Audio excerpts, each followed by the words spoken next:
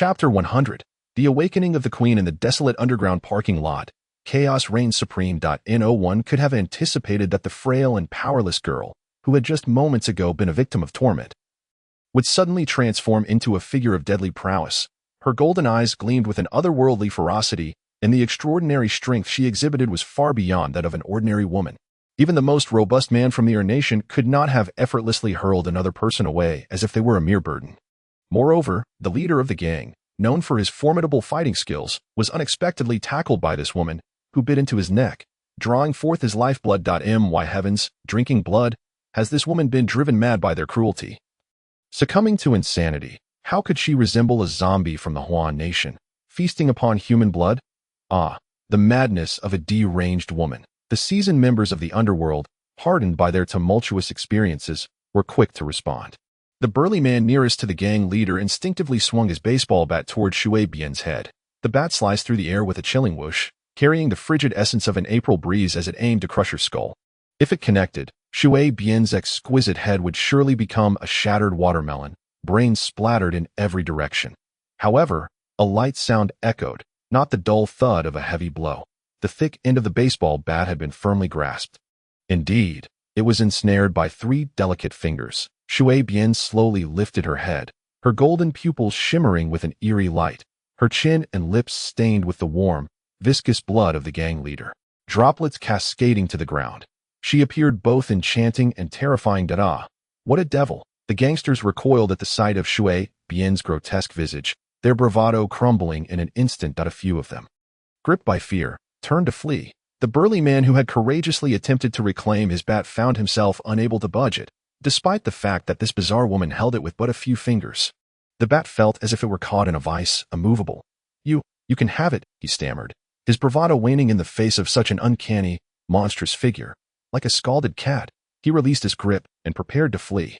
Yet, before he could fully turn, he saw the familiar baseball bat hurtling toward him, rapidly enlarging in his vision, and then it struck him squarely in the face. With a resounding thud, the burly man collapsed onto the cold concrete floor of the parking lot.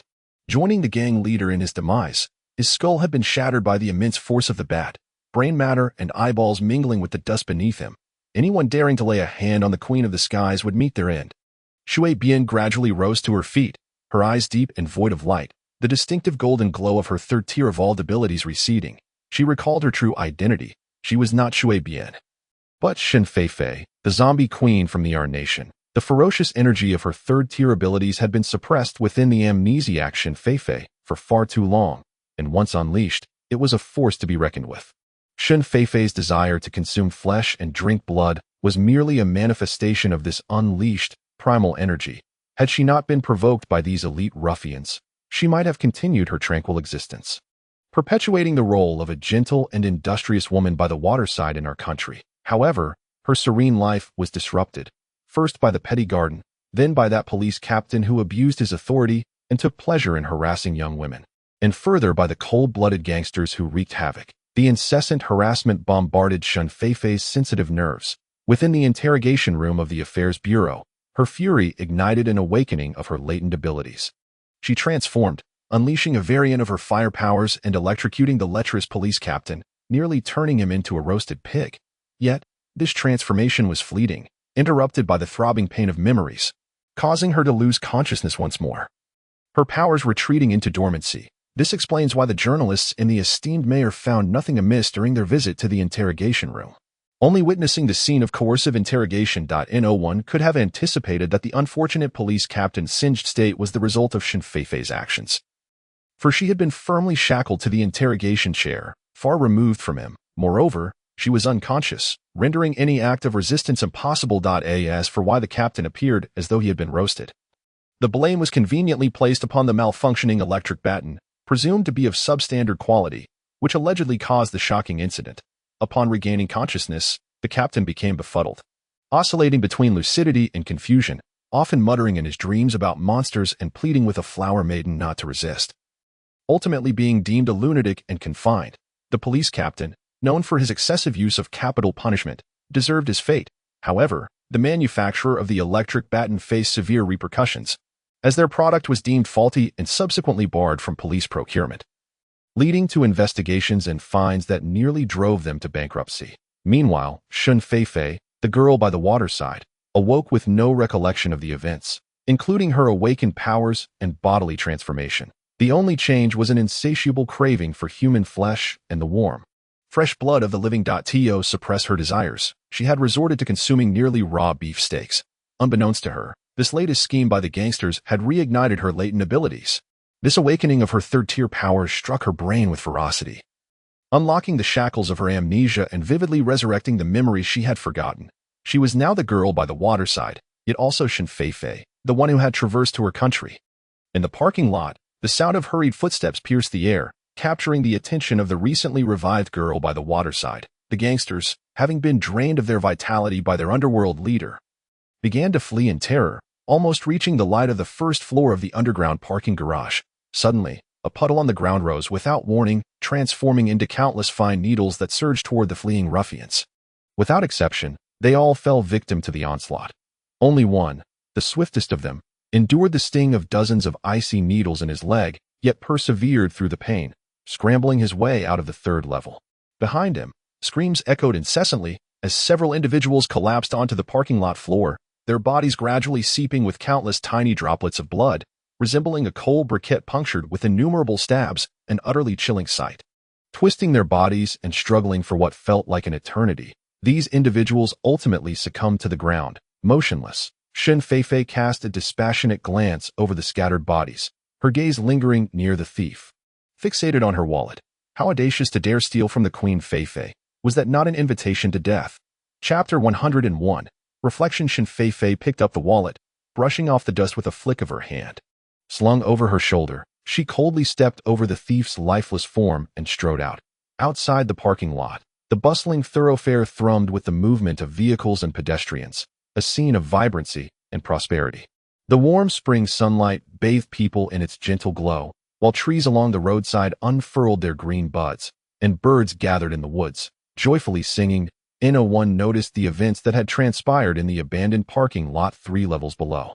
Nor did anyone pay heed to Shun Feifei as she ascended leisurely, shielding her eyes from the glaring sunlight. Shun Feifei squinted, gradually acclimatizing to the intensity of the daylight, gazing at the flourishing street. She found herself at a loss, standing vacantly at the roadside. Who was she? Shun Feifei, Shui Bian, or the Zombie Queen? What was her purpose now? Should she remain in our country, continuing to be a small-time fish vendor alongside a Chu, a Mu, and Jin Xiong's father? Or should she return to Hua country to embrace her identity as Shun Feifei? Or perhaps, should she fully embrace her role as the Zombie Queen, severing ties with humanity? In the distance, the wailing sirens of police vehicles grew louder, approaching rapidly. Were these officers responding to the incident in the underground parking lot? Shun Feifei furrowed her brow. The thought of the fleeing individual only intensified her conviction that the police presence here was linked to her. Damn it, these officers were indeed a troublesome lot. It would be wise to leave this place and lie low for a while. Shun Feifei harbored no illusions that the police would act fairly. The shadows cast by those who accepted bribes and abused their power to torture her loomed large in her mind. They could accept one bribe, and then another, dismissing the fact that the underworld sought her demise, instead framing her as a murderer and pushing her towards certain death. Moreover, she had indeed killed those individuals, and one had even fallen victim to her fangs, leaving the situation even more convoluted. An equally significant factor was her regained memory. She was the proud Queen Feifei, a being evolved far beyond ordinary humanity. She scorned the idea of explaining herself to such wretched, insect-like humans. The mere thought of being detained, imprisoned, or humiliated by them again was abhorrent. In a swift motion, Shun Feifei turned and soared toward the distant mountaintop, leaving behind only a fleeting shadow. She needed to find a tranquil place to ponder her next steps. Should she return to Hua country or remain in her country? If she chose to stay, what identity would she assume, and how would she live? Ultimately, Shun Feifei had not completely forsaken her human nature. Deep down, she still harbored a subconscious desire to coexist peacefully with humanity, dreaming of a shared existence. Minutes later, a vehicle blaring its piercing siren came to a halt near the abandoned underground parking lot. Dozens of fully armed police officers, donned in bulletproof helmets, eagerly stormed into the third basement level. Brandishing their weapons and heavy handcuffs, their vests prominently displayed the insignia of the Bureau of Entry and Exit Affairs. They had received reports that the individual, who had recently brought disgrace upon the police chief and was subsequently dismissed to a psychiatric hospital, had committed murder at the waterside. The chief was elated, believing that an opportunity for revenge had arisen, one that would restore the esteemed image of the police in the eyes of the citizens. Consequently, he led his officers in an unauthorized pursuit to apprehend her. The heavy handcuffs and leg irons were specifically prepared for the individual known as Shui Bian. This time, they were determined to eliminate her. After all, she had caused him humiliation. Her actions had been exposed by the media, forcing him to publicly apologize before the entire nation and obstructing his path to promotion. They were the police, and it was a grave mistake to offend the law enforcement of that nation. However, as these officers charged into the underground parking lot with fierce determination, they were met only with the overwhelming stench of blood and a gruesome scene of lifeless bodies. Their faces contorted in anguish, and a desiccated corpse with its throat bitten through, drained of blood. Yet the prime suspect, Shui Bian, had vanished without a trace. What on earth was happening? The chief, who had personally led the team, was left dumbfounded. Could this truly be the work of that young girl named Shui Bian, to have bitten through the neck of a formidable gangster while simultaneously slaying nearly 10 armed men? What extraordinary combat prowess was this? Who would believe such a tale? One young officer, overwhelmed by the acrid scent of blood wafting through the air and the bizarre pile of corpses on the ground, could no longer contain himself, his stomach churning as he doubled over to vomit. The other officers, seemingly infected by his distress, also sought relief in various corners, retching violently. Only the police chief remained, pacing restlessly in agitation on a small hill at the edge of the city. Shen Feifei sat quietly on a flat rock, hugging her knees, gazing at the sea not far away as it rhythmically crashed against the sandy beach. Lost in thought, the warm sea breeze tousled her long hair, billowing her garments, making it difficult for her to keep her eyes open. Scenes from her past replayed vividly in her mind, from the moment she had descended into the parking lot to commit murder, to the humiliation endured at the police station, the threats from Xia Yuan and others, and the incident by the seaside when she was rescued by the elderly couple. The scene shifted to even older memories: the space, Huan, the airplane explosion, the laboratory, her parents far away in Huagua, and that, Xiao Yi. Shen Feifei pressed her lips tightly together, sparks of anger igniting in her eyes. Xiao Yi, the one she genuinely loved and who had vowed to protect her, had repeatedly disappointed her, pushed her to the brink, and inflicted deep wounds upon her heart. Not only had he assisted outsiders in targeting her, sealing her fate, but when she had finally managed to escape her bindings, he had unleashed heavy missiles, pursuing her mercilessly. Thankfully, Shen Feifei possessed a formidable destiny, safeguarded by the supernatural artifact known as the space. Otherwise, in her weakened state at that time, she too might have been shattered into countless pieces, like those fragile humans. And then there was Huan. Juju, amidst the 6 sisters in Shen Feifei's dormitory, is the sole individual unscathed by the zombie virus, the last bastion of humanity. Even upon learning that Shen Feifei has succumbed to the undead, Juju continues to place her unwavering trust in her, providing unconditional support. This bond of gratitude and friendship surpasses all else. She is not merely a good sister to Shen Feifei, but akin to a blood relative. Yet, just as Juju had been reunited, fate dealt a cruel blow, and she was obliterated by a missile, leaving no trace of her remains. Shen Feifei closed her eyes, tears cascading down her cheeks, falling upon her bloodstained garments and pooling on the stones beneath her. Suddenly, she opened her eyes, her piercing golden gaze radiating with intensity. Xiao Yi, consider this debt marked. I shall reclaim what is rightfully mine. Shen Feifei rose, unleashing a howl towards the western sea, the direction of Huagua, Achu. The inhabitants of Huagua found themselves involuntarily sneezing in unison. Particularly, Xiao Yi, after sneezing, felt an eerie chill enveloping him, as though a specter had taken hold, an unbearable cold permeating his being in the coastal hills. Shen Feifei's phone incessantly chimed with notifications. What? Jianxiang and Achu are in your custody. The voice on the line spoke in a rapid-fire dialect of her country. Shen Feifei's brow furrowed, her eyes betraying an unmistakable fury. This band of our country thugs had dared to abduct her father and Achu. They threatened Shen Feifei to report to their lair immediately, or else they would execute Jianxiang and the others. Hey, girl, do you think our Yamada group is to be trifled with? You have half an hour to appear before us, or we shall see what becomes of your family. As they spoke, the phone echoed with the agonizing cries of her father and the others. Stop. I will arrive on time. Do not harm them. With that, Shen Feifei ended the call, glancing at her wallet with a bitter smile before tossing it into her space. and dashing down the mountain. The pressure from these her country thugs left her no choice. Now, even her desire to live a quiet, ordinary life had been rendered impossible. The Yamada Group, a notorious organized crime syndicate in her country, has its members scattered across the nation, with a branch in this coastal city. The individuals Shin Feifei dispatched earlier were members of the Yamada Group. Upon receiving news of the demise of his comrades, the branch leader was incensed. Their power had always been formidable. Known for their brutal tactics and relentless aggression, they had only ever preyed upon others, with no one daring to challenge them. Now, a mere woman had single-handedly vanquished so many of their brethren. If word of this spread, how could the Yamada Group maintain its standing in the coastal city? Thus, the leader swiftly mobilized his resources to track down Shin Feifei. Unable to locate her, he captured Jianxiang and Achu, subsequently calling her in hopes that she would willingly walk into the trap. Down in the city, the atmosphere remained vibrant and boisterous, bustling with vehicles as the end of the workday approached. Casting a dimming light over the streets, the flow of traffic and pedestrians intensified, yet in certain areas, police checkpoints were set up, causing a sudden gridlock throughout the city. Shin Feifei lifted her gaze to the long procession of vehicles and pedestrians. Her brow furrowed in concern. The Yamada gang's lair lay at the far end of the city, quite a distance from her current location. Yet, they had granted her a mere half-hour to arrive. With the roads so congested, how could she possibly make it? While her speed ability could facilitate a swift journey, she had only just regained her memories and the full function of her powers. Using them excessively at this moment could easily lead to a loss of control.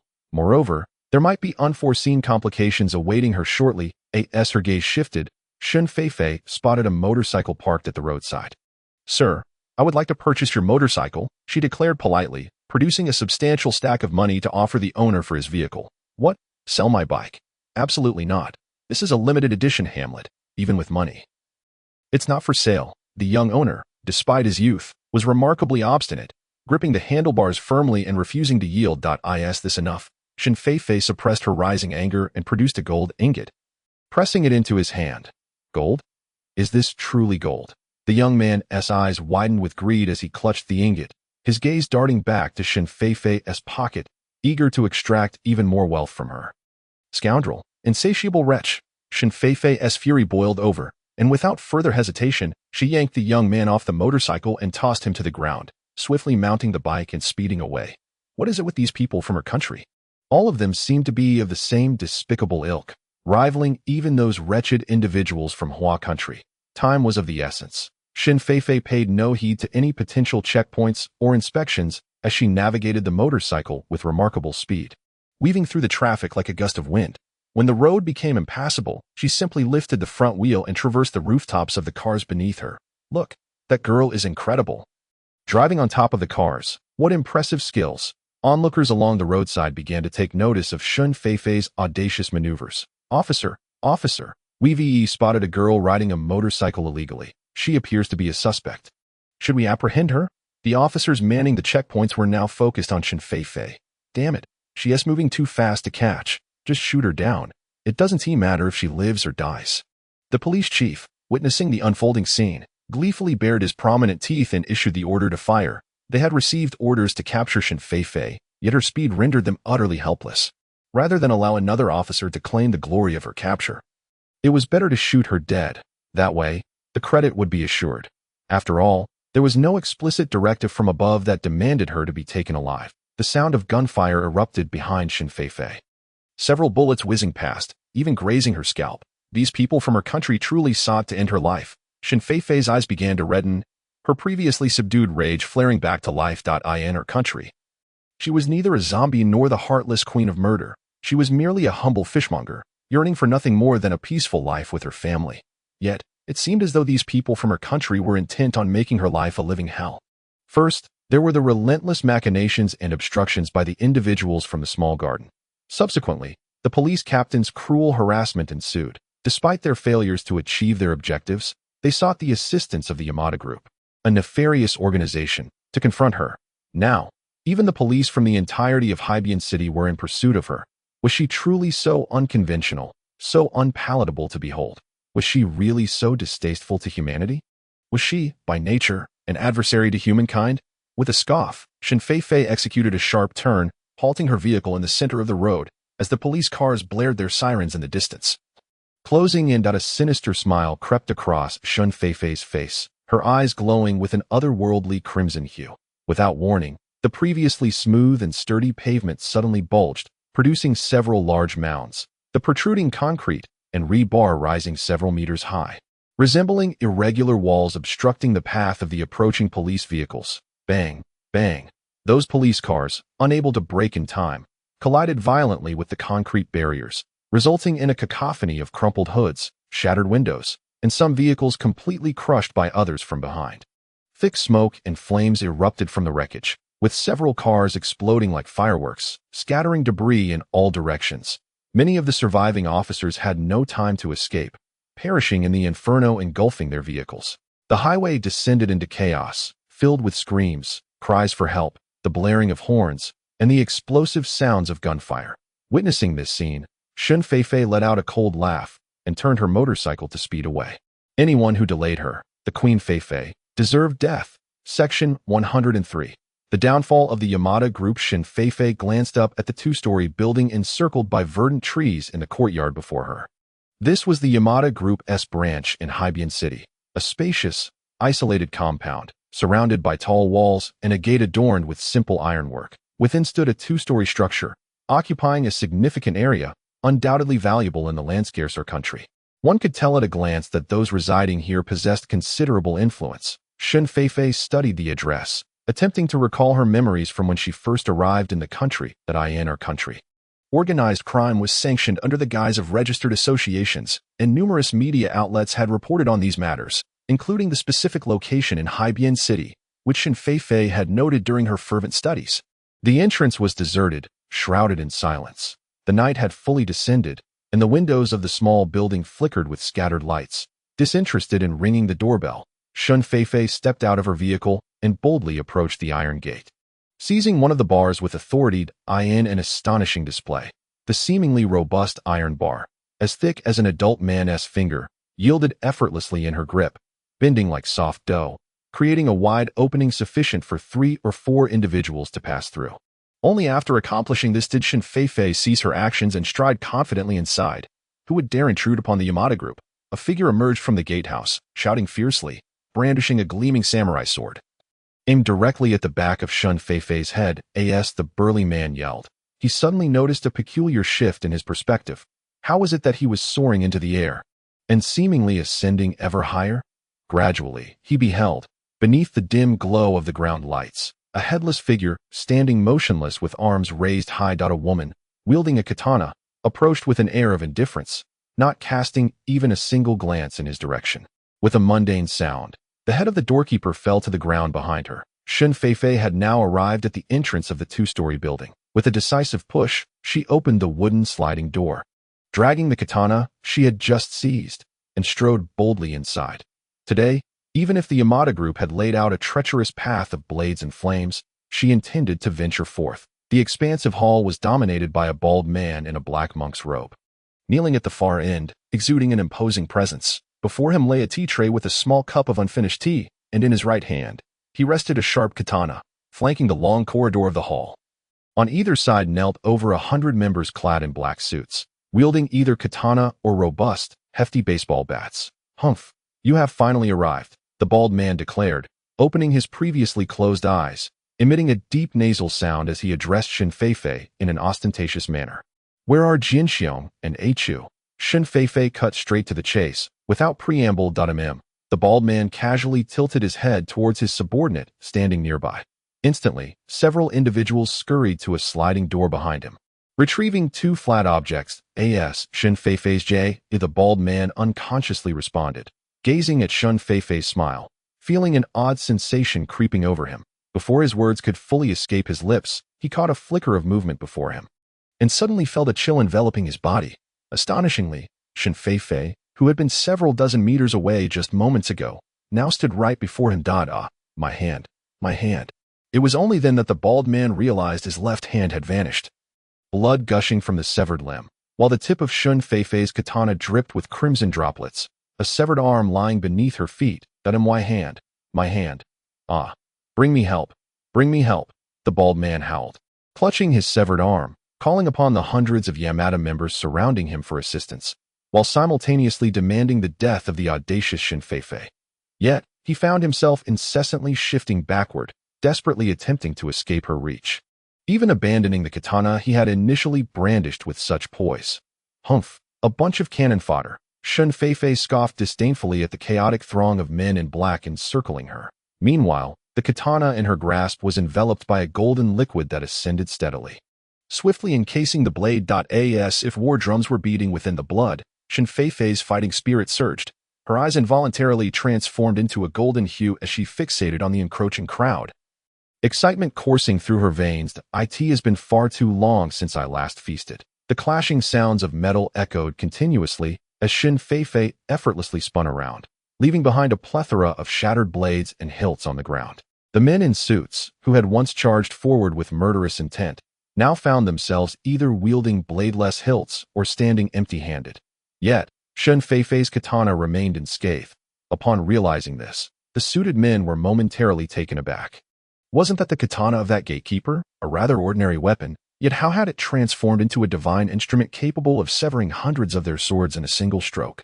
The most alarming aspect was that the woman had remained unscathed amidst the frenzied assault of hundreds. Section 104.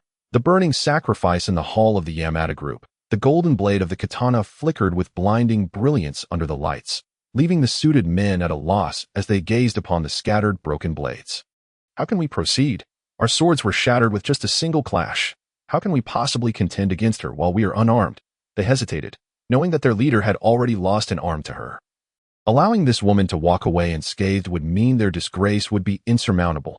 Anyone could use the events of today to trample upon their pride, that in the underworld, one could lose everything. But never their face, nor their status. Kill her. Today, we must risk our lives to eliminate this detestable woman. A surge of bravado took hold of a minor leader, who resolutely stripped off his shirt. Baring his arms, with bloodshot eyes fixed on Shen Feifei, he tore a strip from his shirt, binding it around his forehead. The sound of ripping fabric echoed as he prepared for battle. Shen Feifei looked up to see the hundreds of suited men following suit, baring their arms and tying white strips around their foreheads. Pah! How absurd! Shen Feifei spat in disdain. In the land of flowers, only the deceased are adorned with white cloth strips on their foreheads as a symbol of mourning. These our country fellows, however, seem to don white cloths on their heads at every turn, which is quite irksome. Nonetheless, if they wish to wear it today, let it be. Consider it a farewell to themselves. Shen Feifei chuckled softly, revealing her signature pearly white teeth. The brutish men, like roosters roused by a surge of adrenaline, transformed into a menacing horde, brandishing their fists and charging at Shen Feifei. With a frown, she regarded these beefy adversaries with disdain. Armed or not, you cannot best me. Do you think I fear you merely because you stripped to your vests? Very well, I shall oblige you today. Her katana tilted slightly upward, vibrating with an eager hum, as if yearning to quench its thirst with the blood of foes. Kill! Shen Feifei roared, raising her blade and striking at the first bare-chested man who approached. In an instant, his massive head soared into the air. The sound of bone and flesh being cleaved echoed incessantly. Streams of crimson erupted from the fresh corpses, splattering onto the pristine walls, the sliding doors, and the floor.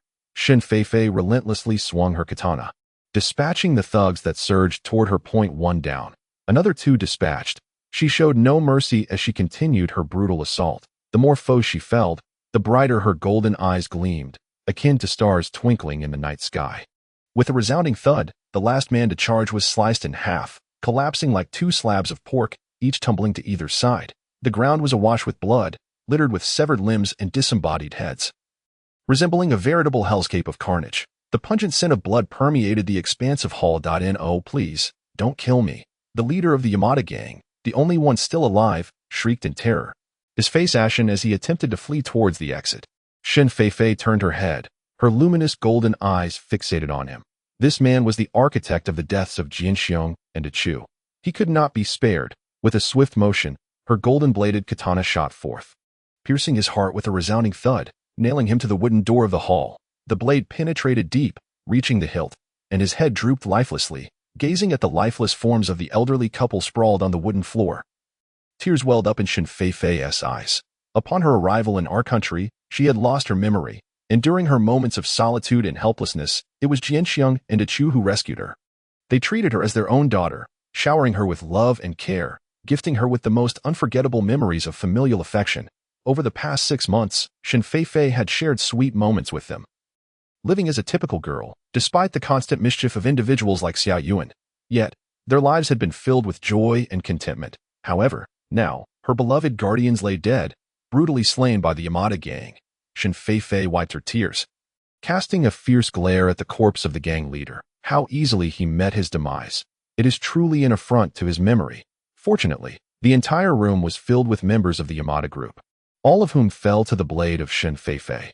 These scoundrels shall serve as companions in death for Jinxiong and his comrades. May they find peace in their passage. As Shen Feifei stepped through the gates of the Yamada group, flames began to emerge from the 2-story building behind her, growing in intensity until they soared into the sky.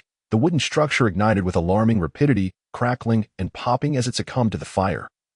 Before long, the building began to collapse with thunderous roars. The bodies of Jinxiong and his comrades, along with those of the Yamaguchi group, were consumed in the inferno. Farewell, dear father and mother.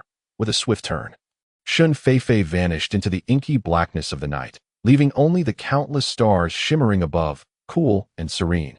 After a considerable time, police cars, sirens blaring, leisurely approached the smoldering ruins. From within, a faint aroma of charred flesh wafted through the air, accompanied by a severed and charred arm protruding from the debris. Report, sir. The Yamada Group's branch in Haibian City has been incinerated, and both the branch leader and his subordinates are missing. Preliminary analysis suggests that they may have all been slain by that woman, a police officer mumbled, struggling to accept the incredulous conclusion. Initially, intelligence indicated that over 200 robust men had gathered there, poised to torment and eliminate that woman. The outcome seemed all but certain. Yet, within less than an hour, the situation had reversed entirely. The disappearance of the Yamada Group was now evident. The collapsed building and the charred hands served as grim evidence of their demise at the hands of that woman. Over 200 formidable gangsters, whose combat prowess was unmatched, could not have been subdued so effortlessly, even by the hundreds of armed police officers present. How could such a seemingly frail woman possess such extraordinary fighting capability? Does she even have human emotions? Even a bloodthirsty killer must eventually tire of the act, must falter when faced with the weight of their actions. To behead more than 200 men. How could she carry out such a feat without a hint of hesitation? Is she even human? The highest-ranking officer on the scene gazed at the ruins for a moment, then pulled out a handkerchief to wipe the cold sweat from his brow, before uttering a rather irresponsible remark. Thank goodness we arrived late. Otherwise, we would have surely met the same fate as these wretches. Chapter 105. A great commotion. The night had deepened, and the sky was adorned with countless stars. The nightlife of the citizens had only just begun. Their lives were vibrant and full of variety, with many indulging in revelry outside, lost in the moment. Snack stalls, grand supermarkets, dance halls, nightclubs, and adult shops bustled with activity, alive with music and laughter. Occasionally, a drunken man, adorned in flamboyant attire, would be seen laughing heartily as he embraced a woman, drawn into the pink-lit embrace of a sensual haven. Amidst this lively scene, no one noticed a girl with long hair speeding along the street on a large motorcycle. Traveling from the farthest eastern reaches of the city to its western edge, the small garden fish stall office. The room was shrouded in a haze of smoke, the clattering sounds of mahjong tiles resonating amidst the intermittent shouts. A 5 of characters, a heavenly hand, I've won. Ha ha ha. Little Yuan, with a hefty cigar clenched between his teeth, laughed heartily, his hands resting upon an excellent hand of tiles. Beside him sat a voluptuous young woman, scantily clad, her large, alluring eyes glinting seductively as they fixated on the colorful pile of cash on the table. Ah, Little Yuan, you seem to be in high spirits indeed. Your luck is astonishing, winning hand after hand. Congratulations, a fish stall owner, resembling a rotund pig, grunted as he circled the mound of money on the table, obsequiously pushing it all towards Little Yuan. Ha!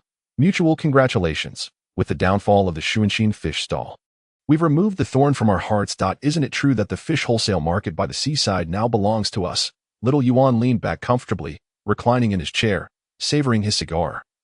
His expression one of pure bliss. President, would you care for some pineapple? The voluptuous girl, using a toothpick, offered a piece of fruit to Little Yuan's mouth, simultaneously pressing her ample bosom against him. Ha ha ha. The little beauty truly understands. Unlike that stubborn girl by the water, who hasn't even graced us with a smile. So rigid, Little Yuan swallowed the fruit in one gulp, then seized a handful of cash from the table. Shoving it into the girl's low-cut top, he casually extended his hand, playfully squeezing her chest, contorting it into various shapes while occasionally erupting into lewd laughter at that moment. The girl by the water was likely being sent off to Shizhai. Such a pity for a beauty point. One of the bosses took a puff from his cigarette, smacking his lips. What a pity. With her foul temper, a little training at Shizhai, and who knows, she might just turn into a puddle. Yielding to our whims. Haha. Indeed, indeed. Little Yuan, how astute you are. That young lady could never be your match. One of his subordinates flattered. The atmosphere in the office was jovial, a haze of smoke enveloping them. Everyone exhilarated and joyful. Thanks to their mastermind, Little Yuan, they had spent but a trifling sum, and the police had taken the lion's share to bribe the Yamada Group. The Yamada Group was indeed efficient. Not only had they apprehended and sold off the girl by the water, but this afternoon they had also mobilized a large force to capture those two old relics of Jinxiu. Now, with the Xuanxin fish stall devoid of its owner, it had become a property without a master. Little Yuan merely needed to pay a small fee to claim it from the government. After years of suffering, the thorn had finally been removed today. What a relief. Miss, you have no appointment. You cannot enter. As Shen Feifei stepped into the Little Yuan fish stall, a staff member hurriedly approached to intercept her. Those who block my path shall perish. Shen Feifei's icy gaze pierced through the staff member's face. With a swift motion, she seized his throat and lifted him off the ground. The staff member, gasping for breath, displayed terror as his feet flailed helplessly in the air.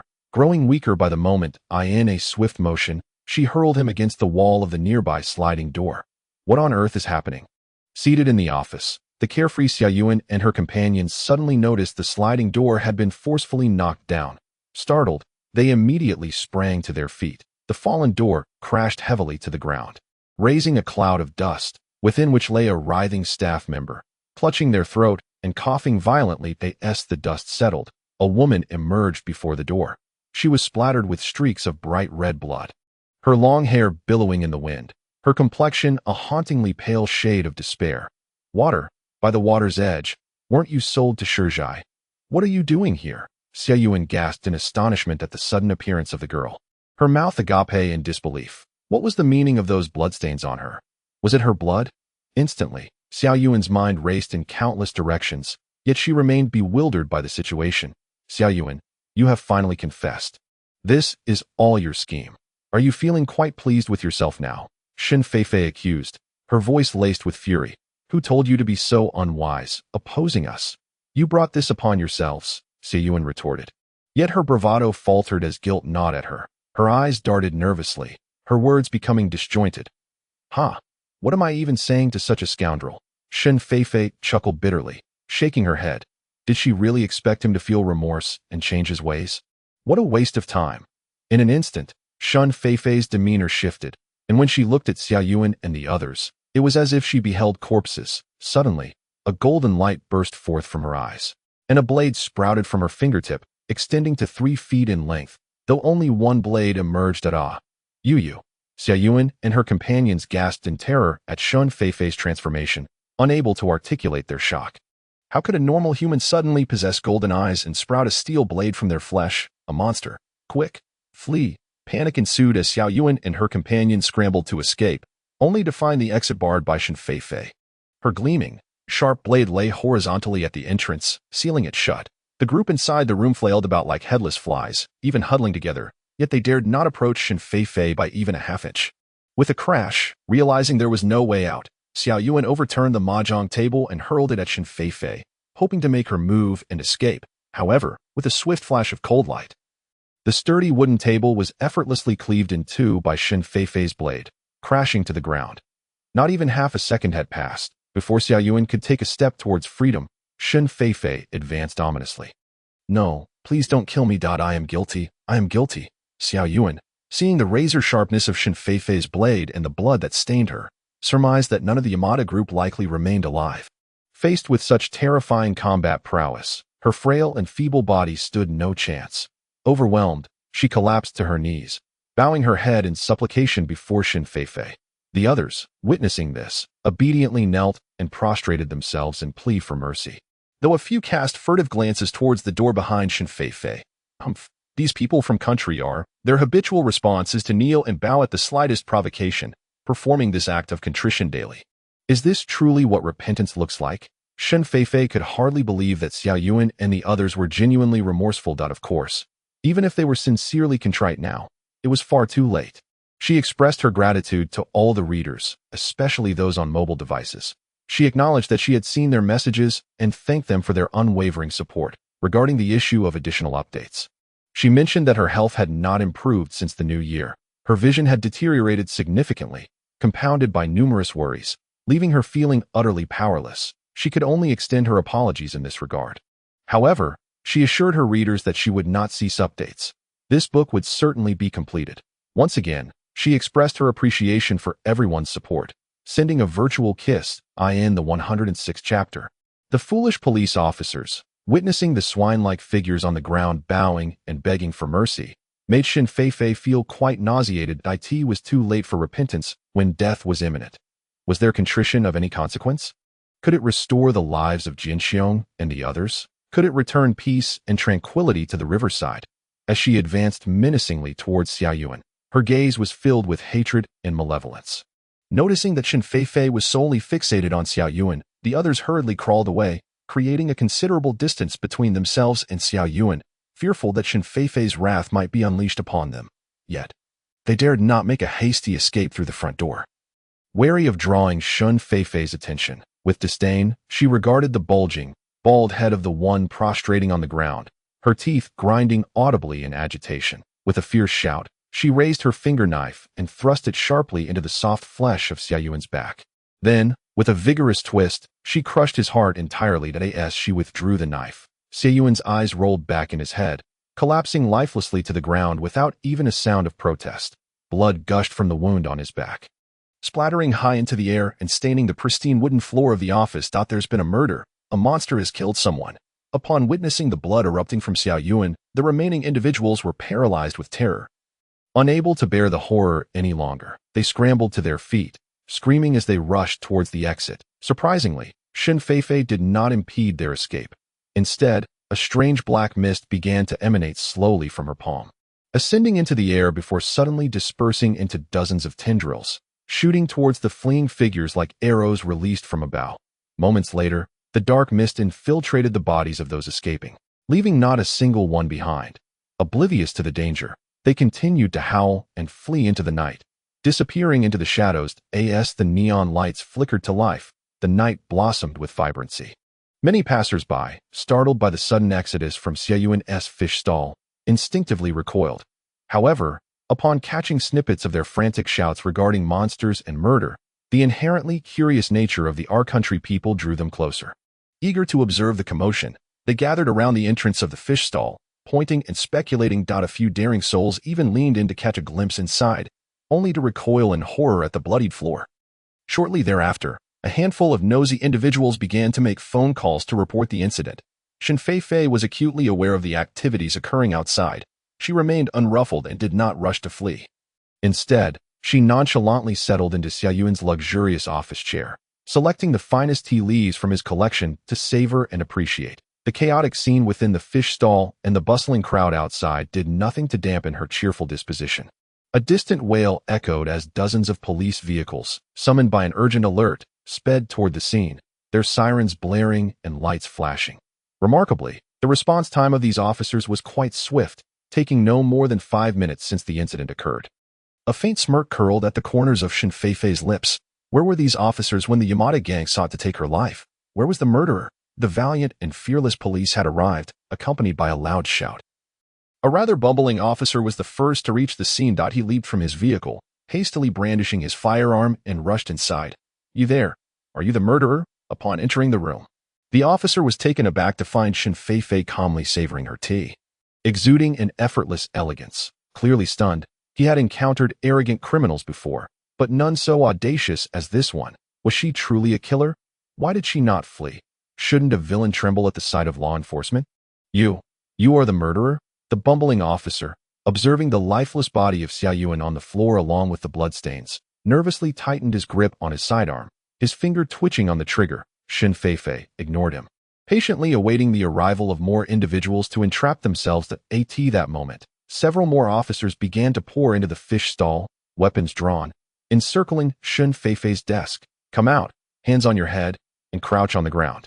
The officers barked sternly. She was merely a young girl. They considered her an easy capture. Seeing Shun Feifei's indifference, a few officers grew visibly impatient, brandishing handcuffs, ready to charge at her. "Wait. What evidence do you have to accuse me of murder?" Shun Feifei's cool voice rang out, her face adorned with a gentle smile as she regarded the uniformed men, radiating warmth and sunshine, entirely unreflective of a killer. The officers momentarily found themselves in a state of confusion, genuinely believing that this girl had no connection to the murder case at hand. Yet, the body of the fish stall's owner and the blood remained on the floor. She refused to confess. Despite the multitude of witnesses, did she think they were all fools? The officers were left perplexed. "Isn't this the person you killed? Why are you still arguing?" one officer exclaimed, aiming his gun at Xiao Yuan's body. Finally regaining his composure, "Who says he is dead? Look, he is still moving." As she spoke, Shun Feifei tilted her head, gesturing towards Xiao Yuan's body. In that instant, the room full of officers could not help but turn to look at Xiao Yuan's corpse. To their astonishment, the previously motionless figure, face down on the ground, suddenly curled a finger and, with a stiff motion, began to rise slowly from the floor. Xiao Yuan was alive? Or had he never actually died? The officers were struck with shock. What was this Xiao Yuan doing, pretending to be dead and wasting their time and resources? Were they merely being toyed with? Anger etched on their faces, several officers holstered their weapons, glaring at Xiao Yuan with disdain. Yet, it was peculiar that Xiao Yuan had been rising for so long without lifting his head or uttering a word. Something felt decidedly amiss. Saying, "President Xiao Yuan, are you all right?" The rather audacious officer, Erlang, boldly reached out and tugged at Xiao Yuan's clothing. To his astonishment, the previously unsteady Xiao Yuan, who had seemed on the verge of collapse, now appeared transformed. She seized the officer's outstretched arm with fervor. Laughing heartily, "You." Erlang pulled at his arm, only to realize that Xiao Yuan was gripping it with an iron grasp, refusing to let go. Just as he was about to utter a word, he felt her teeth sink into his hand. "Ah, what are you doing? My hand!" He screamed in agony, only to discover that Xiao Yuan was voraciously tearing into his arm, as if savoring a delectable morsel. "She is eating him. She is eating him." The officers inside the establishment erupted into chaos, their voices raised in alarm. A few quick-witted individuals rushed forward to separate them, while others, slower to react, drew their firearms, aiming them at Xiao Yuan. Meanwhile, the initial victim, Shun Feifei, was left neglected in a corner. Inside the fish stall, the scene was one of utter disarray. Xiao Yuan rigidly raised her head and flashed a smile at the police officers who were watching her. Her eyes rolled back, revealing the whites, complemented by a pallid complexion and sharp, bloodied teeth that betrayed her true nature. Before the officers could comprehend the situation, she lunged at one of them, wrapping her arms around his neck and biting down with a ferocious snap. Her razor-sharp teeth punctured his throat, and blood gushed forth like a torrent. The officer let out a blood-curdling scream, gradually crumpling to the ground. "My goodness, it's a zombie. The virus from the Flower Kingdom has spread here." The officers finally grasped the gravity of the situation, their cries escalating in panic. The pale visage, the predatory teeth, these were all quintessential signs of a zombie. They had often witnessed such scenes in the media, where the undead from the Flower Kingdom and other nations bore this very resemblance. Amidst the chaos, the officers drew their weapons and began firing at Xiao Yuan, the zombie. However, despite having seen zombies on television, this was their first encounter with a genuine one. They had lived in complacency, believing that their nation was untouched by the biochemical crises afflicting other countries, and had grown increasingly lax. They fancied themselves favored by divine providence, convinced that such horrors would never befall their homeland. Thus, they remained indifferent to the reality of zombies, having neglected military training. Now, confronted with this flesh-eating monstrosity, their panic was palpable. Their minds frantically whirled as they fired wildly, their aim utterly askew. Bullets ricocheted within the confines of the room, striking walls, glass, and floors, further complicating the already chaotic scene. Shun Feifei furrowed her brow, feeling exasperated by the ineptitude of the officers, utilizing her abilities. She conjured a protective shield before her, deflecting the errant bullets while resuming her tea.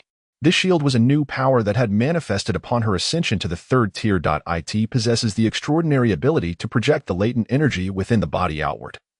forming a transparent protective shield that encompasses the individual, effectively repelling any intruder or external threat. This ensures absolute safety and serves as an essential protective tool for both home and travel. The officers, in a desperate frenzy, unleashed a barrage of bullets from their firearms, many of which struck the body of Xiao Yuan. Yet, Xiao Yuan appeared utterly impervious to pain, remaining unfazed despite the numerous bullet wounds adorning her body. Continuing her gruesome feast upon human flesh, moments later, the officer whom Xiao Yuan had subdued ceased to breathe, prompting her to rise once more and charge into the hail of gunfire directed at her. Run! The zombie cannot be killed. The remaining officers, witnessing Xiao Yuan's relentless advance, were gripped by terror, firing wildly while retreating hastily. One officer, his legs trembling, stumbled and fell during his hurried escape. Before he could regain his footing, Xiao Yuan pounced upon him from behind, latching onto his thigh and sinking her teeth into him savagely. "Oh my God, save me!" the captured officer cried out in desperation. "Aim for the head. The zombie's weakness is the head." Suddenly, one officer recalled, shouting urgently. At last, amidst the officer's erratic marksmanship, a few bullets found their mark upon Xiao Yuan's skull, rendering her once smooth head a grotesque mess. Silence descended, an eerie stillness enveloping the scene. The officers, maintaining a cautious distance, crouched behind their vehicles, observing the lifeless Xiao Yuan, each of them panting heavily, wiping the cold sweat induced by fear from their brows. Is she dead? The zombie is dead. Come, everyone, take a look. An exuberant high school student, who had been watching from the sidelines, suddenly exclaimed, brimming with excitement, even seizing his phone to capture the moment. It was his first encounter with such a thrilling zombie event, and he felt compelled to share these photographs online, showcasing the heroes he had witnessed firsthand. "Fool, don't cause a ruckus." One officer, seeing the danger had passed, straightened his posture and admonished the student with authority. His demeanor noticeably improved. The other officers, witnessing this, also relaxed, standing upright and exhaling deeply. However, just as they believed the situation had calmed and it was time to conclude their duties and return home, they were startled by a series of sinister, hissing laughs emanating from behind. Help! The bystanders erupted into chaos as several individuals, who moments ago seemed perfectly normal, turned upon those nearby, biting and gnawing with fervor. Vivid crimson blood gushed forth even under the dim light. Zombies! There are more zombies! The crowd descended into pandemonium, frantic cries echoing as people fled in all directions, pursued relentlessly by the ravenous undead. Despite their sluggish pace, the zombies were relentless, devouring anyone they encountered along their path. The officers stood frozen, firing indiscriminately at the zombies, unsure of whom they were targeting, infected individuals or innocent civilians. The street, which had only just begun to regain order, spiraled once again into chaos. Gunshots rang out, people evaded, and the biting continued, all culminating in utter disarray. Yet, as time wore on, the situation did not improve. Instead, it spiraled further into mayhem. The officers found their ammunition depleted, while the ranks of the zombies seemed to multiply, inundating the streets with their insatiable hunger for flesh. Upon closer inspection, it became evident that many of the flesh-eating zombies were none other than the owners of the small fish stall who had recently escaped, along with their family members, relatives, and friends. Although they had fled from the fish stall, they were unable to evade the insidious grasp of Shen Feifei's bioweapon virus. The swirling black mist was, in fact, a concentrated strain of the zombie virus unleashed by Shen Feifei, meticulously designed to incite these individuals into a frenzy and disrupt the order of Haibian City. Those who had wronged her would not escape her wrath. Not long after returning home, several of these unfortunate souls succumbed to the virus, transforming into ravenous zombies that feasted upon the flesh and blood of their own kin. They savagely attacked their family and friends, and those who were bitten subsequently became carriers of the virus, emerging to inflict further bites upon others. That a few individuals, upon hearing the approach of the police, mingled within the crowd to observe the chaos, only to find themselves transformed by the virus and turning on the nearest humans in a grotesque display of hunger. "Run!" the police shouted as they realized the situation was spiraling out of control. Abandoning their posts in a desperate bid for survival, within moments, the streets were overrun by ravenous zombies, while the remaining populace fled as far away as possible. In the small fish stall, the three bitten police officers staggered to their feet, their faces pale and ashen, moving with a stiffness that betrayed their new reality. They too had succumbed to the zombie virus, joining the ranks of the undead. Meanwhile, Shen Feifei reclined comfortably with her feet propped on the expansive boss's desk. savoring the exquisite tea she had overindulged in earlier, seemingly indifferent to the mayhem unfolding outside. With an audacious belch, she reveled in her gluttony. Chapter 108. Intimate allies in Hybien City, centered around the fish wholesale market. The spread of zombies and the injured humans accelerated rapidly. Those bitten or clawed by the zombies, who did not transform immediately, fled the vicinity of the small fish stall with utmost urgency. Seeking refuge in their homes, hospitals, or any place they deemed safe, the onset of the virus was noticeably delayed, while the initial wave of infected individuals quickly morphed into zombies. Subsequent batches of victims would only gradually succumb to their fate after a period of time.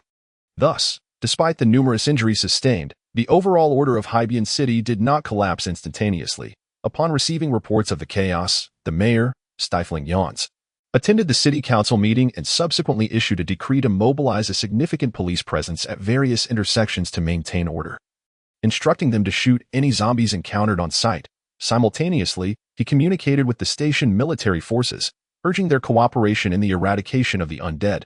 After a brief briefing, the mayor, now over 50, excused himself from duty under the pretext of his age and hurriedly departed with a cheerful demeanor. On the streets, military vehicles roared past in succession, patrolling relentlessly, while police cars flashed their lights at key intersections. Every passerby was subjected to scrutiny as a palpable sense of impending doom loomed. However, when questioned by the anxious populace regarding the rationale behind their actions, the police and military personnel merely shook their heads, claiming they were in pursuit of fugitives, insisting there was nothing to worry about and urging citizens to return home and sleep. They remained tight-lipped, refusing to divulge even the slightest details, as the mayor sought to suppress public panic, opting to keep the situation under wraps. After all, what were a few zombies? Simply put them down. The zombies from that flower country are not particularly formidable. I have heard they can be easily dispatched. However, if such a trivial matter were to incite public panic, the mayor's position would be at great risk. One must understand how arduous it was for him to attain the mayoralty. It required not only the backing of political factions, but also the support of the electorate, alongside substantial financial resources. Each day of campaigning demanded countless bows and gestures of deference, leaving him utterly exhausted. Now that he has been elected, he is naturally intent on safeguarding his office and ensuring a smooth tenure. Thus, he has strictly prohibited his subordinates from disclosing any information regarding the zombies to the public. Despite the police and military patrols being quite rigorous on the streets, most residents of the coastal city remain blissfully unaware of the unfolding events, continuing their daily lives as if nothing were amiss. Only when isolated incidents of bites occur do the locals begin to speculate, exchanging information through phone calls and whispers. Furthermore, those who were bitten or scratched did not immediately exhibit signs of mutation. Many rushed to hospitals seeking medical assistance in a short time. The hospitals in the coastal city became overcrowded, filled to the brim with individuals bearing bite and scratch wounds. Their injuries shared a common characteristic. After the initial bleeding, the wounds ceased to bleed, with distinct areas of bruising gradually spreading outward. Additionally, they were all experiencing fevers, whether high or low, and no amount of antipyretics or anti-inflammatory medications seemed to alleviate their conditions. By the dead of night, these individuals succumbed to unconsciousness, their high fevers unabated. Gradually, the number of patients being admitted to hospitals increased, leading to an overflow of unconscious individuals in every corridor and courtyard. This was not all. Many of the doctors and nurses attending to these patients also began to feel unwell, with several starting to exhibit fevers themselves. The following morning, the health commissioner, coughing profusely, reported to the mayor, "Sir, it is dire. Every hospital is teeming with individuals infected by the zombie virus. The estimated number of infected has surpassed 10,000. None of the medications are proving effective. Should we not inform the public of the truth?" As the health commissioner delivered this alarming news, he found himself increasingly unwell, unable to stop coughing. Baka, what a useless bunch, incapable of managing even the simplest matters, disturbing my sweet dreams at such an hour. With a frustrated exclamation, the mayor tossed his phone aside and stretched lazily, rising from the bed of a fresh-faced young secretary from the city government whom he had taken a fancy to. After a night filled with negotiations and promises, he had finally fulfilled his desires the previous evening. The allure of youth is undeniably delightful. As he glanced at the girl, partially covered in the sheets, her skin a flawless white, he could not resist reaching out to touch her. How delightful it felt! A sudden thrill coursed through him, rekindling his desire. Unable to contain himself, he lunged at the still sleeping girl with the fervor of a starving wolf. Meanwhile, the phone on the floor continued to flash with incoming calls, yet it emitted no sound, as the mayor's earlier toss had inadvertently damaged its audio system. Mayor, the director of the Health Bureau dialed the phone once more, incessantly shouting into the device. Yet he received no response or directive from the esteemed mayor. With a sense of helplessness, he hung up the call, only to turn around and find the hospital's director standing beside him, gazing at him vacantly. Ahem, Shaolin, weren't you feverish last night? Are you feeling better? Do you need something from me? The Health Bureau director was somewhat perplexed by the hospital director's dazed demeanor. Suddenly, the previously bewildered director broke into a broad grin, his expression utterly endearing. However, something felt amiss as the Health Bureau director sensed a chill emanating from Shaolin. Before he could fully comprehend the situation, Shaolin lunged forward with a bear hug, planting a fervent kiss on the bureau director's nose. You. Ah. In an instant, the bureau director's nose was affectionately bitten off by Shaolin, blood gushing forth and saturating his head. With a fervor, Shaolin embraced the bureau director's head, kissing him as if they were inseparable companions. The bureau director cried out in agony, desperately kicking and pushing, struggling to escape Shaolin's grasp. Shaolin, now a zombie, possessed an unyielding strength. Last night, he had tirelessly assisted doctors and nurses in rescuing numerous injured individuals, working until the wee hours, only to feel a fever creeping upon him. Initially, he attributed it to insufficient clothing and the cold wind of the courtyard, dismissing it as a mere cold. However, as dizziness set in, he could no longer endure the discomfort, took some antipyretics, and lay down in his office to rest. That moment of repose turned into an eternal slumber. Upon transforming into a zombie, Shaolin stepped outside and spotted a human standing at his door, engaged in a phone call. Thus, the preceding scene unfolded. Help! They're eating people! There are zombies! A chorus of screams echoed from the tranquil corridors of the hospital. Instantly, many of those who had been unconscious on the ground stirred awake, gradually rising to their feet, in the emergency room of the public hospital by the seaside. Piercing screams erupted as several healthcare workers clad in white coats hurriedly rushed out from the examination room, their backs trailed by a few zombies with gaping mouths, drooling crimson saliva, and outstretched arms, their ravenous gazes fixated on these angels as if they were about to greet their most beloved with fervent affection.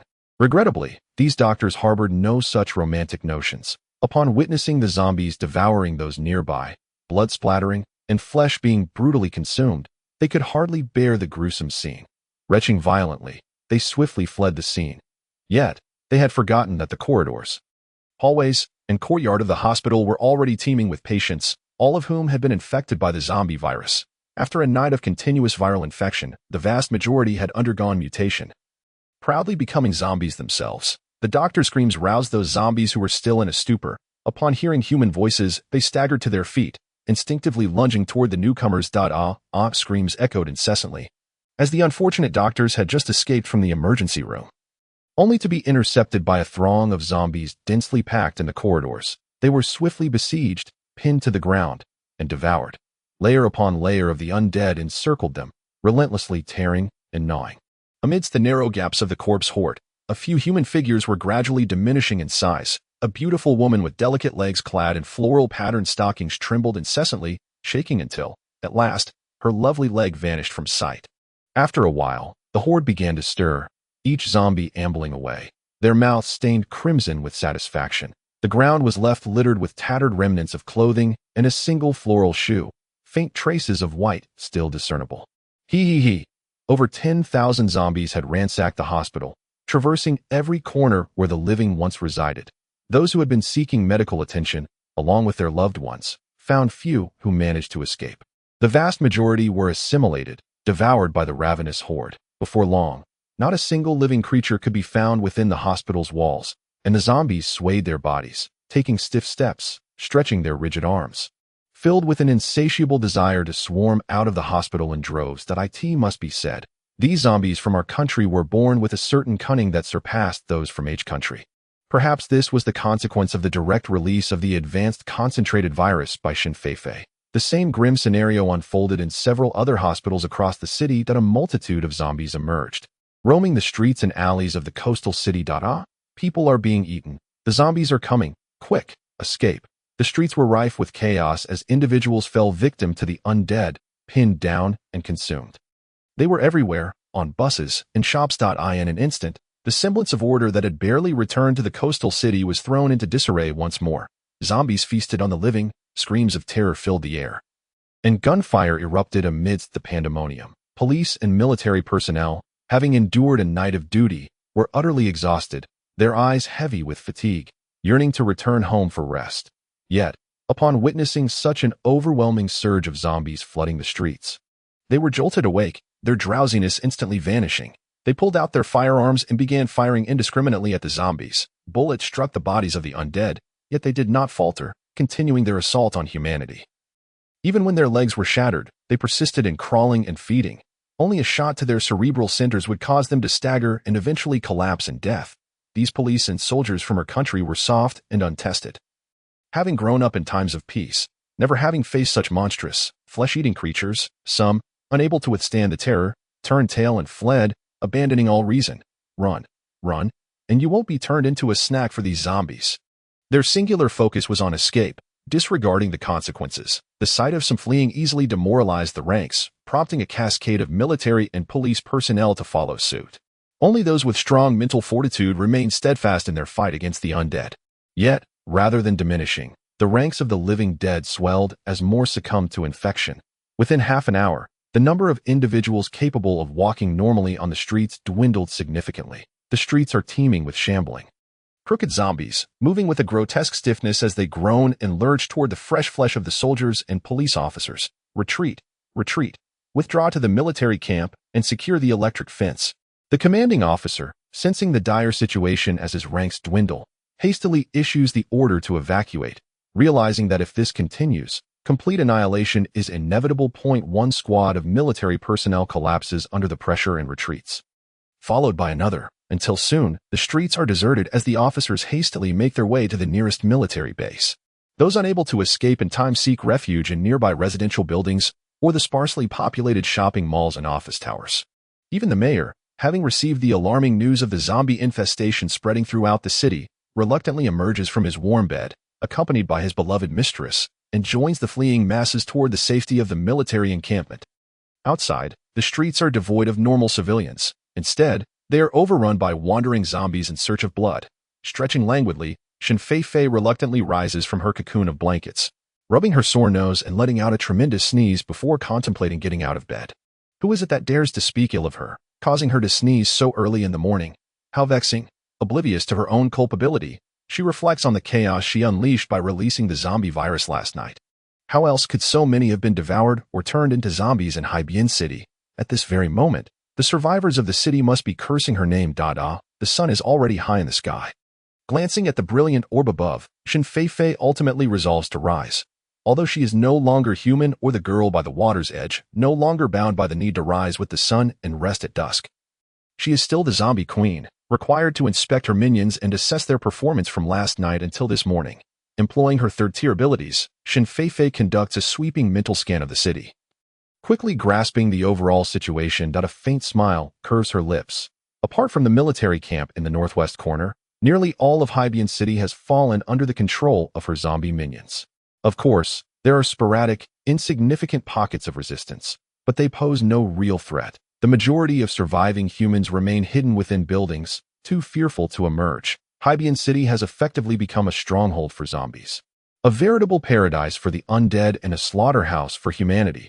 Henceforth, this is her domain, Shen Feifei's territory. Today marks the day when Queen Feifei rises in triumph, severing all ties with humanity. Chapter 101. The sacred head Shen Feifei has irrevocably broken ties with humanity. The plight of Huagua, the callousness of Xiao Yi, and the shamelessness of our countrymen have stripped her of any remaining patience towards humankind. What of human morality and humanity? Such deceitful notions can be cast aside. She is a zombie queen, a proud member of the undead. How could those despicable, base humans ever be compared to her? Embracing her identity as a zombie queen is her true destiny. Let any pretensions of being a perfect, high-tier evolved human be banished. Shen Feifei resolves to embrace her existence as a pure zombie, forsaking her humanity forever. Recollecting her thoughts, Shen Feifei once again extends her mental prowess outward. Most of Haibian City is now firmly under the control of her zombie minions. The the situation stabilized, save for that military camp by the sea. The nation of R is divided into 3 islands, referred to as the first island, the second island, and the third island. Although these islands are in close proximity to one another, they remain unconnected, separated by several thousand meters of ocean. The military camp serves as R's maritime military base on the first island. Nestled beside the sea, it boasts formidable defenses, heavily guarded and easy to defend, yet challenging to assault. The soldiers stationed there undergo rigorous training, adhering to the brutal methods of the Marine Corps, marking them as the elite among R's military personnel. This morning, the valiant military police, steadfast in their resolve and refusing to retreat, were predominantly composed of these soldiers maintaining order on the streets. Their combat prowess, willpower, and psychological resilience surpassed those of ordinary soldiers by several degrees. Once they retreated to their island military camp, they fortified their defenses, relying on the robust military base behind them to unleash a relentless and savage barrage of gunfire upon the advancing hordes of zombies. A multitude of the undead were either severely wounded or eliminated with precision headshots. Shin Feifei furrowed her brow, feeling a pang of sorrow. These zombies were directly or indirectly infected by the biochemical virus within her body. According to the Bloodline's lore, these zombies were her fledgling progeny, or second and third generation offspring. They represented the cornerstone of her future aspirations in R, a resource of immense value that must not be squandered by the whims of these wretched humans. Emitting an invisible ripple of mental energy, she vanished in the blink of an eye. The previously fearless zombies, who had been clamoring and attacking the island military base with fervor, suddenly fell silent. As if receiving a command, they ceased their cacophony, turned in unison, and staggered back from the base. Even those zombies with broken legs, dragging themselves forward, began to change direction and crawl away. Why have they ceased their assault? A non-commissioned officer, gripping the still-warm trigger of a heavy machine gun, lifted his gaze from the sight, perplexed by the retreating zombies. What a peculiar spectacle. Just moments ago, they had appeared as mindless creatures. And now they seemed to possess the instinct to flee. Truly baffling. A group of soldiers murmured their confusion. What?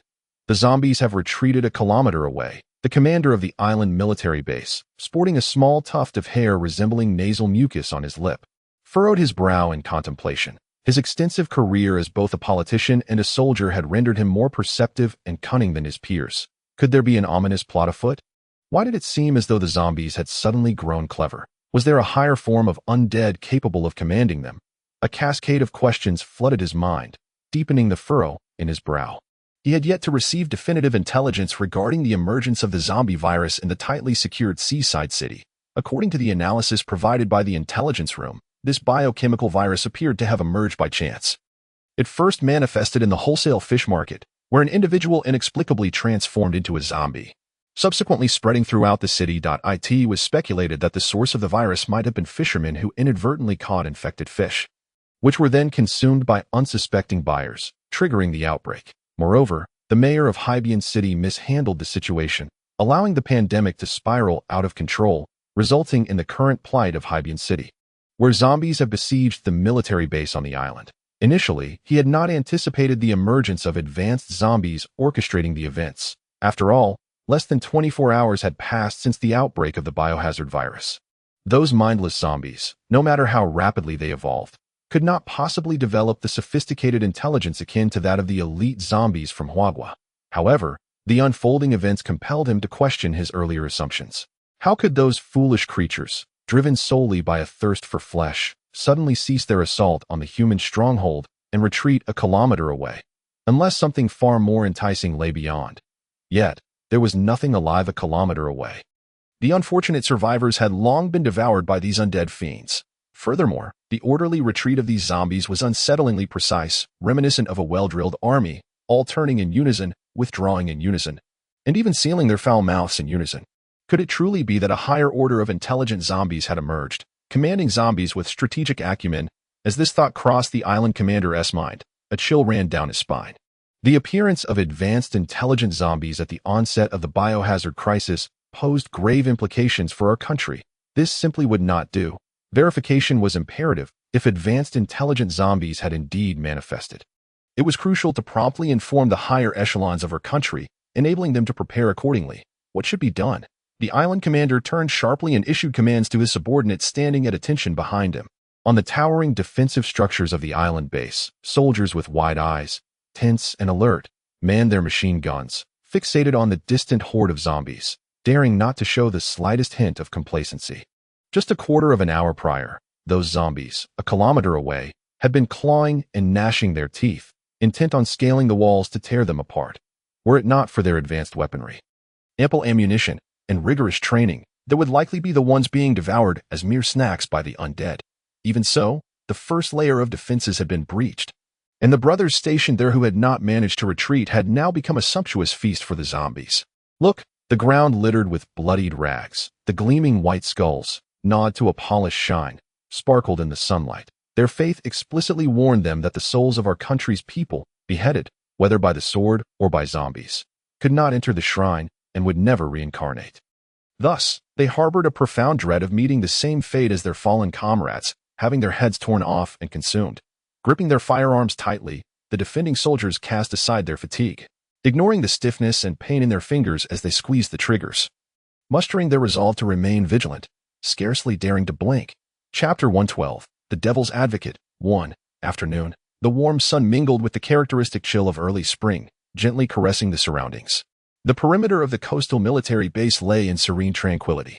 A kilometer away, the once clamorous horde of zombies, akin to writhing maggots, now seemed to have fallen into a slumber, quieting down. Aside from the occasional sight of a zombie gaping its mouth and raising its decayed claws in a demonstrative manner, there was no other sign of movement. The soldiers stationed behind the obstacles awaited for what felt like an eternity, yet the horde of zombies showed no indication of any new actions. They feared resting, worried that the zombies might launch a sudden attack, leaving them unable to mobilize their forces in time. Yet, they had been awake for nearly a day and a night, utterly fatigued. At this moment, merely surviving was a considerable achievement. Reluctantly, they stifled yawns, maintaining a tense vigilance, unwilling to depart easily. What were these creatures planning? Why were they still so eerily silent? One officer, growing increasingly impatient, forced his reddened eyes to remain open and irritably removed his white gloves. He paced restlessly in his heavy boots, the command knife at his hip swaying back and forth. The battlefield remained eerily quiet. The space between the base and the zombies littered with rubble, weapons, and charred corpses, making movement arduous, with occasional flickers of flames sending wisps of smoke spiraling into the air within the defensive fortifications. The base commander gestured with a wave of his hand, and an armored vehicle rumbled slowly out of the fort's entrance. In the distance, the horde of over 100,000 zombies stirred at the sound of the vehicle, as if eager to converge upon it. Yet, as if responding to an unseen command, they quickly fell silent, each one salivating and fixated on the approaching armored vehicle, but refraining from advancing. Why had they not attacked yet? The base commander felt a surge of unease, his expression darkening. These mindless zombies were known to pounce at the sight of any moving object. Why were they exhibiting such restraint? Could it be that an intelligent zombie was orchestrating their actions? The armored vehicle moved hesitantly, as if testing the waters, yet the zombies remained rooted in place. Gradually, the vehicle came to a halt at the midpoint, less than 500 meters from the horde.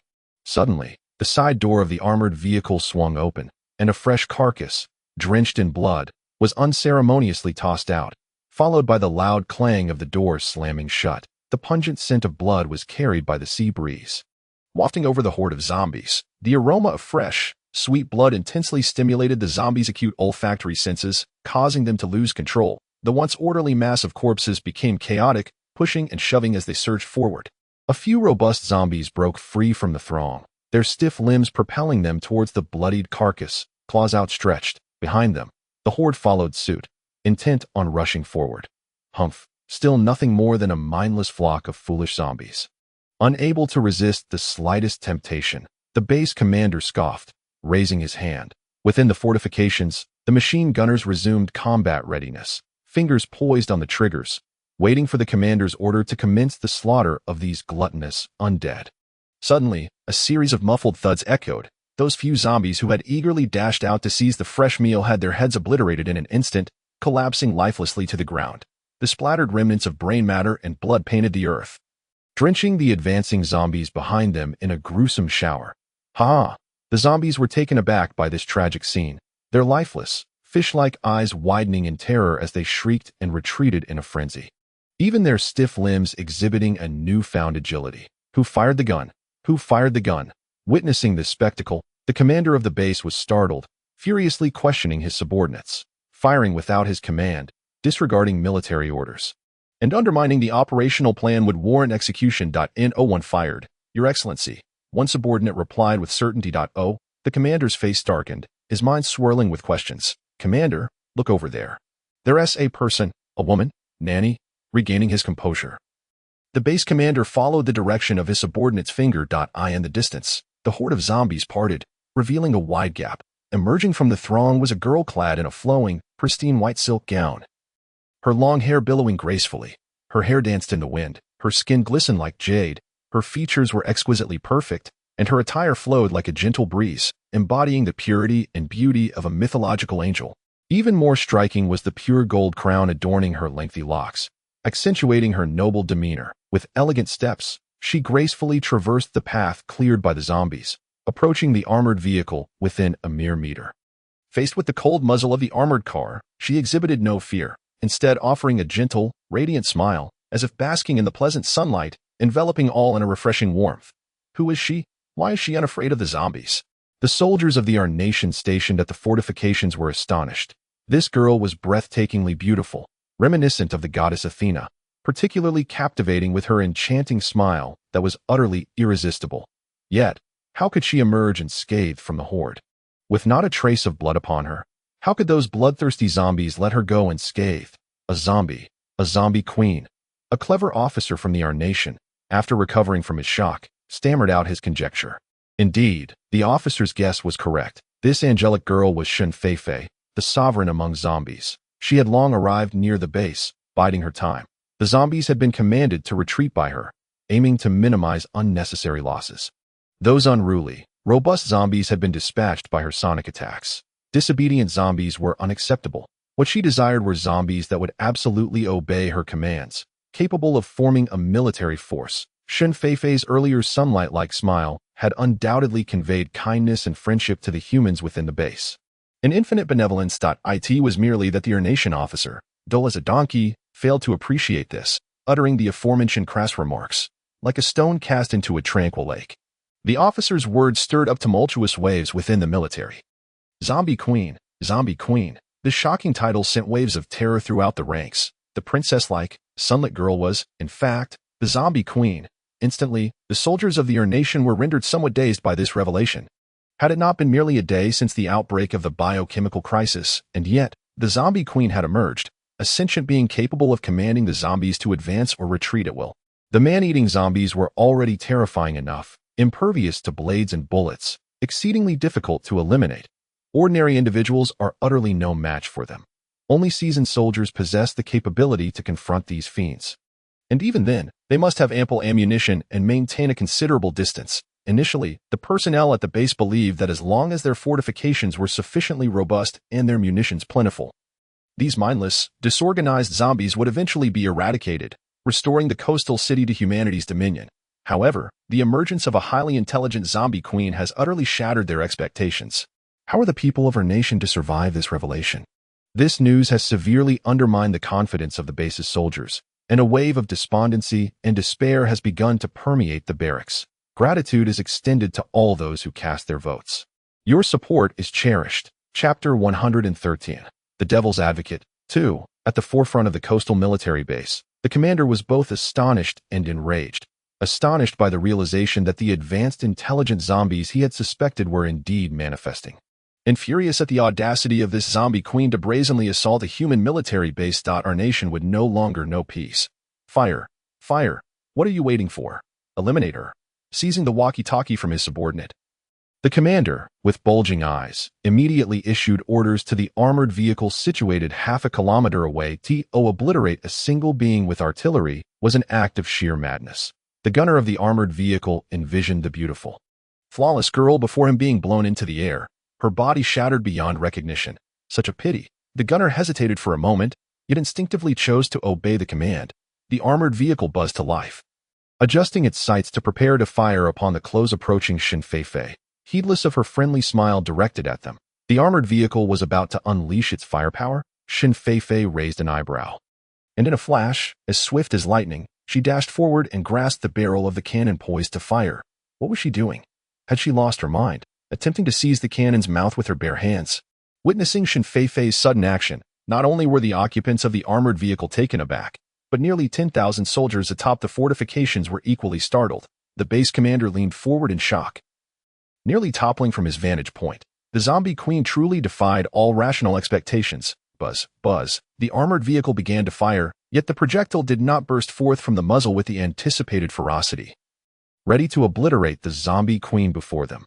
Instead, it became lodged within the barrel. It turned out that, under Shen Feifei's extraordinary control, the metallic barrel transformed into a puddle of molten metal, collapsing inward and sealing the breach completely. The cannonball was trapped, caught midway in its ascent, now struggling to break free from its confinement. Stepping back several paces, Shen Feifei regarded the formidable armored vehicle with a mocking smile. Suddenly, the cannon's energy wave emitted a series of ominous buzzes before erupting with a deafening blast, causing the entire vehicle to explode, scattering debris in all directions, and transforming into a brilliant sphere of light, dazzling to behold. The armored vehicle had detonated, propelled by the very bomb that had not fully discharged. Although the explosive was merely a foot in length, rather diminutive in the realm of artillery, its explosion within the confines of the armored vehicle was catastrophic. In an instant, the explosion unleashed a torrent of flames that surged back, crashing into the interior of the armored vehicle's cabin and propelling the operators within into the air. Subsequently, the fiery blast radiated outward, igniting a substantial cache of reserve explosives situated behind the operators, resulting in an even more colossal detonation. The armored vehicle was obliterated from within, its fragments soaring into the sky, scattering across the battlefield. A tremendous shockwave even propelled molten metal, mingled with earth, onto the base fortifications, showering down upon the soldiers below. The ground trembled ever so slightly from the force of the explosion.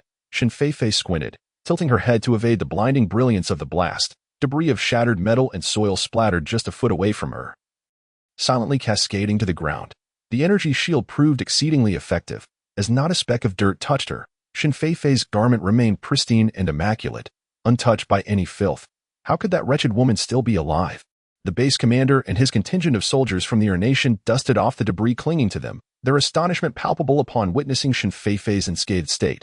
Not only were they bewildered by the sudden explosion of the armored vehicle, but they also marveled at the sheer magnitude of the blast, which had carved a massive crater several meters wide and deep into the earth. Despite the armored vehicle, a behemoth of steel, being utterly annihilated, Shen Feifei stood merely a few steps away, completely unharmed, not even a single strand of hair out of place. Now, she leisurely regarded them, as if she were a tourist visiting a military base. What manner of power does this zombie queen possess? Bombs cannot even bring her down. Infuriated, the commander shouted, "Fire! Shoot her down!" brandishing the command knife at his waist. Yet, as he bellowed, cold sweat soaked through his clothing. Only he understood the depths of his fear and trepidation. This zombie queen could obliterate an armored vehicle with a mere gesture. To her, they were but insignificant insects. Thus, he resolved to thwart her, to prevent her from assaulting the base, determined to eliminate her beyond its walls. A cacophony of gunfire erupted, bullets trailing long streams of flame from the muzzles of the machine guns, hurtling towards Shen Feifei. A relentless swarm akin to locusts descending upon her diminutive form. Should they find their mark, she would be torn asunder, reduced to mere fragments. Yet, who is Shen Feifei? She is the zombie queen, the imperious zombie queen. The only one in this world to have evolved to the third tier. Had her abilities not ascended to this level, she might have needed to evade the onslaught. After all, the impact of these bullets is formidable, and they would undoubtedly sting upon contact. However, now that she has reached Tier 3, her bodily energy can be projected outward, rendering the bullet's force inconsequential. Those frenzied projectiles, imbued with a menacing aura, charged forth only to halt mere inches before Shen Feifei. As if repelled by an unseen barrier, hovering momentarily before cascading to the ground in a resounding clatter, blanketing the earth beneath her feet with a thick layer of ammunition. TSK, what a pity. Shen Feifei pursed her lips, gazing at the heaps of golden ammunition scattered across the ground, a pang of regret tugging at her heart. How much would such an abundance of bullets cost? If each were worth $1, wouldn't these rounds amount to several thousand, if not tens of thousands? This fellow, succumbing once more to the perilous vice of avarice. Very well, I shall assist you in conserving some ammunition. Shen Feifei muttered to herself as she strode toward the distant fortress base. Fire! You bunch of scoundrels! Kill her! The base commander hoarsely shouted, his voice barely audible as he watched Shen Feifei advance steadily toward the fortress. Undeterred by the hail of bullets, his legs trembled uncontrollably with fear. This zombie queen, she fears neither bullets nor shells, truly a monstrosity. She is closing in. She is closing in. What does she intend to do? Tear them apart and devour them? The soldiers of the nation atop the fortress turned pale, their fingers trembling uncontrollably on the triggers. Ha ha ha! Shen Feifei suddenly halted, standing beneath the fortifications. Her head tilted back as she smiled at them. Her smile radiated an enchanting brilliance. Those stationed at the fortifications were taken aback, their astonishment rendering them unable to continue firing as they found themselves entranced by her captivating smile. Suddenly, Shen Feifei's expression darkened, her form flickering and vanishing in an instant. Chapter 114. The effeminate commander at the base fortification. The nation soldiers stood dumbfounded, gazing at the barren ground. The base commander rubbed his eyes, glancing again at the empty space before him. Where did she go? Where has she vanished? Just moments ago, Shen Feifei had disappeared from their sight in the blink of an eye, as though she had never been there at all.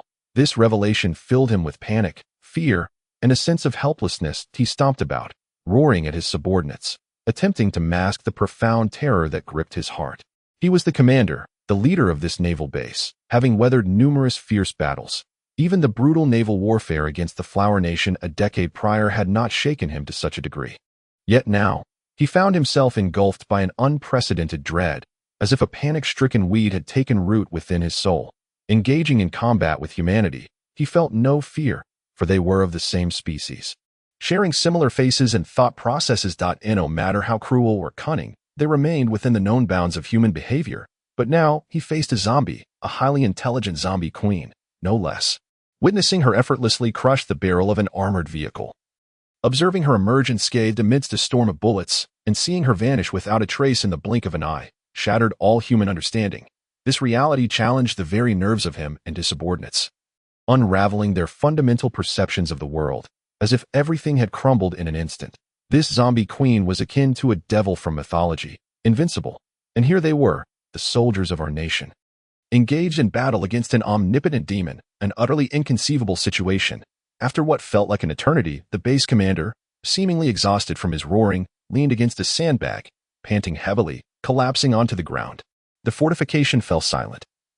The soldiers, filled with trepidation, dared not rise or utter a word, for the recent encounter with the zombie queen had instilled a profound fear within them, rendering them utterly paralyzed. Now, she is utterly unaware of where she has run off to, and she may suddenly emerge from their midst at any moment. Furthermore, the furious roar of the base commander indicates his current state of exasperation. None of them dare to provoke his ire. Shen Feifei dug at her ear, furrowing her brow in exasperation. This base commander, is he not a man of stature? Why is he so incessantly verbose? His piercing, mechanical-sounding voice has made her sensitive ears buzz incessantly. Truly, it is maddening. Hey, have you finished your incessant clamor? Shen Feifei, looking down from her elevated position, suddenly uttered these words to them in a ghostly tone. Nanny? Just when the nation soldiers thought they had found a moment of respite. Intending to rest, a cold sweat immediately broke out on their backs. That was a woman's voice, one they had never heard before, emerging from behind them. With a rustle, nearly 10,000 nation soldiers turned in unison towards the source of the sound. There stood Shen Feifei, high above them on the eaves, her garments billowing, a mocking expression gracing her face. In her hands, she wielded 10 gleaming steel blades, not merely holding them, but they seemed to have sprouted from her very fingers. Ah, zombies. The zombies have arrived. She has breached our defenses. The nation soldiers shrieked in terror, panicking as they raised their guns to fire at Shen Feifei. Even the commander who had just been slumped on the ground sprang up, wildly brandishing his command sword. Humph, humph. You wish to extend your claws towards this king. This time, I shall not grant you the opportunity. With a leap, Shen Feifei descended into the crowd, raising her 10 steel blades to slash at the nation soldiers. Chop, chop, slash, slash. Shen Feifei was utterly exhilarated, mercilessly slaughtering these fully armed soldiers. Nearly a century ago, the nation had invaded the Flower Nation, slaughtering millions of its people during that war. Although they were eventually driven away by the Flower Nation, the nation showed no signs of remorse, their nefarious intentions undiminished.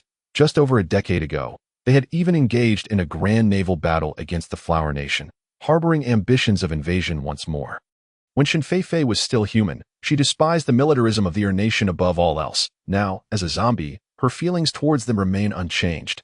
Moreover, the Little Garden police captain and the Yamada group relentlessly pressured her. Having murdered her father Jianxiang and the others, all of this fueled her anger, deepening her disdain for the nation. Thus, when it came to slaughtering her soldiers, she showed no mercy, but rather felt an exhilarating thrill. Ha ha ha, ha ha ha, Shen Feifei cackled maniacally, hacking away at the human soldiers before her, watching his flesh and severed limbs flew about, scattering across the ground. Heads rolled chaotically, kicked about like mere playthings. She was utterly elated. Every cell in her blood rejoicing in glee, she cut her way from the east to the west, from the west to the north, and then from the north to the south, leaving no her soldiers unscathed. Decimating them entirely. The soldiers were as feeble as cabbages and tofu, unable to escape. Even when they raised their steel guns in resistance, Shen Feifei effortlessly cleaved them and their weapons into pieces. Get out of my way. Shen Feifei kicked aside a body that had lost its upper half, sending it sprawling to the ground. Gazing around, she discovered that not a single living soul remained at the construction site. These humans are truly worthless, she spat disdainfully. Covering her nose, Shen Feifei looked at the grotesque corpses and the rivers of blood, feeling rather repulsed by the overwhelming stench of death, despite being in a zombie state. She still possessed an aversion to filth, never resorting to cannibalism. Such a chaotic environment was a desecration to the eyes of a queen, leaping down from the walls of the construction site. Shen Feifei opened the gate and projected a wave of mental energy, signaling her zombie minions waiting in the distance to come forth and cleanse the battlefield. Meanwhile, she made her way towards a building within the base, where she anticipated discovering some intriguing new curiosities. Calling upon the military cabinet, she informed them of her need for reinforcements, including ships and heavy weaponry, inside a room on the third floor of the building. The naval base commander, having suffered a blow to the head, was hoarsely shouting for help. He had been escorted here at great cost by his subordinates during Shen Feifei's massacre of soldiers from Country R. In his mind lingered the last flicker of hope for military assistance from the higher-ups. If only reinforcement could arrive, they might vanquish that terrifying demon and reclaim the coastal city for humanity. Then he would not have to face a gruesome death, torn apart by zombies or having his head bitten off. Not far behind him, huddled in a corner, were a man and a woman. Trembling as if they feared the cold, desperately clinging to one another for warmth. "Commander, the military cabinet is on the line," announced the communications officer, holding out the phone with a hint of obsequiousness. Upon hearing this, the commander snatched the phone, ready to speak, when suddenly, a tremendous crash echoed as the door to the communications room was violently kicked open from the outside. The heavy iron door slammed against the wall with a resounding thud. Bouncing back and forth, outside, a familiar yet terrifying figure emerged, sending a chill down the commander's spine. The loud commotion at the door instinctively drew the attention of everyone inside the room. Upon seeing that dreadful silhouette, the commander turned pale, trembling uncontrollably, oblivious to the fact that the phone had slipped from his grasp. His throat felt constricted, as though choked by a thick phlegm, rendering him speechless as he stared in terror at the girl before him. "She has arrived. She has come after me." Thousands of soldiers failed to impede her for even 10 minutes. The commander, seemingly dazed with fear, stood frozen, unaware of the liquid pooling around his ankles. "Speak, speak," echoed the fallen phone. But none dared to retrieve it, fearing that any movement would provoke the wrath of that demon. "So you have come here, making it quite easy for me to find you," Shen Feifei's voice rang out. Melodious and clear as a nightingale. At that moment, she resembled a long-lost friend, her face lighting up with a smile, pure and enchanting. The base commander gazed at Shen Feifei, yet dared not entertain any sense of ease. This woman's visage was consistently that of a harmless, neighborly angelic girl, yet her horrifying methods of killing surpassed even those of the most fiendish demons. Truly, she resembled a demon lord. Stealthily, the base commander's hand crept towards his waist, where a handgun should have been, a life-saving firearm he always carried. Suddenly, his face became rigid. Lowering his gaze, he frantically searched his waist, only to find the life-saving handgun, which had never left his side, was conspicuously absent, leaving behind only the empty brown leather holster. "Hey, are you looking for this?" Shen Feifei mocked, kicking a delicate handgun at her feet, her expression dripping with derision as she looked at the lieutenant general. How frantic he must be to have lost his own sidearm. Could he still be considered a soldier? What utter disgrace! An unexpected flush crept onto the base commander's aged face, and he fidgeted awkwardly. He still knew how to feel embarrassed, yet he wished that the flush would not make his already pallid complexion appear even more ghastly, akin to a wrinkled, thick-skinned pig's rear end, repugnant to behold. Shen Feifei frowned, seemingly unsatisfied, and let out a disdainful huff from her nostrils. Utterly disgusted by the commander's demeanor, nearly retching at that moment, the communications soldier, who had been quietly seated with headphones on, suddenly slid down and charged towards the entrance, behaving recklessly and rudely. Just as the soldier was about to burst through the door, he was halted by a swift flash, a figure blocking his path. Immediately after, a chilling object pressed against his throat. The commander didn't he run. You dare to flee? That's a death sentence. Before the words had fully escaped the lips of the assailant, the soldier found his head severed. Soaring into the air in an arc before crashing heavily to the ground, Shen Feifei sheathed her blade, her gaze once again piercing into the base commander. The base commander could only emit this sound.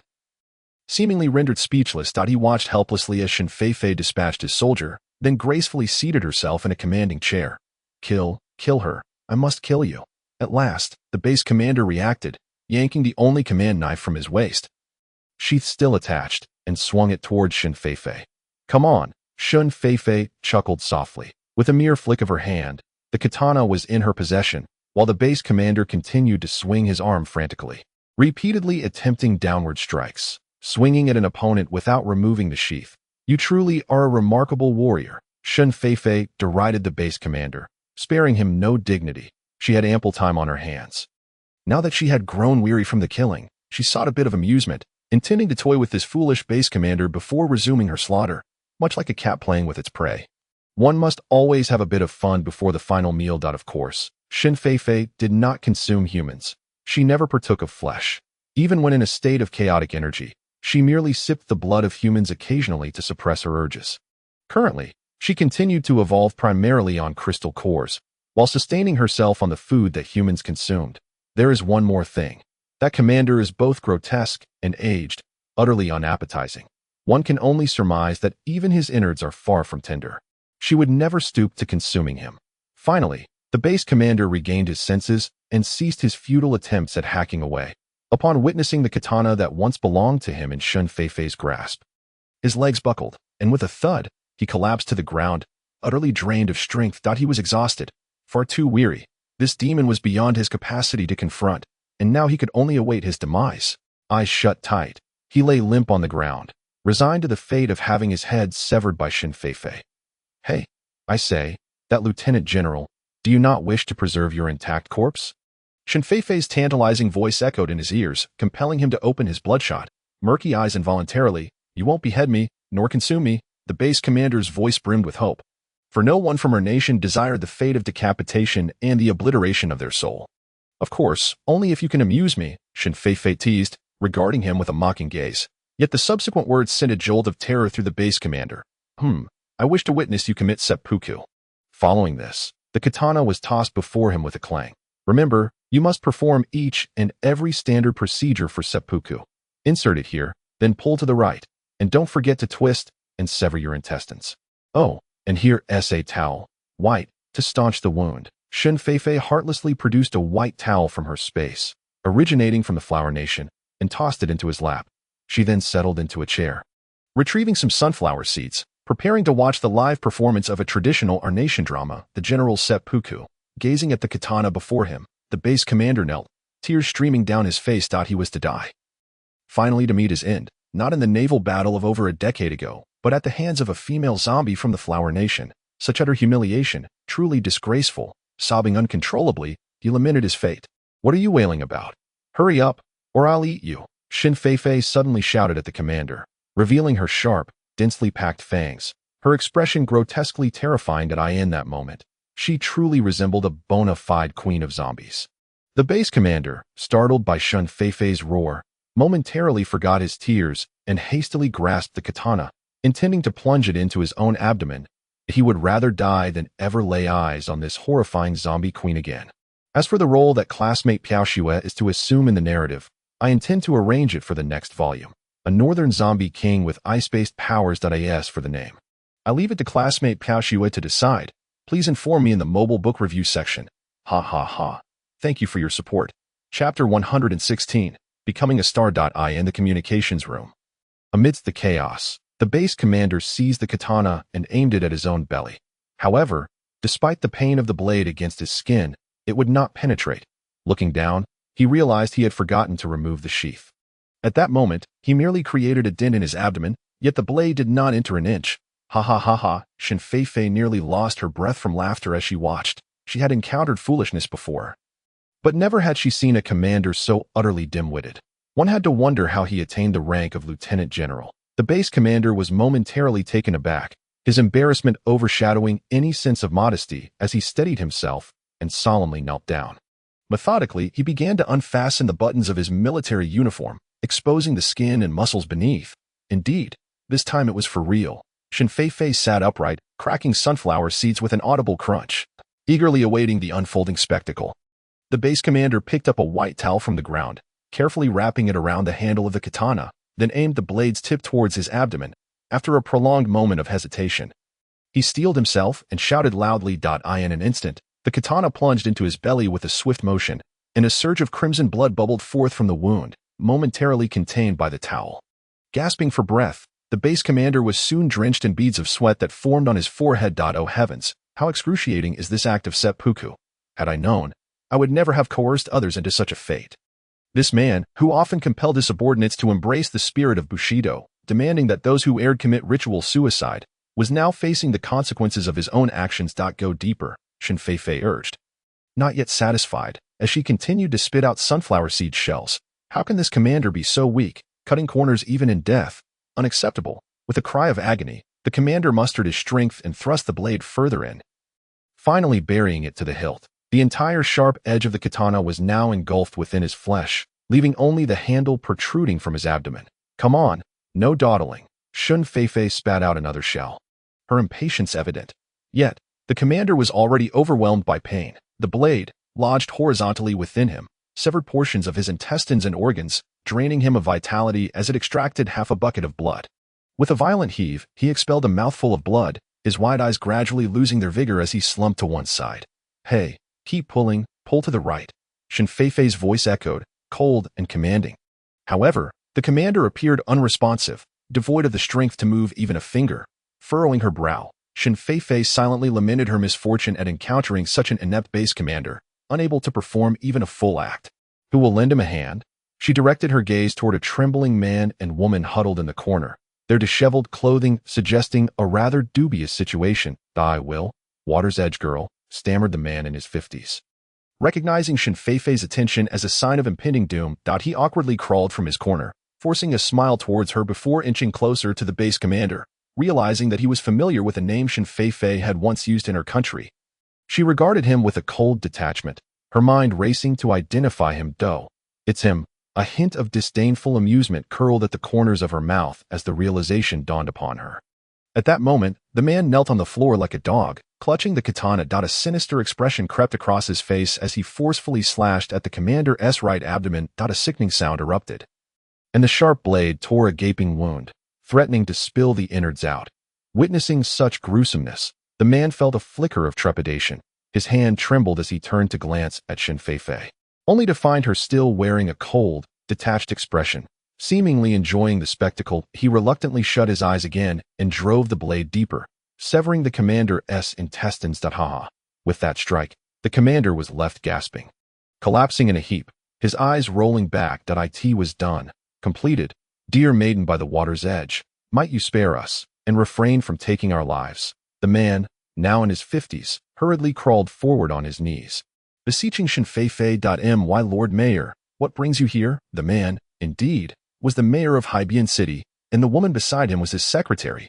Shen Feifei had caught a glimpse of them during her time at the hospital. I fled here. He chuckled nervously, ingratiatingly smiling at Shen Feifei, aware that she was the queen of zombies.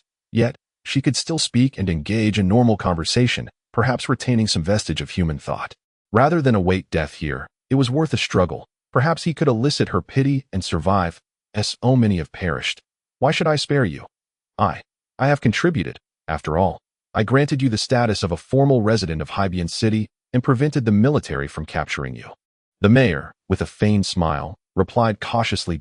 Indeed. Shen Feifei regarded him with a sardonic smile. As a mayor, he shamelessly touted his blunder as a merit. Such audacity among politicians was truly astounding. Nevertheless, his mismanagement had inadvertently granted her the opportunity to seize Haibian City. Certainly a noteworthy contribution. Very well. I shall not allow zombies to feast upon you. Really? The mayor's face lit up with astonishment at her words. However, you shall become zombies yourselves. Shen Feifei's next statement nearly sent his soul fleeing. Ah, the mayor's mouth fell agape, frozen in shock. Moments later, he suddenly sprang up, dragging the woman as they hastily bolted for the exit. Unbeknownst to them, 2 pea-sized plumes of black smoke erupted from Shen Feifei's hand, surging forth and enveloping their bodies. Instantly, both stood frozen, maintaining their fleeing posture. After several agonizing seconds, they stiffly turned to face Shen Feifei, their faces now ashen, grinning in a ghastly manner. Shen Feifei had transformed them directly into zombies. First-generation ones at that. This certainly justified the mayor's patronage. No longer concerned with what those 2 zombies might conspire in the communications room, Shen Feifei made her way directly outside the base.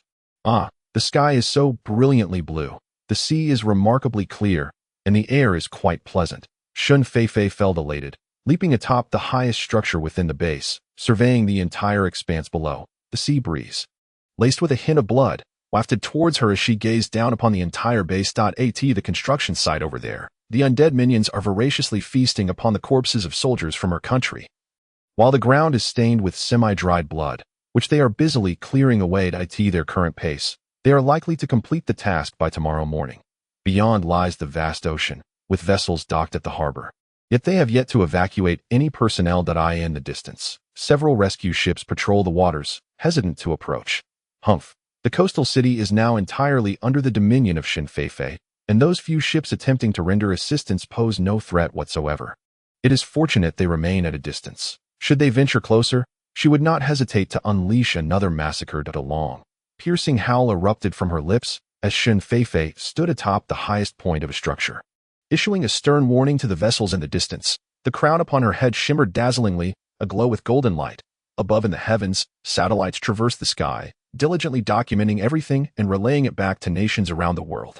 Chapter 117. The concerns of Xiao Yi. Early in the morning, the weather was clear and the air fresh, imbued with a hint of spring's chill. Having returned from outdoor exercises, Xiao Yi quickly washed up and sat down at the dining table. Ready to partake in breakfast, a plate of fried eggs, sausages, and milk had already been served by the diligent staff. Beside him lay today's morning newspaper, neatly arranged. It was a well-known fact among the Xiao family that he enjoyed reading the newspaper during breakfast. This was also the time when he familiarized himself with the latest news from Huaguo and other regions, keeping abreast of global affairs. Since the complete downfall of the Jiangnan district, the corpse hunting squad had retreated from there and was now stationed near the capital. Other survivors had been relocated to an island in the sea, which was the very place they intended to transport Shen Feifei. Regrettably, out of several million survivors, fewer than 100,000 managed to escape, while the rest were left behind at the Z province base. Given the siege of tens of millions of zombies, the fate of those left behind was all too predictable. Now, in the Jiangnan district, only a few smaller human bases remain, struggling to survive. Of course, these are official establishments, while numerous private human bases exist as well, albeit small and scattered, making them difficult to account for.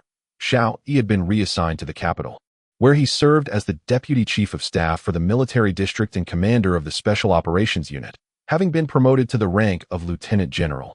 Over the past few months, he had been assisting his father, Marshal Xiao, in military affairs, indicating a clear intention of succession. Picking up his fork, he took a few bites of the fried egg, his demeanor exuding maturity and composure as his gaze instinctively fell upon the newspaper. This year's spring planting had gone smoothly, with expectations of another bountiful harvest, as reported by the Agricultural Department of Huaguo. Certain leaders had visited local areas to demonstrate their concern, offering heartfelt condolences to the families of soldiers who had lost loved ones during the Jiangnan campaign. The families expressed their gratitude for the leaders' compassion, their emotions stable. There were also trivial matters reported, painting a picture of a thoroughly favorable situation. Otherwise, it was merely a plethora of entertaining gossip, abundant yet lacking substance. Xiao Yi furrowed his brow slightly, swallowing the fried egg. It baffled him how the media merely echoed the rhetoric of these leaders, engaging in flattery while evading the truth, neglecting to report on the genuine struggles of the populace. It appears that to truly comprehend the current situation in the Land of Flowers, one must rely on the intelligence department of the military. With a sense of helplessness, Xiao Yi turned another page of the newspaper. just as he believed it had ceased to offer any noteworthy content. However, a small piece of news captured his attention, nestled within a tiny column in the crease of the paper. Yesterday, a biological crisis erupted in the nation of R, leading to the fall of the coastal city, resulting in the loss of 3 million lives. Startled, Xiaoyi's spirits were instantly invigorated. He hastily flipped through the newspaper again, searching meticulously. Yet apart from that solitary sentence, there was no further coverage on the matter. A biological crisis had struck R, in the coastal city closest to the Land of Flowers. This revelation struck Xiaoyi's mind like a bombshell. Immediately, he envisioned the densely packed population of R and the chaotic scene that must have unfolded in an instant. People trampling over one another, human beings turning against each other in a frenzy. The population density of every city in R rivaled that of the most bustling cities in the Land of Flowers, making this biological crisis undeniably catastrophic. Indeed, within the span of a day and a night, a medium-sized city had succumbed. Go, gather all pertinent information regarding recent events in R, and do so swiftly. Xiaoyi commanded his adjutant, who had been vigilantly waiting by his side. Soon, a report detailing the significant events occurring in R within the last 2 days was placed on Xiaoyi's desk. On the evening of April 28, a biological crisis erupted in R, allegedly originating from the wholesale fish market in the coastal city. The outbreak escalated rapidly, with nearly 10,000 individuals being bitten and hospitalized that very night. By the day of April 29, the situation had spiraled out of control in the coastal city, where zombies roamed freely, leading to its swift downfall. The military base on the coastal island was besieged and attacked by a massive horde of zombies, ultimately falling by afternoon. Analysis suggested that the crisis was triggered by the entry of advanced zombies into the coastal city, infecting humans, corroborated by satellite images and recordings. Furthermore, the report included photographs of the suspected zombie leader and satellite footage documenting the assault on the naval base. Before Xiaoyi lay a large, vividly colored full-body photograph, the golden crown dazzling to the point that he could hardly keep his eyes open. Shielding himself from the blinding light, he peered through the gaps between his fingers. And in a single glance, he was so astounded that he sprang to his feet, his eyes wide with disbelief, and instinctively seized the photograph. Pulling it close, the image depicted a woman, one he recognized all too well. The woman he had yearned for and loved, whom he had never truly let go. Shun Feifei. It was her, indeed. Though adorned with a crown, her pallid complexion and haughty smile were unmistakable, yet those glistening, expressive eyes could not deceive. Along with her signature 10 razor-like fingers, all evidence pointed to her identity as Shun Feifei. She had not perished in that catastrophic explosion. She was alive. Not only was she alive, but she had also made her way to R. A surge of elation coursed through Xiaoyi's heart, but soon after, his eyes flickered, and his expression darkened. He sank heavily into his chair. Shun Feifei was indeed alive. Yet she was no longer the gentle soul he had once known. She was no longer the compassionate corpse retrieval team member who prioritized humanity's interests above all else. Now, she was the zombie queen, a ruthless executioner. Behold the action she has undertaken. 3 million individuals from the R nation have, within the span of a mere day and night, succumbed to the fate of the undead. Were it not for her deliberate intent to infect and harm humanity, how could the biohazard have proliferated with such alarming rapidity? Although Xiaoyi harbored no fondness for the people of R, he had never contemplated the mass extermination of so many 3 million. What an astonishingly vast population base! Shun Feifei stands in opposition to all of humanity. Yet, following the cataclysmic missile incident at sea, Xiaoyi has been enveloped in a profound melancholia, despite appearing markedly more mature, prioritizing the greater good, and never faltering in his duties. He is acutely aware that he shall never find true happiness. The knot in his heart remains untied. Shun Feifei is now a zombie, yet he cannot relinquish his feelings for her. Her essence lingers within him. In the stillness of the night, memories of their joyful days together flood his mind, drawing him into a vortex of nostalgia as he watches their recorded moments. Unable to extricate himself, each return to reality brings forth tears, insomnia, and relentless self-reproach as he pounds his chest in anguish. He is unable to forgive himself. Why could he not muster the courage to defy his father's orders? Why could he not prevent the launch of those missiles? As the highest commander of the fleet, why was he so cowardly, retreating into the shadows as if he could escape witnessing the explosions from the aircraft? His life feels like a profound failure. Now, Shun Feifei has first decimated the human base in Province Z of the Jiangnan district in the Flower Nation, and now she wreaks havoc in R, endangering 300 million lives. What is he to do? What course should he take? Who can offer him guidance? Amidst the streets of R, chaos reigns supreme. People scurry about, their expressions fraught with urgency.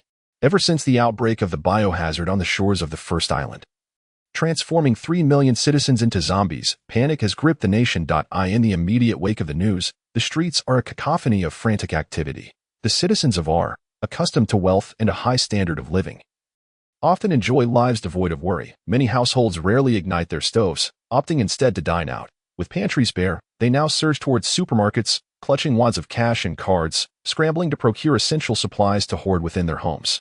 The scene is reminiscent, if not more frenzied, than the salt panic that previously gripped the flour nation. They are acutely aware that in times of biohazard crises, currency tends to litter the streets. Rendered utterly useless. In this new turmoil, the people of R are no longer hesitant to part with their riches. Transforming paper money and digits into tangible resources for survival is paramount to assuaging their fears.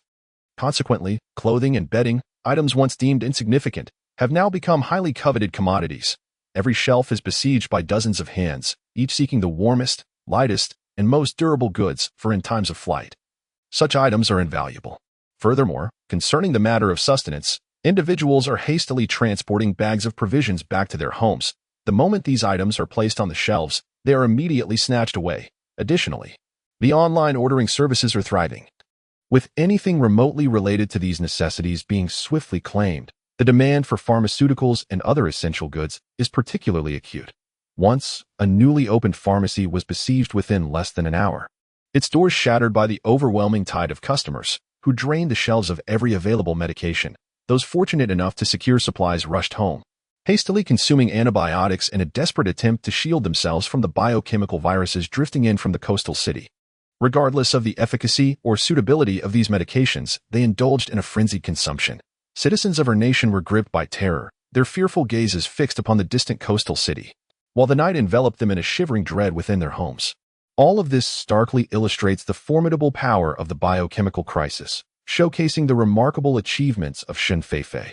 Within the imperial palace of our nation, the diminutive and narrow-eyed emperor paced restlessly, seething with rage. "You imbeciles, you useless lot!" Beneath his feet lay 2 rows of bald ministers, kneeling in trepidation, their faces a portrait of fear. "You inept fools! Was it not said that the coastline had been thoroughly secured with fine mesh nets? How could even a small fish manage to breach our defenses? How is it that the zombies from Huagua continue to emerge? Speak up!" The emperor hurled a large poster of Shen Feifei at their heads. The poster depicted her fiercely dispatching our nation's soldiers, surrounded by the scattered corpses of fallen warriors, her fingers stained with blood, her eyes gleaming with fervor. Yet, she wore a broad smile, her lips curving upward in delight.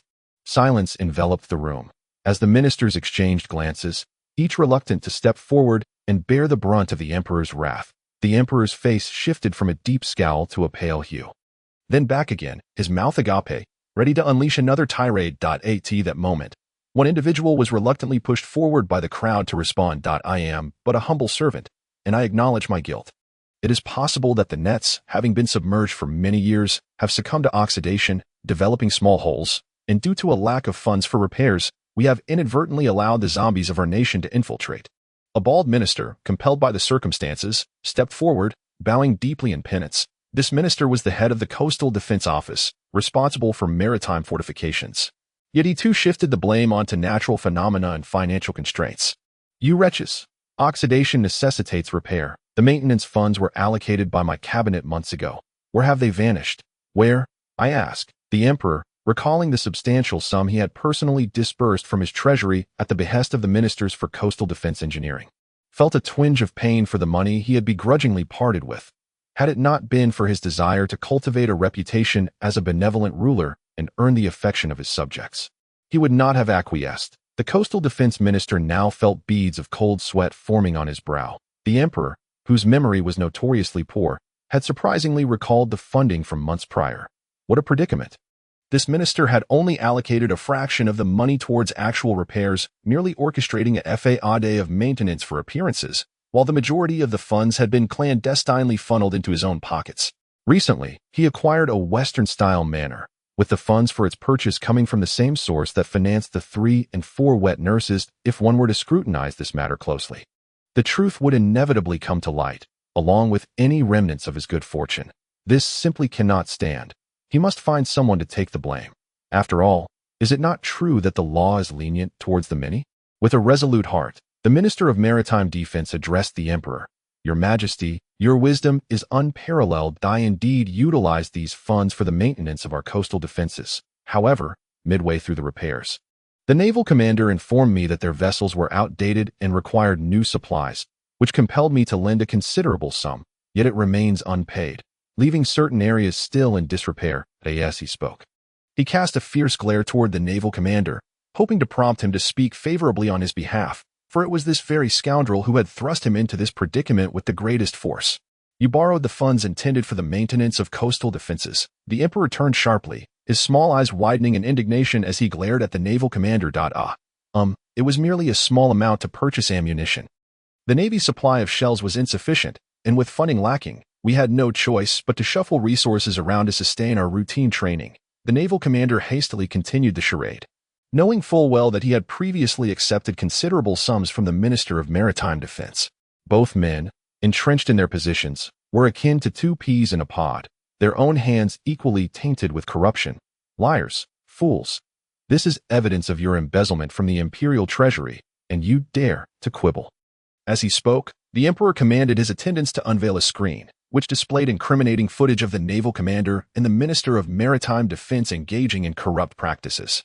The Emperor had indeed put considerable effort into maintaining control over his ministers to secure his authority. Behold, you wretches, guilty of embezzlement and bribery, have jeopardized the affairs of the state. This is a capital offense. The Emperor's fury escalated, his voice booming with wrath. How could he remain oblivious to the extravagant and corrupt lifestyles of these ministers? He had always chosen to turn a blind eye to such matters, yet they had audaciously utilized his private funds to line their own pockets, causing him great distress. Now, their negligence had resulted in rampant chaos with the undead, leading to the fall of the coastal city. Furthermore, he must provide an explanation to the citizens of your nation, and thus, he had no choice but to sacrifice these two individuals. Their ill-timed actions during such a sensitive period had led to their own misfortune. The editor remarked that establishing a readership group should not be rushed. Therefore, the author plans to engage with the QQ group upon the book's release. Everyone should remain patient. Chapter 119. The beauty in the hot spring. The azure sky was adorned with a few drifting white clouds, and vast expanses of cherry blossom trees formed a magnificent sea of flowers, their delicate fragrance wafting through the air.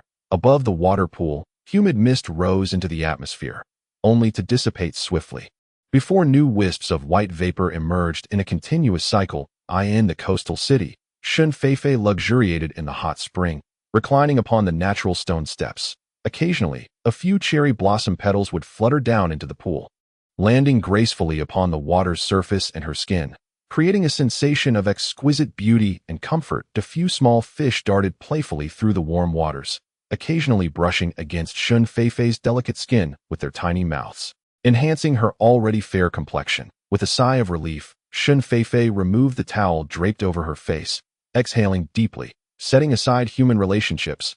Country R is indeed a splendid place, with commendable environmental protection.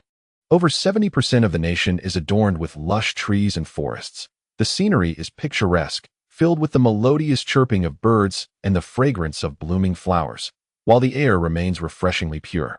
With hardly any pollution, Shun Feifei has maintained control over the coastal city for several days now, and it seems the citizens have forgotten that this coastal city is their territory, as no military actions have been taken. Television, internet, and mobile devices, which require human maintenance, ceased to function days after the onset of the biochemical crisis. Shun Feifei finds it quite challenging to ascertain the situation in other regions of country R, let alone the military actions of its people. With her delicate fingers resting upon the hot spring platform, she opened the only channel to the outside world, the radio. In these circumstances, those advanced technological networks are rendered inferior to this old-fashioned device that transmits through simple waves, which is rather amusing. This might also explain why, despite the advancements in technology, radios and broadcasting stations still persist. Should dear citizens of country R, do not panic. The national reserves are ample, and all major supermarkets will remain stocked. Please refrain from panic buying. Please refrain from panic buying.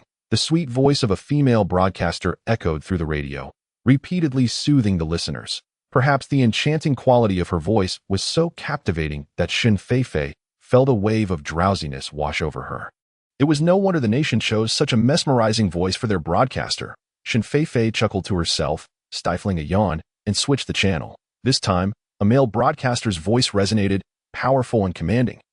From the military station, Shu, citizens of country are.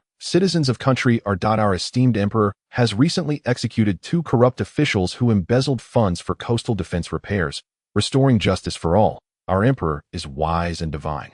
Under his leadership, we shall undoubtedly overcome adversity and eradicate the zombies. The military minister has declared that His Majesty has dispatched a significant number of troops to reclaim lost territories. Let us bless our brave warriors. Long live our emperor. Oh, has the military of country are dispatched a large force to attack? Shen Feifei sat up abruptly, her fair skin emerging from the water, reflecting the azure waves, channeling her mental energy.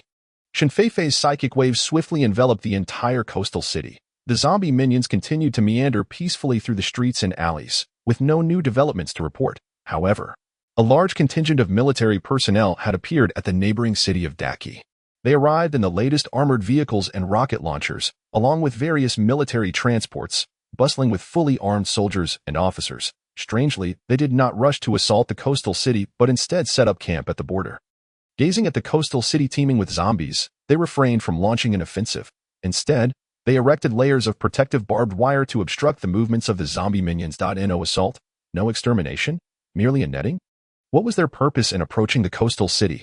Were they intimidated by Shen Feifei and her zombie minions? Contemplating abandonment of the coastal city, Shen Feifei felt perplexed. Those barriers seemed as flimsy as paper in her presence. Did these individuals from her country not fear her sudden onslaught, which could breach their defenses and send her zombie minions to wreak havoc? Or is there dissent within the military, with some unwilling to promptly reclaim lost territory? One must recognize that as long as the coastal city harbors zombies, our country will eventually succumb to total devastation. Have these individuals from our country become so foolish as to allow such a peril to linger? Although Shen Feifei currently retains a flicker of benevolence, lazily refraining from deploying her zombie minions to the nearby coastal city to spread the bioweapon, it does not imply she will not alter her intentions in the future.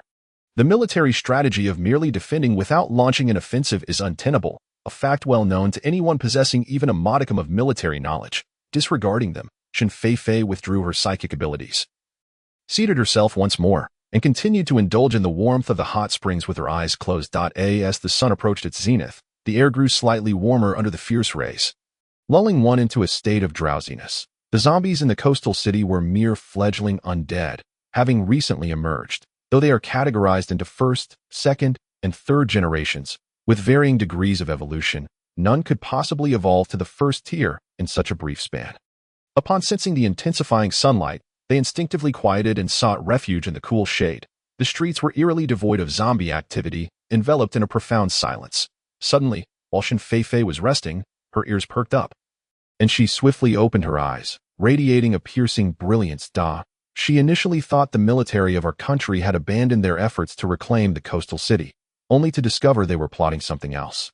Gently closing her eyes once more, she feigned sleep. In the distance, seagulls occasionally soared across the azure sky, while an armed helicopter made its rapid approach toward the coastal city. The helicopter, sophisticated in its design, flew through the air with barely a whisper, unlike the loud buzzing typical of Huawei aircraft. Producing only a subtle sound from its rotor blades, it swiftly reached the airspace above the coastal city base within mere minutes. Captain, the latest satellite footage reveals that the zombie queen is active near the base, seemingly heading towards the hot springs. A soldier familiar with the base pointed toward the southeast. Indeed, that was where Shen Feifei had been enjoying her bath. Good. The helicopter will continue its course. Today we must eliminate that zombie queen and avenge our 3 million citizens, declared the captain, his mustache quivering with confidence. He had only gleaned information about Shen Feifei from military media, never witnessing her slaughter of our country soldiers firsthand, and thus remained unfamiliar with her true capabilities. Driven by the mindset of our country's masculinity, he harbored an innate disdain for this seemingly frail and pallid female zombie. After all, what prowess could a woman-turned-zombie possibly possess? Surely, it was merely the incompetence of the base soldiers that rendered them unable to defeat her. As the captain squinted slightly, excitement coursing through him, the helicopter adjusted its direction toward the southeast, where Shen Feifei had just been luxuriating in the hot springs. Suspended in midair, the military's high-powered telescope focused on the hot springs, revealing an exquisite woman before the captain's eyes. With lustrous, jet-black hair cascading down her shoulders, porcelain skin, and a beautifully delicate face, she radiated an undeniable feminine allure. With a slight movement of his throat, Captain with the mustache swallowed hard. Reluctant to part with the telescope, he gestured for the pilot to fly a little closer, hoping for a clearer view. What a stunning woman she was. Placed upon a bed, she would undoubtedly be a tempting enchantress, rendering any man incapable of rising. How could she possibly be a zombie queen? What a pity. Missiles ready, target locked. Habitually pursing his lips, the captain reluctantly abandoned the telescope, finally remembering the purpose of his mission. Report, Captain, the target has vanished. The pilot exclaimed suddenly. Damn it, it was just there. How could it have disappeared? The captain had just begun to feel a sense of relief, believing the task was nearly accomplished, when his subordinate's report jolted him. Truly, it has vanished. The pilot replied somewhat aggrieved, pouting. How could it have disappeared? Could she have spotted us? That's impossible. Could it be that we flew too close, alerting her? A fine sheen of sweat broke out on the captain's forehead. He had merely wished to draw nearer for a better look at the beauty, and now it seemed he had been discovered. If his peculiar obsession delayed military operations, it would be a disaster. Even if he managed to return alive, he would face a military tribunal. She cannot have fled too far. Let us search the vicinity thoroughly. Silently, they circled near the hot spring, searching again and again. Damn it! How could she have suddenly vanished? What a cunning woman, the captain exclaimed, throwing his hands up in frustration, nearly on the verge of jumping from the aircraft. The target's disappearance was indeed a consequence of his desire to gaze upon the beauty. An unfortunate delay in their military operations. Oh heavens, he thought, envisioning the noose of a military tribunal tightening around his neck. Warriors, it is time for us to serve our emperor. Turning sharply, the captain issued orders with a fierce demeanor to the dozens of special operations team members in the cabin.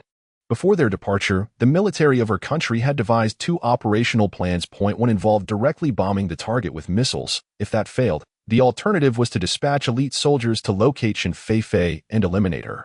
Ultimately, the objective was to kill the zombie queen, and any means necessary could be employed. The captain's eyes gleamed as he instructed the helicopter to land on the rooftop of a nearby building. Awaiting their extraction, before personally leading the search, it mattered little if he had erred. He had many soldiers accompanying him in the hunt as long as they located the zombie and dispatched her.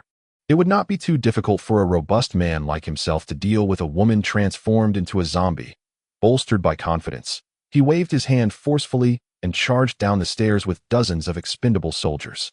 The building harbored few zombies, aside from a few newly emerged third-generation zombies mindlessly wandering the corridors. There were virtually no higher-level zombies present. The special operations team swiftly entered combat mode, silencing the zombies with their silenced pistols. They navigated smoothly into the base, searched meticulously, leave no corner unchecked. The captain felt a swell of pride, his mustache twitching with delight. These zombies were surprisingly easy to dispatch, almost falling with a single shot.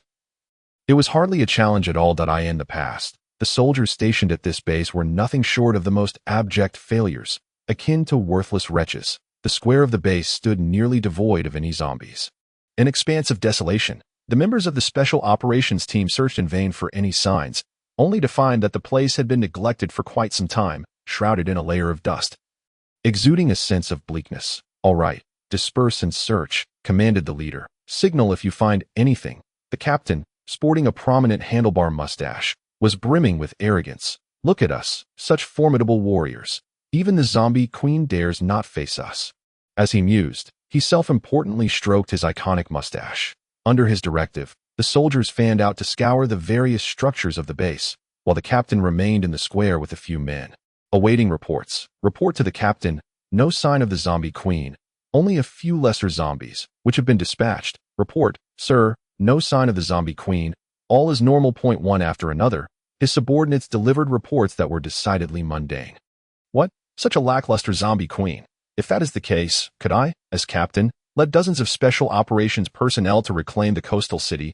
I could become a national hero. The captain, hands clasped behind his back, indulged in grandiose fantasies, his vigilance waning significantly, teetering on the brink of hubris as he nearly forgot the passage of time. Captain, sir, they have been gone for quite a while, yet no one has returned. A subordinate cautiously reminded him. What is there to fear? With so few zombies, they can search and return in due time, the captain replied nonchalantly. However, as he spoke, he noticed his subordinate pointing shakily at a nearby building. His arm trembling, eyes wide in horror, struggling to articulate his thoughts. What? Instinctively, the captain sensed something amiss, a chill running down his spine. Turning around, he was horrified to discover that the rooftop of the building was festooned with humans, all suspended upside down, blood oozing from their faces and bodies, trickling down to the ground below.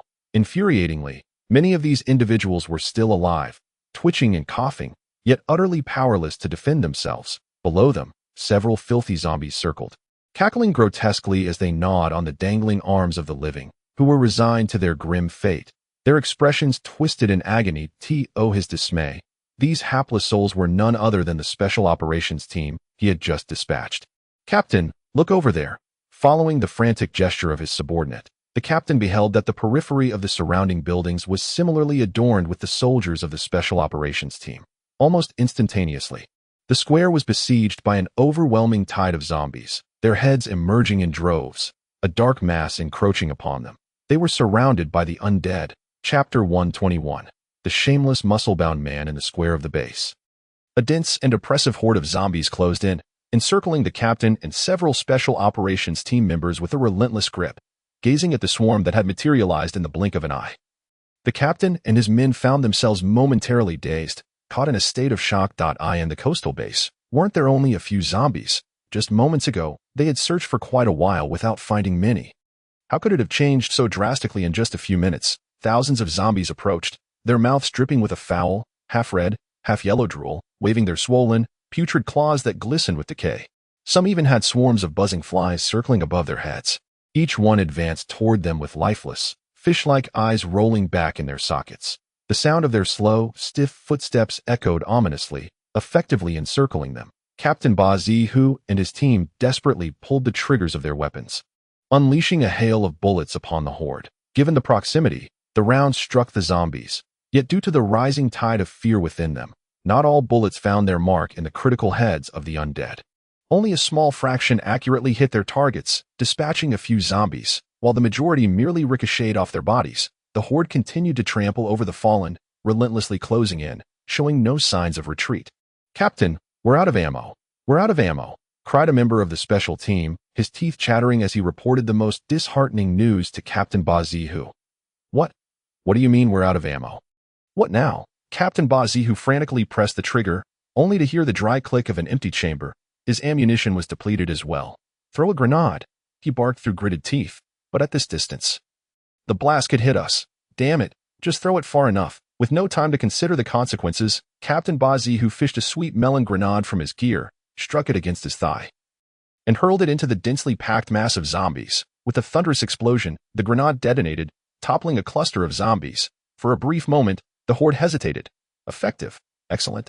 Captain Ba Zihu and his team exchanged triumphant smiles, beginning to throw grenades one after another. However, their laughter quickly faded as the zombies seemed to grow more astute. Aside from the initial explosion, the subsequent grenades had little effect as one grenade landed among them. A particularly gaunt zombie bravely lunged forward, pressing the grenade against its own abdomen without a hint of fear. With a deafening blast, the grenade obliterated that one zombie, yet the others remained unscathed. Continuing to advance, their bodies still adorned with the flesh and blood of their fallen comrades. Though their methods were clumsy, they proved effective, sacrificing oneself to save a companion. Captain Ba Zihu's eyes widened in disbelief.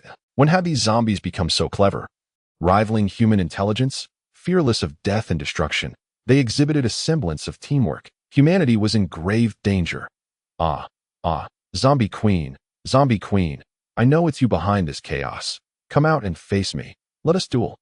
A warrior's duel, one-on-one. Amidst the encroaching wave of zombies, despair gripped Captain Ba Zihu as he spun around, shouting at the top of his lungs, his eyes ablaze with desperation. At that moment, he was far too consumed by his desire for vengeance to feel fear.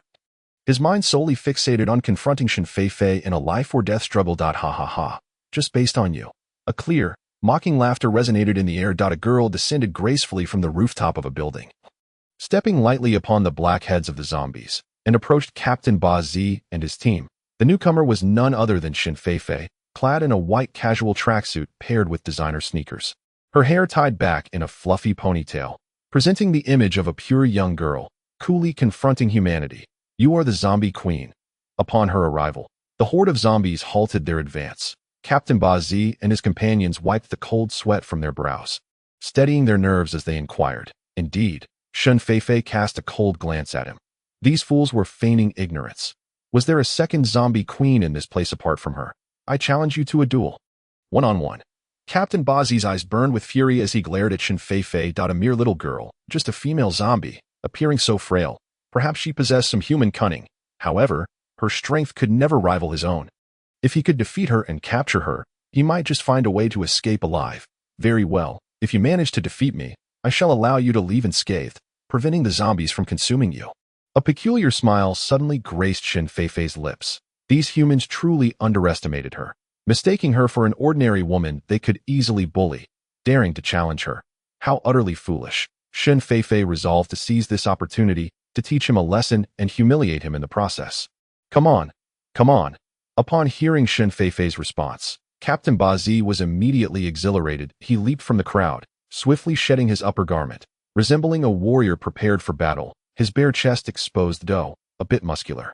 Quite the specimen of a man. Shen Feifei's gaze lingered on Captain Ba Zi's muscular physique, her eyes gleaming with mischief. This robust individual, if placed among the women of Country R, would undoubtedly elicit shrieks of admiration and receive a warm welcome.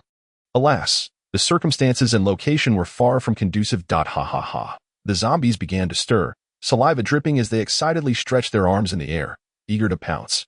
They had caught a whiff or glimpse of Captain Ba Zi's muscular form and were drawn to him. Not out of admiration, but with the intent to devour him whole. Captain Ba Zi, witnessing the zombies' adoration, instinctively pulled his arms around himself, feeling a surge of nervousness and regret.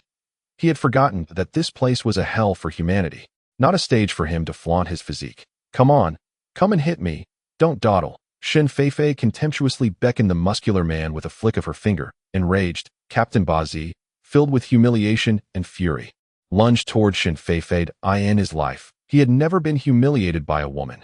This seemingly weak and easily bullied Flower Nation zombie had mocked and humiliated him time and again.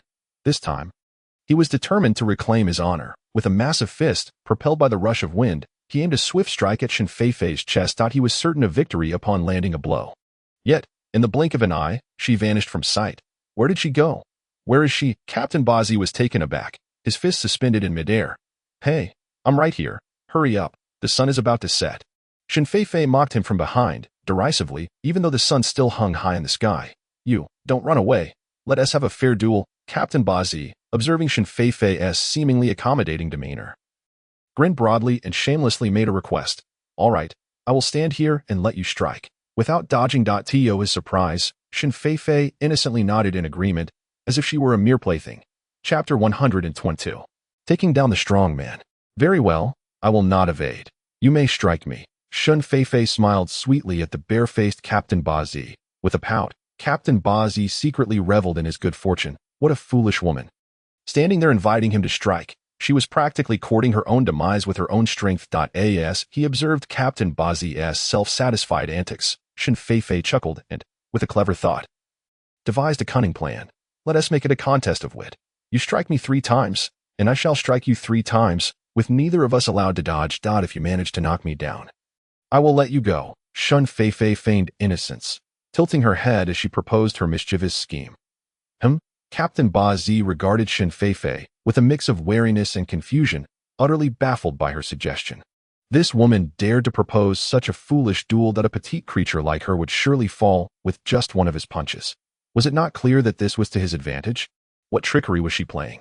Then let me strike you first with 3 punches. After a prolonged moment of contemplation, Captain Ba Zi put forth a condition that, despite its blush-inducing nature, was undeniably beneficial to him.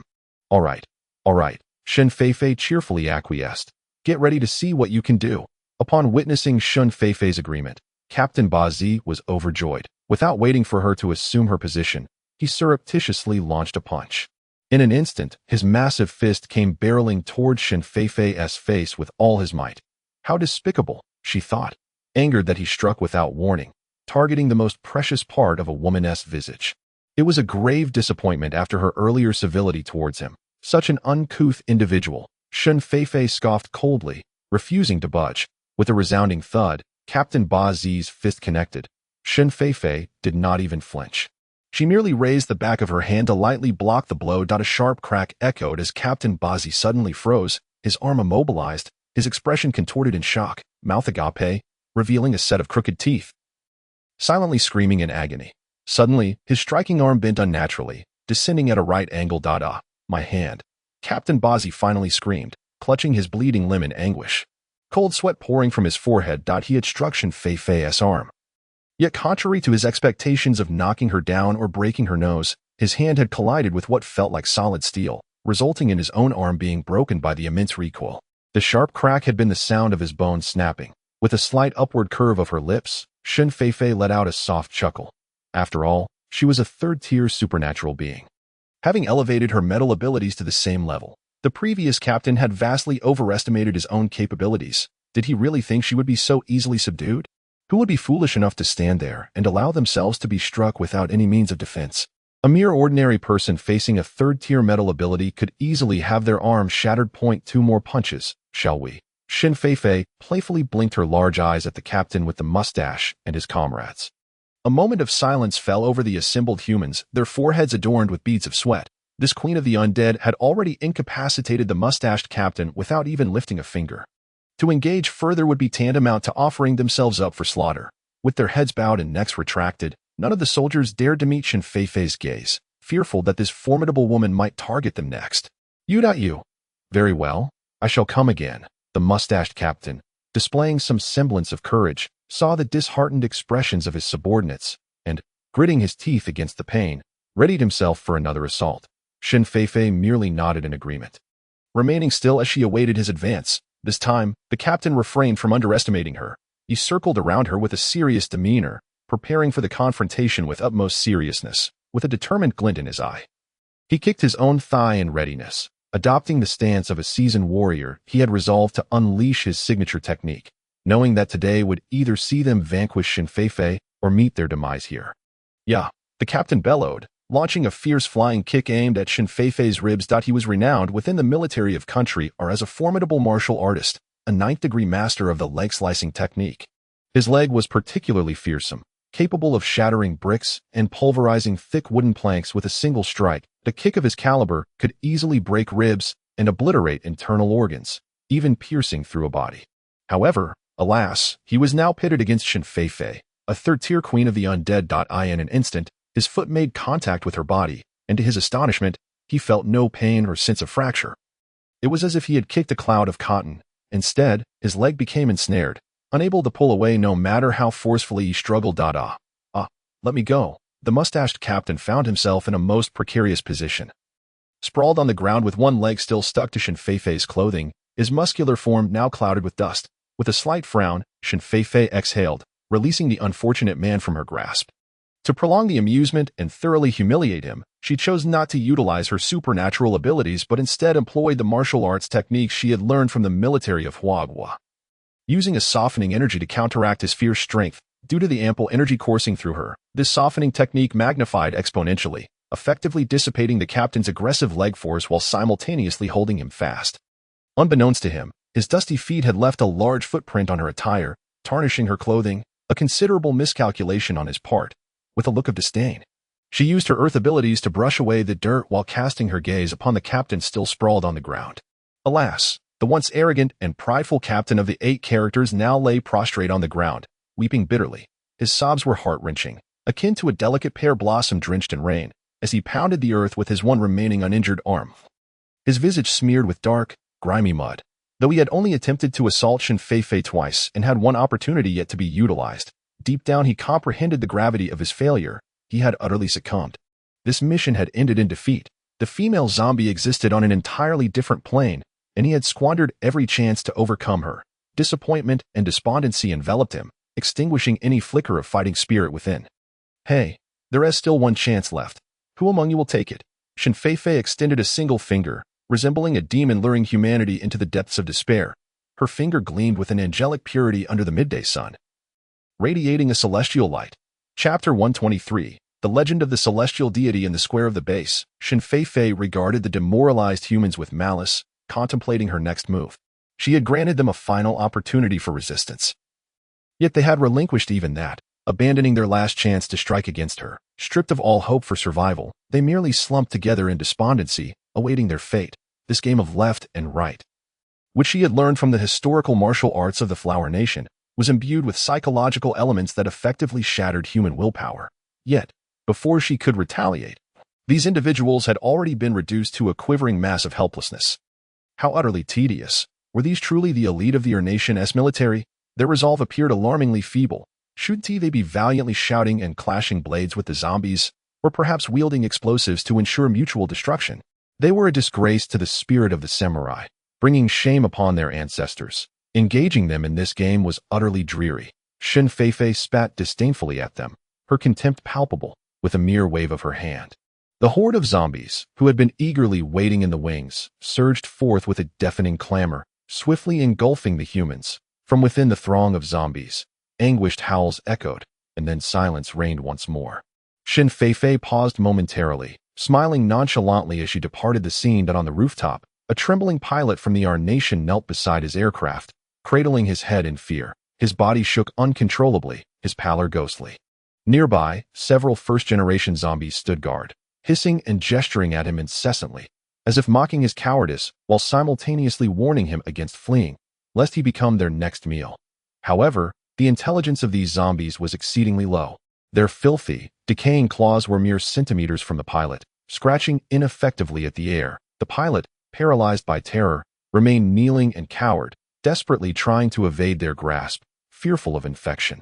Upon seeing Shin Feifei's arrival, the first-generation zombies obediently ceased their scratching, falling silent. The pilot, his eyes lighting up, shamelessly crawled a few desperate steps to position himself beside Shin Feifei, bursting into tears as if he had encountered the closest of kin. Shin Feifei found herself in an awkward predicament. How could such a formidable man weep so pitifully and rely on her? She, the zombie queen, a harbinger of death with countless lives extinguished, seemed far more terrifying than these flesh-eating zombies. Yet, this pilot appeared to be utterly dependent on her. What Shin Feifei did not anticipate was that this pilot harbored a deeper fear of the grotesque, decaying zombies, while he felt an inexplicable affinity towards the beautiful, human-like zombie queen. Beautiful queen, please spare my life. I can do anything for you, he pleaded, his expression one of earnest desperation as he grasped the hem of her garment, his demeanor profoundly pitiable. Was this human pilot genuinely willing to ally himself with her? Shin Feifei raised an eyebrow in astonishment. Typically, upon discovering her true identity as a zombie, humans reacted with abject terror, vehemently rejecting her, treating her as their mortal enemy. Yet, this pilot exhibited no fear. Instead, he was inclined to pledge his loyalty. How peculiar indeed. Shin Feifei remained silent, scrutinizing the man from her country, seemingly contemplating the authenticity of his words. Truly, I swear, I earnestly wish to serve you. I have witnessed your combat prowess. You are akin to a deity, a divine being reincarnated, a god to us of our country, as he spoke. Fearing that Shin Feifei might doubt his sincerity, the pilot clasped his hands in reverence and bowed his head in worship. His demeanor exceedingly devout. The singular deity revered by his people was known for immense power and a penchant for violence. This divine figure presided over the souls, fortunes, and destinies of the people of our country. It is said that in ancient times, this god was born upon our country's soil. Initially benevolent, he vanquished many ferocious beasts, crafting a comfortable existence for the people. However, they failed to appreciate his gifts and committed numerous transgressions. Incurring his wrath.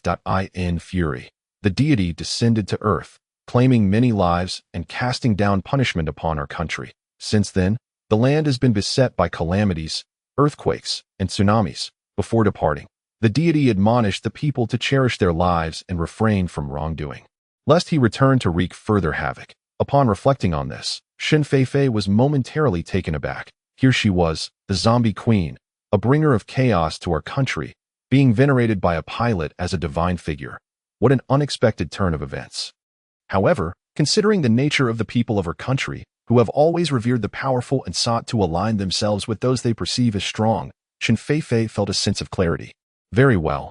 If you genuinely wish to ally with me, I shall spare your life and grant you powers beyond the comprehension of ordinary mortals." After a pause, with a smirk that danced between mirth and mischief, she added, "However, you must accompany me on a mission and present a token of your loyalty." The prospect of being accepted as a subordinate by a deity was a tremendous honor, a glory earned over lifetimes. This meant he might acquire abilities akin to the evolved beings from Hua country, or perhaps even surpass them under the deity's favor. Upon hearing Shen Feifei's words, the pilot was overwhelmed with joy, tears of relief transforming into a radiant smile. As all remnants of trepidation vanished, he gazed up at Shen Feifei with wide, tear-filled eyes, eager to affirm his commitment. Rising from the ground, she personally opened the aircraft door for Shen Feifei and graciously invited her to take a seat in the co-pilot's position. The pilot's demeanor was exceedingly respectful, devoid of any pretense. As Shen Feifei grasped the control stick and listened intently to the pilot's detailed briefing, she couldn't help but be overwhelmed with emotion. The advancements of the Ur-Nation's aircraft were truly remarkable. This seemingly modest armed helicopter boasted an array of high-tech capabilities. The silence and speed were self-evident, as she had witnessed them firsthand. This armed helicopter was not only compact and exquisitely designed, but it also carried machine guns, missiles, and possessed the sonic boom feature typically reserved for fighter jets. The sonic boom capability, indeed, was a formidable offensive weapon, reminiscent of a superhuman sonic attack. Even in the absence of weaponry, it could unexpectedly shatter fragile objects, effectively serving to directly or indirectly eliminate targets. In stark contrast, the crude helicopter technology of the Huan nation paled in comparison. Should war break out between the two nations, Hua would undoubtedly suffer a significant disadvantage. The ingenuity of the Ur-Nation's people was truly commendable. Once a citizen of Hua, Shen Feifei found herself feeling a pang of resentment and envy. "Clear the way," she commanded, waving her hand with an expression of determination, invoking a commonly used phrase of the Ur-Nation. Today, she intended to utilize the advanced weaponry of the Ur-Nation against its military. Chapter 124. Breaking through the siege beneath the blinding sun, a small black dot in the distance gradually enlarged, poised to approach the temporary military encampment of the Ur-Nation situated between Haibian City and Haijian City. "Commander, the Special Operations Team is returning from their mission. They may have successfully completed it," a junior officer reported, pointing at the aircraft drawing nearer, his eyes alight with uncontainable excitement and anticipation. "So smooth?" The military commander rubbed his eyes, gazing at the approaching aircraft with a hint of disbelief. As a senior officer, he was privy to more extensive information regarding the biochemical crisis that had befallen Haibian City. How could a single individual, a zombie queen capable of slaughtering thousands of fully armed soldiers, be so easily dispatched? Captain Ishihara and his team had only been in Haibian City for a mere hour, and there had been no signs of activity. Was it truly possible for them to have successfully eradicated such a devilish foe? The commander found it hard to fathom, especially considering the incompetence of Ishihara. However, the aircraft soaring towards them was undeniably the one they had just dispatched, as evidenced by the unmistakable Ur-Nation's sanitary napkin insignia emblazoned on the underside of the fuselage. This only deepened his confusion, prompting him to furrow his brow. Observing the soldiers rushing from the camp, waving their arms and cheering at the approaching aircraft, a sense of unease began to creep over him. After a moment of silence, the commander instructed, "Contact Ishihara and inquire about the situation." The radio operator hastily began selecting the appropriate frequency, attempting to reach the armed helicopter. The helicopter channel was quickly connected, but only static filled the airwaves, devoid of any human response. The aircraft continued its rapid advance. "Captain Ishihara, please respond. Please confirm whether the mission has been completed and if there were any casualties," the commander urgently called out, gripping the receiver with increasing anxiety, his sense of foreboding intensifying. A voice, imbued with an enchanting allure, wafted through the telephone receiver, a subtle sigh barely discernible. Then came the words, "Captain Ishihara, is that the pathetic, muscle-bound waste of space? He has long since reported to the divine being. Do not dwell on him any longer." A woman's voice. What woman could possibly exist within the ranks of the Special Operations Team? Who was this individual? The commander was momentarily taken aback, his grip slackening, nearly causing the receiver to slip from his grasp. Could it be her, the zombie queen?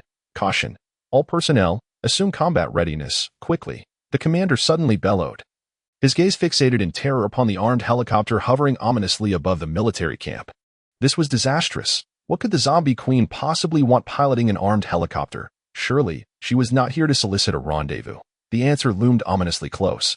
Yet, the commander's reaction proved to be a fraction too slow. The helicopter erupted with a series of jarring puff sounds. The immense, piercing sonic booms immediately incited chaos within the camp. The glass doors and windows shattered with a resounding crash, splintering into sharp shards that flew haphazardly.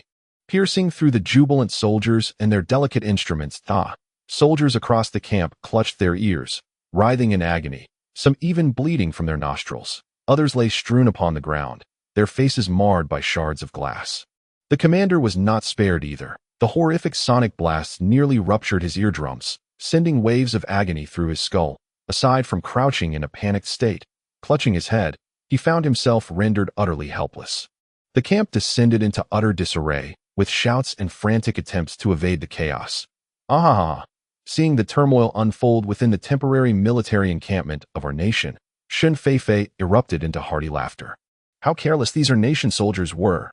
Did they truly believe that merely operating in our nation aircraft signified their allegiance? They were oblivious to the fact that she, Shun Feifei, was also of military lineage. A cunning and astute zombie queen. To know both oneself and the enemy is to emerge victorious in every battle. How foolish these our nation imbeciles were. Dear nation pilot, with a cautious grin. Were no trace of the struggle upon his countenance. Let us escalate the situation further. Shun Feifei beamed at the pilot, signaling her approval with a smile. Indeed, it would be an honor to serve Her Majesty the Queen. With that, the pilot, invigorated by her smile, felt a surge of energy. The Queen had smiled at him. What an honor! He was determined to excel. The pilot pressed the firing button, locking onto the scattered human soldiers below, unleashing a torrential barrage of gunfire. Rat-a-tat-tat, rat-a-tat-tat. The bullets whizzed chaotically, striking the crowd and vehicles, inflicting grievous casualties upon the Our Nation soldiers, blood spilling and limbs flying. This onslaught, in addition to the torment of the sonic blasts, plunged the already suffering soldiers into further despair, with nowhere to hide, fleeing in a panic while wailing in agony. Hot on their heels was the pursuing, armed helicopter. The scene was so dire that they barely had time to muster any semblance of resistance. You fools, back to your posts. Arm yourselves and fight. Fight. As a seasoned commander, he was no stranger to the realities of battle. In the midst of chaos, she managed to regain her composure, disregarding the perilous surroundings as she rose to her feet, vociferously directing the battle. Upon hearing the commander's call, the soldiers of the Our Nation swiftly mobilized, many of them reaching for their weapons to engage in combat. Shun Feifei raised an eyebrow nonchalantly and gestured towards the commander, who stood out distinctly from the other soldiers, brandishing a command knife and shouting orders. Suddenly, a rapid succession of gunfire erupted, bullets rained down, and a cloud of crimson mist burst forth from the commander, his head exploding as he crumpled to the ground. Commander! Nearby soldiers, witnessing the scene, abandoned their firearms and rushed to their leader, mourning in agony, forgetting even to resist. With their commander felled, the Our Nation's losses were substantial. Raising the control stick, Shun Feifei felt the moment was ripe to return. Yet, her gaze fell upon the barbed wire barrier stretching between the coastal city and the sea. The entanglements were formidable, layered with spikes glinting menacingly, charged with high-voltage electricity. Several charred corpses of undead minions dangled from the electrified wire, sunning themselves. Having come this far, she resolved to act decisively and eliminate the threat in one fell swoop.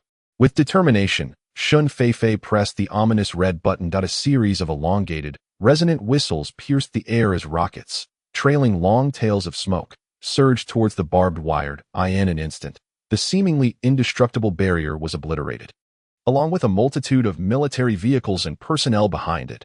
All right, return to base, Shun Feifei commanded, her spirits lifted. Behind her, an ammunition depot erupted with a thunderous blast as shrapnel from the missile struck it, the explosions echoing in rapid succession, with fireballs growing ever larger. Shun Feifei smiled. Those who dared to challenge her as the zombie queen would pay dearly. She intended to etch this lesson into the minds of humanity, ensuring it would never be forgotten. The aircraft vanished into the horizon, a mere speck against the sky. In the distance, the coastal city swayed as countless blackheads emerged, surging towards the military encampment.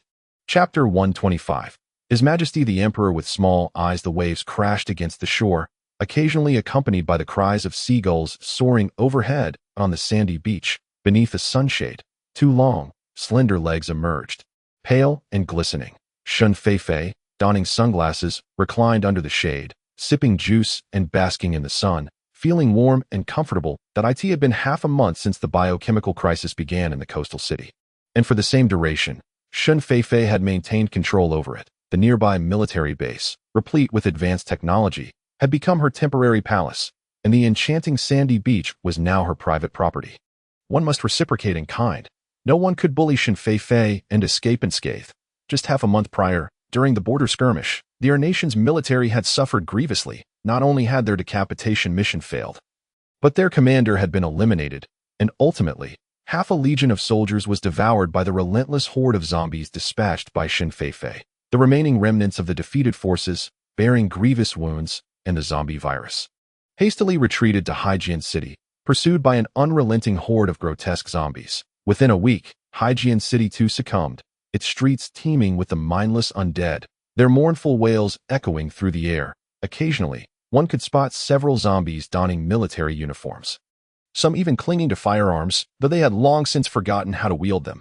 Shun Feifei referred to these zombies in Haijian City as the fourth-generation zombies, signifying their late infection and sluggish evolution, rendering them as foolish zombies. Consequently, Haijian City became her dominion. As the relentless infection swept through major cities in her country, Shun Feifei's notoriety soared, and she became widely recognized as the fierce zombie queen.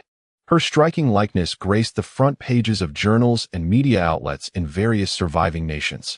Each day, as people switched on their televisions or browsed the internet, they were met with headlines discussing Shun Feifei, her origins, appearance, supernatural abilities, her predatory nature, and even her past romantic entanglements with Xiao Yi. The extent of her fame eclipsed that of even the most influential Hollywood stars of yore. Some film companies in the human realm even proclaimed their intent to venture into our country in search of her, hoping to enlist her in cinematic endeavors. However, Shun Feifei remained largely oblivious to her burgeoning fame, gleaning most information from radios and military broadcasts. With a nonchalant smile, she dismissed such matters. The notions of acting, fame, and wealth had long been excised from her life's lexicon. After all, she was the zombie queen. Who would dare approach her for a film, lest they fear being devoured? The sentiments of the our country populace toward Shun Feifei were profoundly complex. Each day, they were bombarded with news of her exploits, while simultaneously hearing reports of her zombie minions conquering city after city. This dichotomy led to extremes in public opinion. Some viewed her with abject terror, wishing to see her dead and skinned, while others regarded her as a divine being, the sole deity of our country. They believed she had returned to exact punishment upon them for their transgressions, asserting that only those who submitted to her would continue to survive. Thus, secret sects venerating her as a deity began to form, with worshippers lighting incense thrice daily in homage to her effigy. Shun Feifei was aware of such developments and, in response, instructed her zombie minions to slow their advance. Eager to discern the true thoughts of our populace, she sought time to contemplate how best to address the humans of our country. Should she transform them all into zombies, or retain some as sustenance for the evolution of her undead, or devise another strategy altogether? The decision eluded her. Within the imperial palace of our country, the short-sighted emperor fumed, his frustration palpable as he pounded the table. Bellowing in rage, "Another city has fallen to the zombies. Another city," he roared. "Today one, tomorrow another. How many more cities on the first island will succumb? Where has our military prowess vanished to? Is it constructed of mere tofu?" The nation of our has historically adhered to a dualistic constitutional monarchy, where, in times of peace, it is the cabinet ministers who manage the affairs of state, relegating the emperor to a ceremonial role as a national symbol. However, in times of emergency or war, the monarch possesses the authority to intervene in governance and wield significant power. For several generations, our has experienced little in the way of warfare, resulting in its emperors leading lives of idleness, indulging in extravagance and excess. Yet, this current emperor is an exception, restless and ambitious, consumed by thoughts of restoring the glory of his ancestors, engaging in political matters, and aspiring to dominate the realm that it was under his prodding that the naval conflict with the nation of Hua erupted over a decade ago. Following the ensuing defeat, rather than expressing remorse or seeking forgiveness, he remained fixated on inciting further unrest. With the recent outbreak of a biohazard virus in R, he sensed an opportunity had arisen. He swiftly emerged to accuse the cabinet of inefficiency and negligence, jeopardizing military operations. With the backing of influential figures, he successfully declared a state of emergency, reinstating the emperor's authority. His first act was to execute the disobedient Minister of Maritime Defense and the Navy Minister, instilling fear among his subordinates, and he confidently seized control of the military. However, uncertainty now gnawed at him. Was it truly wise to assert his power at this juncture? The military of AR has always been renowned for its advanced weaponry and formidable prowess, boasting highly skilled soldiers. Yet, how could they be unable to contend with even a mere zombie queen, especially one originating from AR? Was there a flaw in his military strategy or a deficiency in his leadership capabilities? The first island still retained some cities, did it not? The emperor widened his eyes, striving to project an air of authority. Your Majesty, the Minister of Epidemic Prevention replied cautiously. Only Haidong City remains uninfected on the first island. Other administrative districts have been compromised to varying degrees. Fearful of inciting the wrath of this capricious emperor, he treaded carefully. How intolerable, with Haidong City still standing. It lies perilously close to the strait between the first and second islands. The emperor's gaze flickered, betraying his inner trepidation. Should the first island fall, the second and third islands would surely be at risk as well. Where could they possibly seek refuge? By plunging into the sea or awaiting their fate at the hands of the undead. The gruesome imagery of the media's portrayal of zombies devouring humans haunted him, causing his eyes to blink incessantly in anxiety. Wiping the cold sweat from his brow, he commanded, "Order the military to dispatch 20,000 soldiers to defend Haidong City. They must fortify their defenses and ensure that not a single zombie sets foot within its boundaries. Furthermore, instruct the Maritime Defense Department to establish nets and deploy warships and submarines in the strait between the first and second islands, with elite soldiers stationed to guarantee the security of both islands. The undead must not cross the strait." After a moment of silence, he bit his lip and added, "Moreover, send envoys to seek assistance from the nation of Hua." Chapter 126. The war at the upper echelons as May arrived. The weather had warmed considerably. The Jiangnan region of the nation of Hua had turned sultry, while the northern capital blossomed in springtime, with the grass along the roads growing tall and everyone donning light jackets. Early in the morning, Xiao Yi and his father received an urgent notification to attend an important meeting at the national government. Generally speaking, the national government, led by the Li family, operates separately from the military, and it is uncommon for the Xiao family to be consulted unless a significant event occurs. The fact that they were summoned indicated that something substantial was afoot. The two hurriedly made their way to the conference hall. "Xiao Lao, please come and take a seat over here." Upon meeting, the usually stern head of the Li family, who rarely showed warmth to anyone, immediately wore a smile and warmly grasped Xiao Lao's hands in greeting. The sinister smile raised suspicions in Xiao Yi's mind after the incident where Shen Feifei's identity as a zombie was revealed. Despite the Xiao family's efforts to rectify their missteps, their reputation had suffered a decline. The Li family seized this opportunity to undermine the Xiao family within both the national government and military circles. Typically, even when faced with General Xiao, the head of the Li family would wear a veneer of civility while subtly excluding him. However, in today's setting, the head of the Li family exhibited such warmth and friendliness that it inevitably aroused suspicion among the Xiao family members. "General Xiao, Xiao Yi, allow me to introduce you to Mr. Gui Ilong, the special envoy from our country, who has come to Huagua seeking assistance," the head of the Li family introduced enthusiastically. Upon encountering the short and rotund envoy from her country, who was bowing repeatedly, the Xiao family could not help but furrow their brows. Many years ago, during the great naval battle between Huagua and her country, the Xiao family had firmly supported the war effort. General Xiao had personally commanded on the battlefield, leading to a resounding defeat for the country navy. Although Xiao Yi was merely a child at the time, he had bravely boarded the enemy's vessels and slain several invading forces. For the Xiao family, there was little affection for our country. Despite the peace that had prevailed for over a decade, the Xiao family had never dispatched representatives to our country for official visits. Now, the envoy had the audacity to come to Huagua seeking assistance. Assistance for what? They wondered. "Humph, we in the military have many matters to attend to. Please, elderly, you may handle the reception of your country envoy." General Xiao stated bluntly, revealing his disdain for the our country envoy, and with a wave of his sleeve, he turned to leave. He was unwilling to squander valuable resources on someone devoid of shame. "Don't be in such a hurry to leave, General Xiao. Today's matter pertains to the reputation of your Xiao family and must not be treated lightly." The head of the Li family seemed to have anticipated the reaction of the Xiao family members, cunningly unveiling this trump card. "What does the our country's plea for assistance have to do with our Xiao family's reputation?" General Xiao asked, his brow furrowing and his expression darkening. "Since the Shen Feifei incident, The Xiao family had no choice but to pay heed to the concept of reputation. This was crucial for the century-long legacy of the Xiao family and their standing in the military. Only Xiao Yi, upon hearing the head of the Li family's words, felt a sudden jolt in his heart and vaguely guessed that this matter was again related to Shen Feifei. The zombie queen of Huaguo, Shen Feifei, has come to our country, wreaking havoc and infecting numerous our country citizens in the coastal city. Now, the entire third island is overrun with zombies. It has come to my attention that Shen Feifei was once the daughter-in-law of the Xiao family, thus implicating you in this matter. Gui Ilong shook his large head, spittle flying from his mouth. Nonsense. Our Xiao family severed ties with that wretched creature Long Agio. My brother Xiao Yi personally captured and eliminated her. This is well known to the people of Huaguo as for who that zombie woman in your country is and where she hails from. It is of no concern to us.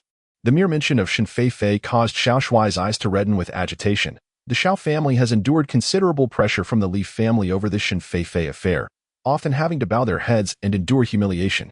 Just when they thought things had settled down, this individual from our country emerges to stir the pot once again, infuriating Xiao Shuai. Do you deny it? Just look at her photograph, alongside the front page headlines from various nations. Who does not know she was once your family's daughter-in-law? This is irrefutable evidence. Now, she has brought calamity to our country, and you must take responsibility. Gui Ilong, undeterred, continued to chatter incessantly.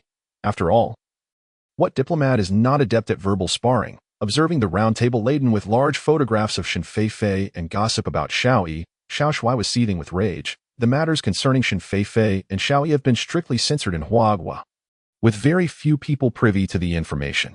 Yet, how is it that foreign media from Europe and America is so well informed? It is clear that this is the handiwork of the Li family, aimed at undermining the Xiao family's reputation and humiliating them. His face flushed with a mix of anger and discomfort. Xiao Shuai was on the brink of explosion. Calm yourself, Xiao Shuai. A non-partisan high-ranking official, sensing the tension, quickly approached to mediate, urging Xiao Shuai to take a seat on a nearby sofa to compose himself. Witnessing Xiao Shuai's distress, the head of the Li family was inwardly delighted, though his expression remained serious as he adopted an official tone. These matters are quite complex. We, the people of Huaguo, trust in the Xiao family's integrity. However, the foreign media remains oblivious and spreads baseless rumors. Just look at this so-called zombie queen. She bears a striking resemblance to the former Shen Feifei, both being zombies. To affirm your family's innocence, perhaps the military should dispatch some personnel to her country for support. Particularly little Xiao. Upon finishing, he cast a meaningful glance at his subordinates, and then at Xiao Yi. Indeed, for the sake of your family's reputation, it would be prudent for General Xiao to visit our country. Assisting the people of another nation in their time of need exemplifies our commitment to internationalism, does it not? You, the Xiao family, must send someone to apprehend this zombie queen. Isn't Xiao Xiao on the verge of attaining the third tier? Only he possesses the capability to deal with this zombie woman. He is the only suitable candidate. If he is unwilling to go, could it be that this zombie woman truly is Shen Feifei?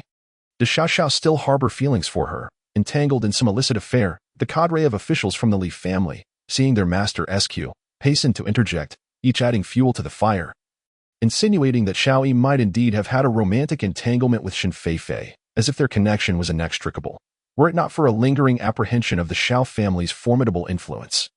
These officials would dare to encircle one another like gossiping women on the streets, animatedly exchanging glances and embellishing their tales. Outrageous. Are you attempting a coup? Commander Xiao chuckled coldly, regarding these politicians with disdain. The Xiao family has never been feeble. They deal with zombies without compromise, unlike these spineless individuals who hide in their offices, sipping tea and pursuing frivolities while engaging in idle gossip about others. With such meager abilities, do they truly believe they can force the Xiao family into submission? What a farce. Chapter 127. Ninja. As the sun dipped low, the warmth on the beach gradually receded. Shen Feifei lazily descended from her lounge chair, removing her sunglasses. With the city overtaken by zombies, there were no affairs to attend to. Queen Feifei relished her leisurely days, basking in the sun, honing her skills, and indulging in idleness. With a sweep of her hand, she retracted her belongings into her space and, barefoot upon the soft sand, made her way back to the military camp. Suddenly, what was this? Shen Feifei halted, bending down to investigate closely. A slender trail extended towards a large reef, resembling a series of artificially created pathways. Since the onset of the biochemical crisis, no one dared venture here. So from whence did these marks originate? Shen Feifei sniffed the air, detecting a faint metallic scent, yet found no trace of human presence. Gazing at the trails, she resolved to uncover the mystery. As she rounded the reef, Shen Feifei could not suppress a chuckle. There were no humans here. Instead, she encountered several large crabs. These crabs were as big as dinner plates, with round shells and formidable claws. They were currently bubbling away, their beady eyes fixed on Shen Feifei as they clacked their pincers in a show of defiance. Shen Feifei wiped away the drool that had escaped her lips, nearly bursting into laughter. How amusing it was to think that such significant tracks could be made by mere crabs. These giant crabs, known as king crabs, were a delicacy found only in the waters of the European regions, each one being 5 to 6 times larger than those from freshwater. They were tender and delectable. Truly Shen Feifei's favorite. She recalled her childhood, where she had seen such creatures at the market with her parents, but as the population grew, they were swiftly purchased by the wealthy upon arrival in Huagua, leaving ordinary folk unable to procure them. During her time in her country, despite her love for seafood, she had yet to encounter these creatures, nor had she seen any locals fishing for them. Shen Feifei even speculated whether the people of our country had a distaste for crabs, as they were conspicuously absent from their culinary repertoire. Yet, speculation aside, after all her time in our country, she had never tasted crab, let alone such colossal king crabs. There was no mistake. She would not let this opportunity slip away. Since they were here, she was determined to savor these king crabs. With another wave of her hand, she sent the crabs into her space, preparing to indulge in a seafood feast for dinner. Hurry up! Suddenly, distant voices in our language drifted from the beach, carried by the sea breeze. Humans were approaching. Shen Feifei froze, crouching low to conceal herself behind the reef, intent on observing the unfolding scene. As I observed, a few individuals clad in diving suits emerged from the vibrant flowers of Lang, removing their diving masks while chattering animatedly. Soon after, several others collaborated to haul a large, fish-skin bundle from the depths of the ocean. How audacious these individuals were, daring to venture into the biohazard zone without fear of being devoured by zombies. Or perhaps, they were sent by the government of her country, akin to that muscular Captain Ishihara from before, to assassinate her. Did the people of her truly not fear her potential retaliatory actions? Shen Feifei resolved to remain calm and observe a while longer. The divers, armed with spear guns, scanned the sandy beach but detected no signs of life or zombies. Only then did they breathe a sigh of relief and take a seat. Shedding their wetsuits and revealing their bare forms, they proceeded to unveil the large bundle, donning clothing with remarkable speed. Soon, they were clad entirely in black attire, accessorized with several samurai swords, and topped with hats reminiscent of those worn by nuns from Huagua. Ah, how peculiar their attire seemed, Shen Feifei mused, tilting her head in contemplation. Just then, the group, nearly finished with their disguises, pulled out pieces of cloth from their bags, draping them over their ears and concealing their faces, leaving only their small eyes visible. A laugh nearly escaped Shen Feifei's lips. These individuals were, in fact, ninjas, legendary martial artists from her country. Their face coverings were undeniably emblematic of their typical garb. It was said that these ninjas possessed formidable skills, capable of mesmerizing their foes, excelling in stealth, and delivering lethal strikes at critical moments. They were the epitome of assassins. Shen Feifei often found it curious while watching her country films. Did donning such a cloth truly enhance their combat prowess? It seemed rather absurd. Perhaps, the cloth augmented their ability to remain concealed. However, if they intended to assassinate her, the Queen of Feifei, they were gravely mistaken. Their ninjutsu and stealth techniques would be utterly ineffective against her. Once attired, the ninjas began to tread towards the military camp, their steps varying between deep and shallow. Hey, this path is mine. This tree is mine. Should you wish to pass, leave your toll. Suddenly, a girl's voice echoed from behind them. Ah, there's someone on the beach. The ninjas trembled in unison, swiftly turning to face the source of the voice. They discovered a perfectly proportioned girl clad in a bikini, standing behind a rock, gazing at them with a playful smile. You, who are you? The zombie queen, the leader of the ninjas, captivated by Shen Feifei's alluring figure, felt a parched throat and lewdly licked his lips. Yet, he quickly remembered their purpose and inquired about Shen Feifei's identity. What brings you here? Have you come to deliver me some treats? Shen Feifei responded nonchalantly, her tone laden with veiled menace. It truly is you. You vile zombie. Today, we shall slay you and strip your skin to avenge countless compatriots from our country. Upon hearing that she was indeed the zombie queen, the ninjas' eyes blazed with fury, and they swiftly surrounded her. Their movements were swift and agile, shedding the clumsiness they had exhibited upon emerging from the water, revealing the depth of their resentment towards Shen Feifei. Indeed, it seems the intention was to assassinate her. I had anticipated some thrilling event unfolding, but alas, it is rather unexciting. Shen Feifei let out a cold laugh as she drew forth 10 elongated finger blades, glimmering ominously Dada. Yet the leader of the ninjas displayed no fear, brandishing a katana as he charged forth, his garments billowing, trailing a plume of gray dust behind him. The ninja's speed was astonishing, augmented by his ability to employ stealth, rendering his form elusive and hard to target. In the blink of an eye, the ninja had closed in on Shen Feifei, his katana slicing down toward her.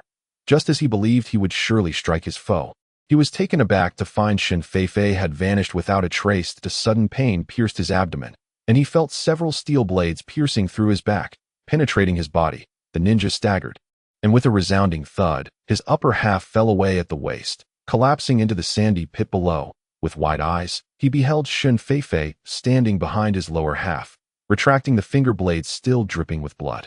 Moments later, the dismembered body lost its balance and tumbled down. He had been cleaved in twain by Shen Feifei, severed in one swift motion by 5 of her finger blades. Shen Feifei had no desire to engage in lengthy discourse with them. The persistent attempts at assassination by the nation were tiresome. Could they not exhibit a modicum of creativity? On the sandy beach, in a matter of moments, Shen Feifei swiftly dispatched the remaining ninjas. While these ninjas may have been skilled fighters among humans, capable of taking on multiple opponents, they were woefully inadequate against Shen Feifei. The Queen of Zombies.it was perplexing how the nation consistently sent such ineffectual pawns to eliminate her. Seemingly unafraid of provoking her wrath and inciting a second island massacre, Shen Feifei believed her patience to be commendable. Were she another zombie king, she might have already stormed the palace of the nation. After casting the remnants of the ninjas into the sea, Shen Feifei turned around. "Come out. I know you have long since arrived," she spoke in a calm tone, addressing the woods behind the beach. Upon hearing her call, a deep sigh resonated, and a tall, dark figure emerged from the trees. With a striking stature, handsome features, and an alluring air, the newcomer was none other than Xiao Yi.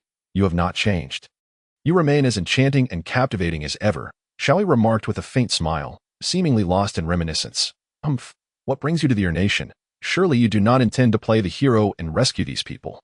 Shen Feifei's brow furrowed in disapproval. For decades, the Flower Nation and the Nation had been at odds, engaging in verbal skirmishes or economic warfare, with severe conflicts escalating to real bloodshed. A prominent figure representing the hawkish faction of the Flower Nation's military. The Xiao family had maintained a staunchly adversarial stance towards the nation. They typically refused to engage in diplomatic visits, yet today, amidst a bioweapon crisis, Xiao Yi had arrived. What could his purpose be? Was he here to aid the nation, or to eliminate her, the Queen of Zombies? "I do not wish to assist them. I merely came to see you," Xiao Yi stammered, his gaze caught in the depths of Shen Feifei's eyes, which were unmistakably filled with animosity. The nation's envoy, Gue Lang, had sought aid from the Flower Nation, insisting that the Xiao family, particularly the evolving Xiao Yi, be sent to eliminate Shen Feifei. Initially, the Xiao family was reluctant to comply, yet they could not withstand the relentless pressure applied by the Li family, who threatened their reputation. Ultimately, Xiao Shui consented to allow Xiao Yi to journey to her country. Of course, the Xiao family had garnered sufficient benefits from both her country and the Li family to justify sending Xiao Yi. However, although Xiao Yi arrived, he harbored no intention of assisting the people of her country. His sole aim was to appease them and silence their complaints. Otherwise, when Shen Feifei had just eliminated those ninjas, he would have intervened to save them. His true purpose for visiting our country was to catch a glimpse of Shen Feifei. To see the ex-girlfriend, he could not forget. You take me for a mere child. If you truly cared for me, you would not have sent me to the laboratory to be treated as a subject for experimentation. Nor would you have placed a bomb on my plane at the moment I regained my freedom. As Shen Feifei spoke, her voice grew colder, and her anger caused her body to tremble uncontrollably. The harrowing memories of the laboratory resurfaced vividly in her mind. Those deranged scientists clad in white coats relentlessly sliced her flesh with sharp instruments, drew her blood with thick syringes, and sadistically pointed at her exposed heart while laughing maniacally. These traumatic experiences left an indelible mark on Shen Feifei's psyche. Moreover, after she had painstakingly regained her freedom with Wan's assistance, Xiao Yi had the audacity to obliterate her plane with a missile. The explosion not only claimed Wan's life, but nearly shattered hers as well. And yet he claimed to miss her, and wanted to see her. Is this how one professes love? How despicable, this heartless, ungrateful beast clad in fine garments. At this moment, Shen Feifei felt an overwhelming urge to end Xiao Yi's life. With a chilling glare, the blade she had just sheathed reappeared in her hand. Today, she would exact justice for Wanwan and for herself. Feifei, I genuinely came to see you, with no intention of causing you harm. Perhaps we can sit down and have a proper discussion. Upon witnessing the glint of the blade in Shen Feifei's hand, Xiao Yi's heart sank. He realized she not only harbored no forgiveness but had also turned her hatred towards him. Enough of this. Prepare to face your demise. Shen Feifei brandished her 10 blades and pursued Xiao Yi, her breath coming in furious gasps, her eyes wide with rage. Please, don't. As Shen Feifei advanced, stepping onto the soft sands while wielding 10 glimmering steel knives in pursuit. Xiao Yi scrambled to explain, making one last desperate effort to flee. However, Shen Feifei appeared deaf to his words, relentlessly chasing him, slashing wildly, her eyes ablaze with fury. Left with no choice, Xiao Yi poured all his strength into his escape. On the beach, a striking young man was frantically fleeing, his shoes discarded in his haste. Behind him, a disheveled woman, devoid of any semblance of decorum, relentlessly pursued him, brandishing 10 steel knives as she vented her wrath. The sun gradually descended, elongating the shadows of the 2 figures on the beach. The chase began in the open expanse of sand, narrowed down to the confines of a constricted area, and finally led them to a rocky shore. After pursuing for quite a while, both individuals were somewhat breathless, yet the woman trailing behind refused to relent or cease her pursuit. Suddenly, the man in the lead, Xiao Yi, stumbled as his foot caught on a stone, causing him to fall to the ground. In an instant, several glimmers of cold steel flashed towards his back. Xiao Yi shouted, instinctively propelling himself forward, narrowly evading the majority of the blades. However, one steel knife still struck his lower back. Instantly, blood gushed forth, saturating his clothing and pooling onto the gravelly beach. Shen Feifei paused in shock, subconsciously reducing her force. After the knife made contact with Xiao Yi's back, she refrained from delivering a second blow. She swiftly withdrew her hand. Are you truly intent on killing me? Xiao Yi turned over, gazing at Shen Feifei with a bittersweet smile. He was acutely aware of her hatred towards him, a consequence of his past actions that had wronged her. To be fair, Shen Feifei, as the zombie queen, had always treated him kindly, never once wishing him harm. She had saved his life multiple times, provided him with evolution crystals, and prepared military daggers for his self-defense. It was evident that she genuinely loved him. Yet, he had repeatedly inflicted deep wounds upon her, imprisoning her, and even contemplating her demise. Although such actions were never his intention, they were nonetheless the result of his own hands. From the perspective of humanity and the Xiao family, he might not have been in the wrong, but in Shen Feifei's eyes, he bore guilt. He felt trapped in a painful dilemma, often engulfed in self-reproach. Today, whether Shen Feifei merely inflicted a wound upon him or took his life, he would harbor no resentment towards her. Rather, it might even provide him with a sense of comfort. Humph. Shen Feifei coldly turned her head away, unwilling to gaze upon this unfaithful man any longer. In the dimly lit dungeon, with heavy iron chains and the figure firmly secured against the wall, Shen Feifei regarded Xiao Yi with icy disdain, her heart uncertain about what to do. Since their first encounter, Xiao Yi had not retaliated. Initially, Shen Feifei had presumed that Xiao Yi was there to kill her, to assist the country in their efforts against her. Fueled by intense hatred, she had pursued him with her blade. Yet, unexpectedly, Xiao Yi had not fought back, even when her knife had struck his lower back, leaving a deep wound. As he approached the threshold of 3rd-level evolution, he still refrained from striking a single blow. Could it be that this man truly regretted his past actions, regretted how he had treated her? If only he had known this day would come. Perhaps he would have acted differently from the start. Was it only after Shen Feifei had faced death numerous times that he chose to cherish her? Shen Feifei was not convinced, nor did she care. Perhaps it was all merely a ruse orchestrated by the Xiao family. With no gentle words or offers to tend to Xiao Yi's wounds, Shen Feifei seized the heartless man who had once so profoundly hurt her and hung him in the military camp's dungeon. This place had once served as a detention center for political and military prisoners of the country, fortified and secure, with walls several meters thick. Many had remained imprisoned here until death claimed them, never to escape.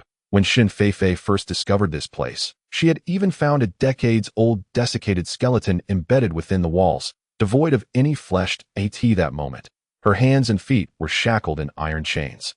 Maintaining a standing posture, the cell was filled with a variety of bizarre torture devices, some of which Shen Feifei had never even seen before. Each instrument was crafted with exquisite precision and remained functional. One glance at these items revealed that the darkness of this cell could rival that of medieval Western European dungeons, steeped in an atmosphere of dread and terror. Shen Feifei had deliberately confined Xiao Yi here, both to humiliate him and to vent her own hatred. Additionally, she aimed to make him experience the torment she had endured in the laboratory. Xiao Yi, coming here to seek me out is your folly. Today, I shall end your life to avenge my sister. 1-1.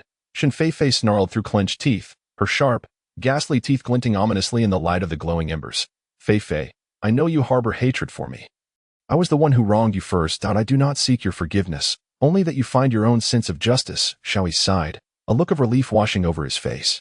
He had come to a realization before his arrival in her country. Shen Feifei had never truly sought to eradicate the people of Huaguo, although she had infiltrated the military camp after transforming into a zombie queen.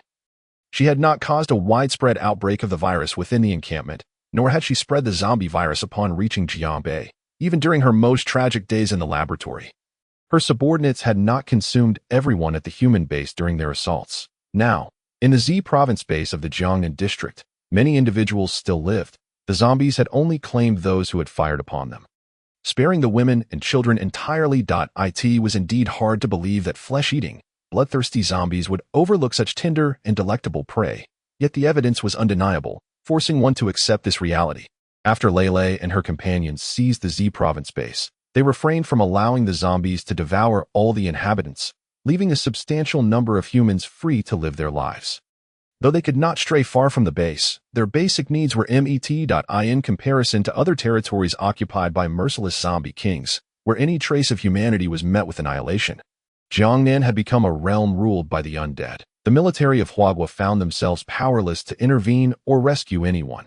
Ultimately, Shen Feifei and her subordinate, Lei, perhaps retained a shred of humanity, unwilling to eradicate those who were once their kin. Rather than letting Jiangnan fall under the dominion of other heartless zombie kings, it would be preferable for Shen Feifei and her cohorts to take control, preserving a flicker of humanity's essence. In truth, Xiao Yi had long felt a sense of guilt towards Shen Feifei. His heart was burdened with remorse, while he outwardly claimed to be in our country to offer support against the zombies. Through introspection, he had come to a profound realization. He resolved that no matter Shen Feifei's identity, he would not disdain her nor let her go. In this lifetime, he would love her alone. Disregarding the legacies of the Xiao family and the judgment of society, that he yearned for a passionate love for her. If you seek my satisfaction, very well, then await your turn as I consume you piece by piece. For that will grant me my release. Shen Feifei regarded Xiao Yi's expression of relief and tranquility with skepticism, her fury only intensifying. What an attitude! He is currently a captive, for heaven's sake. How can he lack even the slightest awareness of his predicament? Doesn't he even think to plead for mercy? It would be better than merely crying a few tears in front of her. Shen Feifei, even if he were to prostrate himself at her feet and apologize like those people from her country, it would suffice. You scoundrel, let me show you my strength. With a piercing cry, Shen Feifei lunged at Xiao Yi, grabbing his clothing and tearing at it with fervor, resembling a heartbroken woman.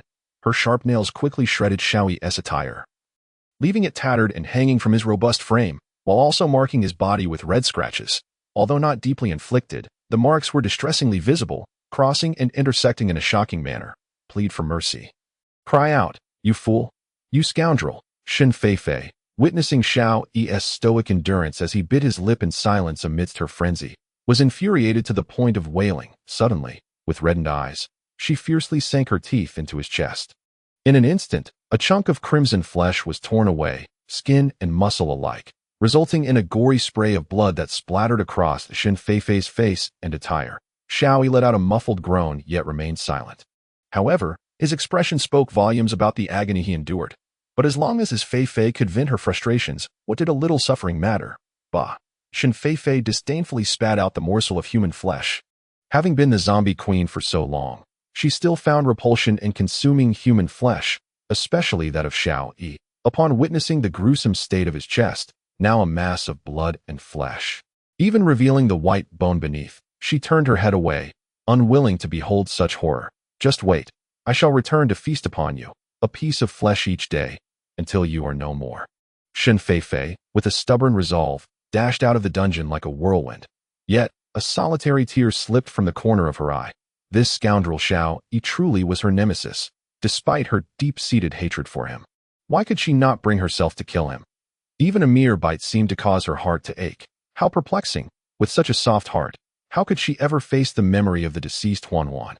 Tomorrow, she would surely torment him thoroughly before consuming him, for the sake of the departed Huan Wan, and to avenge the once defeated Shen Feifei. Keep a close watch on him. Do not let him escape. Shen Feifei commanded the only human in the military base, that pilot from our country, with a fierce expression. Yes, yes. I, your esteemed lord, shall serve with utmost diligence and dedication.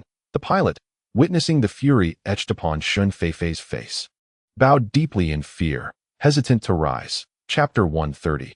Xiao Yi transformed into a zombie in the pitch-black night. The room lay in silence. Shen Feifei, asleep on the bed, occasionally furrowed her brow, then relaxed, at times even sobbing softly. It was evident that her slumber was troubled, as if she were reliving horrifying nightmares. In the dimly lit dungeon, Shen Feifei found herself bound to the wall, the very chains that had restrained Xiao Yi now ensnaring her. She struggled desperately, her screams echoing as the chains rattled violently, yet she could not break free. In that moment, Shen Feifei resembled an ordinary, fragile girl, utterly devoid of strength. At this moment, Xiao Yi gazed at her with a broad smile. Standing bare-chested before her, the wound on his chest, where Shen Feifei had torn away the muscle, remained starkly exposed, the gleaming white of the bone and the flickering fascia nearly blinding her. Did you not intend to devour me to quench your vengeance? Very well, here, eat, he declared, laughing lightly as he drew a military dagger across his own flesh. Like a zombie, he felt no pain whatsoever. With a swift motion, he severed a substantial piece of meat from his body. The fresh flesh dripped with blood as he forcefully shoved it into Shen Feifei's mouth, compelling her to swallow. He then proceeded to carve away another generous portion of his muscle and repeat the act. Shen Feifei writhed in desperation, attempting to expel the offering. Yet Xiao Yi relentlessly forced it back into her mouth. Gradually, his body became emaciated, his arms stripped of flesh, transforming him into a mere skeletal figure. Save for his head still adorned with meat, yet he continued to slice away at his own flesh to feed her. Sobbing loudly, Shen Feifei cried out in anguish, "No, I cannot consume your flesh. I refuse to eat. I refuse." She flailed her arms in the air, resisting, and gradually began to awaken. Suddenly, she opened her eyes wide, greeted by a bright expanse before her. Sitting upright, she took in the lavishly decorated room. Panting heavily. It had all been a dream, a most peculiar and sorrowful one at that. Wiping the cold sweat from her forehead, she realized her heart was racing uncontrollably. With a sigh, she reflected on how rarely she had dreamt since arriving in her country, let alone such a terrifying and distressing nightmare. Human flesh, she mused. A bitter smile crossed her lips. She had never partaken in such things. Even yesterday, upon witnessing Xiao Yi's deplorable demeanor, she had merely retaliated by biting a piece of his flesh. Yet that dream had been so horrifying, as if Xiao Yi had perceived her as a flesh-eating demon intent on devouring him. How vexatious Xiao Yi was, not even sparing her in dreams. What a scoundrel. Today, she would show him. At the entrance of the dungeon, upon spotting Shen Feifei's arrival, and her country pilot hurried over to pay his respects, bowing so low that his forehead nearly touched the ground. "Esteemed Your Highness, the individual from Huagua remains securely confined in the dungeon. You need not fret about his escape." The dungeon itself was inherently robust, and with Shen Feifei's special abilities reinforcing its structure, it was virtually indestructible. Even if Xiao Yi attempted to escape using his earth-based powers, it would not be an easy feat. Thus, Shen Feifei harbored no concerns regarding his potential flight. With a dismissive sniff, Shen Feifei acknowledged him before striding directly into the dungeon. Xiao Yi remained shackled to the damp, shadowy wall, fixed in a cruciform position. His eyes were tightly shut, and the area on his chest where Shen Feifei had torn away the muscle was now sprouting fresh granulation tissue. He was recovering remarkably well, nearly fully healed, though the skin still bore a vivid red HUEAS. A practitioner nearing the third tier of abilities, his regenerative capacity was already swift, coupled with the crystal core Shen Feifei had previously given him. His healing prowess was formidable. In just one night, his muscle had almost completely regenerated. Shen Feifei had been standing before him for quite some time, yet Xiao Yi remained with his eyes tightly shut, seemingly lost in slumber. Still sleeping. Shen Feifei seethed with anger. Just yesterday, he had requested her forgiveness, and today he displayed such indifference towards her. She had been there for a considerable duration, yet he refused to open his eyes even for a fleeting glance, continuing to indulge in his lazy repose. This man was utterly hypocritical, beyond redemption. Shen Feifei's brows furrowed in fury. Nearly driven to madness, she lunged forward, intent on biting him once more. However, the moment her lips brushed against his skin, she sensed something amiss. Xiao Yi was burning with fever, his skin flushed and clammy, his lips cracked and peeling. He was ill. Shen Feifei was taken aback, halting her assault. Xiao Yi, typically robust and resilient, had never been one to fall ill, not even succumbing to a common cold. Yet, what could have caused this fever today? Shen Feifei hastily employed her psychic abilities to probe into Xiao Yi's condition. A cold sweat trickled down her brow as regret washed over her. Xiao Yi was indeed unwell. He was running a fever, the cause stemming from the bite she had inflicted upon him the day prior. In a fit of rage, during that moment of fury, Shen Feifei had bitten Xiao Yi without restraint, failing to contain the zombie virus within her. The advanced strain of the virus had entered Xiao Yi's body through her saliva. Although Xiao Yi possessed a strong physique and nearly third-tier abilities for protection, he was ordinarily impervious to lower-level zombie viruses. However, Shen Feifei's abilities surpassed his by a tier, and the biochemical virus she carried was of a higher echelon. Consequently, while Xiao Yi would not immediately transform into a zombie, he was now afflicted with a high fever, his body waging a fierce battle against the zombie virus. The situation was perilous. Should he succumb, Xiao Yi would become a zombie, one endowed with high-tier powers. Upon uncovering the source of Xiao Yi's fever, Shen Feifei hesitated. The man before her lingered in her heart. Despite her resentment towards his callousness, she acknowledged that she could not simply cast him aside. Otherwise, she would have ended his life yesterday. Now, with Xiao Yi infected by the zombie virus, the threat of transformation loomed large. Should she save him? If she did, would he revert to the unfaithful man who had once opposed her at every turn? Yet, if she chose not to intervene, he would inevitably become a foul zombie. Shen Feifei wrestled with her inner turmoil, pacing anxiously within the confines of the dungeon, deeply unsettled. Suddenly, she halted, a look of dread etched upon her face. What if he became a zombie and forgot everything from his past? What if he lost his intellect, transforming into a mindless creature obeying commands? What if he evolved into a merciless zombie king? The gravity of such consequences sent a chill down her spine. She momentarily forgot that she was not merely a pure zombie. Through a series of fortunate circumstances, she and Lele had evolved into complex beings possessing human thought and emotion. Such a perfect evolution among billions was exceedingly rare. Rather than allow him to become a wretched zombie, it might be better to end his life now. Chapter 131. Love revisited. Xiao Yi felt as though his throat was on fire, the tissues within his throat sticking together, causing him great discomfort that he longed to cry out. Yet no sound emerged from his lips. That moment, a stream of cool, sweet water flowed into his mouth, refreshing and invigorating, soothing his parched lips, clearing his constricted throat, and nourishing his burning chest. Cascading into his heart, the soft groan of comfort escaped his mouth as Xiao Yi slowly opened his eyes, seemingly eager to discern who stood before him, perhaps the beloved he had yearned for day and night. Master Xiao, you have awakened? Not seeing Shen Feifei, he instead beheld a sturdy man speaking in the language of the Our Nation, who was holding a teapot-like vessel to feed him water. Upon noticing Xiao Yi had regained consciousness, the man promptly bowed respectfully. Xiao Yi recognized him as the dungeon guard, rumored to have once been a pilot in a special operations unit. Please rest for a while. I shall take my leave. The burly man bowed once more to Xiao Yi, respectfully retreating with the tea set in hand. The room was spacious and bright, adorned in a Western style, with a bed large enough to accommodate 3 or 4 individuals. A door led to the balcony, where a sheer white curtain danced gently in the breeze. The balcony door stood open, revealing a breathtaking sea view. The sky was a brilliant blue, the sunlight warm, and the water sparkled like diamonds, reflecting the azure sky and fluffy clouds. Everything was so beautiful, tranquil, and serene that a figure stood on the balcony. Feifei, is that you? Xiao Yi lifted the covers and descended from the bed, only to realize he was clad solely in trousers, his upper body bare, save for a white bandage that slanted down from his left shoulder, encircling his chest wound. She still cares for me. A warmth surged within Xiao Yi as he slowly approached the figure on the balcony. The person did not turn to acknowledge him as he drew nearer, remaining entranced by the stunning sea view. Feifei, thank you for saving me. I knew you wouldn't have the heart to kill me, Xiao Yi said, his eyes gleaming with shyness and a hint of audacity. Do not thank me. I did not save you. It was you who saved yourself, Shen Feifei replied, her voice cold and distant, still not turning to face him. Indeed, she had not saved Xiao Yi in the dungeon. Upon discovering that he had contracted the zombie virus, she had wished to save him. Yet, the thought of Wan's death weighed heavily on her heart.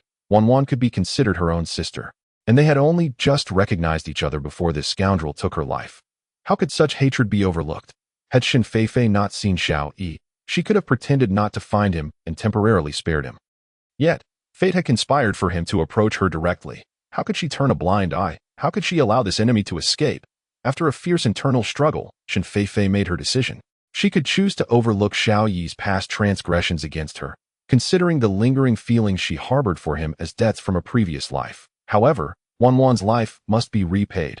A slash of a knife, a bite from her, infecting him with the virulent zombie virus, would serve as vengeance for Wanwan.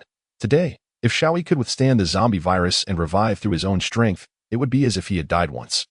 And from henceforth, he would be no concern of hers. Should Xiao Yi succumb to the relentless onslaught of the zombie virus and transform into a foul creature of the undead, then it would be his fate to bear. In such a case, Shen Feifei would not hesitate to sever his zombie head with a single stroke of her blade, providing a resolution for Wanwan.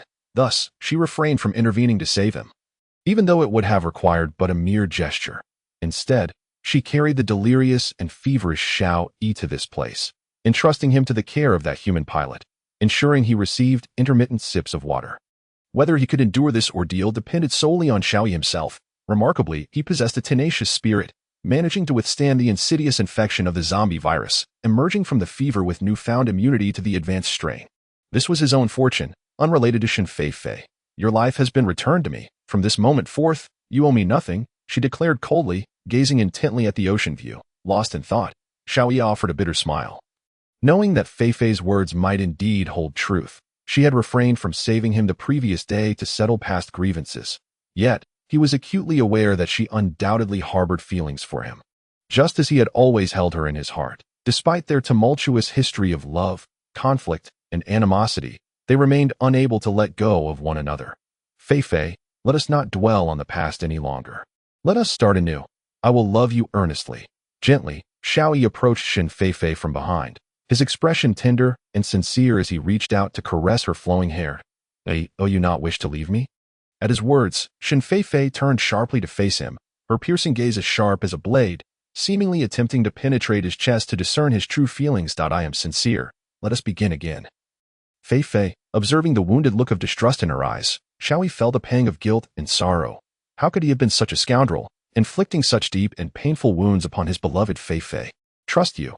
Do not forget, I am a zombie, a ravenous fiend, a cold-blooded creature. Can you set aside the prejudices of humanity to love me?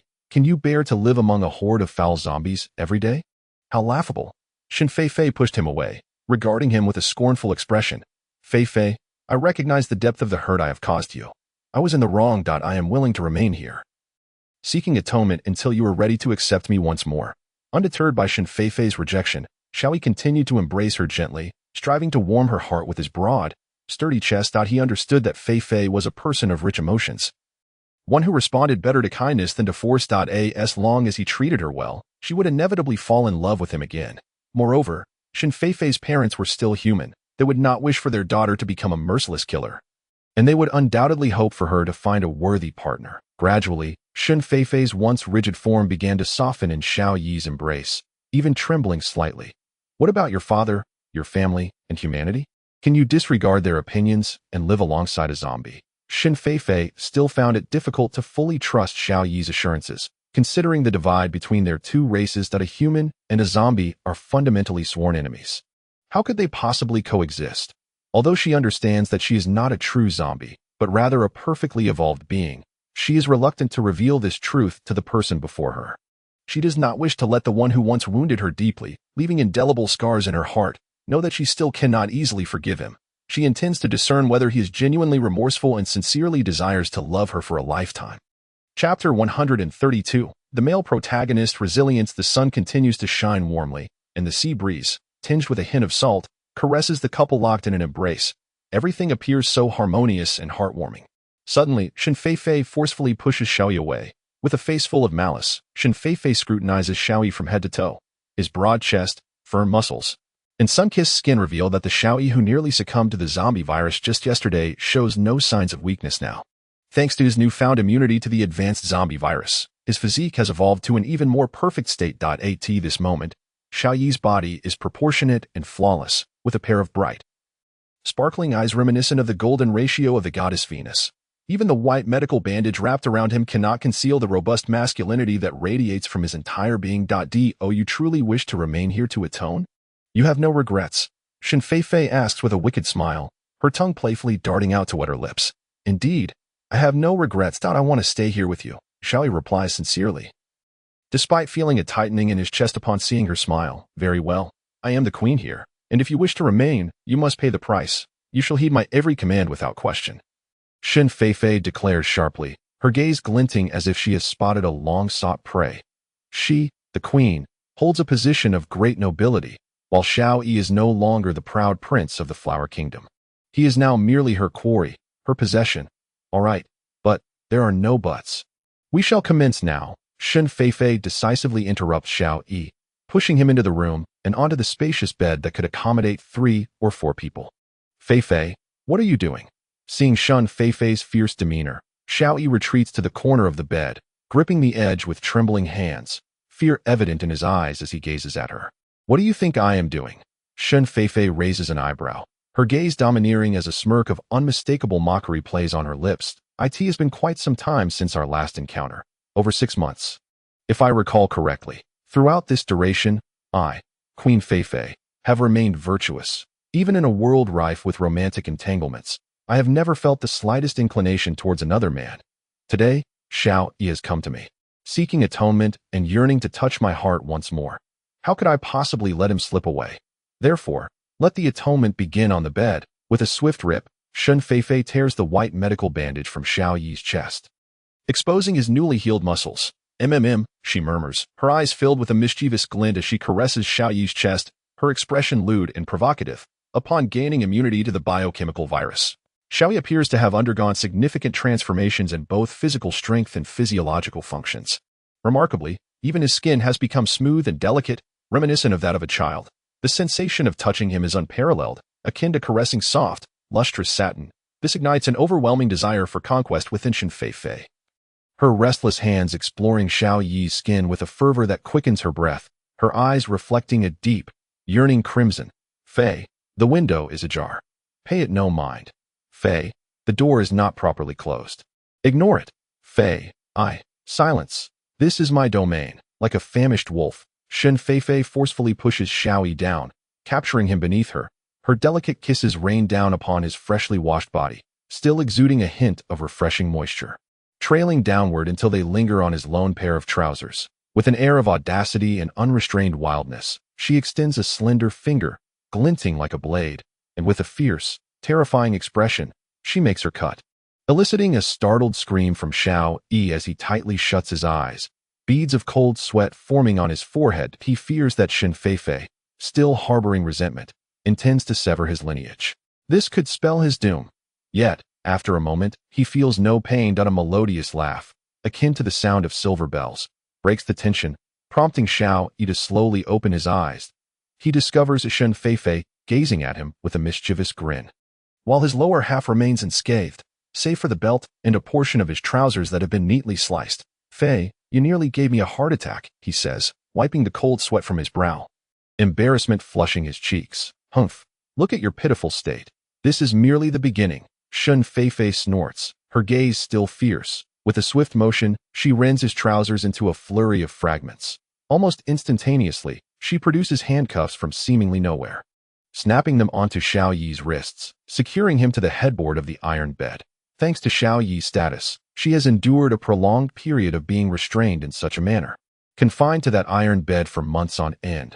Those days in the laboratory were excruciating, filled with despair and sorrow, leaving deep scars on her fragile psyche, especially since this perpetrator was none other than him.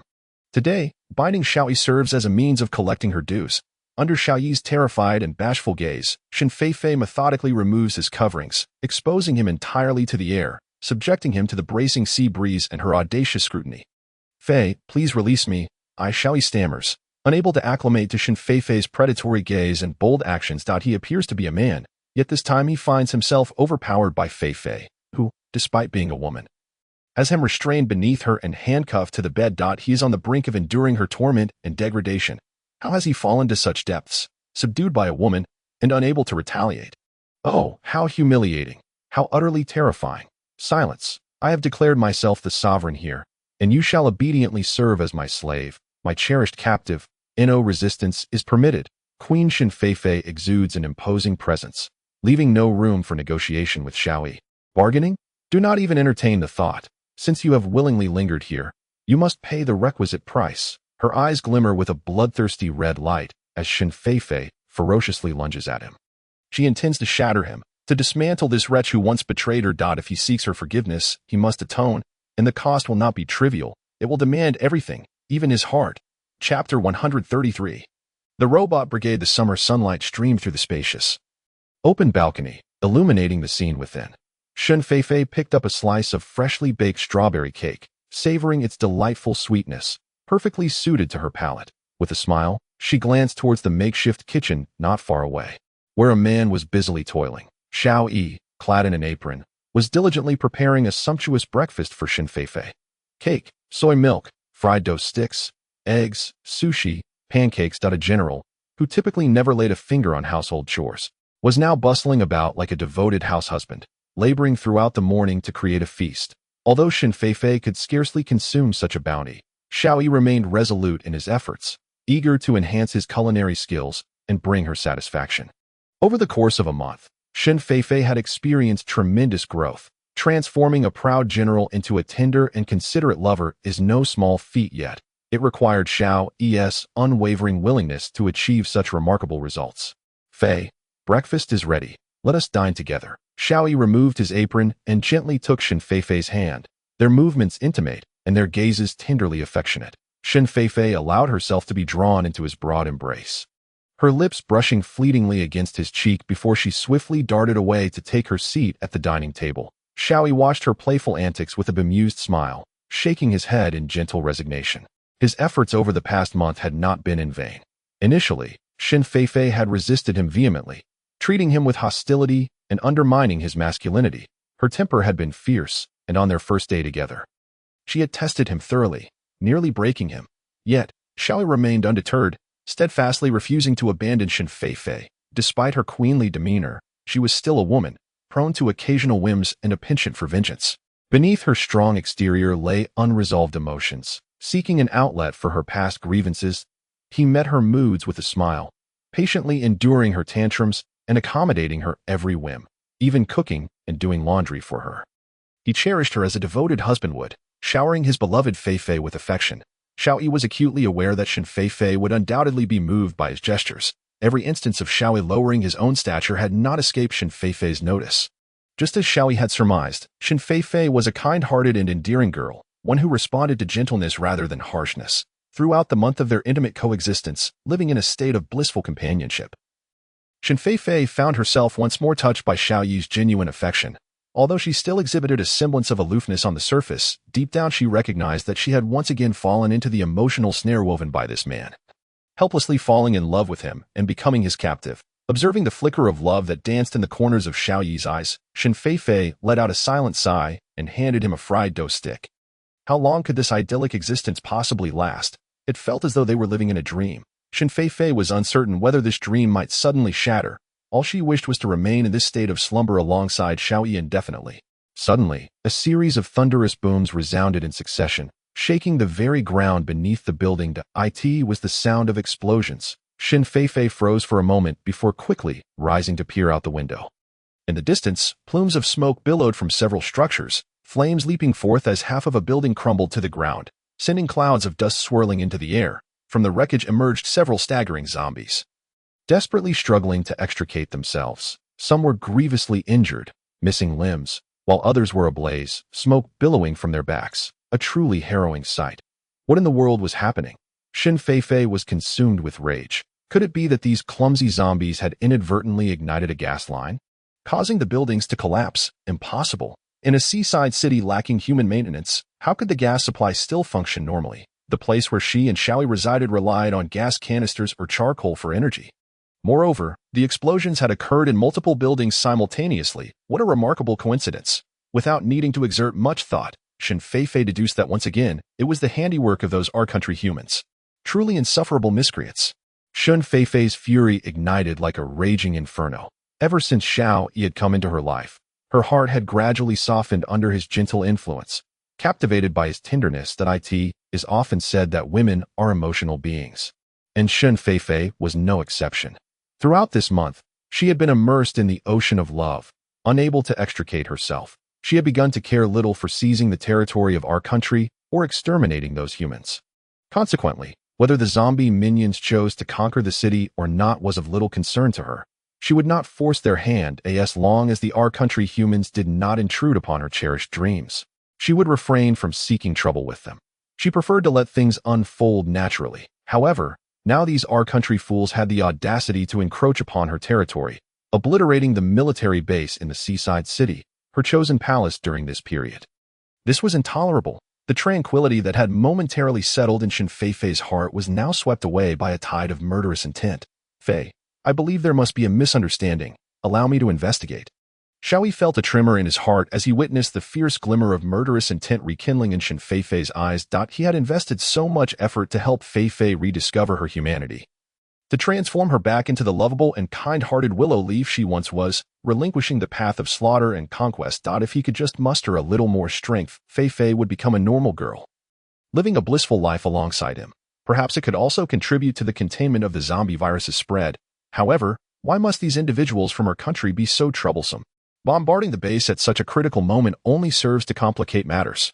You are not permitted to go anywhere. I shall. Shen Feifei's previously gentle gaze suddenly turned frigid, sweeping a glance at Xiao Yi before she leaped out of the villa, not far away, amidst the wails of the zombie minions. Another group of individuals emerged. Their movements appeared somewhat rigid, each wielding a heavy submachine gun, methodically targeting the approaching zombies, executing precise headshots one after another. The white armor adorning their bodies shimmered brilliantly under the summer sun, their heads concealed within hidden helmets. They relentlessly pressed their offensive against the zombies, systematically reaping their lives and expanding the combat zone, displaying no mercy or hesitation. Meanwhile, the ordinary zombies seemed to have encountered their nemesis. Although none faltered in their advance, they were evidently no match for these formidable beings. Even when they approached these individuals, they could not so much as scratch their armored exteriors, falling prey to them with alarming ease. It was the robotic battalion from our country that had arrived in the coastal base. A dozen robots clad in white combat armor, with bodies and heads forged from steel, appeared invulnerable as they galloped through the horde of zombies, mercilessly slaughtering Shen Feifei's minions. Although the zombies in the coastal city had emerged nearly 2 months prior, most remained in a primitive state, with few evolving to the first tier, let alone possessing any special abilities. Their combat prowess, while formidable compared to ordinary humans, proved futile against the unyielding robots. Faced with an adversary they could neither injure nor devour, they were left with no recourse but to confront the onslaught bravely.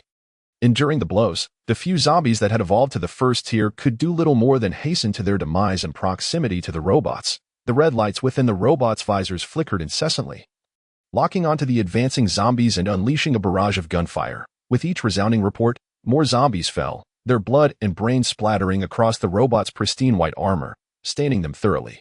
Suddenly, a piercing howl echoed through the air. The beleaguered zombies, sensing no hope of victory, swiftly altered their course and dispersed, creating a wide passageway. The robotic battalion, disrupted by the unexpected howl, ceased their firing. Beyond the passage, a woman with a human visage materialized before the robotic forces. The robots mechanically turned their heads in her direction, their visors flashing with red light in rapid succession. The woman, standing at 1.72 meters, exuded a chilling aura, her heartbeat slow, perhaps even absent. She was the zombie queen. The robots scanned the woman before them, their internal systems analyzing the situation. Identifying the target, they prepared to execute the pre-established combat protocols. The first option was to capture her alive. The second was to eliminate her. The robots readied themselves to carry out the meticulously devised plans that humanity had long anticipated. It seems that the individuals from her country have finally deemed it necessary to deploy their robotic battalion. Shen Feifei observed these mechanical heads with a cold smirk. She had long heard tales of our country's formidable robotic forces, renowned for their extraordinary combat capabilities and designed specifically for assault missions. Seemingly invincible, due to the rarity of advanced robots, the citizens of our nation typically treat them as precious treasures, only deploying them during critical moments. Shen Feifei had long been eager to understand this formidable unit. Yet despite the prolonged conflict with her nation, they remained reluctant to unleash their robotic forces. This reluctance underscores the immense value of the unit, now, with their zombie minions on the verge of capturing the entire third island. Their nation finally felt the sting of urgency, compelling them to deploy their robotic troops against Shinfei. It must be noted that these robots are crafted with remarkable precision and boast high technological sophistication. Just look at their sleek, shimmering white exteriors, gleaming under the sun. Their joints exhibit impressive flexibility. Although they cannot move with the fluidity of humans, their motions, albeit somewhat rigid, are capable of performing all human actions. Their overall appearance resembles oversized mechanical toys, playful and endearing, instantly captivating the remnants of Shun Feifei's childhood innocence. That, of course, this toy is also armed and poses a significant threat to the zombie minions. Yet, to Shun Feifei, all these threats seem trivial. Observing her unmoving stance, the robotic unit's visors flickered with red light. Target acquired, no resistance detected, no danger present. Initiating Protocol 1. With a series of mechanical clicks, the robots lowered their weapons and advanced towards Shun Feifei, encircling her swiftly. They raised their hands, crouching with their heads clasped. The robots emitted a voice that mimicked human tones, melodious and reminiscent of a skilled voice actor. Shun Feifei chuckled derisively. A machine is but a machine, forever incomparable to a human. Without any movement, she remained curious about the robot's next actions. One robotic soldier extended its steel hand, unceremoniously reaching for Shun Feifei's arm. The iron grasp, forged from high-strength steel, was formidable enough to crush a steel pipe. Just as it was about to make contact with her delicate arm, Shun Feifei raised an eyebrow, a wicked smile playing on her lips. Before the robot could comprehend the meaning of her expression, it slipped, its massive frame lunging forward uncontrollably. With a swift whoosh, it collided with its fellow units, toppling several of its kind. The clattering of metal echoed as the robots rolled on the ground. Eventually managing to right themselves, their once pristine white armor now soiled with dust, mud, and blood, the robots assessed the situation, target resisting, danger level elevated. Initiating Protocol 2. Those robots that had been knocked down experienced minor malfunctions due to the tremendous impact.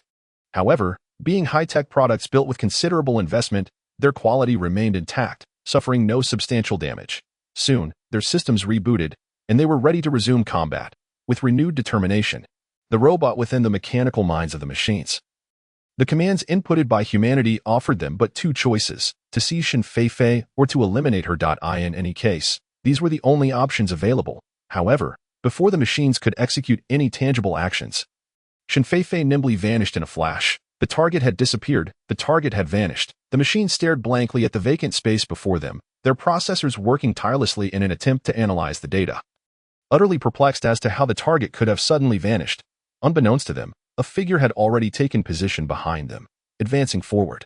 Shun Feifei extended her hand towards an inconspicuous red panel located on the spinal column of one of the robots. The movements of the robots were governed by computer programming, yet to prevent malfunctions or erratic behavior, humanity often equipped them with manual overrides, allowing for control in critical moments.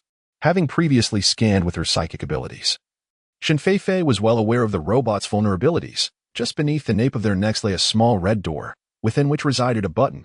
Pressing this button would halt all actions of the robot. Thus, Shun Feifei stealthily maneuvered to their rear, intent on activating the button. With swift precision, she opened the small red door and pressed the diminutive button. Then, she darted to another robot, repeating the process with equal speed.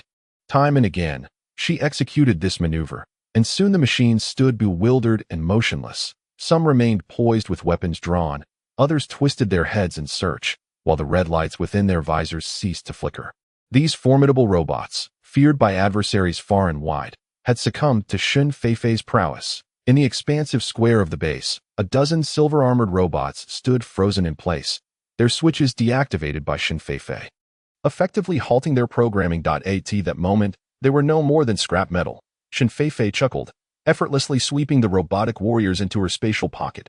Were the military officials of her country struck by an ass's kick, dispatching robotic forces against her, unaware that Queen Feifei possessed psychic abilities and was a military enthusiast? It was akin to gifting her treasures. Her laughter was infectious, her eyes squinting with delight. These delightful contraptions must be shown to Xiao Yi, who relished tinkering with such mechanical wonders. Moreover, she yearned to showcase her combat achievements to him. Like a jubilant child, she wished to share her newfound treasures with the one she cherished. With a buoyant stride, she made her way back to the villa, where Xiao Yi awaited her triumphant return. Behind her, the undying zombie minions busied themselves tidying the battlefield, restoring order to the base. Suddenly, Shen Feifei halted, gazing upward with widening eyes. Two aircraft hovered above. The first, a stealth plane adorned with the flag of our country. The second, a flower-emblazoned armed helicopter from the Flower Nation, buzzing overhead. Moments ago, Shen Feifei was preoccupied with squabbling with the mechanical minds, utterly oblivious to the events unfolding nearby or the distant hum of aircraft, and those belonging to the Huagua. Shen Feifei was perplexed, questioning why Huagua planes would be present in the air country. Could it be that they were here to retrieve Xiao Yi? The realization struck her. Xiao Yi was about to leave her. As this revelation dawned on her, a deafening roar erupted in her mind, leaving her dizzy and disoriented. She had been so consumed by the notion that the robotic ambush was aimed at her, failing to recognize that it was merely a diversion, their true objective being Xiao Yi's rescue. And Xiao Yi, Shen Feifei gazed at the figure ascending the rope ladder, striving to board the aircraft, her heart heavy with sorrow. It was indeed Xiao Yi, and he was making his way into the plane without a backward glance. His movement swift and decisive. Wasn't he supposed to stay with her for a lifetime? Hadn't he professed his everlasting love for her? Yet now, she observed him departing, his actions and speed devoid of any lingering sentiment for her or this place. He was deceiving her, once again. He had feigned affection merely to preserve his own life, professing love as a means of survival. He had manipulated her emotions, withholding even a parting word, turning his back and leaving. He did not love her. Shen Feifei felt as if she had awakened. Her idyllic dream finally shattered, that a wave of desolation washed over her, leaving her devoid of energy to pursue him as the aircraft, carrying Xiao Yi away, buzzed into the distance. Her reddened eyes began to glisten, tears blurring her vision. Moments later, as the plane dwindled into a mere speck in the sky, a few tears cascaded down her cheeks, falling softly to the ground. In these tumultuous times, perhaps a blissful love story could only be found within the confines of dreams. Shen Feifei sniffled, wiping her tears, and without even stepping back into the villa, turned away, leaving behind a month that felt like a dreamlike paradise. He did not love her. Why should she cling to such illusions? Yet, unbeknownst to her, a conspicuous note inscribed with Huagua characters lay upon a prominent table inside the villa. Signed by the hurriedly departed Xiao Yi, the note lingered, remaining until a gust of sea breeze swept it from the table, sending it fluttering beneath the coffee table. As Shen Feifei walked along the shore, wading through the shallow waters, her emotions spiraled into chaos, a surge of anger coiling tightly in her chest, threatening to erupt. She was indeed a fool blinded by the illusions of human love. How could she ever trust Xiao Yi again, the very man who had betrayed her? He was the heir of the Xiao family, an elite molded by generations of political lineage in Huagua. Cunning as a fox, with all decisions centered around family interests, how could he possibly forsake all his rights and honors for some trivial notion of love? How could he abandon the countless Huagua admirers who adored and cheered for him? All for her, a woman neither human nor ghost? With his status, what kind of woman could he not have? Why would he ever fixate on just one flower? Shen Feifei realized her naivety, time and again. She had been deceived by these heartless men. First, it was Luo Hao, and now Xiao Yi, who had tricked her not once, but twice. Shen Feifei came to a halt. The tears had long since dried, and a cold, bloody glint returned to her eyes. In order to facilitate the rescue operation for Xiao Yi, country are spared no expense, even deploying robotic troops. How splendid, truly splendid, since you deem Xiao Yi of Flower Country to be more significant than your own territory and compatriots, and have time to meddle in affairs that do not concern you, then Queen Feifei shall ensure that they feel the sting of pain and have their hearts plucked for her delight. Shen Feifei had wholly succumbed to hatred for the people of Country R, regarding them as accomplices in the abduction of her beloved. They must face severe retribution. Turning around, a long, piercing howl erupted from Shen Feifei's lips, soaring into the distance, reaching the coastal city, traversing the maritime city, and ultimately spreading across Haidong City. The once aimlessly wandering and half-heartedly pursuing minions, those zombies, instantly perked up upon hearing that howl, with eyes wide open. They raced toward the direction of Haidong City. Hiss, hiss, hiss, countless outstretched arms emerged from cities, villages, buildings, and every nook and cranny, converging into a torrent heading for Haidong City. Along the way, they flattened lawns, knocked over trees, and crushed cars. Millions upon millions of zombies surged forward in unison, their momentum akin to an all-consuming tidal wave, obliterating everything in their path. Unstoppable. Only a few hundred of the more advanced first-generation zombies flowed against the tide, encircling Shin Feifei at her feet, stretching their necks and gaping mouths, hissing in anticipation. Observing these still naive zombies, none of whom had yet evolved to first tier, Shin Feifei remained undeterred. Instead, with a flick of her wrist, a multitude of zombie cores appeared in her palm. The low-tier status of her minions posed no issue. She possessed ample supplies of Flower Country's zombie cores to facilitate their evolution. Their lack of intelligence was inconsequential. With her guidance as the zombie queen, enhancing their intellect would not be a challenge. The absence of abilities to combat the robotic forces of Country was irrelevant. She would bestow them with powers. Shin Feifei's hands trembled as she accurately tossed the cores into the waiting mouths of the eager zombies below. With these evolved zombies, combined with the billions of undead, even the might of Country's robotic army would falter in defending Haidong City, the sanctuary of humanity. Chapter 136, Survivor Xiaoqiang. The fierce winds howled through the heights of the buildings, tousling hair and swirling in the air. Shin Feifei perched on the railing of the tallest edifice in Haibian City, her feet casually dangling over the edge, leisurely surveying her kingdom. Just as Shin Feifei had anticipated, these zombie minions proved to be quite formidable. When the billions of zombies descended upon the military quarantine of Haidong City, the soldiers of Country were rendered utterly dumbfounded. For an entire month, these zombies had refrained from launching any attacks against them. Their taut nerves had finally begun to relax, only to be suddenly inundated by a tide of undead. Billions of zombies were not merely a few dozen or a few thousand. A mere glance revealed an endless sea of dark forms. Furthermore, they bore sharp fangs and claws, poised to rend humanity to shreds at any moment. Without hesitation, when the human army discovered the imminent arrival of hordes of zombies, they promptly dispatched robotic troops to the front lines to resist the onslaught. However, those once invincible and formidable robotic battalions found themselves ensnared, as if trapped in a mire. Their strength rendered futile and soon unable to extricate themselves. Despite their weapons being razor-sharp and their steel limbs robust, they were overwhelmed by the sheer mass of billions of zombies. Within mere minutes, their armaments fell silent, toppled by the relentless tide of the undead, crushed beneath stinking feet, and trampled under countless prints, ultimately leading to a catastrophic short circuit of their systems. The unstoppable wave of zombies rendered the several hundred robotic legions utterly ineffective against their frenzied assault. The zombies surged over the heads of the machines, breaching the barbed wire barricades with astonishing ease. In mere moments, those barriers were pushed aside, allowing the undead to rampage through Haidong City. Soldiers wielding weapons were devoured. Armored vehicles armed with cannons were overturned, and fleeing humans were pounced upon and torn asunder. In the wake of the zombie horde, not a blade of grass remained.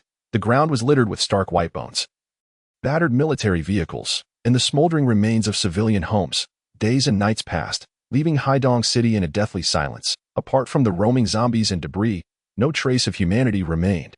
This battle marked the most devastating defeat for the human race in the history of the Ur Nation. Previously, even when cities or villages on the first island were overrun, a few survivors would remain. Yet this time, Haidong City was devoid of any living soul. Not even a cat or dog was spared. It had irrevocably transformed into a ghost town. The military of the Ur Nation found no one to escape this calamity. They were all annihilated. Now, the entirety of the first island lay under the dominion of the zombie queen, Shin Feifei. Beyond lay a broad sea trench, beyond which lay the second island of the Ur Nation. Upon hearing that the entire first island had been seized by her zombie minions and the military of the Ur Nation had been utterly vanquished, Shin Feifei felt a sense of relief. The emptiness stemming from her recent heartbreak was gradually filled with exhilaration that at last she had exacted her revenge. Those Ur Nation denizens had always been oblivious, buzzing around her like bothersome flies, and their audacity in abducting Xiao Yi was truly deserving of punishment. Were it not for the wide trench obstructing their path, she would have commanded her foolish zombie minions, who could neither swim nor sail, to invade the second island and capture the emperor of the Ur Nation for a proper humiliation. However, with such a vast trench in between, her zombie minions could not cross. What to do? Shin Feifei felt a twinge of concern. She could not personally ferry each of the zombies across to the other side. Furthermore, the Ur Nation had stationed numerous warships and gunboats on the opposite side, poised to eliminate the non-swimming zombies. Perhaps it would be wise to pause and devise a more effective strategy before assaulting the second island. After all, the surrounding seas were expansive, and other nations were grappling with their own biochemical crises. The Our Nation denizens would find no sanctuary elsewhere. Sooner or later, they would all become prey for her, the zombie queen, Feifei. With her furrowed brow easing, Shun Feifei's spirits lifted significantly to that moment, perched high above to admire the scenery. She suddenly tilted her head, her right ear twitching as if straining to catch a distant sound. It seemed there were human voices emanating from within the nearby building. I in the coastal city. It has been quite some time since the outbreak of the biochemical crisis, yet astonishingly, there still exist survivors. Shin Feifei suddenly broke into a joyous laugh, her curiosity piqued by the thought of those resilient individuals who, like indomitable cockroaches, have managed to endure in a sea of corpses, surviving in such dire conditions devoid of water and electricity. She felt compelled to witness for herself how these tenacious humans have managed to cling to life. With a swift motion, she vanished from her spot. Xiaochang, hurry up and grab what you can. Don't wait until the zombies come chasing after us. A middle-aged man clad in coarse gray fabric held a steel pipe, his eyes darting vigilantly outside as he urged his companion. All right. No need to rush. It's not every day we find fewer zombies. We must take more while we can. We're on the brink of starvation here. The man named Xiaochang hurriedly stuffed food into a large canvas bag, muttering to himself. These survivors shared a common trait. Their hair was unkempt and had not been washed in ages, standing in disheveled tufts atop their heads. Their skin was gaunt and sallow, with sunken eyes that betrayed long-term malnutrition. The coastal city had been overrun by zombies for 2 months now, with the streets teeming with the undead. Even those survivors who had once stocked provisions at home had long since depleted their supplies. They would only venture out to the supermarket when the streets appeared less infested, sneaking out to scavenge whatever they could to stave off hunger. Today, however, they felt a rare sense of safety, free from the looming threat of zombies, and thus were determined to gather as much food as possible. If the zombies were to return and seal off the streets again, they would surely regret not seizing this opportunity. The man named Xiaochang, his head down, frantically rummaged through the shelves for instant noodles, canned goods, sausages, energy-rich chocolate, and what was that? Oh, a face. Suddenly, the engrossed Xiaochang realized something was amiss. His outstretched hand withdrew swiftly. Z zombie, he stammered, trembling as he pointed towards a face lurking behind the shelf, stepping back in terror and colliding with the counter behind him. Where is the zombie? Where? The middle-aged man, startled by the commotion, raised his steel pipe defensively, his eyes wide with fear as he gazed towards the back of the shelf. They had frequented this supermarket several times, having dispatched the zombies that once inhabited it. Moreover, just days prior, nearly all the zombies in the city had vanished. How could a new one have suddenly appeared in this store? Amidst the chaotic jumble of merchandise behind the shelves, a delicate, pallid female face emerged. The middle-aged man and Xiaochang screamed in fright, nervously brandishing the steel pipe at the visage, unsure of how to proceed.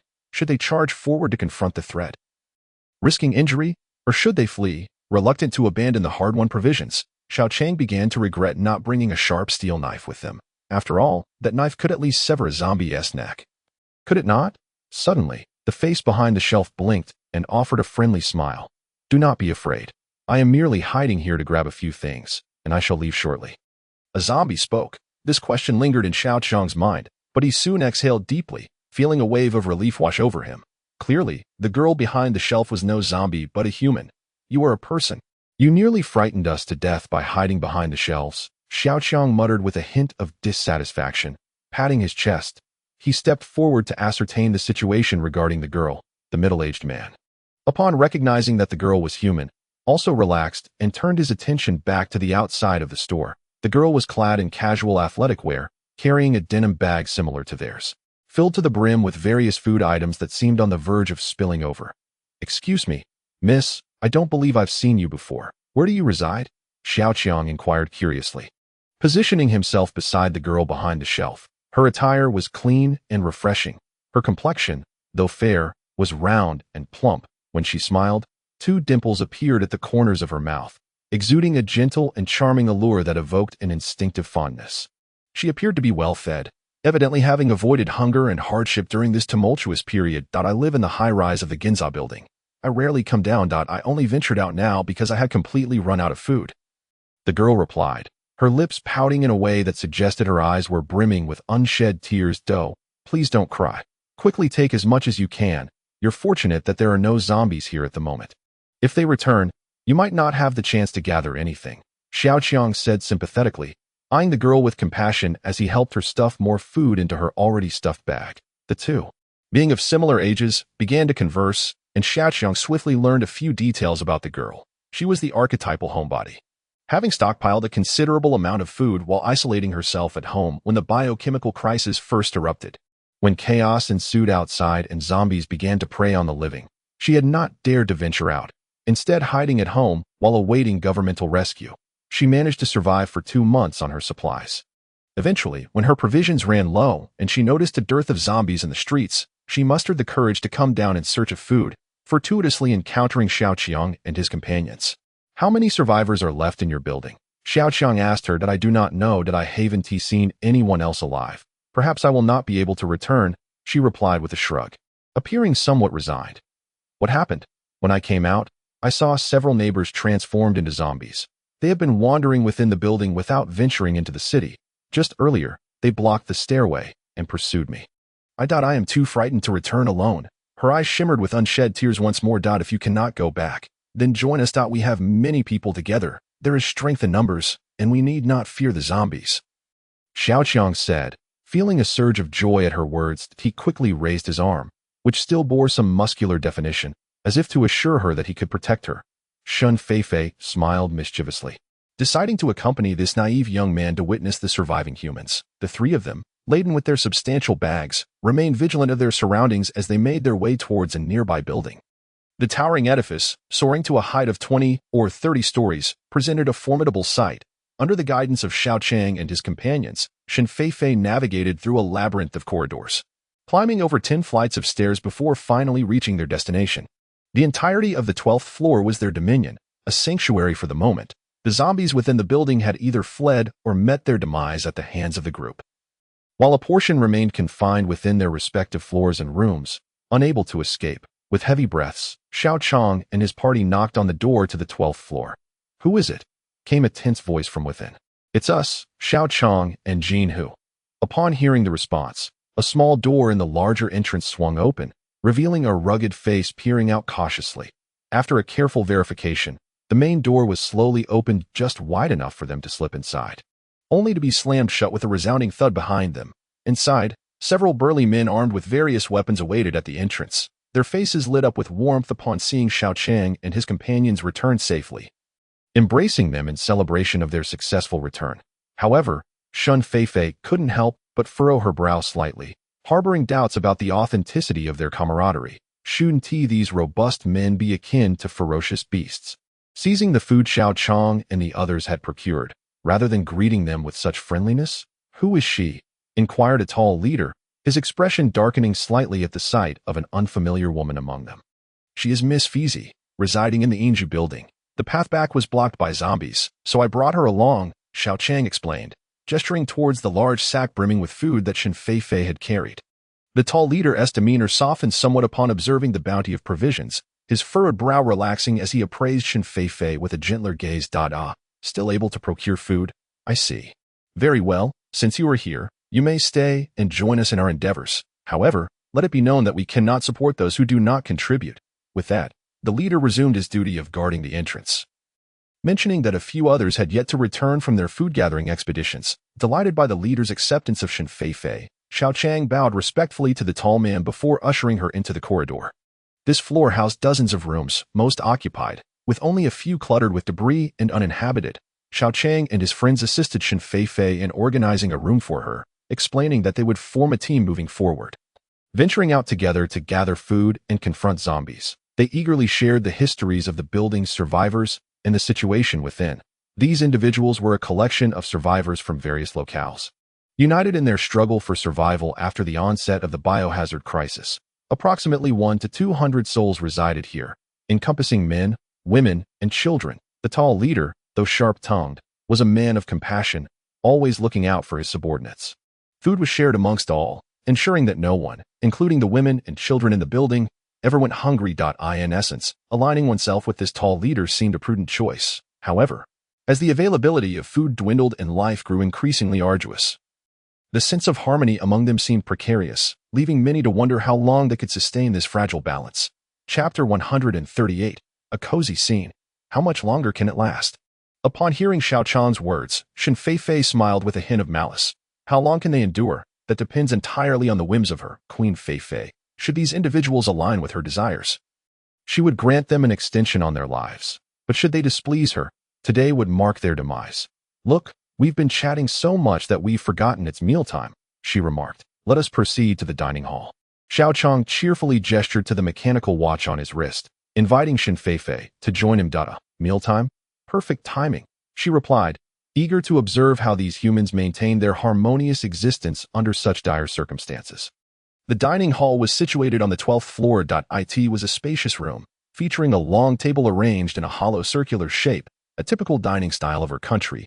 People of all ages, numbering 1 to 200, gathered around the circular table, with a few designated to distribute the food. The meal consisted of a large pot of rice porridge and several sausages. Though the provisions were limited, everyone received their share, including the very young children and the elderly. There was no contention, nor were there excessive demands. The atmosphere was one of harmony and warmth. Even the tall elder received no special treatment amidst the meager offerings. While the food may not suffice to satiate fully, it was enough to stave off hunger. Observing our countrymen partaking in their meal with such earnestness and tranquility, Shen Feifei wiped her eyes. Finding it hard to believe the reality before her, these individuals appeared so composed. Was it not the case that a biohazard crisis had erupted outside, with flesh-eating zombies lurking, given the scarcity of edible provisions? Should these humans not be fighting amongst themselves, squabbling for resources, and scheming against one another? And what of that tall elder, the leader of a group of 1 to 200? Why did he lack the domineering presence and ruthlessness typical of a gang leader? Should he not hoard the meat for himself, leaving his subordinates to subsist on the remaining porridge? Indeed, he resembled the merciless Mo Long from Hua country. Were not cruel and despicable humans supposed to behave in this manner? Xiao Chang, is that elder a relative of the leader? Shen Feifei inquired, nudging Xiao Chang, who was busy drinking porridge. No, the leader's family has perished. The elder is one of the original survivors of this building. And that 4 or 5-year-old child? We found him outside. Xiao Chang continued to sip his porridge, oblivious to any unnatural expressions on Shen Feifei's face. Picked up, devoid of family connections, these individuals were essentially freeloaders. Yet the leader was willing to take them in. How altruistic, indeed. Beyond mere saintliness, she mused that in chaotic times, those who embody altruism often meet the swiftest demise. This is a truth universally acknowledged. Many would choose selfishness in the face of calamity, for survival often necessitates such self-serving behavior. However, those who maintain their benevolence in times of crisis command a certain respect and admiration, even if others do not emulate their saintly nature. Shen Feifei blinked, feigning to sip her porridge while formulating new thoughts on evaluating these individuals. For now, there was still food available, and life persisted. If there were no food to consume, would these individuals still be able to share such tranquil meals together and coexist harmoniously? Their inherent human flaws would inevitably surface. Shen Feifei settled in, either venturing with Xiao Chang and the others to forage for sustenance or engaging in casual conversations with these survivor humans, seemingly leading a joyful existence. However, as time progressed, these survivors discovered that food was becoming increasingly elusive. That a supermarket that had been brimming with provisions just the day before was inexplicably emptied overnight, as if it had been stripped bare in one fell swoop. Moreover, it was not long before every supermarket in the vicinity of the building was devoid of any edibles. Times, after scouring several streets, not a single grain of rice or bottle of water could be found. The stockpile of food dwindled dramatically. Previously, each person could enjoy 2 meals a day, barely satisfying 5 or 6/10 of their hunger. But now managing even 1 meal a day was a fortunate occurrence, with only a few grains of rice floating in a meager broth. To compound matters, the zombies that had ventured outside the city days prior were now reappearing in droves, meandering through the streets and lunging at any humans they encountered to bite and devour. It was evident that they had evolved, exhibiting significantly greater strength and speed. Despair and gloom swiftly spread among the survivors. Their spirits visibly diminished, and the atmosphere turned grim. Their complexions grew gaunter and darker. Each time food came into view, eyes glinted with a ravenous hunger, as if they longed to pounce upon it and tear into it like zombies. Finally, during one meal, a man who typically took the responsibility of foraging for food could no longer endure the sight of the few grains of rice floating in his bowl of soup. With veins bulging at his neck, he erupted in frustration, slamming his hand on the table and rising to his feet. We risk our lives every day searching for food, yet we are forced to share the same meager fare as those elderly and children who remain idle at home. Is that fair? We need more provisions. These freeloaders should be cast out. Yes, it is easy for us that we toil tirelessly for sustenance only to support a host of idlers. Why not eliminate these individuals and feast upon their flesh to replenish our strength? Another individual, driven by hunger, went so far as to suggest cannibalism. Many others who had ventured out in search of food began to echo this sentiment, and chaos erupted in the dining hall. The elderly and children huddled together in fear, weeping uncontrollably. A few frail women also cowered in a corner, trembling, for they too were too afraid to seek food, having relied on others for their meals. Of course, there were those who refused to entertain such notions, steadfast in their resolve to protect these vulnerable individuals. The two factions clashed in an increasingly tumultuous scene. Shen Feifei narrowed her eyes. Observing the unfolding chaos with a cold detachment, true emotions reveal themselves in times of crisis. As anticipated, the malevolent nature of these humans was swiftly laid bare. Just days without food, and some were already suggesting the consumption of human flesh. Shen Feifei felt a twinge of schadenfreude, relishing the sight of these humans turning against one another. After all, it was in their very nature. This was merely the first test. More brutal challenges awaited them. Enough of the bickering. Listen to me. The tall leader, who had remained silent until now, rose and sternly admonished his subordinates. This hardship is temporary. Endure for a little while longer, and it shall pass at worst. We can desperately relocate, moving to the countryside where, regardless of the circumstances, we are still close to the sea, with fish available year-round, along with wild vegetables. There will always be something to eat. Yet, we cannot resort to cannibalism. There are brethren. If we consume our own kind, would we not be indistinguishable from the zombies outside? The leader, his countenance grave, articulated his reasoning with conviction. Leaving this place is feasible, but we cannot bring them along. They would merely be a burden wherever they go. The majority acquiesced to the tall leader's suggestion, yet the individual who had proposed cannibalism remained obstinate. In the dining hall, as the man called for cannibalism. Several others echoed his sentiment, asserting their unwillingness to take along the elderly, children, and a few women to the countryside. The people in the dining hall split into two factions, engaged in a relentless dispute. Each side unwilling to yield. The leader, lacking in authority and presence even in ordinary times, found himself unable to quell the uproar, becoming ensnared in the chaos, his brow furrowed in contemplation. Unbeknownst to them, outside the building, a commotion began to unfold as numerous zombies gathered, with some particularly robust ones starting to ascend the building. Thud, thud, thud. The entrance to the 12th floor was being forcefully pushed from the outside. The sound of the incessant banging grew louder as a formidable force began to warp the iron door's latch, exposing the rebar from the structure's interior, which slowly began to crumble. Who was pounding on the door? Who was pounding on the door? The noise from the zombies finally roused the bickering crowd, who paused in astonishment, straining their ears to discern the source of the disturbance. The streets were swarming with zombies, and the humans had to venture out for food with utmost caution, speaking in hushed tones to avoid attracting the attention of the undead. Such an audacious banging on the door could only be the work of zombies. Zombies. The realization struck one individual, prompting an outcry. Others stood frozen in disbelief. It is indeed zombies. Our raucous clamor has drawn them in. Oh dear, what shall we do? The survivors found themselves in a flurry of panic. Normally, venturing out for food posed a grave danger, yet returning to the building offered a semblance of safety. Now, however, with zombies attacking, they faced the prospect of becoming homeless. Fear was etched on the faces of the survivors, and uncertainty gripped them. Run! A voice cried out, and immediately, chaos ensued as the survivors began to scatter. Some brandished weapons, while others dashed to their rooms to grab their belongings, and a few even resorted to gulping down rice from pots. Their hunger overwhelming their sense of urgency. In that moment, adults were disoriented, and children wept. A cacophony of life, thrown into disarray. Not panic. At this critical juncture, the tall leader's commanding shout cut through the clamor. Restoring a semblance of order, the people turned their gazes to him. Follow my lead. Those capable of fighting, arm yourselves and fend off the zombies. The elderly, children, and women should retreat to the rear in an orderly fashion to other floors. Upon hearing the leader's insistence on not abandoning the elderly and children, some murmured their dissent, yet the thought of facing the zombies alone compelled them to reluctantly align with the group's actions.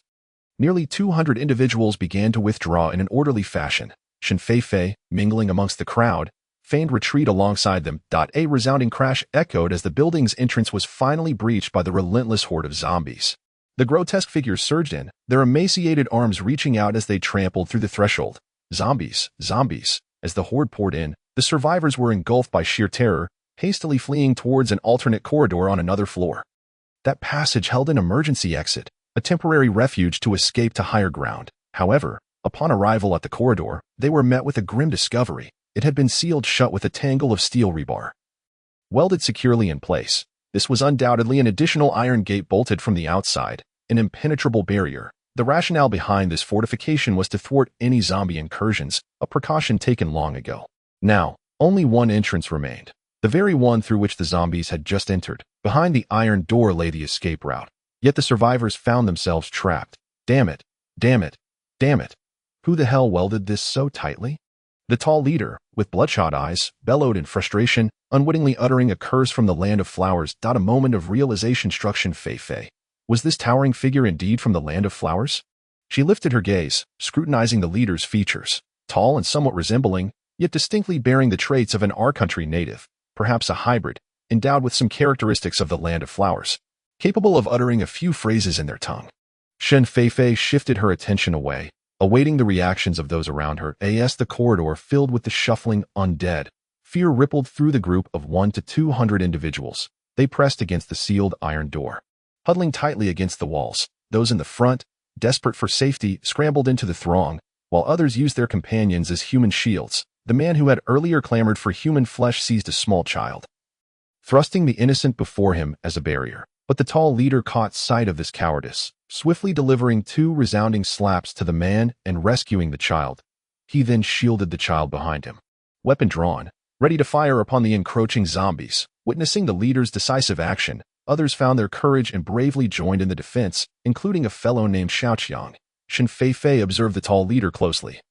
Though his demeanor was somewhat timid, his ability to remain composed in the face of danger and protect his compatriots was a rare quality indeed, a true hero with genuine courage. As thoughts swirled in her mind, Shen Feifei began to formulate a plan. Bullets whizzed through the air, striking the zombies with a chaotic splatter, yet these returning zombies were evidently different from their predecessors. Strangely, they bore iron plates affixed to their arms, using these as shields to protect their heads when the shooting commenced. Aside from a few unfortunate lower-tier zombies that met their demise, those with the iron armors sustained not a scratch. As the ravenous horde advanced, drooling with a foul stench, the survivors screamed in terror, their bodies trembling as they pressed together, nearly merging into a single mass of flesh. The trembling teeth of a survivor were situated beside Shen Feifei. Suddenly, Shen Feifei felt hands reaching out, grabbing her clothing and pushing her outward. Looking down, she realized it was the very individual who had just been clamoring for human flesh, his lecherous hand extended toward her. His intention was to thrust Shen Feifei forward as a shield against the approaching zombies, thereby safeguarding himself. How despicable! Infuriated, Shen Feifei seized the outstretched hand and twisted it with all her might. With a resounding crack, the man's arms were contorted into a grotesque twist, flesh and bone laid bare, crimson blood gushing forth with abandon. Anyone daring to claw at the Queen Feifei would face a reckoning.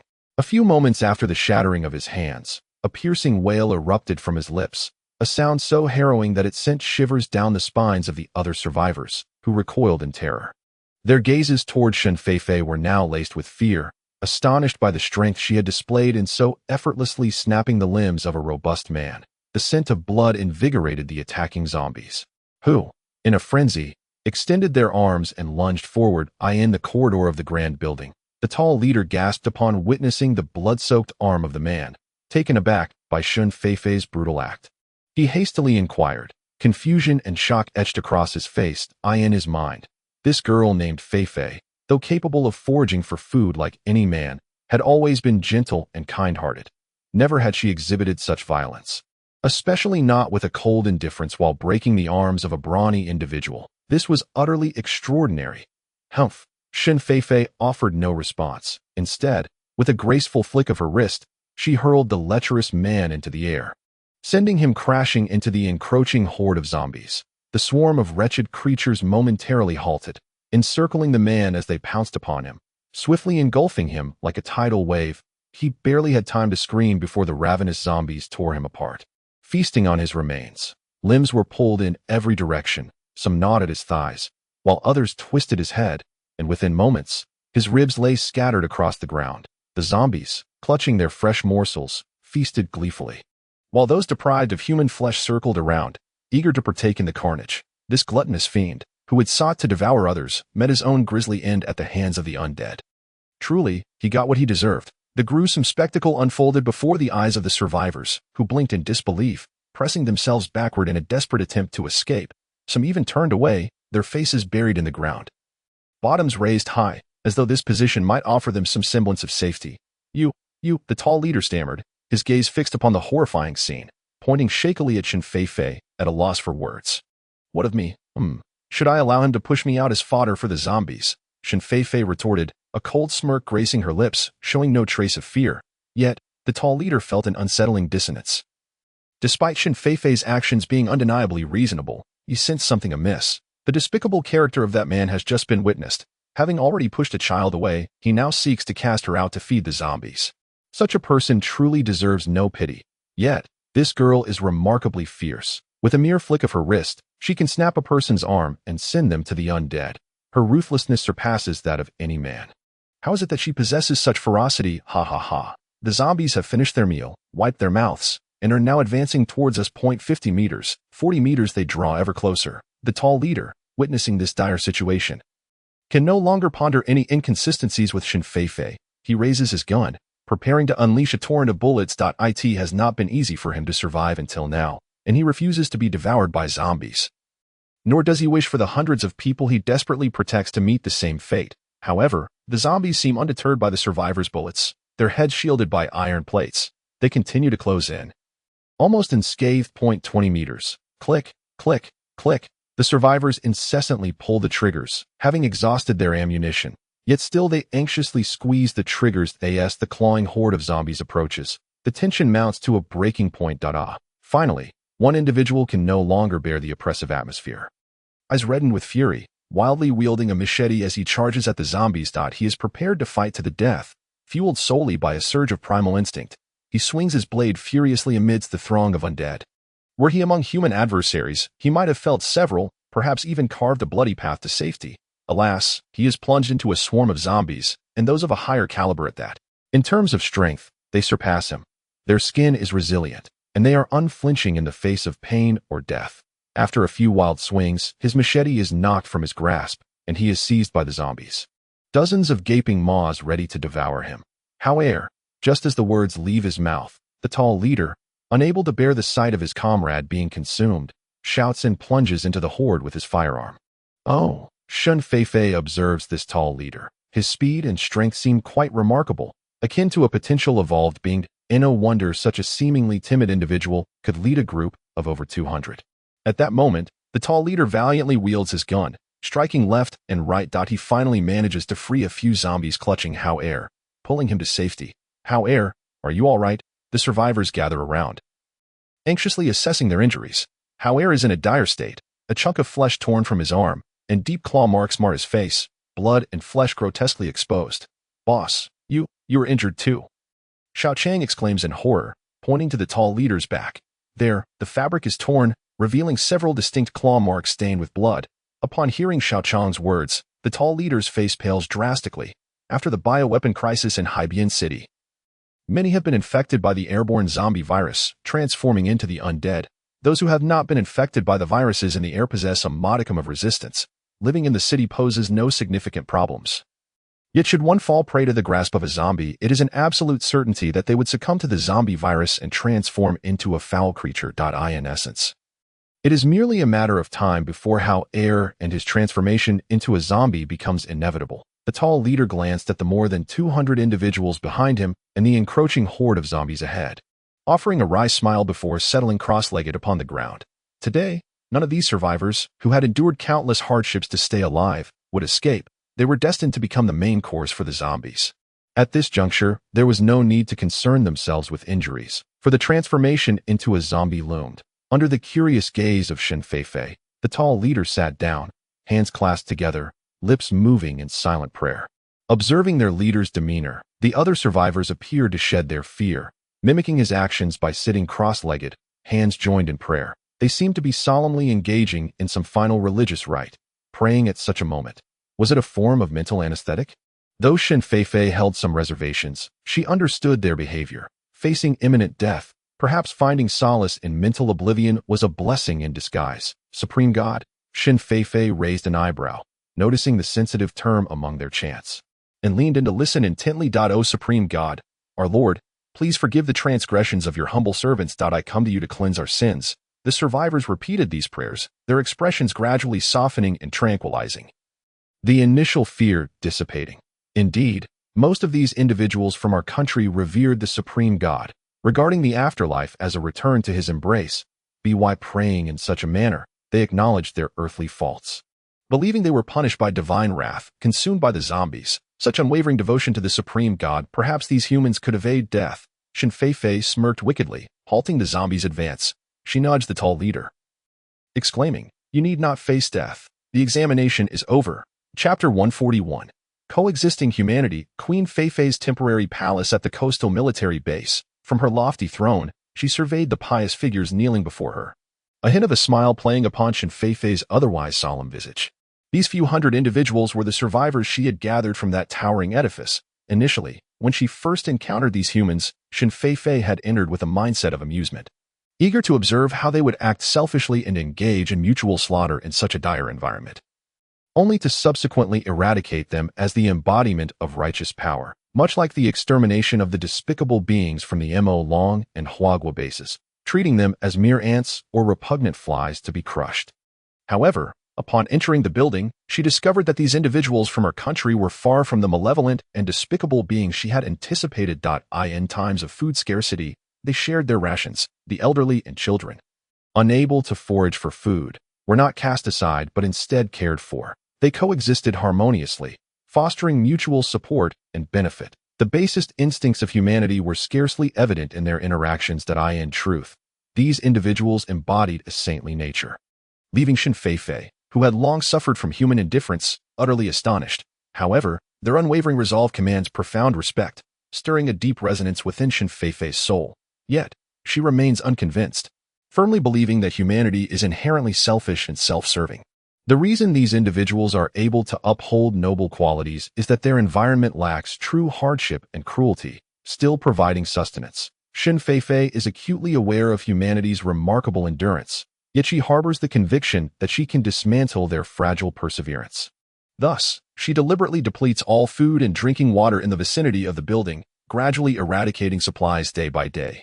Her intention is to methodically erode their willpower, simmering them under a slow fire, forcing them to reveal their inner contradictions and turn against one another. As anticipated, these individuals are not a unified front. Ultimately, someone succumbs to the torment of hunger and proposes the horrific theory of cannibalism. Witnessing this scene, Shin Feifei feels a surge of pride, believing her objective has been achieved, and summons her zombie minions to annihilate these insignificant, morally corrupt humans. However, as the battle unfolds, she discovers that, apart from a few weak-willed individuals who would resort to cannibalism, the rest steadfastly refuse to sacrifice their own, facing death with solidarity and compassion. This genuine camaraderie touches Shin Feifei, leaving her hesitant to act against them. Shin Feifei's disdain for humanity stems from their selfishness, love for internal strife, and their despicable cunning. Each time they cross a line, committing acts she finds intolerable, her hatred intensifies. Yet, these individuals, though small and self-serving, largely retain the essence of human kindness. In such dire circumstances, their unwillingness to abandon their kin and their unwavering dedication evoke a profound sense of admiration in Shin Feifei. Furthermore, their adulation for that so-called deity, whom they claim to serve faithfully, bears an inseparable connection to Shin Feifei's future plans.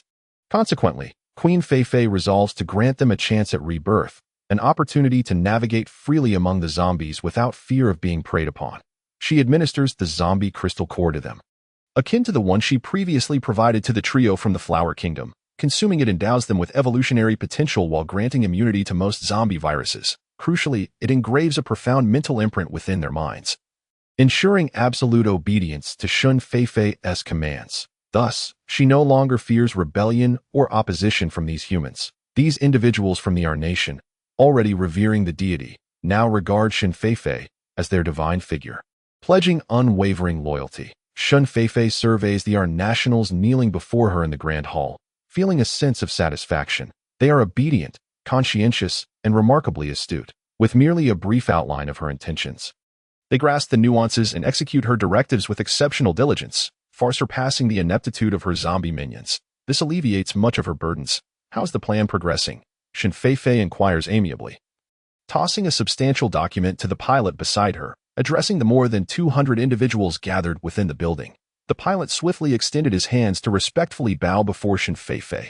This pilot was the earliest evolved human in the palace, unafraid of zombies, and had now been promoted by Shen Feifei to the esteemed position of Grand Minister, overseeing all court affairs. Your Majesty, we have prepared numerous vehicles and communication devices, ready to embark on our mission at a moment's notice. The tall leader stood tall and spirited, his complexion flushed and voice resonant.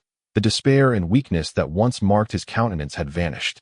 Ever since he consumed the divine elixir bestowed by the sovereign, he had truly become a speed-evolved human, his physical prowess improving daily. No longer did he need to fear the onslaught of zombies, nor live in constant trepidation. He could eat his fill, dress warmly, and protect his compatriots from harm. To be a close servant of the revered sovereign, whom he had long admired, felt like an immense stroke of fortune. How few in this world have the opportunity for such proximity to divinity.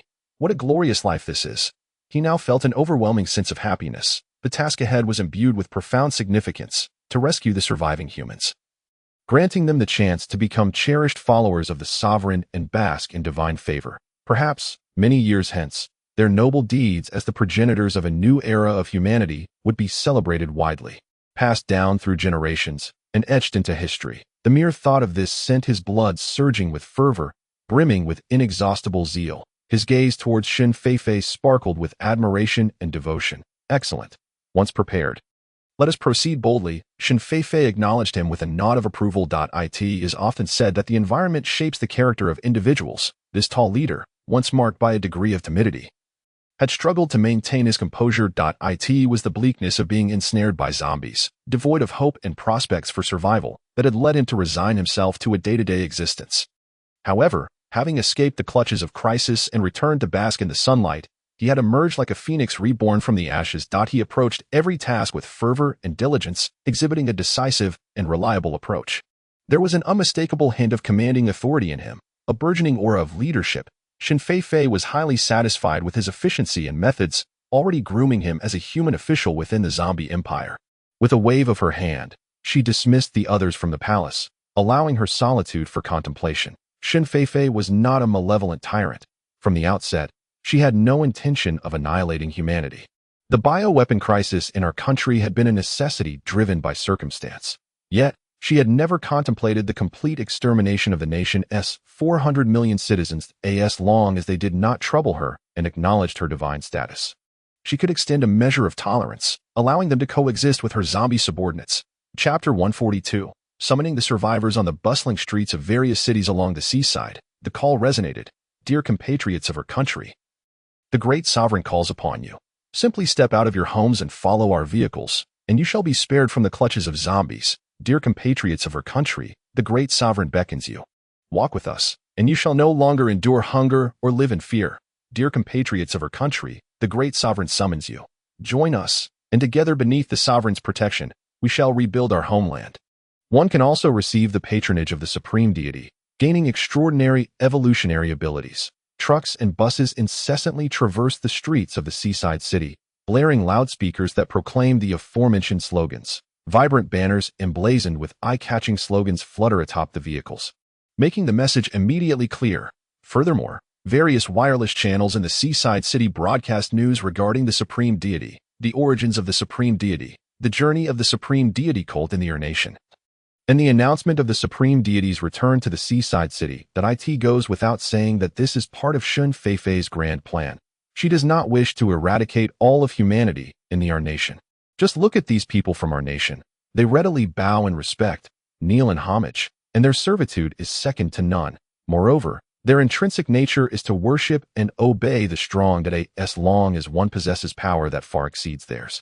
They will treat you as their own progenitor, regardless of how outrageous your demands may be. They will unfailingly adhere to your wishes. Deep down, they regard you as their most esteemed master. Such a populace makes for the most obedient of slaves. Hence, the indolent Shin Feifei decided to retain a portion of humanity to command. Additionally, her parents are still human. Sooner or later, Shin Feifei intends to bring her father and mother together for a family reunion. It would be a grave injustice to confine her elderly parents amidst the stench of a horde of zombies. If there were humans to care for her parents, the situation would undoubtedly improve. Thus, the nefarious Shin Feifei, seizing the opportunity presented by the chaotic spiritual beliefs of the nation, successfully fashioned herself into the supreme deity. This method appears to be remarkably effective. Observe that her nation pilot, now the grand steward of the court, and the hundreds of humans under the tall leader. Do they not sincerely refer to her as Your Majesty, the supreme deity? This admiration is not merely superficial, but resonates deeply within their hearts. To conquer the nation, one must not only defeat them militarily and physically, but also shatter their spirits and control them psychologically. Generations must willingly submit to the feet of Shin Feifei. Embracing their roles as slaves, under the guidance of the loyal tall leader, the newly established propaganda agency in the seaside city is remarkably efficient, with over 200 recruited humans functioning like well-oiled machines. Brimming with enthusiasm. Each day, they venture forth at dawn to disseminate their message, returning late into the night, undeterred by wind or rain. With Shin Feifei's stringent directives, her zombie minions have recently adopted a vegetarian diet. They no longer charge at survivors with the intent to bite. Instead, they merely bare their teeth and extend their claws, amiably ushering survivors from their homes into the streets. This method of wielding both the carrot and the stick has proven highly effective. Within just a few days, numerous survivors have emerged from various shelters, congregating behind the propaganda vehicles at the seaside military base. Observing the throng of kneeling survivors at the base, Shin Feifei, perched upon her lofty throne, nodded approvingly at the tall leader. This achievement is commendable. In merely 1 week's time, nearly 10,000 humans have pledged allegiance, honoring Shin Feifei as the supreme deity. To comprehend the situation in Haibian City, which boasts a population of 3 million, one must consider that, excluding those who have fled, those who have met a grim fate, and those transformed into zombies, the number of survivors is likely to be less than 1/10. Furthermore, given the months of hunger and deprivation, it would be quite remarkable if merely 30 to 50,000 individuals managed to survive. Currently, at least 1/3 of this number has already been gathered and pacified by Shin Feifei. Nonetheless, these individuals appear insufficient to uphold the vibrant prosperity of a city. A portion of them should be selected to join the propaganda team. You shall have 3 days to rally your compatriots. Should they remain reluctant to emerge once the 3 days have elapsed, then they shall face ruthless extermination. With a stern countenance, Shin Feifei reiterated her orders to the tall leader, having granted these humans from the nation a second chance at survival. If they choose to be ungrateful and resist to the bitter end, then she, Queen Feifei, would no longer concern herself with their fates. Let them perish. Indeed, such tasks are most favored by her zombie minions.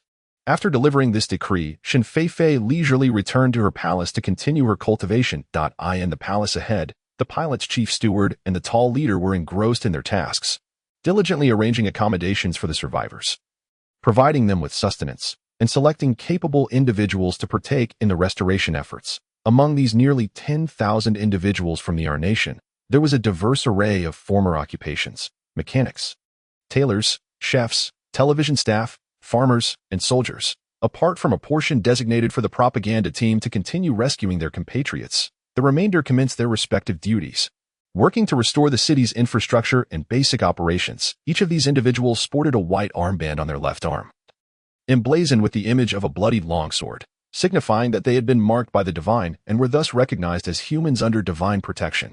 They could freely traverse the streets and corners of Haibian City without the fear of being devoured by zombies. For this emblem bore Shin Feifei's essence, ensuring that her zombie minions would not disturb or harm these individuals. Of course, should any of these humans choose to attack them, they would be met with no mercy.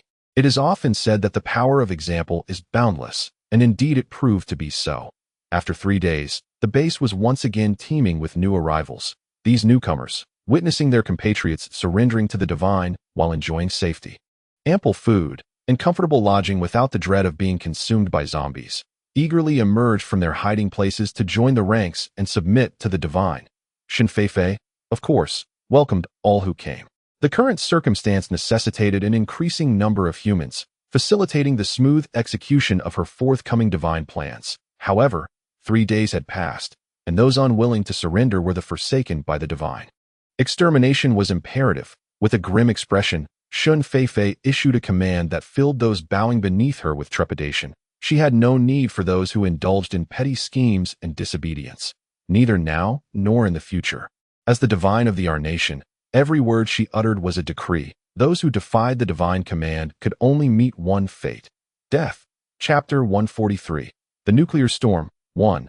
The Imperial Palace of the Our Nation.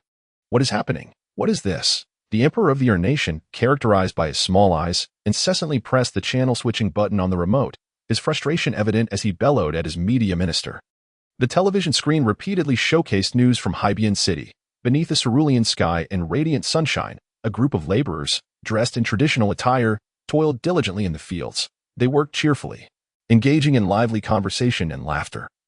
While children frolicked nearby, their joy infectious. Strangely, a few zombies lingered at the edge of the fields, gazing at the scene with vacant smiles. They neither lunged at the humans to devour them nor attempted to instill fear. They merely stood there, grinning foolishly, before eventually drifting away. Even when a child dashed past and accidentally bumped into one, the zombies made no attempt to chase or claw at them. The scene shifted abruptly to another setting, where several construction workers were repairing a damaged building, assisted by the grotesque, odious zombies who transported sand and soil. One human worker, reaching for a zombie's cement bag to smooth the wall, was met with the creature's mindless chuckle as it willingly handed it over. The next scene revealed a bustling marketplace, where a group of people engaged in lively trade, bartering goods while zombies observed from the sidelines. Yet, the traders appeared utterly oblivious to the presence of the undead, laughing and conversing without a trace of fear or concern. How absurd is this? The Emperor exclaimed in outrage. Why on earth is our television broadcasting such ludicrous propaganda? He hurled the remote at the media minister, striking his face and leaving him bruised. Your Majesty, I implore your forgiveness. I am filled with dread, the minister stammered, clutching his injured cheek. These images originate from Haibian City and have been disseminated by numerous networks. The populace is in an uproar. I fear to issue a blackout order, lest the citizens rise in rebellion. The media minister's face was etched with terror as he struggled to find words of explanation. In the Our Nation, freedom of speech was a cornerstone, and media messages were never suppressed, particularly during such a sensitive period. Should the media minister unilaterally order a signal blackout, he risked inciting public outrage and being ousted from his position. This news is patently false, yet you allow it to air, misleading the public. Such negligence is unforgivable. The Emperor seethed, his nostrils flaring in fury as he berated his subordinate. The minister, paralyzed by fear, sank to the ground, nearly losing control of his bladder, acutely aware of the fate that befell the Navy minister and the Minister of Maritime Defense just months prior at the Emperor's command. Would today be his turn? However, the media minister stuttered, Your Majesty, this cannot be entirely blamed on me. We have all reviewed the footage and sought expert verification. The recordings are indeed authentic, untouched by any digital manipulation by a seasoned and imposing figure. A military marshal interjected, casting a glance at the media minister. This marshal wielded considerable influence within the military, having played a pivotal role in the Emperor's rise to power. You mean to assert that what the media is portraying reflects the actual situation? The Emperor's brow furrowed, a desire to strike the marshal bubbling within him. The audacity to refute him so brazenly was utterly disrespectful. However, in the presence of this formidable marshal, he dared not express his anger excessively or offend him. Instead, the fury in his small eyes flickered and glared at him, piercing through him. Indeed, Your Majesty, all of this is true. Our military intelligence, derived from satellite observations, also indicates that this zombie queen has raised the banner of the divine, gathering a number of surviving humans to reside in Haibian City. Preliminary estimates suggest that over 100,000 individuals have pledged their allegiance to her. These survivors coexist with the zombies, maintaining a mutual non-interference. The military marshal maintained a calm and composed demeanor, feigning ignorance of the Emperor's predatory gaze. Raising the banner of the divine. Raising the banner of the divine? This woman is truly cunning. Boldly declaring herself a divine being while being a mere zombie.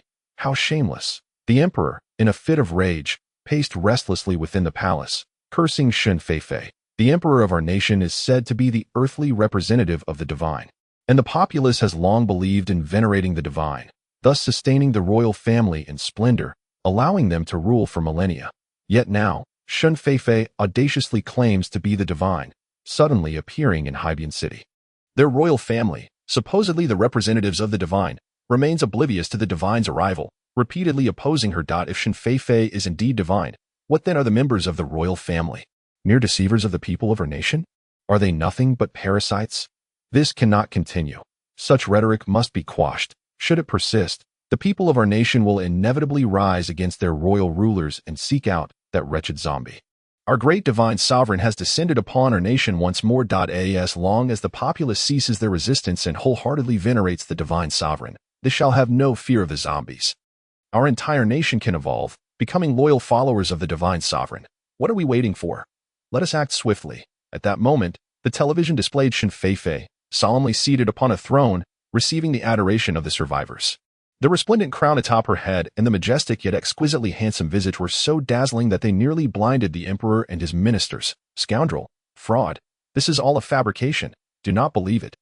The emperor, with his small eyes, witnessed this promotional clip and abruptly lunged towards the television screen, obstructing the view of the onlookers. Trembling hands desperately fumbled for the power button, his sweat dripping in beads. The emperor's anxiety escalated. He found himself almost believing the propaganda from Haibian City, despite his inner resistance to acceptance. Observing the emperor's distress, his ministers began to harbor doubts, as well that a few close to him whispered among themselves. Is Shun Feifei truly a divine being? If she were not, how could she instigate a biochemical crisis in our nation, wielding such formidable power that the entire nation could not contend with her? Moreover, she even offered the people of our nation a lifeline, granting them an opportunity for national evolution, an opportunity for evolution. Witnessing those on television transform, emitting flames, earth shields, and water dragons, akin to superhumans. Who would not envy that? Who would not aspire to be such a celestial figure? However, the emperor, the spokesperson of the divine, vehemently insists that Shun Feifei is not a deity but a fraud. Whom, then, should they believe? Hastily dismissing a group of ministers. The emperor, with his small eyes, remained alone in the palace, utterly exhausted as he sat on the floor for a considerable time. Suddenly, he rolled his eyes, opened his reddened gaze, and a fierce, resolute glimmer shot forth. Without hesitation, he thought, that woman claims to be a deity. Does she? Then let her vanish along with the coastal city. In coastal city, Shun Feifei strolled through the bustling streets, observing the lively throngs of people coming and going, as if she had returned to the vibrant streets of the world before the apocalypse. The power of the religious belief that the people of our nation have held for centuries in worship of the divine is indeed immense. As long as she waved the banner of the deity, these individuals would inevitably be captivated. Coupled with her formidable and invincible prowess, they were utterly devoted, bowing in reverence. In fact, across the three major cities of the first island, approximately 100,000 survivors had pledged their allegiance to her, willingly acknowledging her divine status. Shun Feifei felt a sense of pride in this remarkable achievement attained without shedding blood. However, she treated these individuals who sincerely sought her protection quite well. She gathered these survivors to reside in coastal city, allowing the majority of the zombies to disperse outside the city in search of food. Within coastal city, she retained only a few thousand high-level. First stage evolved zombies to guard the city. These hundreds of thousands of humans thrived in coastal city, enjoying ample food, drink, clothing, and work, basking in happiness and contentment. The power plant had resumed operations, restoring electricity to the city. Farmers had returned to the fields, workers to the factories, and merchants had reopened their businesses. All of these developments yielded significant results in a remarkably short period. Now, coastal city bore a semblance of the vibrant world before the apocalypse. Despite its current population being less than 1/10 of the former inhabitants, it had taken on the appearance of a quaint town. Consequently, the city's promotional agency had deliberately produced several promotional videos to showcase Shun Feifei's divine identity and her monumental achievements. While also highlighting the comfortable and happy lives of the citizens, these videos were broadcast on television and circulated across the internet, even transmitted via satellite to various countries. Upon learning of this, Shun Feifei smiled faintly, tacitly approving of the endeavor. Since they regarded her as a deity, it was only fitting that the people of her nation were made aware of it. With proper promotion, they would gradually acknowledge her esteemed status. In due time, there would be no need to dispatch troops to conquer the second and third islands. The people of her nation would capitulate willingly. As Shin Feifei walked along the streets, she felt a surge of joy upon spotting a beautiful handbag. Engaging amiably and haggling with the street vendors. As a deity, there was nothing she lacked. In truth, she cared little for such ornamental possessions. What mattered to her was the lively atmosphere and the grounded experience of bargaining. Alas, being a girl, she had an innate fondness for shopping and the thrill of spirited exchanges. Suddenly, while negotiating, Shin Feifei paused, her expression tightening as she furrowed her brow. Adopting a serious demeanor. A formidable and oppressive aura suddenly manifested itself. The heavy majesty struck such fear into the merchant who was bargaining with her that he fell to his knees. Cold sweat pouring from him, trembling as he curled up on the ground. Too terrified to lift his head, it was merely a matter of selling a bag to the divine monarch. There was no need to frighten him so. Had he known, he would have never dared to ask for money, especially since it was merely retrieved from the warehouse without any cost incurred. Alas, in the next moment, Shin Feifei had vanished from the ground. In the clouds, a projectile, roughly the length of an adult, hurtled toward the first island with a deafening roar. Its tail trailed a long, fiery plume that sliced through the air, emblazoned with a distinct circular emblem. At its center lay a solid black circle, surrounded by several fan-like appendages, also darkened. Shin Feifei was well acquainted with this emblem, having encountered it multiple times in the military textbooks of the Flower Nation. Any weapon marked with this insignia was exceedingly perilous, for they were nuclear armaments. The single small nuclear bomb possessed the capability to obliterate an entire city or island, rendering it barren and cursed for decades to come. During the global war years, the militaristic nation, insatiably greedy, provoked the European factions, which retaliated by deploying nuclear weapons over our nation's territory. Merely 2 bombs were sufficient to decimate the once mighty nation, leaving chaos and despair in its wake. Within a month, our nation humbly announced it surrendered. In the aftermath, our nation suffered from nuclear contamination. The land where the bombs were unleashed remained devoid of life for decades. And the plight of its people was nothing short of tragic. For them, death became the most blissful release. Since then, the citizens of our nation have placed immense importance on nuclear capabilities and the consequences of radiation. Although they eventually developed nuclear weapons of their own, stringent regulations were imposed on their use, particularly against their own territory. Yet today, this nuclear bomb was indeed launched by the military of our nation, targeting its own land, Seaside City. What madness had gripped our nation's military? Were they intent on exterminating Shin Feifei and the zombies, their most pressing threat? But what of the fellow citizens of our nation residing in Seaside City? Over 100,000 living survivors. Did they not care for them? While they might disregard such lives, Shin Feifei could not. Emerging swiftly from the clouds, an armed helicopter appeared, with Shin Feifei adeptly piloting it, pursuing the soaring nuclear bomb. Ordinarily, a helicopter could not match the speed of a rapidly ascending nuclear missile, yet Shin Feifei could.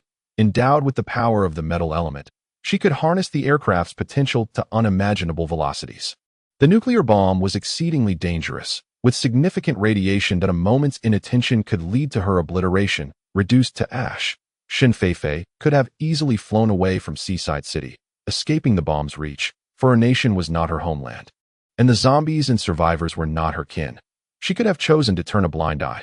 However, Shin Feifei was unwilling to abandon Seaside City, unwilling to forsake the grand empire of zombies she had painstakingly built. Most importantly, she refused to allow that madman responsible for releasing the nuclear bomb to gain the upper hand. The aircraft continued its flight through the sky, gradually maintaining a parallel trajectory with the perilous nuclear warhead.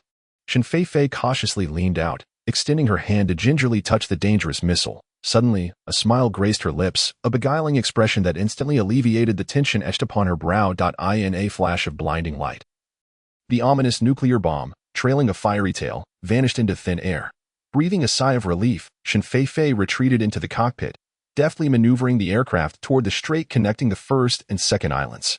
Despite repeated admonitions to leave her be and refrain from provocation, the individuals from our country persisted in their relentless pursuit. Today, a special operations team was dispatched. Tomorrow, a ninja would be sent. And the day after, robots would come to attempt her assassination. Did they truly believe that Queen Feifei could be so easily trifled with?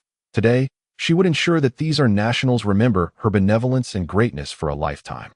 Chapter 145, The Annihilation of the Mighty Fleet. Under the azure sky, a multitude of warships congregated upon the waters of the strait between the first and second islands.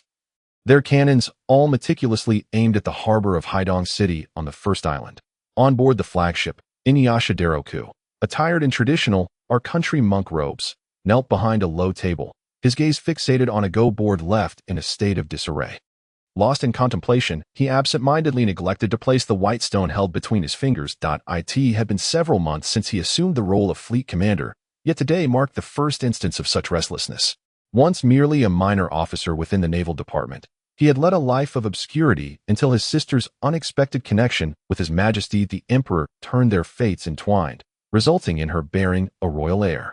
Although lacking formal recognition, in our country, where societal norms were more permissive, such matters held little weight. With his sister's elevation, and following the execution of the previous naval minister for corruption, he became the fortunate beneficiary.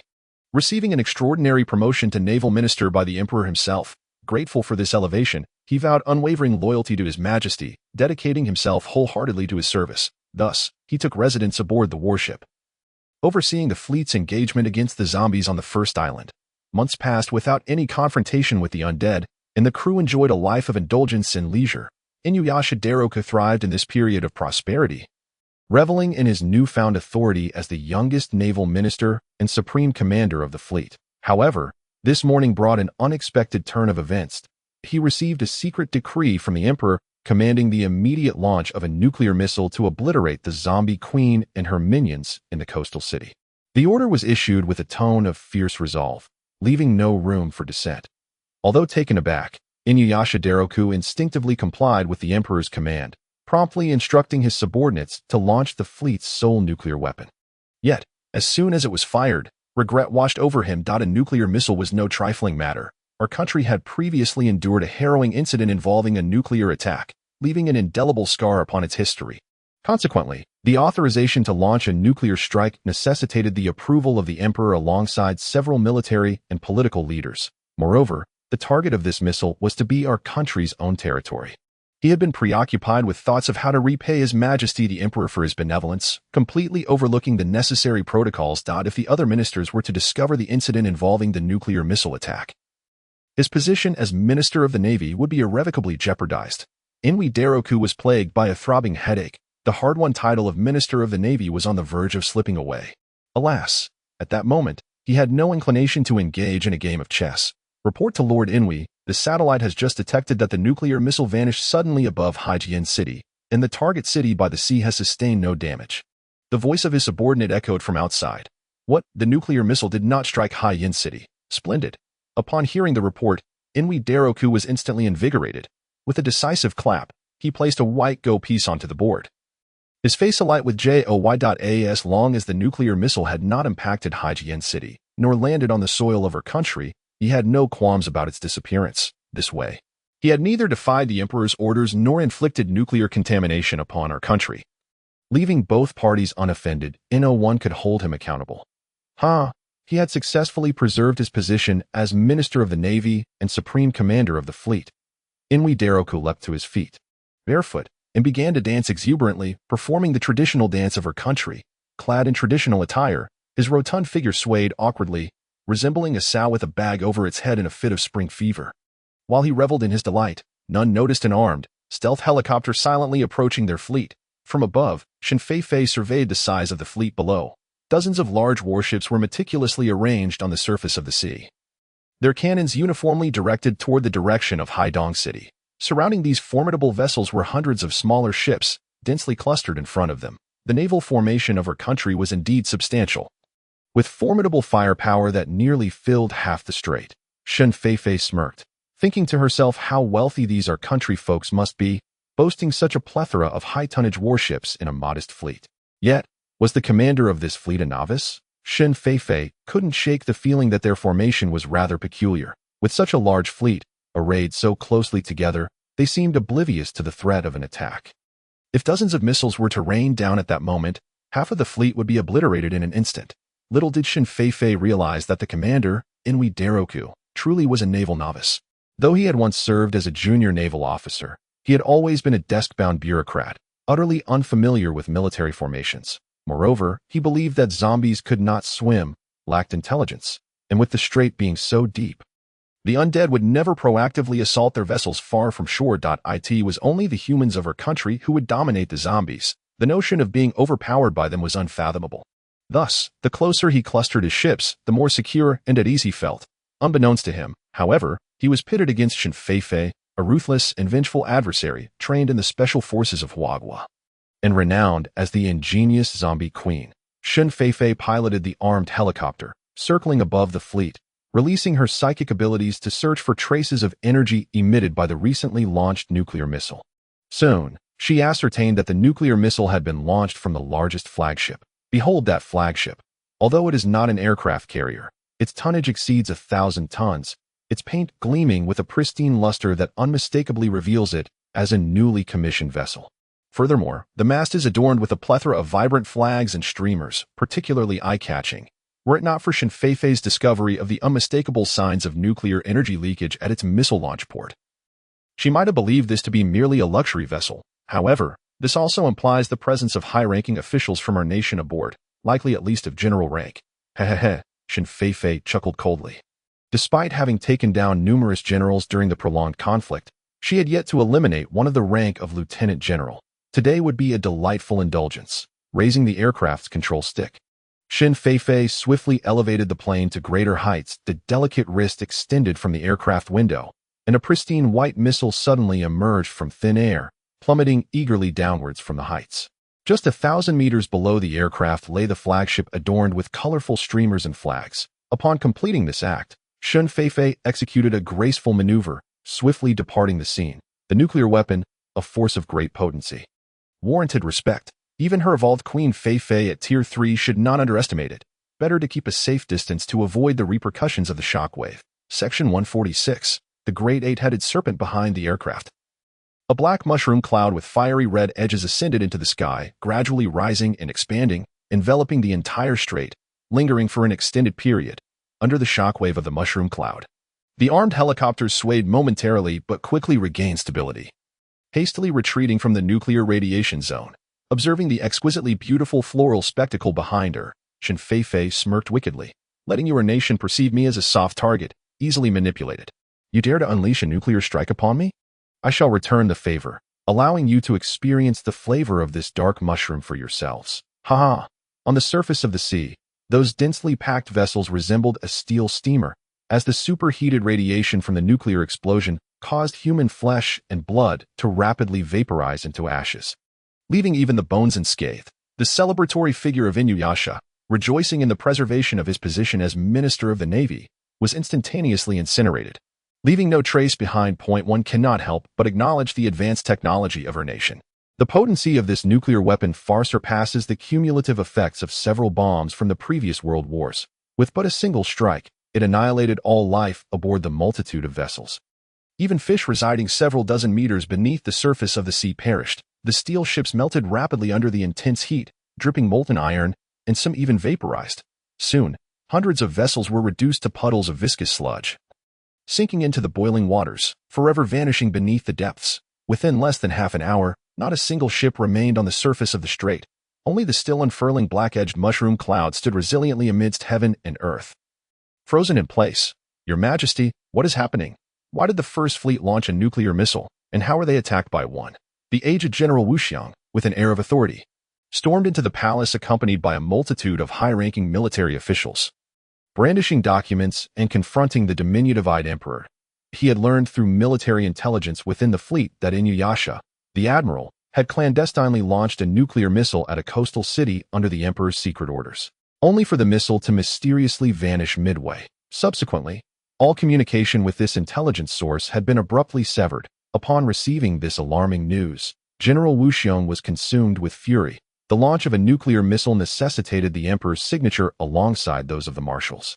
Yet, the emperor had audaciously bypassed them, privately instructing the naval minister to unleash the nuclear strike. Was this not a blatant disregard for their authority, a public affront to their dignity? Moreover, the target of this nuclear assault was, astonishingly, their own territory of R.it. Was imperative to remember the excruciating losses inflicted upon R by several nuclear warheads from the European powers nearly a century ago. Even now, the affected regions frequently witnessed the inexplicable birth of strange infants. What further incensed the marshals was the subsequent report of their fleet being subjected to a nuclear attack, resulting in total annihilation. What a remarkable coincidence it was, just as the missile had vanished. Their fleet was struck by another nuclear assault. Could it be that the naval officers were so inept as to launch the missile vertically into the sky, only for it to descend and obliterate their own forces? It was evident that this was yet another scheme by that vengeful zombie queen, who had discerned the naval launch and, employing some unknown supernatural ability, had retaliated by hurling the missile back upon them. A fleet, an entire fleet boasting 200,000 naval personnel, was an invaluable asset for R. How many such formidable fleets could the nation claim? Yet, under the incompetent command of this diminutive-eyed emperor, it was instantaneously decimated. Fueled by indignation, General Wu Xiong and his compatriots barged into the imperial palace, demanding an explanation from the emperor. "What is this insolence?" they exclaimed. "I am your emperor, the supreme deity of R. How dare you invade my palace in such a manner?" The emperor retorted. "So what if I ordered the missile launch? It was for the long-term welfare of R. Shall we allow those zombies to rampage across our land? I am consumed with concern for my people, devising every possible means to eradicate the undead. Yet you, these obsolete relics, feast and lounge about, and you dare question my authority. Get out. I do not wish to see your faces any longer." The emperor's words flew forth like a barrage of gunfire, splattering upon the marshals, rendering them unable to meet his gaze, their heads bowed in defeat. Initially, the emperor blinked nervously, a flicker of anxiety crossing his features. After all, his nuclear launch procedures were flawed, and guilt gnawed at him. However, as he continued to speak, his ire mounted. He was, after all, the sovereign of the nation, wielding unparalleled power during R's time of war. A figure of immense authority. Yet, the mere act of launching a missile had incited such a ferocious response from these military dignitaries. Did they no longer recognize his status as emperor? Thus, transitioning from initial trepidation to subsequent fury, he genuinely felt an increasing sense of justification. His eyes ablaze, he unleashed a torrent of invective upon Marshal Wu Xiong and his companions, ultimately expelling them from the imperial palace. Once these old fogies were driven away, the emperor, with his beady eyes, took a moment to compose himself, comfortably settling back on his throne to catch his breath. He had long endured the presence of these elder statesmen that in his youth he had been compelled to treat them with utmost caution and politeness, enduring their whims in order to smoothly ascend to power. Now that he had fulfilled his ambitions, these individuals were clinging to their authority, unwilling to relinquish their grip. Preposterous. The emperor harbored a desire to execute these old men on the spot. However, given the current tumultuous circumstances, with internal strife and external threats plaguing the nation of R, he truly dared not take such drastic measures. If only he could eliminate the external menace, that accursed zombie queen, perhaps he could fully pacify the populace of at that juncture. Would these old men even dare to utter a word? Sipping fragrant cherry blossom tea, the emperor's eyes darted, and a wicked idea struck him. Rather than seeking compromise with Shen Feifei, he conceived a superior strategy to deal with her. This cherry blossom tea was a prized specialty of R. Every year, during the months of April and May, the slopes of Beidou Mountain would burst forth with a profusion of intoxicating cherry blossoms. During this season, the people of R would flock to Beidou Mountain to gather the blossoms, which they would then dry and brew into tea. It was said that a divine presence resided on Beidou Mountain, imbued with abundant spiritual energy, and that the cherry blossoms absorbed this essence. Consuming such tea was believed to promote longevity and ward off ailments. Furthermore, since the previous year, there had been sightings of divine beings on Beidou Mountain. Their royal family had even dispatched emissaries to investigate, confirming that a deity, the legendary Yaqi Dai Jin, indeed resided within the volcano's crater. Chapter 147. What is the truth? In the month of June, storms could arise with astonishing swiftness. One moment, the skies were clear, and in the blink of an eye, torrential rain fell. Shen Feifei had barely slipped into a nearby villa when the deluge commenced, the raindrops resembling large marbles as they pelted down. The howling wind howled menacingly, bending the trees and stripping them of their leaves. The heavy rain washed away everything exposed to the elements. The mud and debris, kicked up by the downpour, pounded against the glass windows and walls with a resounding thud. Although Shen Feifei possessed water-based abilities that would ordinarily render her impervious to the rain, she was averse to stepping into muddy puddles that would soil her shoes. Alas, her penchant for cleanliness was well known. In her moment of haste, she had randomly entered a building, only to realize now that she had arrived at the seaside villa she once shared with Xiaoyi. The thought of Xiaoyi leaving without so much as a word left her seething with indignation, and she felt an urge to storm out. However, upon witnessing the ferocious tempest outside, With mud splattering up to half a foot high, she restrained her impulse and refrained from exiting. What was one handsome man? After all, could she, the regal Shen Feifei, not triumph over this beauty? Determined and somewhat petulant, she stamped her foot and resolutely ascended the steps of the villa. She insisted on entering the villa today, even desiring to spend a night in the room where she and Xiaoyi had celebrated their honeymoon. Determined to overcome her lingering affection for him, she must forget him completely. Sitting on the large bed, Shen Feifei gazed out at the stormy weather, lost in thought. Perhaps it was due to the seaside city's proximity to the ocean, but the tempest was particularly fierce. The wind howled as if it were a typhoon. Columns of seawater danced across the surface, swirling wherever it pleased. This vast body of water inhaled deeply, forming a gigantic cylindrical column that surged upwards before scattering into the sky, only to gather more seawater and repeat the cycle endlessly. Reminiscent of a child engrossed in a never-ending game, oblivious to boredom, Shen Feifei shifted her gaze back inside the room. The furnishings remained unchanged. The spacious balcony, the sheer white curtains, the Western-style decor, and the vanity table, all preserved just as they had been before Xiao Yi's departure. A wave of melancholy washed over her as she realized how things had transformed. Yesterday, they had shared tender moments here, blissfully akin to newlyweds, and now, in an instant, all of that had dissipated into thin air. Irretrievable, it was truly disheartening. Alas, it was all in the past. Why dwell on that unfaithful scoundrel? At worst, she, the Queen Feifei, could summon a horde of handsome suitors to indulge in revelry. After all, she was now Her Majesty, a revered goddess in her country. What could she not achieve? A mischievous thought crossed Shen Feifei's mind.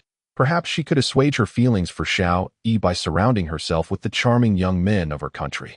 Having previously watched palace dramas where numerous consorts vied for the emperor's affection, engaging in fierce rivalry and even physical confrontations, she found the chaos utterly delightful. If her court were filled with such handsome men vying for her attention and embroiled in palace intrigues, it would surely become a raucous spectacle. The more she contemplated this notion, the more amusing it seemed, prompting her to burst into laughter. What was that? A glimmer caught Shen Feifei's eye, leading her to discover a piece of paper beneath the vanity.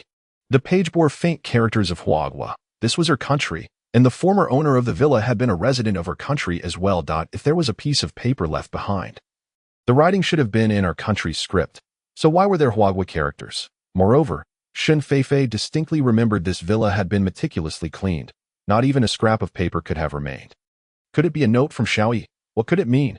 Frowning slightly, curiosity mingled with an indescribable sense of hope and apprehension. Shen Feifei picked up the paper. Brushing off the dust, she revealed Xiao Yi's bold, powerful handwriting.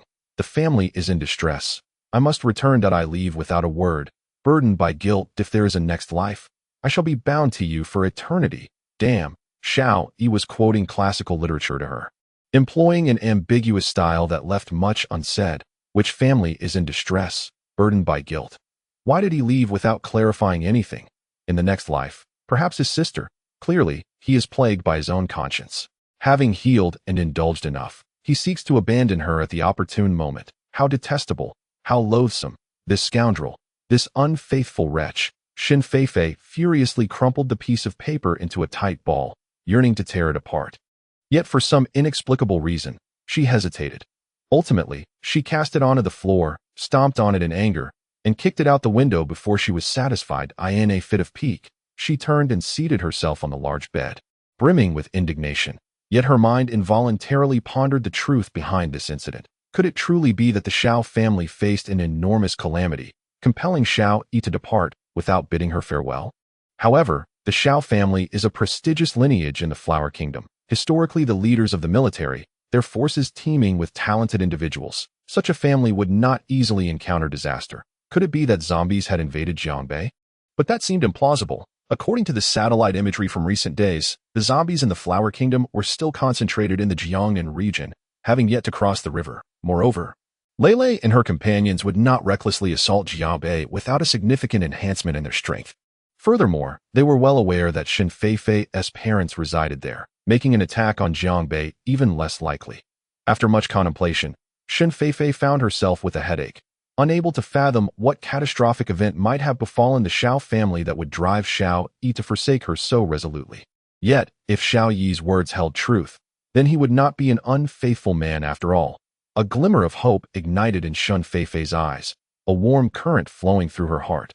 This scenario contradicted her previous analyses.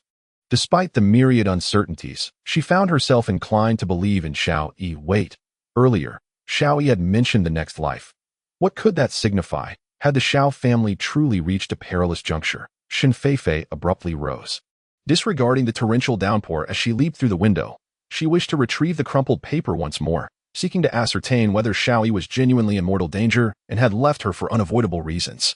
Just as she picked up the dampened ball of paper, an unusual energy surged toward her from behind. The tempestuous waterspout that had wreaked havoc on the sea now detached itself, hurtling toward her with alarming speed. Chapter 148. Devour. As Shun Feifei bent down to retrieve the soaked piece of paper, the ferocious tornado that had been ravaging the ocean suddenly broke free, advancing directly toward her back. The powerful whirlwind had largely ascended from the water, leaving only a slender tail trailing behind, reminiscent of a great serpent dragging a delicate appendage. Within that tempest, two glimmering green lights flickered ominously, resembling the cold, unfeeling eyes of serpents, fixating upon Shun Feifei's frail back. Cold-blooded and ruthless, eerie and unrelenting. The surrounding storm raged on, the rain pouring down in torrents, its roar drowning out all other sounds in the world. At that moment, Shun Feifei's focus remained solely on the drenched paper, utterly unaware of the bizarre whirlwind that was emerging behind her at the moment of breaking free from the ocean's surface. The tornado flung away most of the seawater, diminishing in size considerably. Yet, it remained as thick as half a house. Observing Shun Feifei's silhouette, the swirling tornado split open a gaping chasm, resembling a vast maw that suddenly roared towards her with a fierce intent. As if it meant to devour her whole. Abruptly, just as that enormous mouth lunged downwards, Shun Feifei's form flickered and she vanished without a trace. The gaping maw snapped shut in confusion, searching in vain for her presence. Yet failing to catch sight of her, a series of peculiar hisses emanated from the tornado, akin to the calls of some elusive creature. The swirling head of the vortex twisted this way and that, seemingly in pursuit of Shun Feifei's whereabouts. However, there was no sign of her in the vicinity. It attempted to venture further onto the shoreline, yet the massive body of the tornado restrained it, preventing it from straying too far from the sea, forcing it to perform a semicircular dance around the water's edge. After a considerable while, seemingly growing impatient, the tornado suddenly cast off all the seawater clinging to it, shrinking in size severalfold, and retracted its tail from the ocean's surface, resolutely advancing towards the beach in search of her. Upon reaching the shore, the tornado appeared to undergo a transformation. Gradually, its once swirling form became still, revealing two eerie, luminous green eyes and a mouth bristling with rows of sharp, backward-curving fangs, reminiscent of a triangular serpent's head. Its entire form was a shade of blue-green, and curiously, it sported a pair of gnarled horns resembling tree branches. Along with shield-sized scales adorning its body, lacking feet, it slithered across the sand, writhing and sliding with its azure underbelly. This creature bore a slight resemblance to the dragons of legend from the Flower Kingdom. Yet its grotesque appearance, coupled with the absence of 5 sharp claws, marked it as distinctly different. At best, it could only be classified as a lesser dragon, still not fully evolved into that category of beings. Perhaps it would be more fitting to refer to it as a slippery serpent. Watching the comical spectacle of the slippery serpent twisting and turning in a fit of agitation from her concealed vantage point, Shun Feifei couldn't help but chuckle. Although she had initially failed to notice the impending tornado, she had sensed a disturbance just in the nick of time. In that critical moment, the emerald space opened once more, drawing her in and successfully shielding her from the serpent's ambush. However, that serpent, which had stirred up chaos on the ocean's surface, masquerading as a tornado, seemed quite familiar. Just look at those bulbous green eyes and that ragged tail. It bore an uncanny resemblance to the gluttonous serpent that the old Taoist King Fengzi had lost. Despite having gained a pair of tree-like horns and undergone considerable transformation, the essence of its energy-based body remained unalterable. What a reunion it was!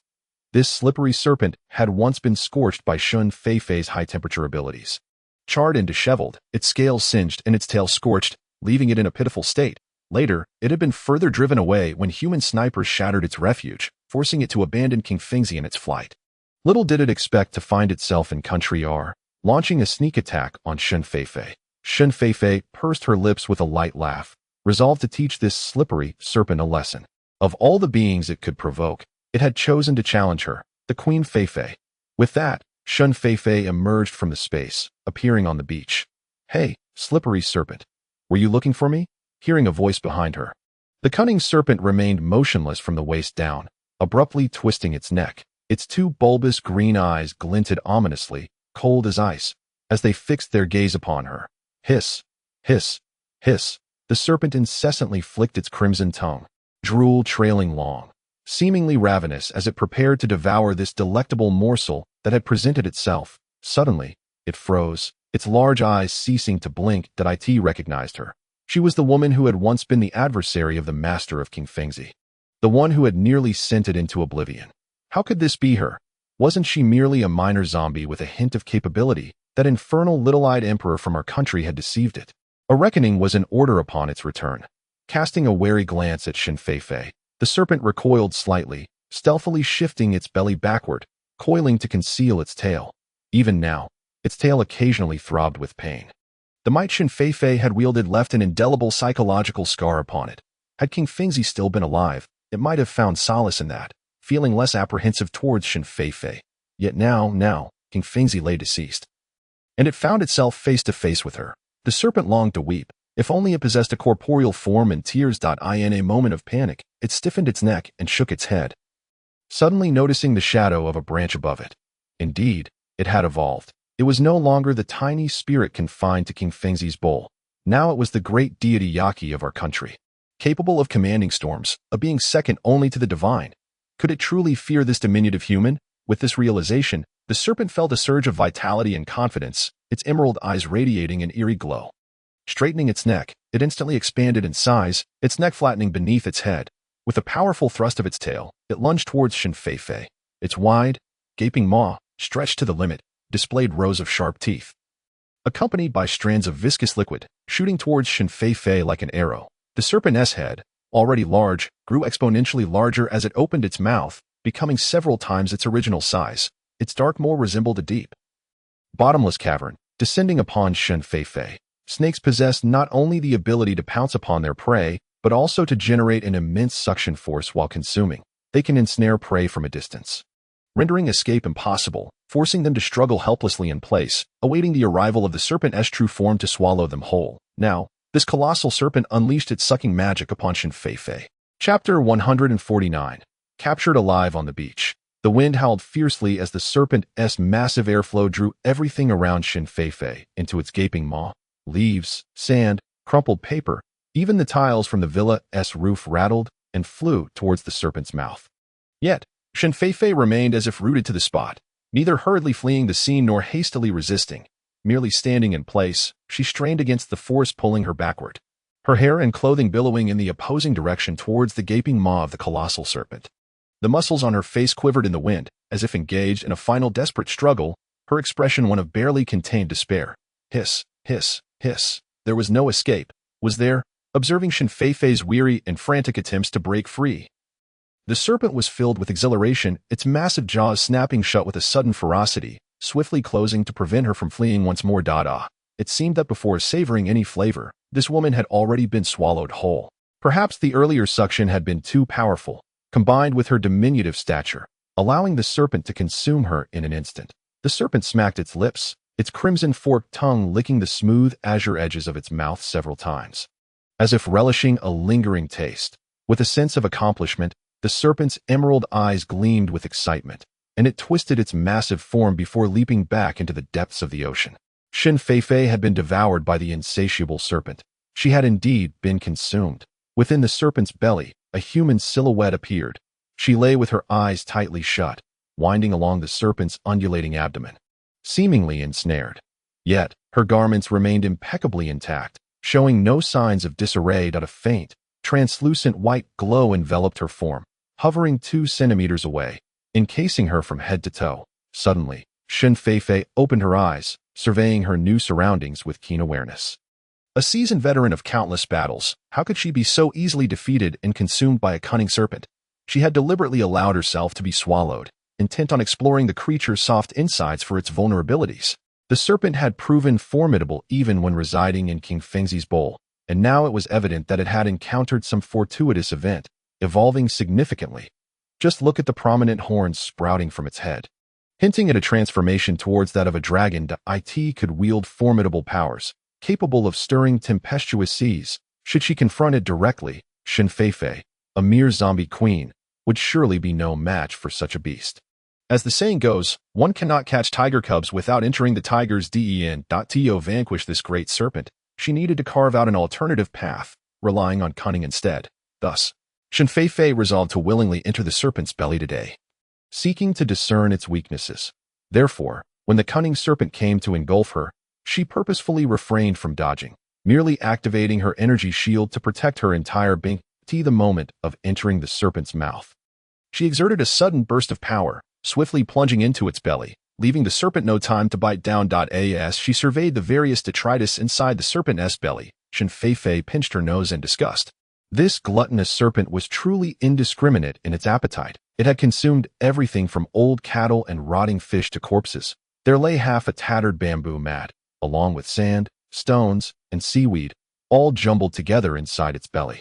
Sloshing about in a filthy commotion, from time to time, a noxious, acrid liquid bubbled forth, corroding the contents within. The stench was unbearable, far more pungent than that of a horde of zombies.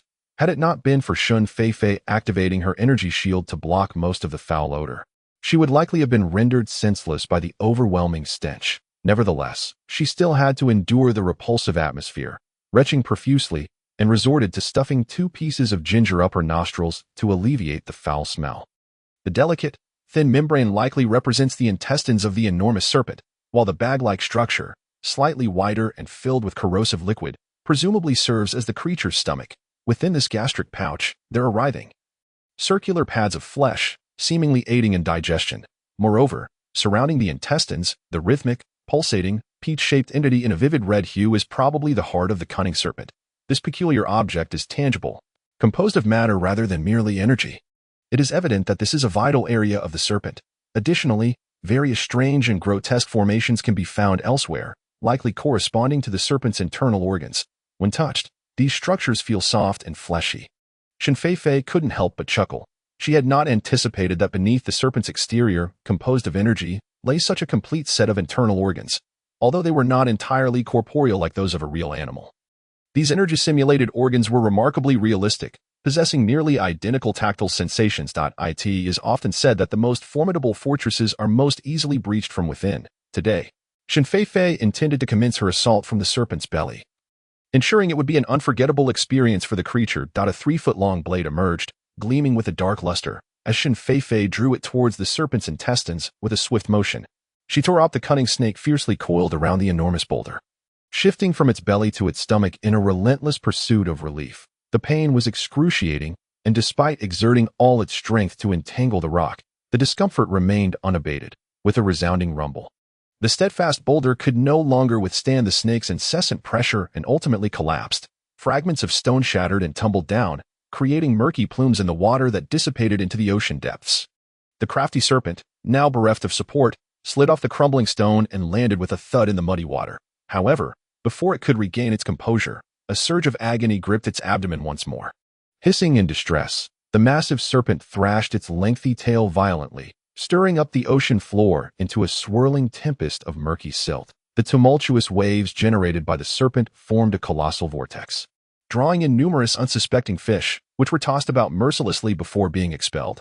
After a prolonged struggle, the exhausted serpent collapsed onto the seabed, lying flat against the sand, its spirit waning. Even the pair of dragon horns atop its head were ensnared with seaweed, resembling a heap of decayed vegetable leaves, a pitiful sight indeed. Just moments ago, it had felt fine, but after consuming Shen Feifei, its belly had begun to ache. With each wave of pain intensifying, it was evident that this woman was the source of its torment. The snake nudged its head in regret, wishing to bury itself in the sand, fully aware of the woman's cunning nature, yet it had still swallowed her without hesitation. Was this not an invitation to suffering? Now, she was wreaking havoc within its belly. Perhaps this gluttonous woman was plotting to prepare a spicy snake meat dish. Hey, crafty snake, how does it taste? Echoed Shen Feifei's triumphant laughter from within. Hiss, it's truly you. You. Come out, I challenge you to a battle to the death.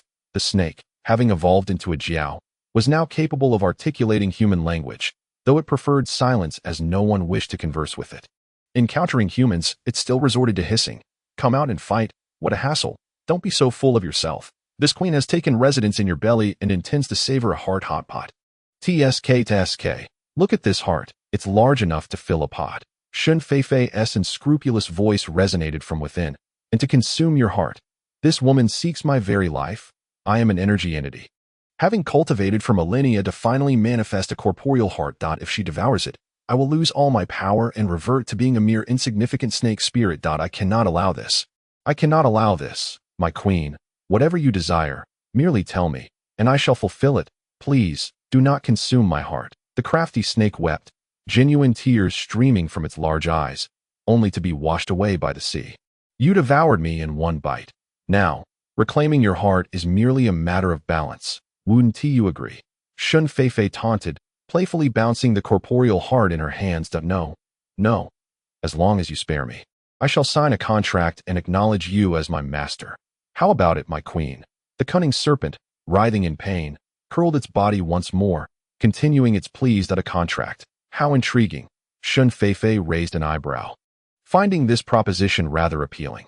Although the serpent was not aesthetically pleasing, it possessed the remarkable ability to manipulate the elements and traverse the vast ocean with ease. Furthermore, its rapid evolution into a dragon-like form within such a short span suggested the possibility of extraordinary encounters. Perhaps, this too was an opportunity for Shun Feifei. Ever since her ascension to a third-tier ability, the nation had ceased to provide her with second-tier or higher zombies to supply her with the advanced energy cores necessary for her cultivation. Cores from lower tiers yielded minimal progress, no matter how many she consumed. Relying solely on her absorption of the spiritual essence of heaven and earth, her advancement was exceedingly slow. The fact that this serpent could evolve so swiftly hinted that she, too, might ascend once more. With this thought, Shun Feifei felt a weight lifted from her heart. Very well, do not resist. I shall imprint my mental control upon your mind, she commanded, enveloping the serpent's brain with a surge of psychic energy. Hiss. The serpent twisted its body, instinctively attempting to resist, but the realization that Shun Feifei resided within its very being quelled its defiance. Sullenly, it buried its elongated face in the sand, remaining motionless as it awaited Shun Feifei to inscribe her spiritual power within its consciousness. Before long, Shun Feifei stood once more upon the sandy shore. The beach was bathed in sunshine, basking in serene beauty. The serpent had relinquished its powers, and the tempest had long since subsided. The serpent now coiled obediently before Shun Feifei, lowering its body and averting its gaze in submission. Are you implying that the notion to ambush me was conceived by the emperor of your nation? Shun Feifei's eyes hardened as she interrogated the serpent. Yes, my master Dai Ti was that emperor who sought me atop Whitehead Mountain, offering a plethora of tributes, all for the sake of devouring you. He even promised that upon success, this territory would be designated as my domain, venerating me as the guardian deity of our nation, ensuring my worship for generations to come, and bestowing upon me annual tributes of 1,000 living beings. The serpent replied cautiously, fearful of incurring Shun Feifei's wrath. Oh, how pitiful it was! It had merely succumbed to the allure of human blood, which provided the swift energy needed for its corporeal transformation. It had not intended to trouble Queen Shun Feifei. Truly, it had not. All of this was the scheming of that nefarious-eyed emperor of our nation who had deceived it. If given the chance, it would surely consume that villain to vent its frustration. The serpent turned its head, its mind racing with thoughts. Upon hearing the serpent's confession, Shun Feifei's expression darkened further.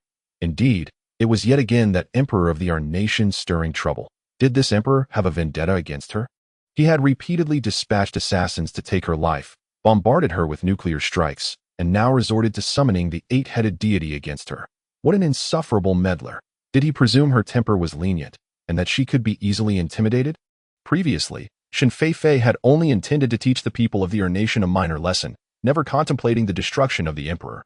However, it now appeared that this individual must be dealt with decisively.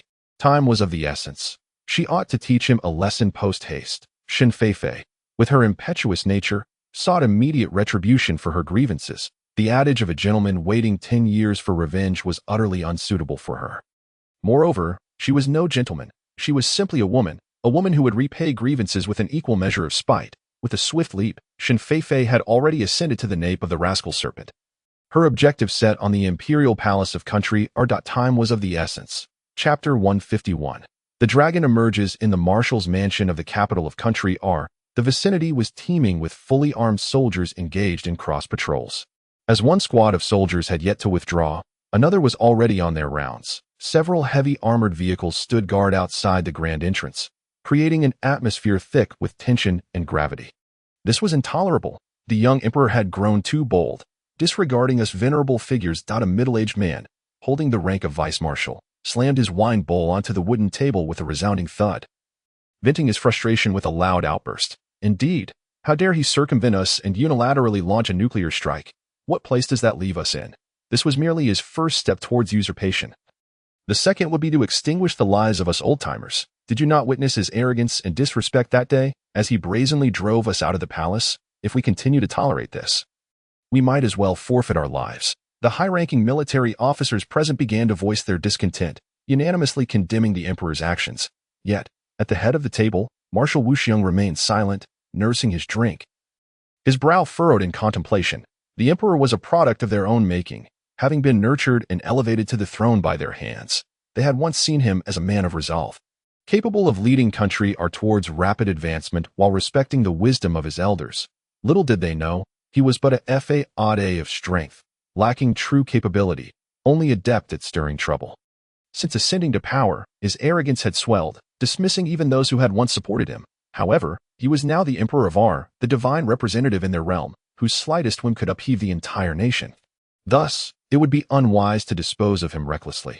Moreover, he was the sole eligible male in the royal family, surrounded by females. Surely, it was unthinkable to place an underage princess on the throne of country Ar. A nation steeped in patriarchal tradition, the only viable course of action was to endure. Your Excellency, the Grand Marshal, do lend us your thoughts. The Emperor continuously opposes the divine, clearly unworthy of his title. Would you not agree? A tall, slender vice-marshal ventured to inquire of Wuxiong, mimicking a slicing motion with his hand, excitement gleaming in his eyes. Since the biochemical crisis had befallen country Ar, many had attributed it to the divine's wrath, unleashing calamity upon the world. Shen Feifei, akin to an invincible war deity, led her legion of zombies to conquer city after city, while the human forces found themselves in a relentless retreat. Thus, fear and reverence for Shen Feifei permeated the hearts of the populace. Some even proclaimed her to be the reincarnation of the divine, the very deity revered by the people of country Ar for millennia. This notion had plunged the religious beliefs of many into turmoil, leaving them in a state of uncertainty. Yet, during this tumultuous time, Shen Feifei had rescued numerous survivors, allowing them to live freely amidst the zombie horde, even offering them a chance to evolve into superhuman beings. When the promotional videos from the coastal city circulated through human society, a wave of fervor swept across country Ar. Many citizens, who had previously considered Shen Feifei to be the reincarnation of the divine, now held their conviction with unwavering certainty. Even the skeptics among the Ar people have begun to embrace the belief that if she were not their divine being, Shen Feifei, how could she have preserved the ember of humanity? If she were not divine, how could she have granted her nation the opportunity for collective evolution? Those who revere Shen Feifei have even formed a cult dedicated to their deity, praying fervently before her image each day. Yet, the authorities steadfastly refuse to acknowledge her status, branding her a zombie demon and a harbinger of disaster, insisting that she must be eradicated. The tide of belief that regards Shen Feifei as a divine entity has quietly permeated our society.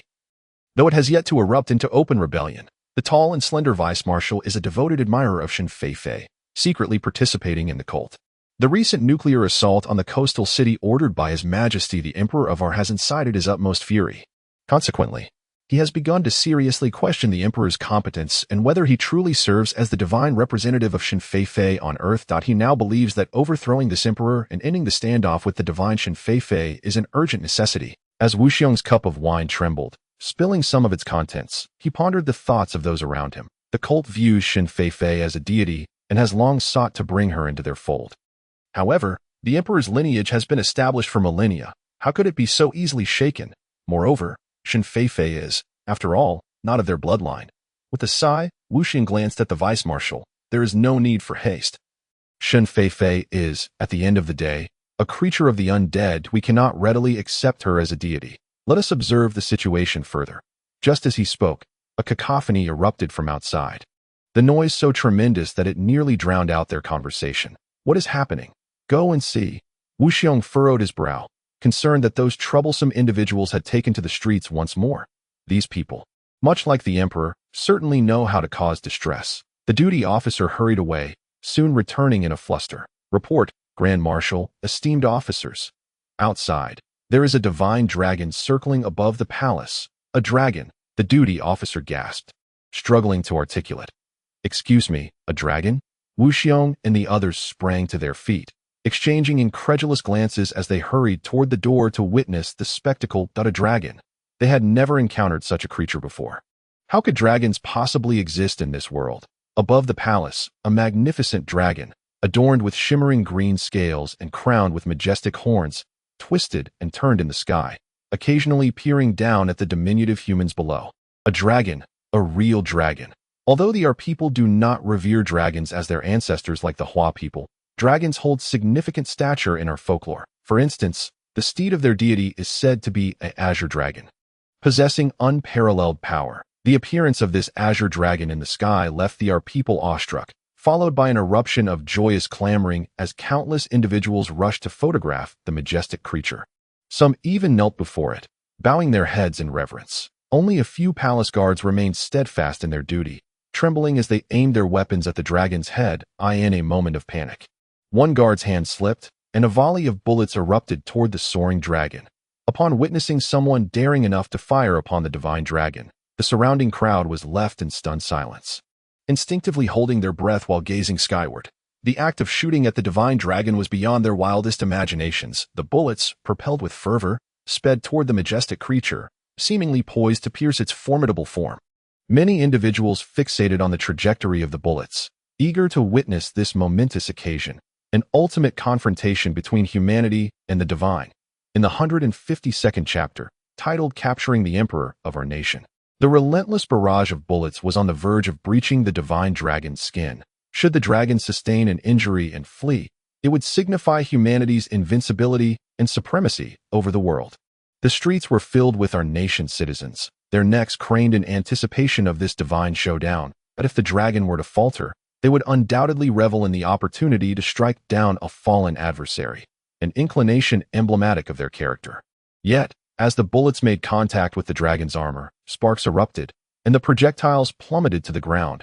Rendered useless, the dragon's skin remained unmarred, bearing not even the faintest mark. This outcome illuminated a profound truth.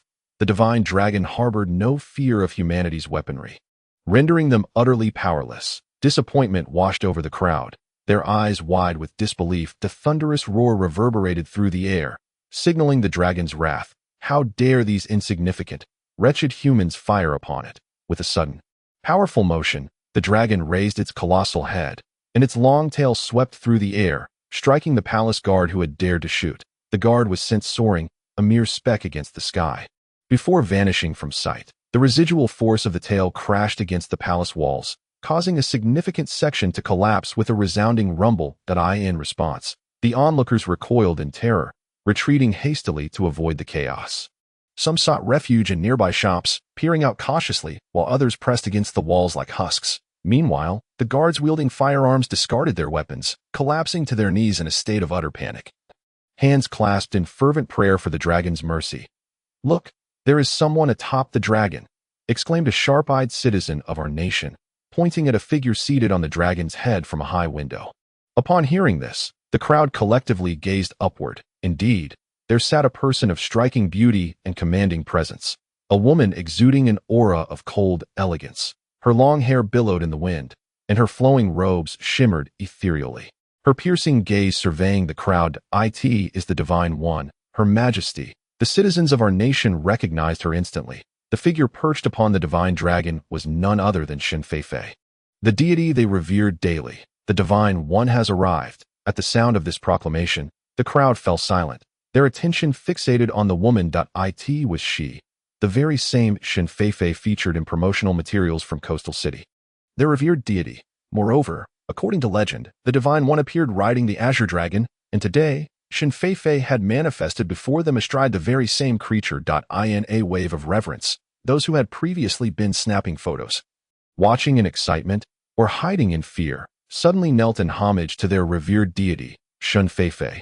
The streets were filled with bowed heads, a sea of darkness, and even the recently arrived Marshal Wu Xiong knelt in submission.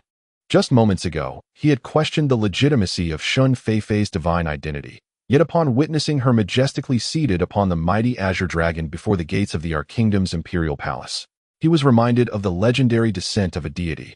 Observing the Archkingdom's populace paying their respects to her, he recognized that the hearts of the people were now aligned with hers. In an instant, Wuxiong's last vestiges of resistance evaporated, and he no longer dared to doubt Shun Feifei's divine status. As Wuxiong noted the fervent reverence of the Archkingdom's citizens, Shun Feifei's expression momentarily stiffened, only to soften shortly thereafter. She had intended to confront the emperor regarding his transgressions while soaring above the imperial palace on her unruly serpent steed. However, the palace, adorned with beauty, sparked a thought within her, a desire to claim it as her own, to reside there for a few days in the future. Thus, she hesitated to order her serpent to demolish it. Unexpectedly, amidst her contemplation, a series of events unfolded. Seeing the Archkingdom's inhabitants address her as a deity and come forth to worship her elicited an involuntary smile from her. The deeply ingrained religious fervor of the Archkingdom's people was indeed a remarkable phenomenon. A fortuitous windfall. Let them believe I am a deity, she mused with a chuckle. Those who submit to me shall be deemed the offspring of the divine, and the deity shall bestow blessings upon you all. Harnessing her extraordinary powers, she projected her voice, clear and resounding, across the city. Observing the citizens below, who knelt with increasing reverence, she declared, "The emperor of the Archkingdom has lost all virtue and has repeatedly assaulted the divine. From this moment forth, his lineage shall no longer serve as the chosen representatives of the divine, and their hereditary claims to the throne shall be revoked. Who among you will seize that wretch?" Seated atop the divine dragon, her countenance grave, she addressed the throngs of Archkingdom's citizens. "The deity demands the abdication of His Majesty the Emperor." This proclamation struck the hearts of the populace like a thunderous bombshell, leaving many momentarily dazed and unable to process the news. After all, the Archkingdom's royal lineage had endured for millennia, wielding significant influence. The prospect of such a sudden overthrow left many disoriented. Yet this was the command of the deity. Shun Feifei regarded the Archkingdom's people below with furrowed brows. Just moments ago, they had bowed in attentive silence, yet upon the mention of deposing their emperor, they seemed poised to resist her. Truly, they were a vexatious lot. She was tempted to eradicate these duplicitous humans on the spot. However, the grim task of execution was no longer hers to undertake. With a swift tap upon the serpent's head, she signaled it to prepare for a feast of carnage. "Your divine majesty, allow me." Marshal Wuxiong suddenly volunteered, rising to make his proclamation, "I in the face of absolute power." All else was moot. He understood that the deity was invincible. Should they provoke her wrath, the millions of citizens in the capital would meet their doom. Moreover, the emperor could not possibly retain his position at this juncture. It would be wiser to abandon him, ensuring that the Wuxiong family might at least maintain a modicum of favor in the eyes of the deity. Shun Feifei regarded him thoughtfully and nodded. It appeared not all of the Archkingdom's citizens were obstinate. Some possessed a semblance of intelligence. Before long, Marshal Wuxiong arrived, dragging the diminutive-eyed emperor of the nation by his hair, unceremoniously tossing him at Shun Feifei's feet. "Your divine majesty, the false emperor has been brought forth for your judgment," Wuxiong declared, bowing respectfully to Shun Feifei, nodding in acknowledgement. Shun Feifei noted in her mind the efficiency of Wuxiong. As for the small-eyed emperor of the nation, his feet were caked in mud, his attire disheveled, and his face bore several prominent red handprints, swollen and rendering his already diminutive eyes even smaller. It was evident that those handprints were mementos left by Wuxiong during the apprehension. One could not help but wonder what private grievances existed between Wuxiong and the emperor. Shun Feifei narrowed her eyes, intrigued, casting a sidelong glance at Wuxiong. Chapter 153. Conquest. Seated regally upon the throne of the nation's emperor, Shun Feifei lowered her gaze, scrutinizing Wuxiong and his companions, who knelt before her. Wuxiong exhibited a remarkable adaptability, his demeanor strikingly conspicuous. Whenever Shun Feifei issued a command, he grasped her intentions promptly, relieving her of any concern as he executed her wishes flawlessly. Truly, he was a commendable servant, perceptive and astute. Immediately following the demise of the nation's emperor at the hands of the crafty serpent, Wuxiong promptly proclaimed his support for Shun Feifei as the Divine One, expressing his loyalty without hesitation. Upon her acceptance of him, he astutely devised a rationale to eradicate the royal lineage of the nation entirely, thus alleviating Shun Feifei's concerns for the future. While Wuxiong's actions might be perceived as treacherous, revealing a ruthless opportunism, Shun Feifei found herself understanding his motives. From a public standpoint, the royal family had wielded control over our nation for millennia.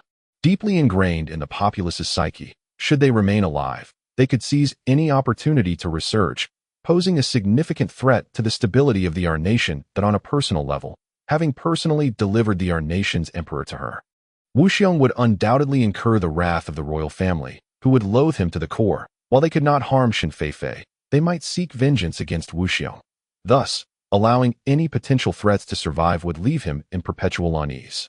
Having obliterated the royal family, Wuxiong had no choice but to align himself with Shen Feifei, becoming an ardent and devoted follower. Shen Feifei, adorned with a jeweled ring, tapped her fingers on the armrest of the throne. Observing the members of the Wuxiong family with a bemused expression, dozens of men and women from the Wuxiong family knelt before her, their foreheads touching the ground, daring not to move a muscle. Even as 10 minutes elapsed, some grew dizzy and began to sweat, yet they remained immobile, fearful of inciting the displeasure of the Divine One. Finally, after a lengthy pause, Shen Feifei spoke. Wuxiong, very well. You may all rise. A faint smile graced her lips as she bestowed mercy upon them. Long live your divine majesty. The Wuxiong family exclaimed in unison, slowly rising from the ground, ignoring their numb and aching legs. They obediently stood by, heads bowed in respectful submission. I am aware of your unwavering loyalty, and as a reward, I present to you the crystallized essence of evolution, one for each of you. Consume it forthwith. Observing the members of the Wuxiong family each consume the evolutionary crystal cores, Shen Feifei finally nodded with a sense of relief. These crystal cores were first-tier evolutionary cores designed to eliminate the zombie virus. Infused with Shen Feifei's spiritual imprint, consuming them would ensure their unconditional obedience to her will, unchanging for eternity. Although the Wuxiong family had now allied with Shen Feifei, the allure of various interests could inevitably lead to dissent in the future. A possibility that Shen Feifei could not overlook. She aspired to establish our country as her everlasting stronghold for the zombie empire, and thus, chaos was not an option. From this day forth, you shall be the spokesperson of the divine, the new emperor of our country. Upon confirming her control over the entire Wuxiong family, Shen Feifei announced this decision. Governing a nation is a cumbersome endeavor, and she had no desire to bury herself daily under mountains of paperwork. As long as the Wuxiong family remained her loyal servants and possessed the capability to govern our country, she could lead a life of leisure. The influence of exemplary conduct is boundless. Witnessing the immense benefits accrued by the Wuxiong family, numerous powerful and influential families sought an audience with Shen Feifei in the ensuing days, eager to align themselves with her. Shen Feifei welcomed them all. With a population exceeding 300 million, it was essential to have a multitude of capable hands to maintain control. She selected several reliable families and bestowed upon them evolutionary crystals, cultivating a large cadre of steadfast loyalists. Under the weight of powerful public opinion and political indoctrination, within a fortnight, the 3 islands of the nation were completely under Shen Feifei's dominion. To further solidify her unparalleled authority, Shen Feifei participated in the coronation ceremony of Wuxiong, personally placing the crown of her country upon his head. The event was marked by solemnity and grandeur. In a bid to showcase the significance of the occasion, Wuxiong produced a promotional video of the coronation, disseminating it across the internet for the world to see. This act sent ripples across the survivor nations, igniting a fervor that left humanity astounded. Jaws dropped in disbelief. The discussions were rife with speculation.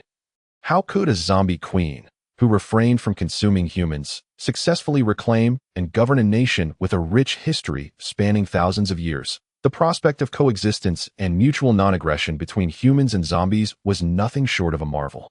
Utterly unfathomable. The notion that these noble humans had been so thoroughly outmatched by what they deemed to be foolish zombies was a source of deep humiliation. This event shattered the pride and dignity of humanity, dismantling the remnants of their moral integrity. Shen Feifei regarded the situation with a knowing smile. She had anticipated such an outcome. Humans, believing themselves the masters of the world, felt entitled to exploit anything at will, maintaining an air of arrogant disdain. Yet, when confronted by these superpowered zombies, the frail humans found themselves utterly helpless. Shen Feifei had no desire to squander time on these gossip-loving, idle humans. She had many other matters to attend to. Just after the coronation ceremony, the divine vanished with her dragon steed. 3 months later, within the celestial lake of Baekdu Mountain in our country, the previously serene and mirror-like surface of the lake suddenly erupted into a massive whirlpool at its center.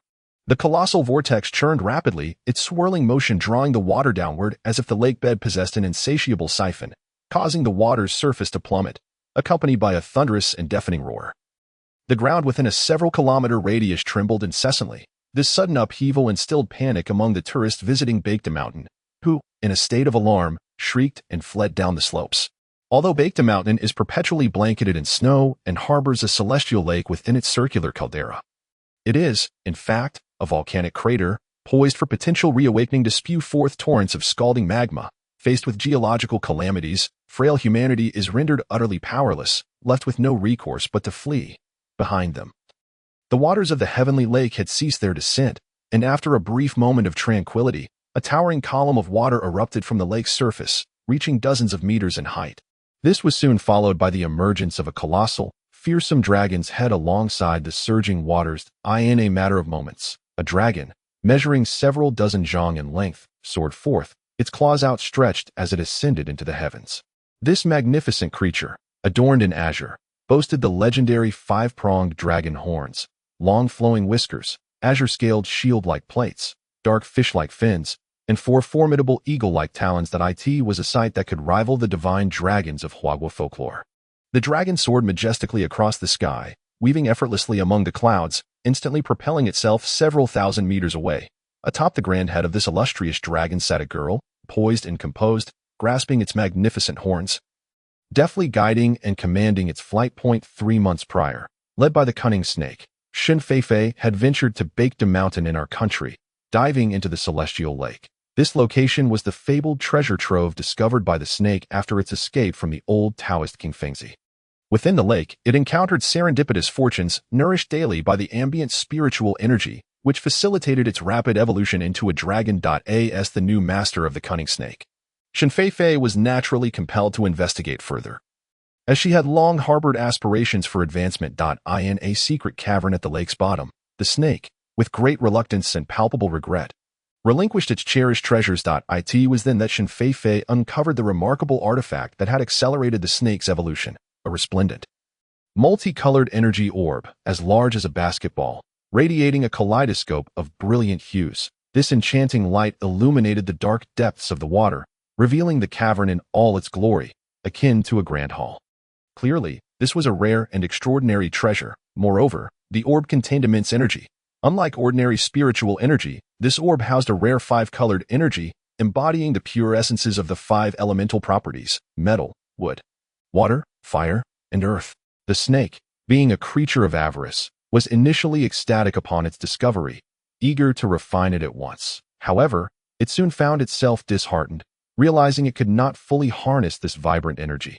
Consequently, it resorted to sleeping with the orb each night, gradually absorbing the energy it exuded, albeit at a painfully slow pace. Even so, over the course of 6 months, the snake reaped significant benefits and swiftly evolved into a jiao, a type of dragon. Shen Feifei, gazing at the magnificent energy orb, burst into laughter, marveling at the serendipity of finding such a treasure without exerting any effort, as the five-colored energy within the orb bore a striking resemblance, over 90% similarity, to the energy components of gold, wood, water, fire, and earth within her own being. Aside from her, the unique individual endowed with 5 extraordinary abilities capable of fully refining and absorbing energy. Others who possess the multicolored gem can only covet it from afar. It seems as though fate intervened. Why did she fall into the sea, instead of drifting elsewhere, only to find herself in the coastal city and subsequently encounter such tribulations, ultimately subduing the sly serpent and acquiring the gem? As she reached out to caress the multicolored gem, a powerful yet familiar energy surged through her fingertips and flowed into Shen Feifei's body, filling her with vitality. It was as if water was merging seamlessly, allowing her to feel every pore in her body opening up, bringing immense comfort and pleasure. Without a moment's hesitation, Shen Feifei settled into a lotus position, entering a state of cultivation for the subsequent 3 months. Day and night, she was enraptured by the gem, tirelessly refining and absorbing its energy. Meanwhile, the sly serpent coiled into a large mass, dutifully guarding the entrance of her cave abode. The energy density of the multicolored gem was exceptionally high and pure. Shen Feifei could not fully refine it all at once, absorbing only a small portion each day. A portion of the energy, which she could not absorb after decomposition, dissipated and was opportunistically seized by the serpent stationed at the cave's entrance. Prior to Shen Feifei's arrival, this serpent had been nurturing itself by sleeping with the gem, and now, as Shen Feifei directly refined its energy, the spiritual essence released was far superior to what it had previously obtained. After 3 months, Shen Feifei achieved remarkable mastery, successfully breaking through to the 4th tier of her abilities, her power nearing the 5th tier, thus becoming the first individual in the world to reach 5th tier status.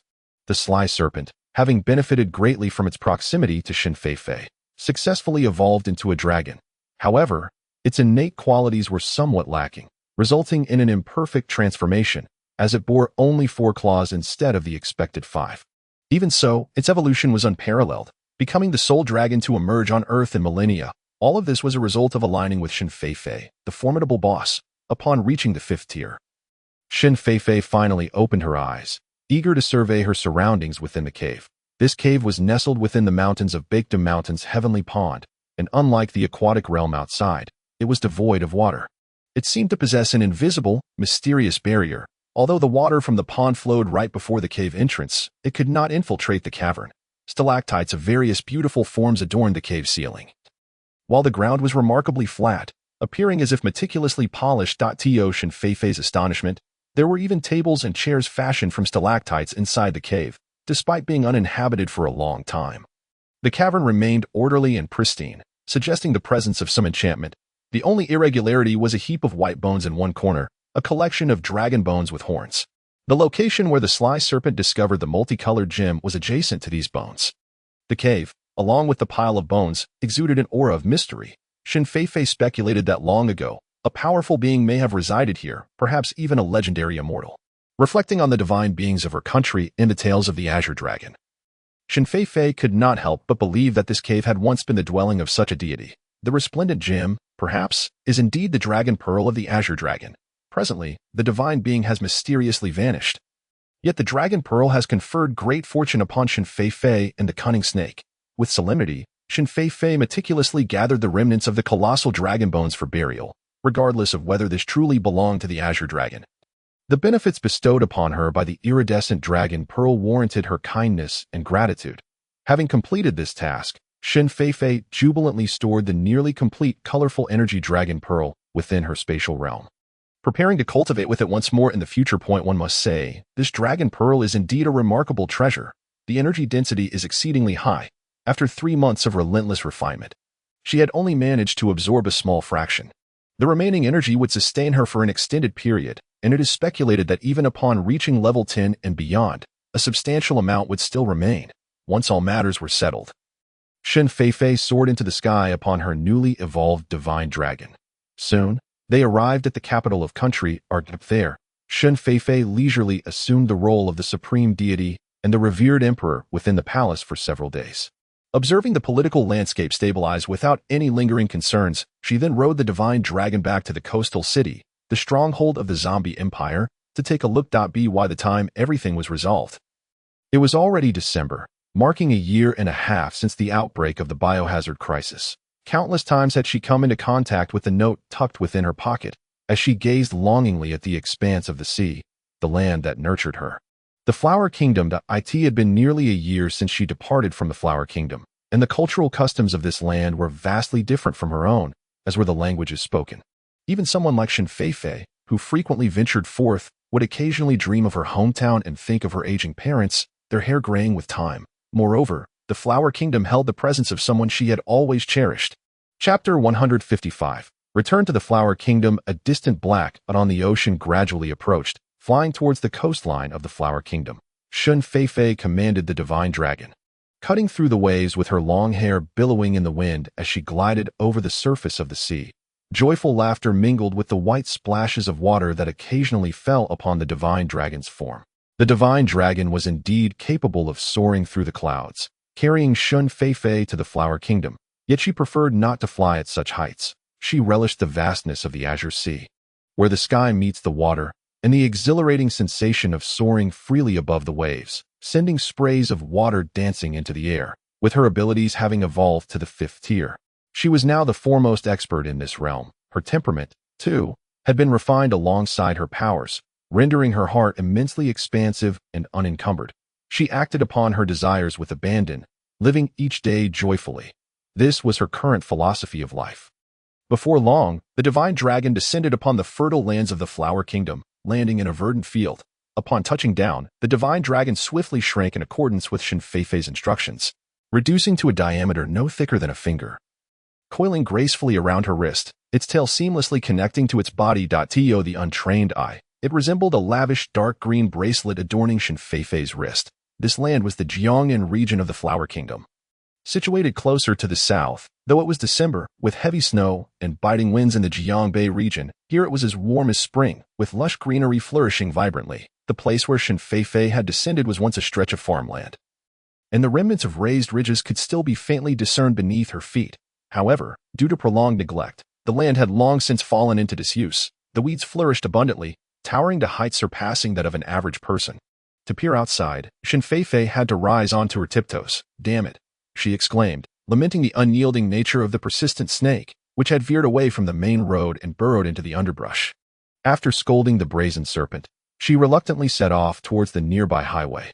Unexpectedly, she heard cries for help echoing along the highway. That a male and a female voice were desperately calling for assistance.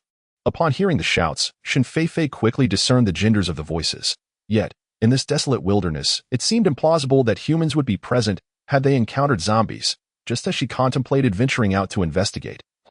Several gunshots rang out, accompanied by a cacophony of human shouts and curses. "You damn scoundrels, daring to elope. Just where do you think you can escape to? Being a woman for the boss is a privilege. You think you can run? Ha!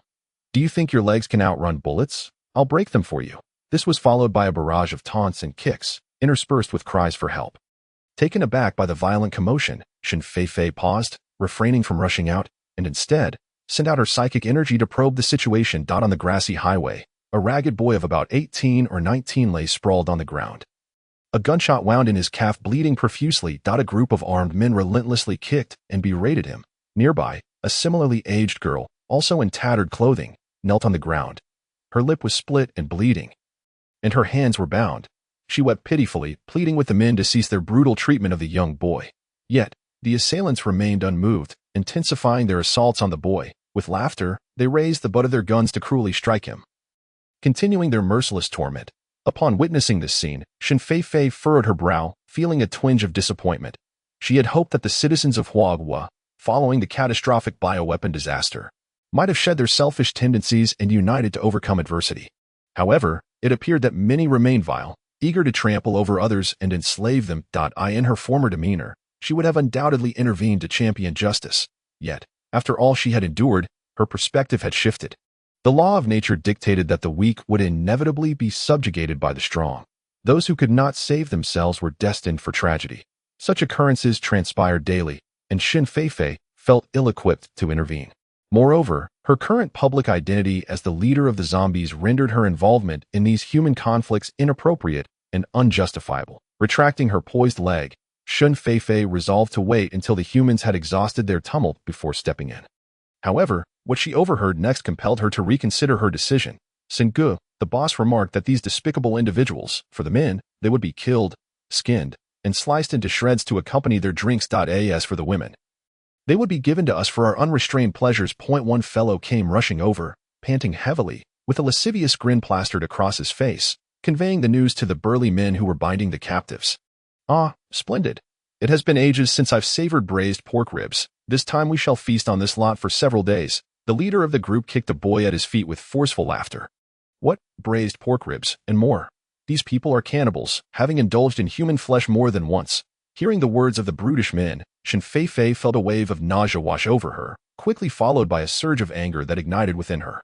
Although she existed as a zombie, she had never consumed human flesh. At most, she would drink a bit of fresh blood when absolutely necessary. Yet, these humans brazenly feasted on their own kind, delighting in braised ribs and stir-fried strips of meat. If zombies were to consume human flesh, it could be somewhat justified. They were the deceased, devoid of humanity and reason, acting purely on primal instincts. However, humans were different. Their brains had evolved significantly, bound by moral codes developed over thousands of years. Despite the prevalence of zombies in the Jiangnan district, it was not particularly difficult for humans to find sustenance. Moreover, the imposing figures of these armed men, clad in somewhat disheveled yet orderly attire, did not appear to be suffering from hunger or deprivation. They were indeed consuming human flesh. In a situation where food and clothing were not lacking, they resorted to cannibalism. They were no longer fighting for mere survival. They had become the dregs of humanity, vile creatures devoid of any semblance of humanity. Shen Feifei's bottom line was that she could never bear to witness humans devouring one another. A fierce fire of rage ignited in her eyes as she pushed through the underbrush, striding purposefully onto the highway. On the highway, the group of armed men were jovially dragging the boy and girl back. However, upon lifting their heads, they were met with the sight of a woman standing in their path. Chapter 156. The Fate of Villains. 1. Several burly men were on their way back to their lair when they suddenly spotted a girl appearing on the desolate, dilapidated highway that had previously been empty. The girl was tall, clad in a flowing, ethereal white gown, her skin radiant and translucent, glistening with a sacred light under the sun. She stood there, exuding a dazzling nobility, her demeanor cold and indifferent as she regarded them.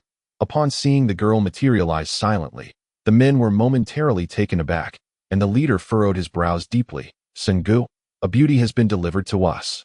What a fine specimen. One scruffy man, upon seeing Shen Feifei alone and youthful, could not suppress his lewd thoughts and immediately approached her with a smirk, reaching out with his filthy hands. Hey, wait, don't go over there.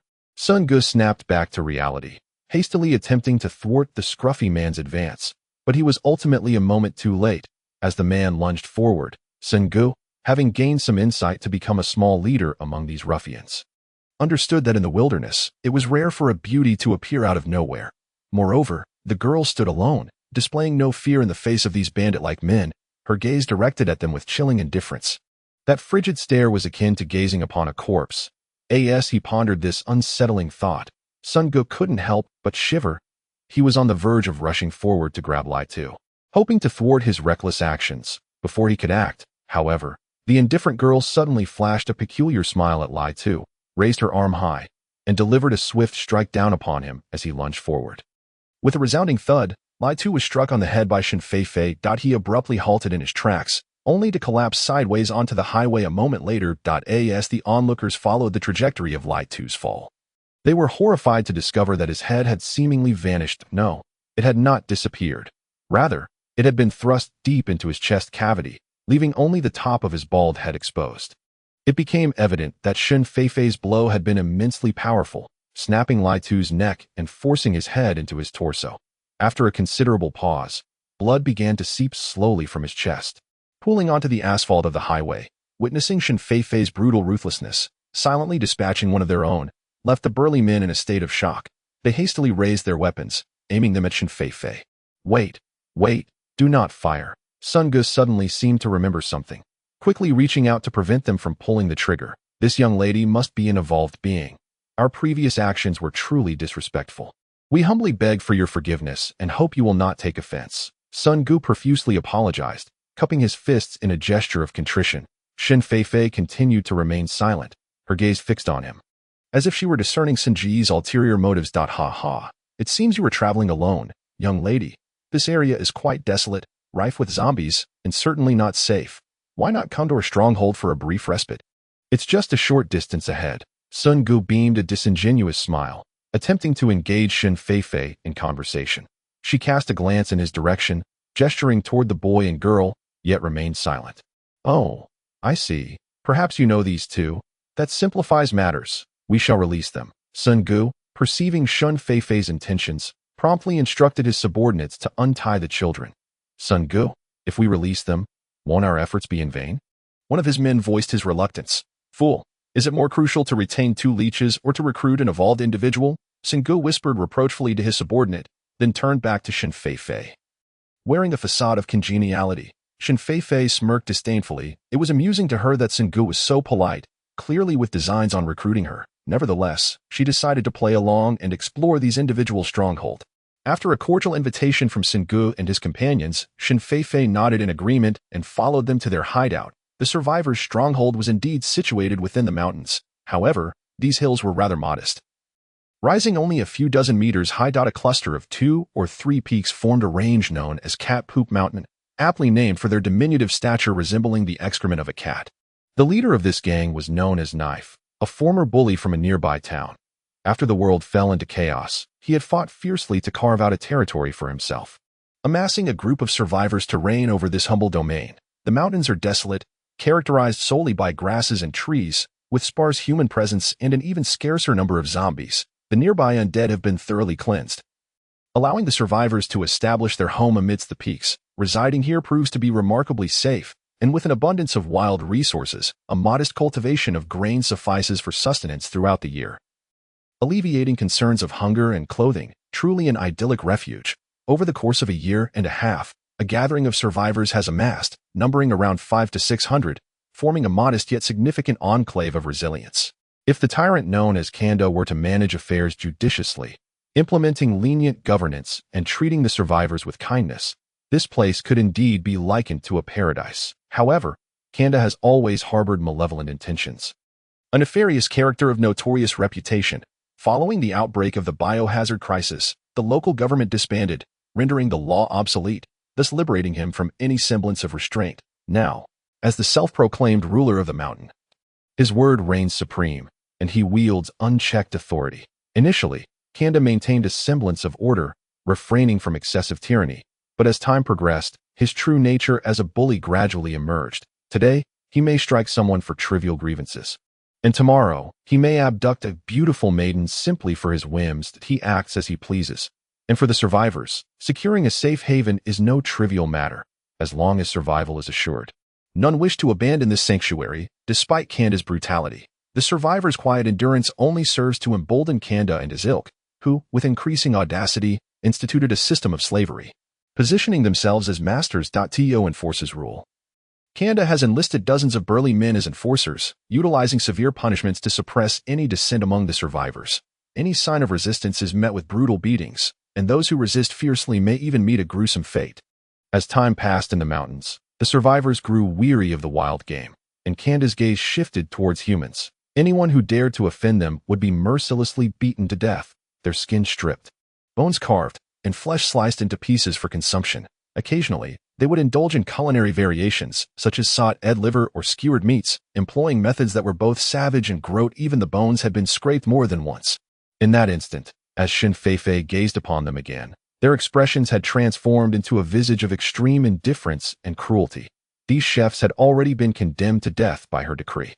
"Miss, our esteemed knife master awaits you in the hall. Please follow me." Sengu, seemingly accustomed to such grim spectacles of flesh being butchered, was utterly unconcerned, focusing solely on courteously ushering Shin Feifei along. Shin Feifei cast him a cold glance, remaining silent as she entered. She was determined to ascertain the nature of this knife master, who treated human flesh as a delicacy, a figure more fearsome than the undead. In a spacious cavernous hall, torches flickered against the stone walls, illuminating the scene. At the far end, a large stone chair was occupied by a bald man, exuding an air of brazen arrogance. A long scar, a testament to past battles, ran from the corner of his eye to his chin, a menacing reminder of his violent past. Contrary to expectations, his chair was not adorned with tiger or leopard skins, but rather a peculiar, slightly yellowed hide, from which a tuft of dark hair protruded, reminiscent of human locks. Upon seeing Shin Feifei enter the hall, the previously haughty knife master was momentarily taken aback. His eyes widening in astonishment, he blinked his soiled gaze, and, unable to contain his eagerness, rushed toward her with the fervor of a ravenous wolf lunging for its prey, his eyes sparkling with excitement. However, Shin Feifei, proud and imperious, deftly sidestepped his advance, causing him to miss entirely. As he stumbled forward a few paces before regaining his footing, he was momentarily stunned. In this post-apocalyptic world, he had prided himself on his swiftness. Faster than most, having carved a bloody path through a city teeming with the undead to reach this very place, he had claimed dominion over the mountains, and until now, he believed no one could outrun him. This arrogance had been a source of pride. Perhaps he was the fabled evolved being mentioned in the broadcasts, a rare and noble speedster. Yet, upon beholding Shin Feifei's exquisite beauty, he found himself irresistibly captivated. His prolonged reign as a mountain king had rendered him brazen, compelling him to consider approaching her inappropriately. To his astonishment, even his rapid speed was effortlessly evaded by Shin Feifei, who moved with an elegance so light and untroubled. Knife brother, this young lady is the evolved one I invited." She dispatched Lai Tu with a single blow. Sengu interjected, supporting the Knife Master in a bid to ingratiate himself. An evolved being. No wonder her speed is unparalleled. Knife Master instantly shrugged off Sun Ji's arm, turning to Shin Feifei with eyes sparkling like stars, displaying no hint of embarrassment at all. A rare guest indeed. Come, let us celebrate and welcome the beautiful lady with a grand feast, he exclaimed, attempting to grasp Shin Feifei's hand, only to be met with her unyielding rejection. That won't be necessary. I merely wish to know what it is you all consume daily. Shin Feifei suppressed her rising ire and inquired. Food. We have no shortage of that. Everything that existed before the apocalypse is available here, and even delicacies that were unattainable then can be found here. Moreover, we have that which is edible, if you catch my drift. The Knife Master leaned in conspiratorially, winking at Shin Feifei with an air of feigned mystery. Here, we have thousands of people. In any case, dear lady, your arrival here is akin to stepping into a paradise. You shall want for nothing. If you desire the stars from the heavens, I could have them plucked for you. What do you say, beautiful lady? Remain here, for everything in this place is yours, the man known as Kandao boasted to Shin Feifei. As if both inviting and compelling her to stay. As he spoke, he opened his shirt, revealing a chest adorned with hair, and rubbed it vigorously, as if to say, Behold my strength and manly demeanor. You assert that everything here belongs to me. Shin Feifei suddenly smiled at him, her smile peculiar and enigmatic. Indeed, my dear, as long as you are willing to become my cherished consort, all that is here shall be yours. Enchanted by Shin Feifei's captivating smile, Kandao failed to grasp the implication behind it. So, does that mean that your life is now mine? Shin Feifei revealed her pearly white teeth, glistening in the light. Ah, what? Kandao finally sensed something amiss in her expression. Yet, before he could react, a delicate hand reached out, gripping his neck and lifting him high into the air. Help, cough, cough, help. Kandao struggled for breath, his feet dangling off the ground. His robust body felt as light as paper in Shin Feifei's grasp, devoid of any strength, his complexion turning a deep shade of purple. Shoot. Sengu, who had been standing by, was momentarily stunned, realizing the gravity of the situation. He called for the others to fire at Shin Feifei. How did I attract such a harbinger of doom? The gunshots rang out chaotically, yet not a single bullet found its mark on Shin Feifei. All the bullets fell harmlessly to the ground mere centimeters away from her. Meanwhile, Kandao, grasped by Shin Feifei, was struck by several stray bullets, creating gaping wounds, and it was clear he would not survive. Humph! Shin Feifei disdainfully tossed Kandao to the ground, no longer concerned for his fate. When he was shot and blood began to flow, nearly staining her garment, she was determined to keep the filthy blood of that wretched man from tarnishing her attire. Within the hall of the stronghold, a sudden commotion erupted. As the formerly domineering thugs fled in a frenzy, they screamed for help, abandoning their firearms in their desperate escape, wishing they could grow additional legs to flee faster. Behind them, Shin Feifei, impeccably dressed, strode out of the hall, carrying Sun Ji's head, which she casually discarded onto the hillside. Subsequently, a massacre ensued within the stronghold. Those who had partaken in cannibalism among the thugs and bullies met their demise at Shin Feifei's hands. Including the few chefs skilled in slicing human flesh, what one does is observed by heaven. It is not that vengeance is absent, merely that the time has not yet come. Those who consume human flesh shall eventually be slain themselves. These individuals deserve their fate. After Kandao and his men were slain, Shin Feifei had long since descended the mountain. Only then did the survivors cautiously emerge from their hiding places to assess the situation. Unable to suppress their cold sweat upon witnessing the multitude of corpses at the mountain gate. What manner of sorceress is this, who slaughters without a flicker of her eye? Chapter 158. Farewell. Lei having departed from the encampment, Shin Feifei journeyed northward, intent on reaching the Z City base. Lei and her bespectacled companion awaited her there. Along the way, Shin Feifei encountered numerous survivors. Most of them had banded together in organized groups to make a living. While their numbers were few, such small bases were not uncommon. Shin Feifei estimated that if each base housed around 100 individuals, a single province could host approximately 1,000 of these small enclaves. This would imply a total of about 100,000 survivors. By this reckoning, the Jiangnan region likely still harbored several million survivors. The realization of this fact brought a sense of relief to Shin Feifei's heart. Ultimately, she did not wish for the extinction of humanity, especially that of the Huagua people with their millennia-long heritage. On this day, as Shin Feifei drew closer to the Z province base, her usually calm heart began to race. Her complexion flushed with excitement. This feeling was quite nuanced, reminiscent of a profound longing, akin to the anticipation of reuniting with family and loved ones. Dare to cause trouble on my turf, you scoundrel. We'll turn you into minced meat. From a distance, Shen Feifei heard a sharp exclamation, swiftly followed by the sounds of combat. Was that not Lei Lei's voice? What had transpired? Compelled by concern, Shen Feifei quickened her pace. As she approached the edge of the forest, the scene unfolded before her. Two groups confronted each other, one led by Lei Lei and her bespectacled companion, accompanied by a small contingent of Huagua zombies, no more than a dozen in total. Aside from Lei Lei, who had attained the third tier of power, her companion stood at the mid-second tier, while the others ranged between the first and second tiers. Opposite them stood a group of foreign zombies. Led by a creature with its head wrapped, sporting two prominent, curled mustaches, and adorned in knee-length garments, this group was considerably larger, approximately 50 to 60 strong. The leader, while possessing a yellowish hue, exhibited a deeper, browner complexion, unmistakably marking them as non-native zombies. It was no wonder Lei Lei referred to them as Asan. They had indeed originated from a southern nation.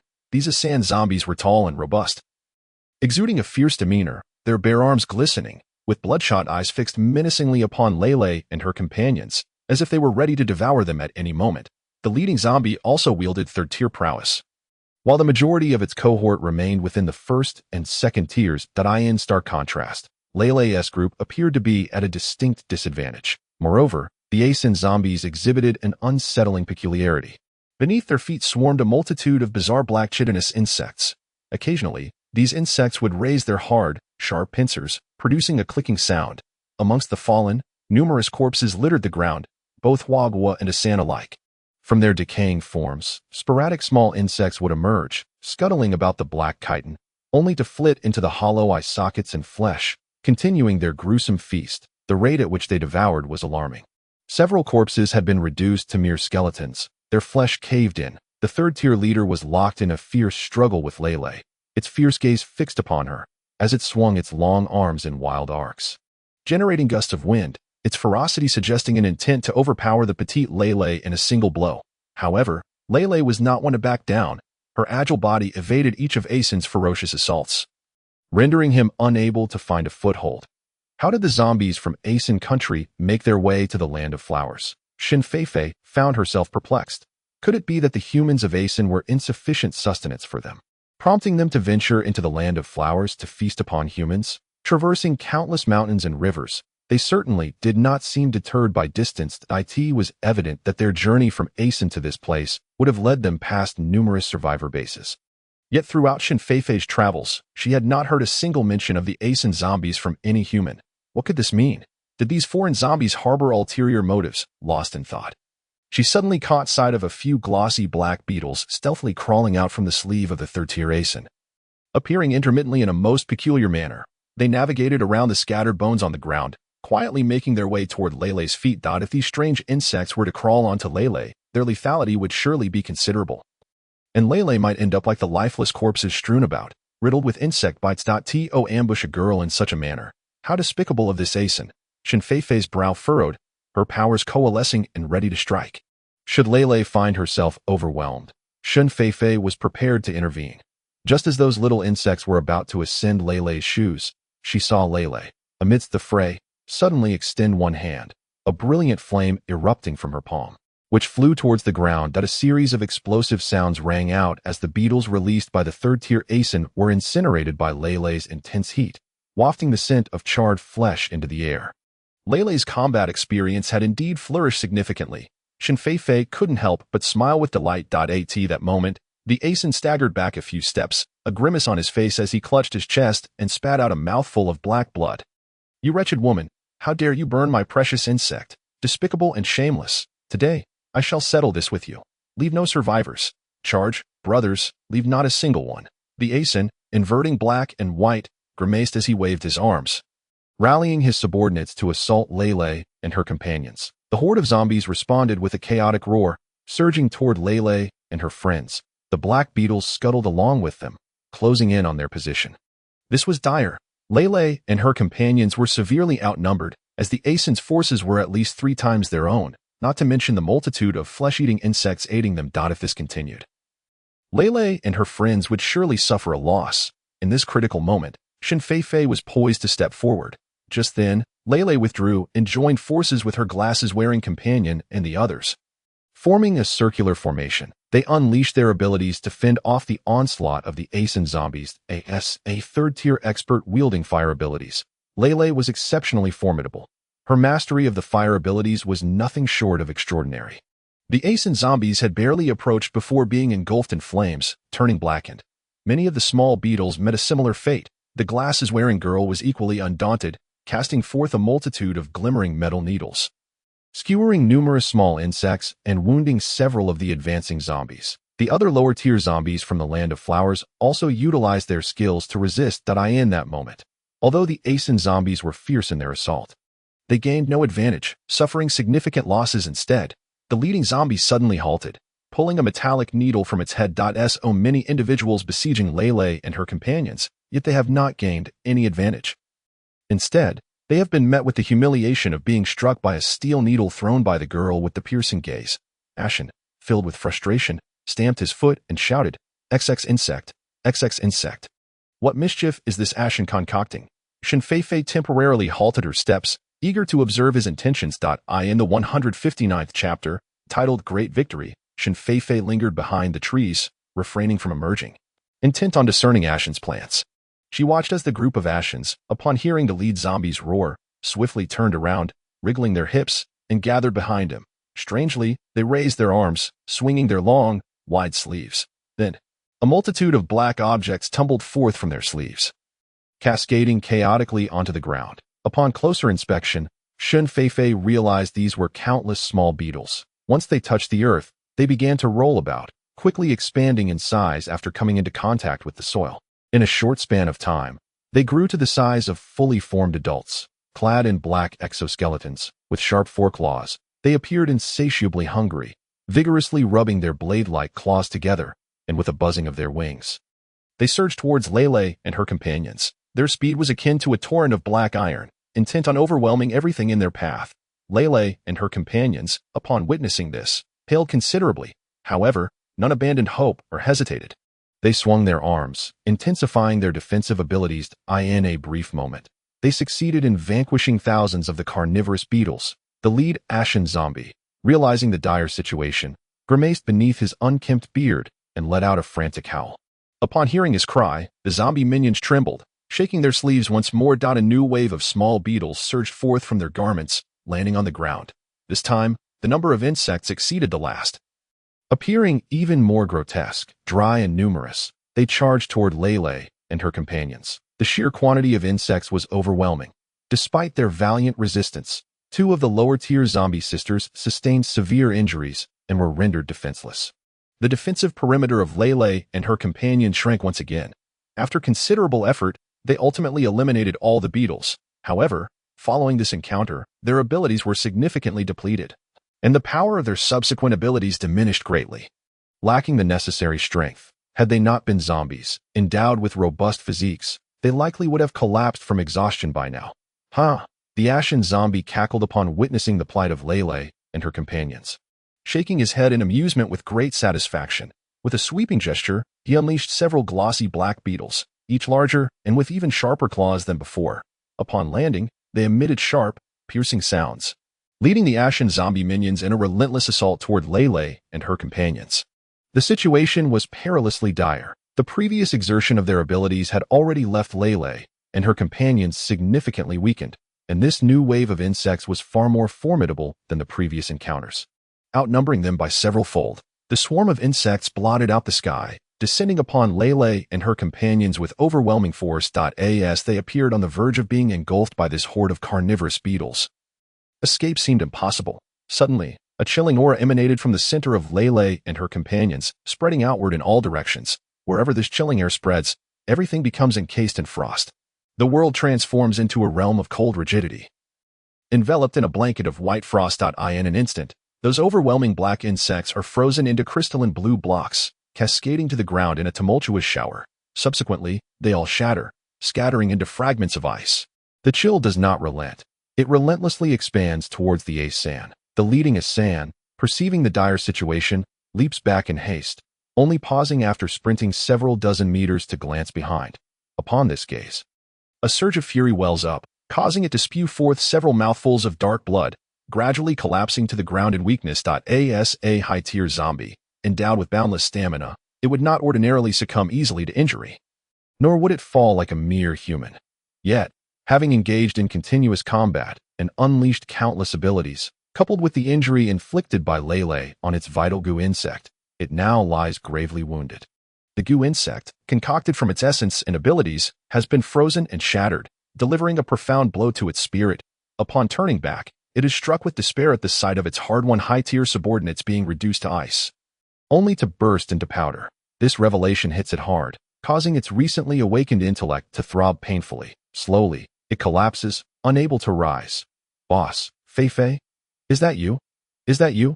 Initially engulfed in despair, Lele, witnessing this sudden turn of events, immediately thinks of Shun Fei and exclaims with delight, who else could wield such formidable ice abilities if not Boss Fei?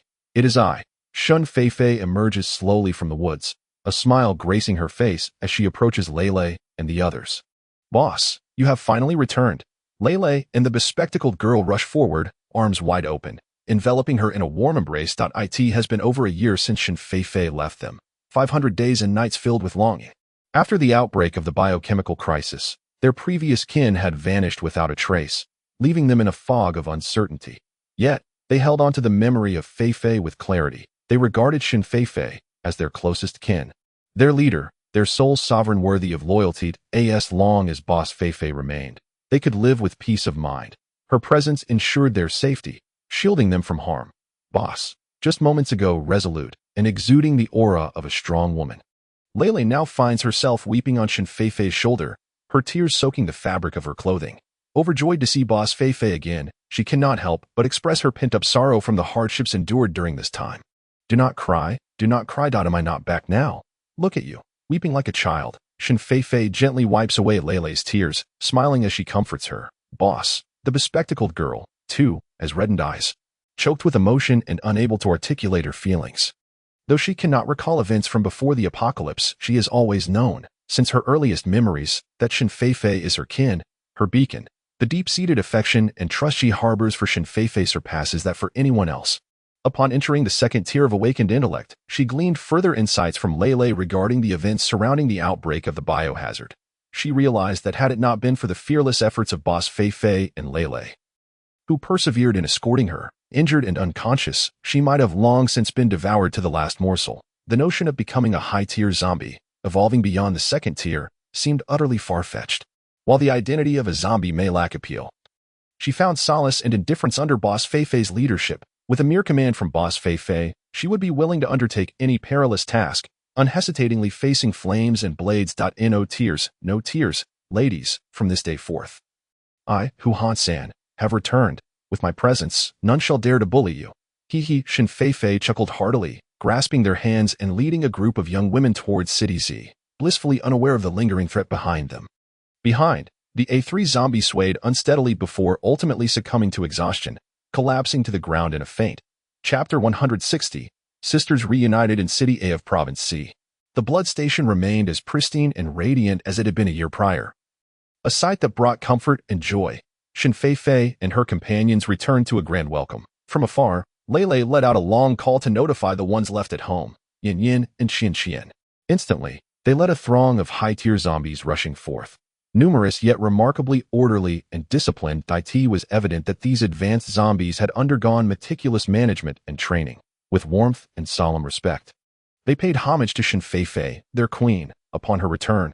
After the formalities, Yin and Xian could no longer contain themselves and threw themselves into Shun Fei's embrace, tears streaming down their faces.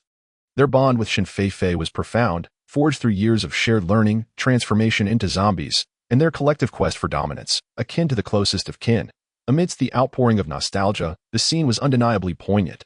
Though they had become the undead, the emotional depth of these young women remained exceptionally rich. Their propensity for tears was a cherished trait. Ultimately, it was through Shun Fei's comforting reassurances that their spirits lifted, and laughter filled the air once more. The blood station, already grand and luxurious, had been lavishly renovated by Lele and her companions, resembling a cozy villa, spacious and inviting. It radiated warmth and comfort, even amidst the chill of December.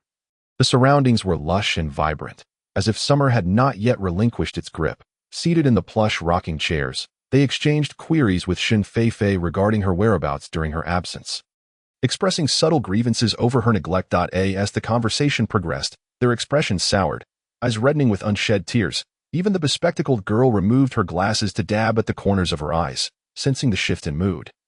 Shen Feifei hastily recounted the events that had transpired during her time away, lest misunderstandings arise. Upon hearing of Xiao Yi's former treachery and callousness, the group erupted in indignation, with Lei Lei even declaring her intent to venture into Jiangbei district to confront Xiao Yi. Determined to exact revenge and consume him, this proposal was immediately embraced by all, prompting an urgent organization of the zombie hordes to assault Jiangbei. Shen Feifei, caught between laughter and tears, could only recount the subsequent events once more, which somewhat alleviated Lei Lei and the other spirits. Although they settled down, they insisted on capturing Xiao Yi, determined to detain him in Jiangnan district, forbidding his return to the Xiao family. What transpired in Jiangnan after I left Huaghua? Shen Feifei was unwilling to linger on the matter and deftly shifted the conversation. When we launched our attack on the human base in Province C, in accordance with your orders, we did not annihilate all humans, leaving behind a considerable number of relatively benevolent individuals. Upon hearing the leader's inquiry, Lei Lei immediately straightened her posture and responded gravely. As Shen Feifei's most capable and trusted assistant, she adhered strictly to Shen Feifei's commands with unwavering diligence. It turned out that after Lei Lei and her team captured the human base in Province C, they allowed many women, children, and some men who had never tasted human flesh to remain, amounting to several 100,000 individuals. Centered around the remnants of the former base, designated areas were established for their habitation. Previously, the granaries within the base held ample provisions, sufficient to sustain millions for a considerable time. Now, with only a few 100,000 remaining, food was no longer a pressing concern. As long as they refrained from internal strife and united in purpose, they could thrive. Lei Lei mandated that they submit a certain quantity of blood food at regular intervals, allowing them to live and work there without fear of zombies unexpectedly invading their camp. It is essential to understand that tens of millions, if not hundreds of millions, of zombies are challenging to control. When they are hungry, their thoughts inevitably drift towards human flesh and blood, necessitating the provision of adequate alternatives. Thus, Lei Lei's regulations were both necessary and reasonable for these humans, although the burden of delivering substantial quantities of blood food, such as cattle, sheep, and fish, was considerable. It was still far preferable to being relentlessly pursued and devoured by zombies. Consequently, upon realizing that Lei Lei and her team were offering them a chance at survival, they dared not haggle and readily agreed, diligently working to capture and raise livestock without a hint of laziness. Where there is pressure, there is motivation. Under the threat of the zombie hordes, the survivors toiled tirelessly to stockpile blood food. After a period of hard work, the survivors' material conditions remarkably improved. They no longer lacked clothing or food, and even meat became plentiful, with their basic needs met and no fear of zombies consuming them. The survivor base in Province C had transformed into a flourishing haven. Observing this situation, the Li family from Jiangbei once sent representatives to negotiate, seeking to reassert their jurisdiction over the area. However, the survivors still recalled the past under the dominion of those political magnates, remembering the abysmal status of their lives as commoners. Without hesitation, they angrily expelled the Li family's representatives. They refused to be governed by these callous politicians who regard human lives as trifles, choosing instead to live freely in Jiangnan district. Even under the oppression and exploitation of the zombies, life was incomparably better than under the avaricious tyranny of the Li family. Hearing of this development, Shen Feifei couldn't help but smile. The survivors have all awakened, fully aware that the Li family members are anything but virtuous, recognizing that these government officials are even more ruthless than the zombies themselves. Akin to parasitic leeches, they would rather coexist with flesh-eating zombies than submit to these officials donning human facades for their livelihoods. It seems that the Li family's reign is not only despised in the Jiangbei district but is also loathed to the core in the Jiangnan district. With this thought, Shen Feifei recalled her parents living in Jiangbei. She pondered how they were faring in the current circumstances. Were Father Shen and Mother Shen doing well? After the revelation of Shen Feifei's zombie constitution, had the humans troubled them, especially the vindictive and petty Li family?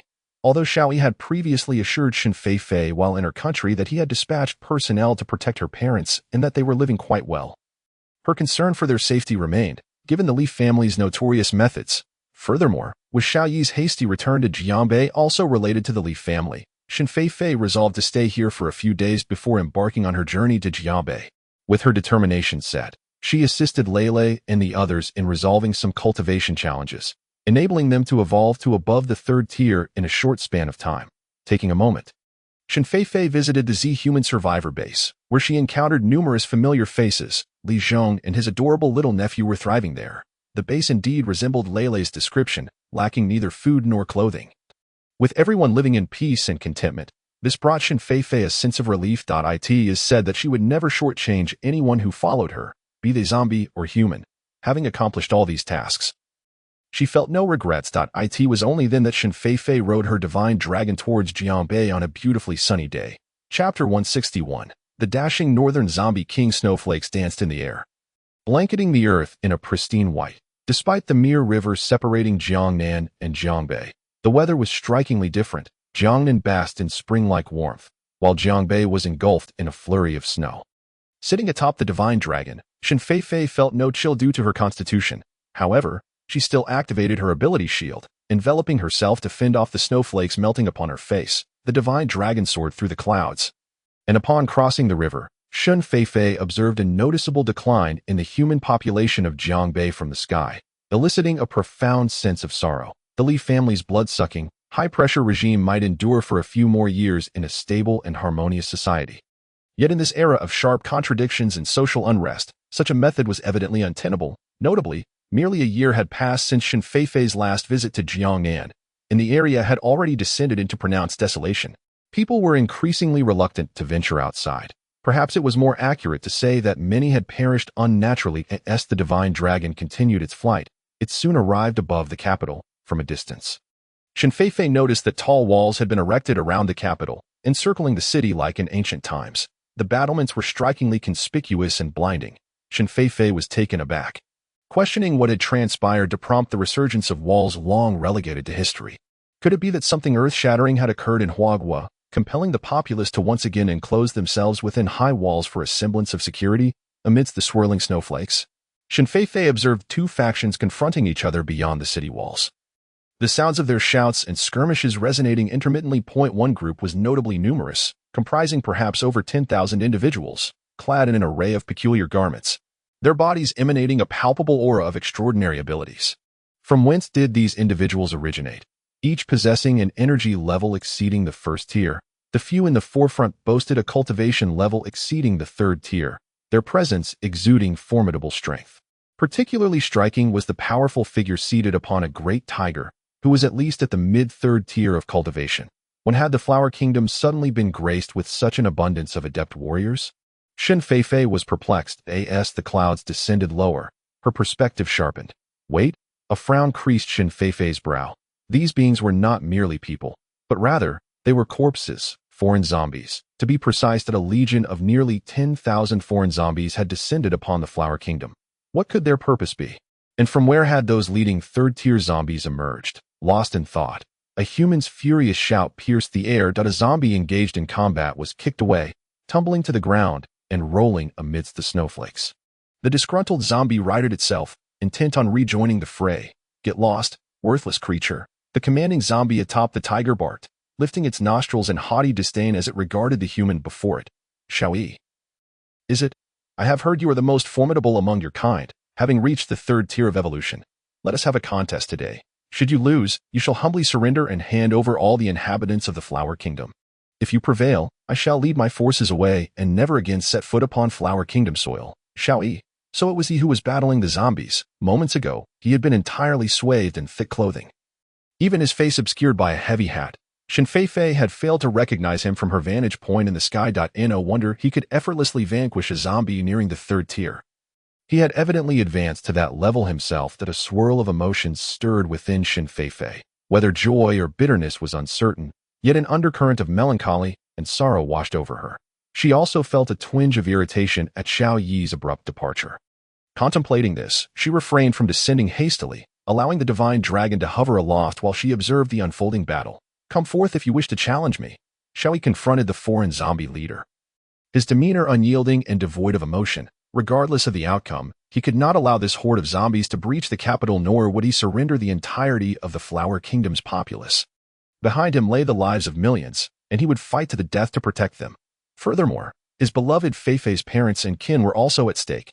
The foreign zombie nimbly dismounted from the tiger's back, discarding its hat and brandishing a whip made of iron to drive the tiger forward towards Xiao Dada. This foreign zombie king was quite the handsome figure. Shen Feifei's brows arched slightly, momentarily captivated by his striking appearance. With his golden, curly hair, sun-kissed visage, prominent nose, and a pair of ocean blue eyes that sparkled with depth, he was a tall and commanding presence, each step he took resonating with grace and allure. Shen Feifei conceded that he was the most beautiful and charming young man she had ever encountered. Had this been the world before the apocalypse, countless girls would have surely flocked around him, squealing in admiration. However, at this moment, Shen Feifei was no longer preoccupied with pursuing the handsome foreigner, for her heart had long been consumed by that adversary. Xiao Yi, today you shall taste the sting of the whip, and come to understand the might of our undying clan. With that, the foreign gentleman flicked his whip, its tip slashing towards Xiao Yi's face like a serpent. Xiao Yi hastily recoiled, narrowly evading the strike. Yet, unexpectedly, the whip seemed to possess a life of its own, altering its course mid-flight to wrap around his chest. With a resounding crack, the whip tore a large gash in Xiao Yi's padded jacket, sending the insulating material flying. A trickle of blood slowly seeped from the wound on his chest, staining his attire. Despite the injury, Xiao Yi let out no sound of pain. Instead, he straightened his military knife and charged forward once more. The sharp cracks of the whip echoed, and the glint of blades flashed as the two engaged in fierce combat.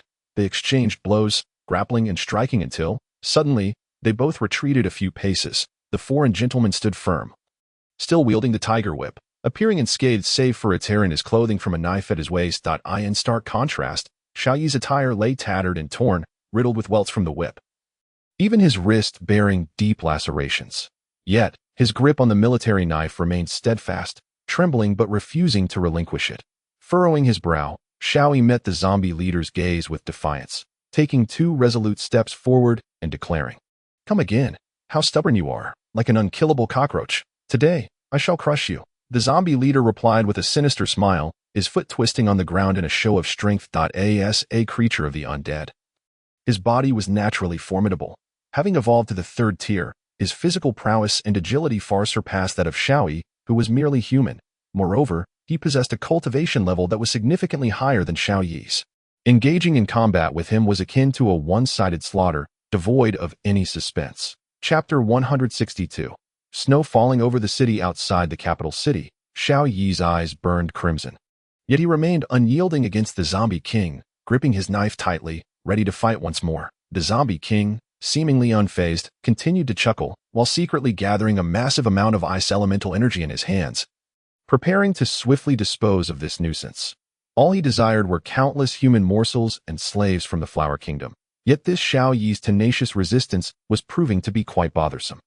Though this human posed no substantial threat to him, his incessant interference was akin to a bothersome fly.so. Let us grant him a swift end. Sharp, needle-like ice spikes, resembling fine hair, began to form in the zombie king's hands. Swirling and ready to strike, as Xiao Yi charged forward, the zombie king swiftly raised his hand. Instantly, thousands of ice needles cascaded down like a torrential storm. These densely packed ice spikes, a manifestation of the zombie king's 3rd-tier powers, were hard and razor-sharp, more formidable than genuine steel needles that a mere brush would inflict injury. An encounter would spell death. If the icy needles were to strike Xiang Yi, even with his 3rd-tier ability protecting him, he would still suffer severe injuries. Moreover, considering the sheer multitude of these needles, it was an overwhelming assault. As he witnessed the barrage of icy needles descending upon him, Xiang Yi hastily retreated, desperately evading while summoning his powers to erect a formidable earthen shield for protection. However, the penetrating force of those icy needles was astonishingly potent. They merely paused momentarily upon breaching his earthen barrier, swiftly advancing towards him nonetheless. The sheer quantity and expanse of the needles were utterly staggering. No matter where Xiang Yi sought refuge, he remained within the lethal range of their attack. As he saw the perilous needles drawing ever closer to his face and body, he resignedly closed his eyes. Farewell, Fei Fei, farewell, my compatriots. Xiang Yi bid his loved ones goodbye in his heart, their cherished memories flooding his mind, particularly the gentle smile of Shen Feifei. Gradually, a trace of a comforting smile graced Xiang Yi's lips. If he were to depart, he would carry along the beautiful memories shared with Fei Fei. Embracing fate, He awaited the moment the icy needles would pierce through him, quietly anticipating the arrival of death. However, after an extended period of waiting, he felt no sting or discomfort. Instead, he sensed a significant surge in the surrounding temperature. Curiously, he opened his eyes, intent on discerning the source of this change. What on earth was happening? He beheld the icy needles that had been poised to pierce his eyes seemingly suspended in midair, hovering just a centimeter away from him, then visibly dripping with water. 1 drop, 2 drops, 3 drops. The temperature around him continued to rise rapidly, and the dense cluster of icy needles melted away in an instant, leaving not a trace behind. Who dares to interfere? The Northern Zombie King, flushed with rage, staggered back a few steps, barely escaping the onslaught of the searing heat wave. Once steady on his feet, he could hardly contain his fury, bellowing with indignation. After all, this human, Xiang Yi, possessed only a mere third-tier ability and was no match for him. Furthermore, Xiang Yi's ability was earth-based and could not counter his most formidable ice needles. This sudden surge of oppressive heat could only mean someone was aiding Xiang Yi. But who could it be?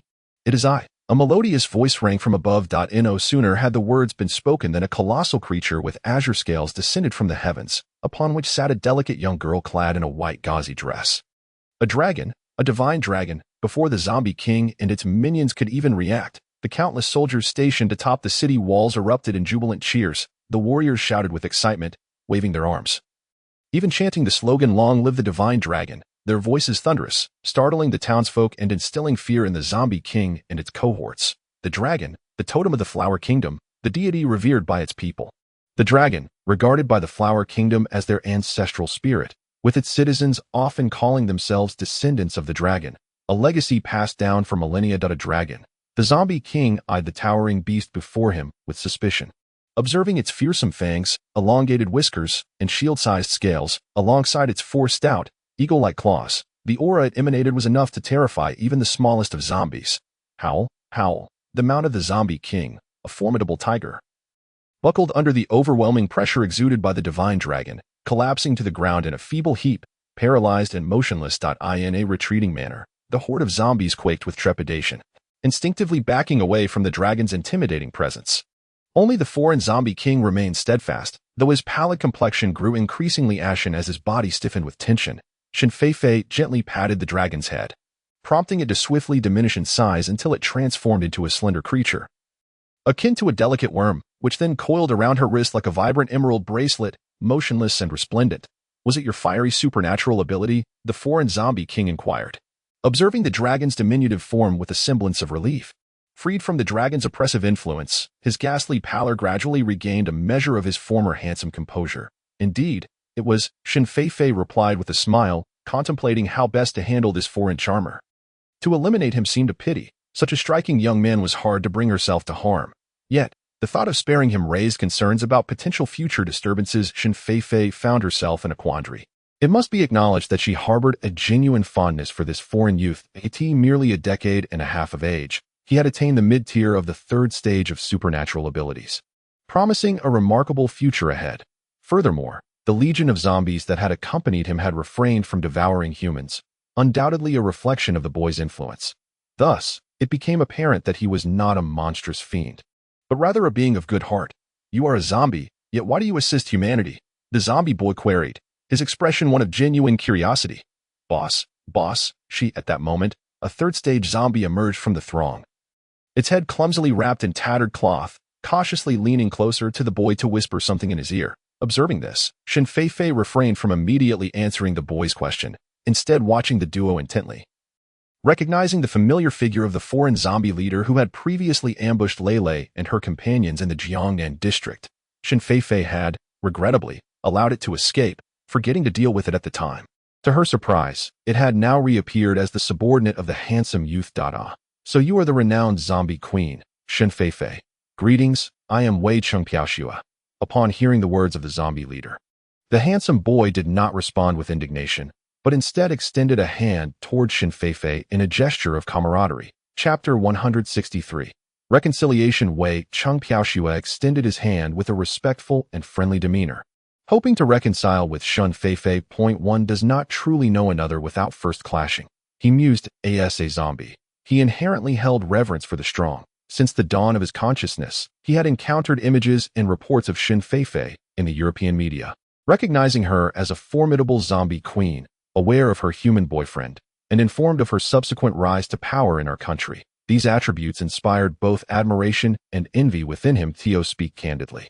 He regarded himself as a fan of Shen Feifei to a certain extent, though he harbored a slight disdain for her human companion. That it is said that he once betrayed the queen for the sake of humanity, inflicting upon her both physical and emotional wounds of great magnitude. Since the evolution of Weiqing Piaoxue to the third tier, he has been relentlessly engaged in warfare, successively subjugating the hordes of zombies from the northern kingdom of Ofang, the western desert, and the southern nation of Asen.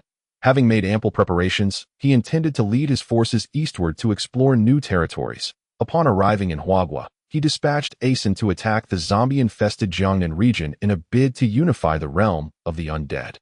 While he, himself, led a formidable contingent to assault the human defenses, his objectives were twofold. Firstly, to conquer humanity and emulate Shen Feifei in establishing a vast empire of zombies. Secondly, to teach a lesson to a certain individual named Xiao Yi, whom he found displeasing. Additionally, he sought to draw forth the queen of his heart, Shen Feifei. To his surprise, this fierce battle indeed managed to attract Shen Feifei's presence. Gazing at her, Weiqing Piaoxue's eyes brimmed with admiration. Truly, Queen Feifei is his idol. Not only has she established a zombie empire in the Earth Kingdom, but she has also tamed a divine dragon, an entity that exists solely in legends. Moreover, the idol before him, Shen Feifei, possessed an extraordinarily high level of cultivation, rendering even him, a mid-tier northern zombie king, unable to fathom her depths. Under her overwhelming aura, Weiqing Piaoxue felt minuscule in comparison. Esteemed queen, I am your devoted fan. Let us reconcile, he proclaimed, extending his right hand towards Shen Feifei with a look of eager anticipation. What is this? Shen Feifei appeared momentarily taken aback. Did this boy named Weiqing Piaoxue truly recognize her? The shift in his demeanor was startling. Only moments ago, he had been calling for violence against Xiao Yi, yet now he was displaying such courtesy towards her. His expression seemed genuine, and the admiration in his eyes did not appear feigned. Perhaps he truly was her fan. Well, this charming young man was rather endearing. She decided to extend her hand in reconciliation. With a gentle grace, Shen Feifei accepted his gesture. Thus, the Eastern and Western zombie kings had formally made amends. Feifei, you have returned.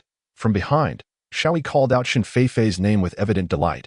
Upon hearing his voice, however, Shen Feifei did not respond. Instead, she furrowed her brow, a wave of discomfort washing over her heart, causing her countenance to darken. This Xiao Yi, though she understood that his departure might have been due to unavoidable circumstances, it still left her feeling unsettled.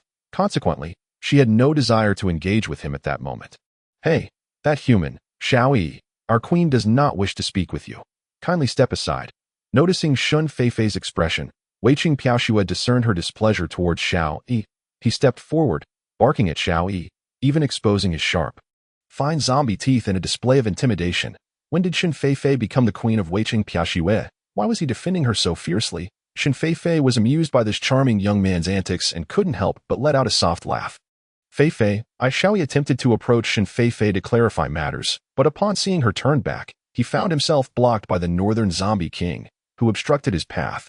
Left with no choice, he could only gaze anxiously and awkwardly at Shen Feifei, unable to utter a word. Your Majesty, let us retreat to our camp for a moment of respite, and disregard this unfaithful human. As Weiqing Piaoxue turned back, she bent slightly and earnestly invited Shen Feifei. Very well, Shen Feifei replied. At that moment, she felt that her anger had not fully dissipated. In the presence of Xiao Yi, she harbored an overwhelming desire to strike and bite him, to relieve her pent-up resentment, despite having impulsively saved his life just moments earlier. Without a backward glance, she followed Weiqing Piaoxue out, leaving Xiao Yi behind, his face etched with regret and heartache. Long after Shen Feifei had departed, Xiao Yi remained rooted to the spot, his gaze fixated on the direction she had taken, unwilling to leave. Was Feifei truly disappointed in him to such an extent? Had she indeed forsaken him? A warm tear gradually trickled down the corner of his eye, and suddenly, with a thud, he collapsed to the ground, unconscious. The formidable powers of the northern zombie king could not shatter his heart. Yet Shen Feifei effortlessly breached his emotional defenses. In a state of half-consciousness, Xiao Yi replayed scenes in his mind. In our country, when the robotic forces attacked the military camp, Individuals from the Hua country military sought him out, informing him that the head of the Li family had gone mad. The greedy and tyrannical patriarch of the Li family sought to seize all power in Hua country. He had abruptly initiated a military coup, placing Xiao Yi's father under house arrest, and purged the military, imprisoning thousands associated with the Xiao family and their allies. This was not all. The Li family had also captured many innocent individuals from other clans, numbering in the tens of thousands. In a matter of days, they were to be executed on charges of treason. For his own selfish desires, this Li family patriarch was willing to sacrifice so many lives during such a critical period. He was truly deranged. Many were discontent with the Li family's actions, including the deputy commander of the military, Commander Wang. While feigning allegiance to the Li family, Commander Wang secretly dispatched someone to her country to rescue Xiao Yi, hoping he would return to lead the military elite in thwarting the Li family's conspiracy and liberating the captives, thus restoring tranquility to Hua country's political landscape and alleviating the suffering of its people, including the countless military youths reliant on the Xiao family. Resolute, Xiao Yi decided to return to his homeland. Time was of the essence. He could not afford to explain everything to Shen Feifei face-to-face. So he hastily pinned a note informing her of his unavoidable return. If he survived this coup, he would surely seek her out. If he failed, he would have to wait for another life to see her again. Upon his return, leveraging his prestige, intellect, and the abilities of a high-level evolved being within the military, Xiao Yi faced numerous challenges but ultimately thwarted the Li family's machinations, rescuing his father and many of his kin and friends, thereby establishing a firm foothold in Hua country. He initially intended to return immediately to find Shen Feifei, but the situation in Hua country remained unstable, with remnants of the Li family still lurking in the shadows. The political landscape was ever-changing and difficult to navigate completely.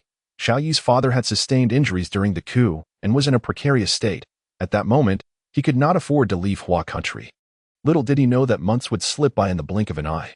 During this time, countless events transpired. Shen Feifei might have deepened her misunderstandings of him, and his departure must have shattered her heart. What was he to do now?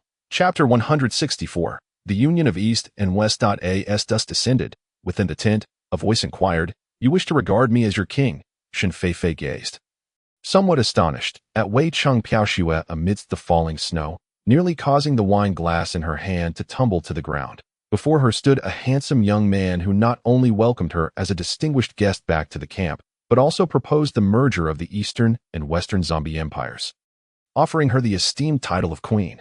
Such fervent enthusiasm was almost overwhelming for Shen Feifei.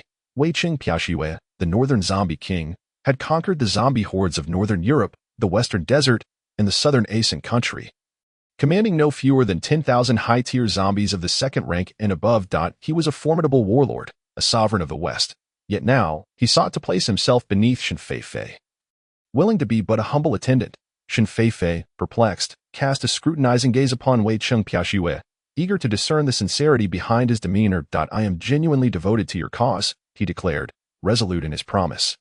In the face of Shen Feifei's penetrating scrutiny, Wei Cheng Piaoxue stood undaunted, his robust chest thumping with a resounding echo. "Very well, I place my trust in you. Let us unite to establish a unified zombie empire." It is often said that the eyes are the windows to the soul. At this moment, the boy's gaze was as clear as a pristine sapphire, devoid of any hint of turmoil or deceit. Such clarity could only stem from a heart unencumbered by guile. Shen Feifei believed in him, and in the integrity of the undead. For, among the evolved beings of the zombie race, treachery and cunning were rare. They had yet to learn the artifice of humanity. Furthermore, the undead naturally revered and submitted to the strong. As long as Shen Feifei's prowess remained superior to Wei Cheng Piaoxue's, he would harbor no thoughts of rebellion. With the colorful energy crystal in her possession, Shen Feifei's cultivation would undoubtedly soar. With a resounding clink, their crystalline goblets met, sealing the foundation of Eastern and Western collaboration. Throughout the night, the two drafted the future statutes and principles of the zombie empire. Shen Feifei would reign as the queen, wielding absolute military and political authority, while Wei Cheng Piaoxue would serve as the prime minister, assisting in governmental affairs. The capital would be established in the Jiangnan region of the Flower Country, with a secondary capital in the Air Country. The zombie race would henceforth be known as the Undying, signifying their eternal existence. All sentient high-tier evolved zombies were prohibited from indiscriminately preying upon or harming humans. The conquest of human society would serve to incorporate them as vassals within the zombie empire. As dawn approached, The sun rose like a golden yoke, illuminating the vast lands, despite the long night. Both felt invigorated, devoid of any fatigue. As formidable beings of the undead, they required no rest like mere mortals. Moreover, as the pinnacle of the zombie hierarchy, their physical and mental fortitude was extraordinary. Completing this endeavor filled them with a profound sense of exhilaration. As if a great weight had been lifted from their hearts. As the two dominant zombie factions poised for world supremacy, a confrontation was inevitable. If interests could not be amicably resolved, it would surely lead to significant turmoil. Your esteemed majesty, there is a party of humans seeking an audience outside the camp. Two elders claim to be your parents, reported the Asan zombie king, rushing forth as soon as they exited the tent. It has come to its attention that the zombie empire has merged, and that Shen Feifei is now its new leader. Consequently, it hastened to serve her with utmost diligence. Who claims that zombies are merely foolish and straightforward? In truth, there exist many highly intelligent zombies who possess profound understanding of human affairs. This, perhaps, is related to their conduct during their human lives. My parents, lead the way. Upon hearing this news, Shen Feifei's face lit up with joy. She, along with a cadre of zombie kings, rushed towards the camp's entrance. Father, mother, it had been a year since she last saw them, and Shen Feifei was longing for their presence. From a distance, she spotted her parents in the crowd and immediately dashed towards them. Embracing her father and mother tightly, tears streamed down her face. Although Shen father and Shen mother had become evolved beings a year ago and appeared quite vigorous, they had already begun to show signs of graying hair. Undoubtedly a testament to their worries for Shen Feifei. Feifei, dear, please do not cry. Look at us. We are all well, Shen father comforted, wiping his reddened eyes as he soothed his tearful daughter and Shen mother. All right, we shall not cry. Who informed you of my presence here? Shen Feifei regained her composure and inquired with a smile, though a hint of displeasure flickered in her eyes. Her discontent was not directed at her parents, but rather at the individual who had brought them to the camp. It must be noted that this was a zombie territory, teeming with thousands of high-level zombies, and any misstep could place her human parents in perilous danger. It was I, Feifei, who brought your parents here. Came the cheerful voice of Xiao Yi from the crowd as he stepped forward with a broad smile. You did this. Upon seeing him, Shen Feifei immediately scowled coldly at him. Feifei, why the sudden change in your demeanor? Xiao Yi, bewildered by her abrupt shift from joy to gloom, cautiously inquired. It is often said that a woman's heart is as inscrutable as the depths of the sea. Shen Feifei had just been elated to see her parents. Yet in the blink of an eye, her expression had darkened. Had he, Xiao Yi, inadvertently committed yet another blunder? Xiao Yi, the task is complete. Your mission has been fulfilled, Wei Cheng Piaoxue interjected, ensuring that their affairs were made clear.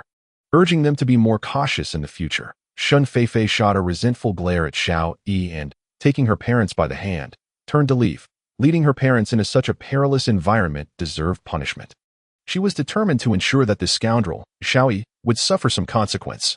Shen Feifei harbored resentment not only for his departure from her inner country, but also for his reckless decision to bring her parents to a camp brimming with zombies. Feifei, please do not go. Listen to me. I did not intend to abandon you. Xiao Yi exclaimed in a rush, desperately trying to explain himself. Yet, he could only surmise that her concerns lay with matters pertaining to her country. Unaware that Shen Feifei's mind had already spun into a whirlwind of grievances against him. Halt, you wretched human. A commanding voice rang out. I hereby declare that from this day forth, the human nation shall come under the dominion of our zombie empire. Should you wish to survive in safety, you must pledge allegiance to our queen. Each year, tribute of livestock and blood shall be required, should you dare to defy Her Majesty the Queen's decree. Prepare to face the annihilation of your entire lineage. Wei Cheng, with a mocking sneer plastered across his face, cast a disdainful sidelong glance at the figure of Xiao Yi, boldly proclaiming the sinister ambitions of the zombie empire. In an instant, Xiao Yi was left utterly flabbergasted. In the encampment, the Shen family reveled in joyous camaraderie, their hearts swelling with delight at the reunion of their loved ones. Yet, as the conversation shifted, Mother Shen remarked, Feifei, truth be told, that Xiao Yi is not as ill-natured as you might think. He possesses a certain sense of responsibility. Have you considered extending your forgiveness towards him, with a gentle intent to persuade? Mother Shen sought to soften her daughter's stance. Why mention him at all? That ungrateful wretch. Shen Feifei pouted, her resistance to Xiao Yi unmistakable. Feifei, we are not merely speaking in his favor. In reality, observing their daughter's obstinacy. Shen father and mother exchanged glances and promptly recounted the series of events that transpired after Shen Feifei was captured. Ever since her abduction to the Jiangnan District Laboratory, the Li family had discovered that Shen Feifei's parents were still alive. Consequently, they sought to apprehend the elderly couple under the pretext of harboring a fugitive. Upon receiving this news, Xiao Yi swiftly intervened, resolutely forbidding the Li family from laying a finger on Shen father and mother. Even dispatching a formidable contingent to safeguard them, Xiao Yi's stance was unwavering. He severed ties with the Li family, leading to an atmosphere fraught with tension and the threat of violence, for the greater good of Huaghua. And to avert internal strife, Xiao Yi's father engaged in extensive negotiations with the Li family, ultimately reaching a compromise to quell the situation. From that point onward, the Li family incessantly exploited the incident to their advantage, subtly weaving narratives that insinuated a nefarious connection between Xiao Yi and the zombie Shen Feifei, branding him as an insider for the undead. Misguided individuals, unaware of the truth, fanned the flames of this slander, inflicting significant damage to the Xiao family's reputation. Nevertheless, Xiao Yi stood firm, diligently ensuring the safety and well-being of Shen father and mother, although they were cognizant of his efforts. Shen father and mother harbored resentment towards Xiao Yi, for he had been the one to commandeer their precious daughter. Despite his attentive care, he remained their adversary. Thus, each time Xiao Yi visited them bearing gifts, Shen father and mother would cast the offerings aside, vehemently berating him and expelling him from their home. Unperturbed, Xiao Yi continued to visit them periodically, inquiring after their welfare and tending to them as one would to their own parents. Upon learning of Shen Feifei's well-being in Huaghua, Xiao Yi was the first to inform Shen father and mother, assuring them that their daughter was thriving. Just as Shen father and mother were preoccupied with concerns regarding Shen Feifei's safe return, the Li family launched a coup. Seizing the opportunity while Xiao Yi had taken a substantial number of ability users to our country, the Li family instigated a military insurrection in Huaghua, executing a surprise attack to apprehend Marshal Xiao and a multitude of loyalists. The Shen parents, whom the Xiao family had treated with particular care, also caught the Li family's attention, resulting in a battalion of soldiers being dispatched to encircle them. Overwhelmed by numbers, the Shen family ultimately fell victim to capture, imprisoned alongside the elder Xiao and his compatriots. It was only then that the Shen family grasped the true nature of the Li family's patriarch, an individual of unparalleled cruelty and cunning. The leader's image is entirely dissimilar to what was previously depicted in the media. He appears to have succumbed to madness, incessantly visiting the prison where the Xiao family is detained, personally interrogating the criminals with fervor, and administering lashes to those he harbors resentment against, his eyes perpetually bloodshot. Each time he hears the anguished moans and cries of his former adversaries, he seems to reach a peak of ecstasy. His complexion flushed, laughing heartily. It seems that only through such acts can he find relief. Only then can he vent the torment and frustration that plagues his heart. It was only later, through the whispers of the townsfolk, that Shen's parents learned of the demise of the Li family's only daughter, Miss Li. Previously, she had suffered a leg injury, and before it had fully healed, she recklessly engaged in street racing on the highway, only to be suddenly struck by an oncoming truck. That luxurious, globally limited edition sports car was instantly reduced to tatters, crushed into a mere scrap of paper. Consequently, Miss Li became one with the wreckage. Since that fateful day, the head of the Li family has exhibited signs of insanity, his emotions erratic, resorting to violence against others as a means of finding solace. Upon hearing this from Shen's father, Shen Feifei was reminded of the rebellious young lady from the Li family, her hair a riot of colors, and how she had been kicked by her father's bodyguard like a ball, crashing into the ceiling before falling back down. Surely, that kick had left her with lasting leg injuries, which led to her reckless racing and ultimate accident. The head of the Li family, having fathered a daughter late in life, cherished her as if she were a precious gem, terrified of losing her. The sudden thunderclap of her loss must have driven him to such extreme measures, launching a coup without regard for his image, viciously whipping prisoners, and even resorting to murder. At that moment, it seemed the head of the Li family had truly lost his mind. A pitiable individual must harbor some contemptible traits. Shen Feifei sighed and returned her focus to her father's narrative.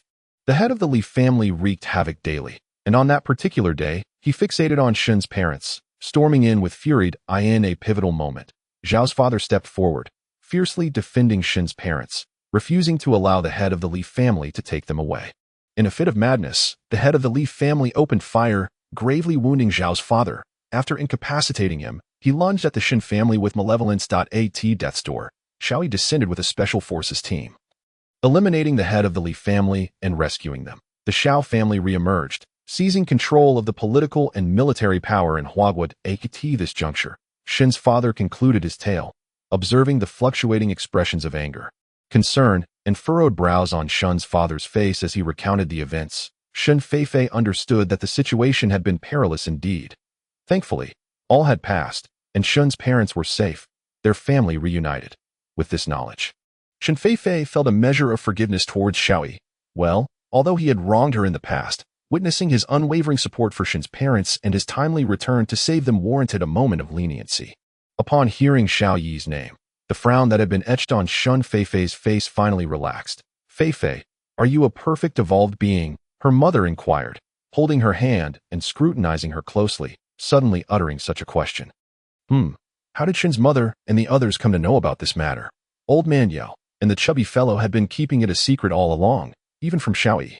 Mother, how did you learn of this? Shen Feifei pressed on. It was when that madman, the head of the Li family, injured old Xiao that he let it slip. He mockingly ridiculed Marshal Xiao for being foolish, for discarding such a high-tier perfect evolved daughter-in-law and instead believing the idle gossip of others, even going so far as to force his own son to kill you. As Shen's mother spoke, she sighed deeply. I don't know how to assess Marshal Xiao anymore. After decades of navigating the political arena, he ultimately fell prey to the cunning of the old fox from the Li family, severing his own arms. The head of the Xiao family truly is lacking in intelligence. So, does Xiao's father now know about Shen Feifei's identity as a perfect evolved individual? And does Xiao Yi also know her true identity? What actions might Xiao Yi take? Shen Feifei blinked, a glimmer of anticipation in her eyes. Chapter 166. The grand conclusion in the blink of an eye.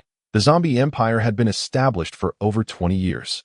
On this day, within a bustling bar in the human world, the atmosphere was electric. Hurry, hurry, place your bets. The finals are about to begin. If you don't bet now, it will be too late. The bar was alive with excitement as patrons gathered around the large television screen, sipping their drinks while anxiously fixated on the display. From time to time, individuals were seen tapping their phones to wager on the outcomes. Since the formation of the zombie empire, Queen Shen Feifei had unified the global zombie hordes with her iron-fisted methods. Under the formidable national strength and monstrous military power of the zombie empire, humanity had no choice but to submit and compromise, forming an alliance with the undead.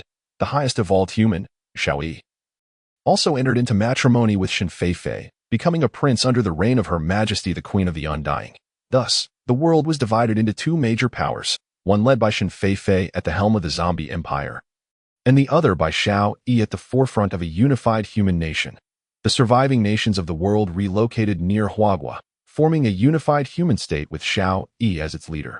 One ruled the realm of the undead, while the other presided over the world of humans. The two realms were governed separately, delineated by the great river of Huaguo, with the southern bank under the dominion of the Undying and the northern bank under human control. The two factions generally refrained from encroaching upon one another, engaging in trade and interactions to foster peaceful coexistence between the distinct races. The intellectual elites from both sides collaboratively developed a substance known as blood essence.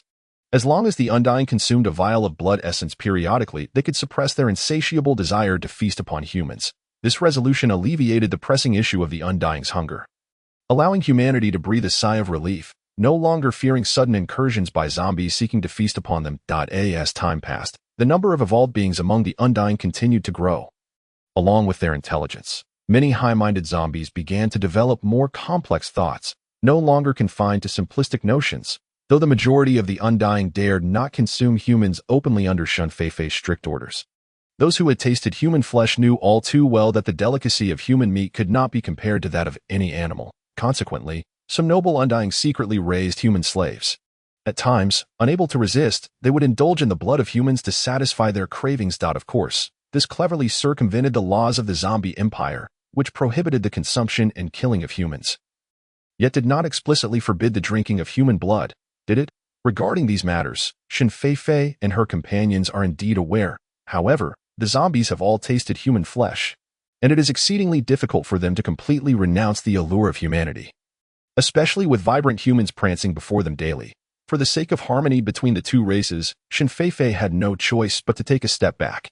As the Empire's laws explicitly prohibit zombies from keeping human slaves and from drinking blood without the humans' consent, this temporarily curbed the zombies' cravings. Yet, some humans, driven by greed, clandestinely sell human blood to the nobles of the undead empire, a situation that Shen Feifei and her companions cannot regulate, as it is ostensibly consensual.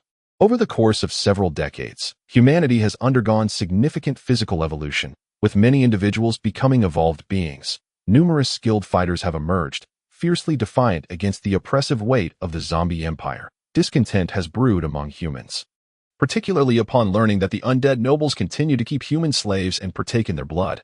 Consequently, in recent years, tensions between the two races have gradually resurfaced, occasionally escalating into violent confrontations with casualties on both sides. To address the surplus energy and fervor of these restless humans and the undead, Shen Feifei and Xiao Yi ingeniously devised a mutually beneficial solution: the establishment of a competition arena. Here, humans and undead could engage in combat, freely venting their frustrations. Each year, both races would send forth several champions to compete, with abundant rewards awaiting the victors. The undead would receive blood essence as their prize, while humans would be awarded monetary rewards. Once this plan was set in motion, the propaganda machinery of both races worked tirelessly to capture public attention. Remarkably, this initiative proved effective. Since the inception of the annual arena competition, both humans and undead redirected their hostilities. Those fervent and energetic individuals began strategizing on how to best their opponents in the arena, striving for glory for their races and substantial prizes for themselves. Consequently, various martial arts and supernatural societies emerged, hosting events ranging from small contests to grand tournaments on a daily basis, creating an atmosphere of unceasing excitement. However, among all these events, the most anticipated remains the arena competition organized by the National Coalition. Each year, when the season arrives, everyone takes a few days off to gather around their television screens, eagerly watching the matches, with the fervor rivaling that of the annual Spring Festival. The arena competition has undeniably become a grand celebration in the world. This year's arena competition marks its 5th edition, and it is even more vibrant than previous iterations, with an increased number of participants. As the competition progresses, the human contestant Hercules and the undead contestant Speed King have both fought their way into the finals. Poised for their imminent showdown, who will seize the championship and claim the enticing monetary reward? Everyone waits with bated breath. The commentator on site, visibly excited, animatedly narrates the events, his face flushed with enthusiasm. Look, look. As Hercules steps into the arena, he delivers a swift kick to Speed King, who appears gravely injured, limping as he walks. Can he endure? Oh, it turns out Speed King was merely feigning injury. Observe as he swiftly maneuvers behind Hercules to land a punch. Displaying no signs of being wounded at all, I suspected the undead would not be so easily subdued. Their physical prowess far surpasses that of the human race. The mighty Hercules retaliated, seizing the body of the Speed King in an attempt to strike at his head. In the face of absolute strength, all else appears illusory. Is the Speed King destined for defeat? In the palace of the Flower Kingdom, located in the southern region of Jiangnan, Queen's family gathered around the large screen. Engrossed in the match, Shen Feifei occasionally accepted fruits from Xiao Yi, savoring them with a blissful expression as she nestled in his embrace, watching television. The couple had long since reconciled. Once misunderstandings were clarified, they wed, becoming a blissfully happy pair. On the surface, Shen Feifei is Her Majesty the Queen, the supreme ruler of this world, a formidable and awe-inspiring presence. However, within the confines of their home, she transforms into a gentle and amiable wife. Always considerate of her husband Xiao Yi, their relationship is harmonious, filled with sweetness. Since their marriage, they have never quarreled or raised their voices in anger, having endured the tumultuous trials of a chaotic world. Both understand that the allure of power and material wealth is but a fade. The true essence lies in the joy of family unity and living together in happiness. Thus, they hold their current blissful life in high regard. What the future holds for the undead and humanity remains uncertain, yet as long as Xiao Yi and Shen Feifei are alive, they shall never allow each other to engage in mutual destruction or sever their bond.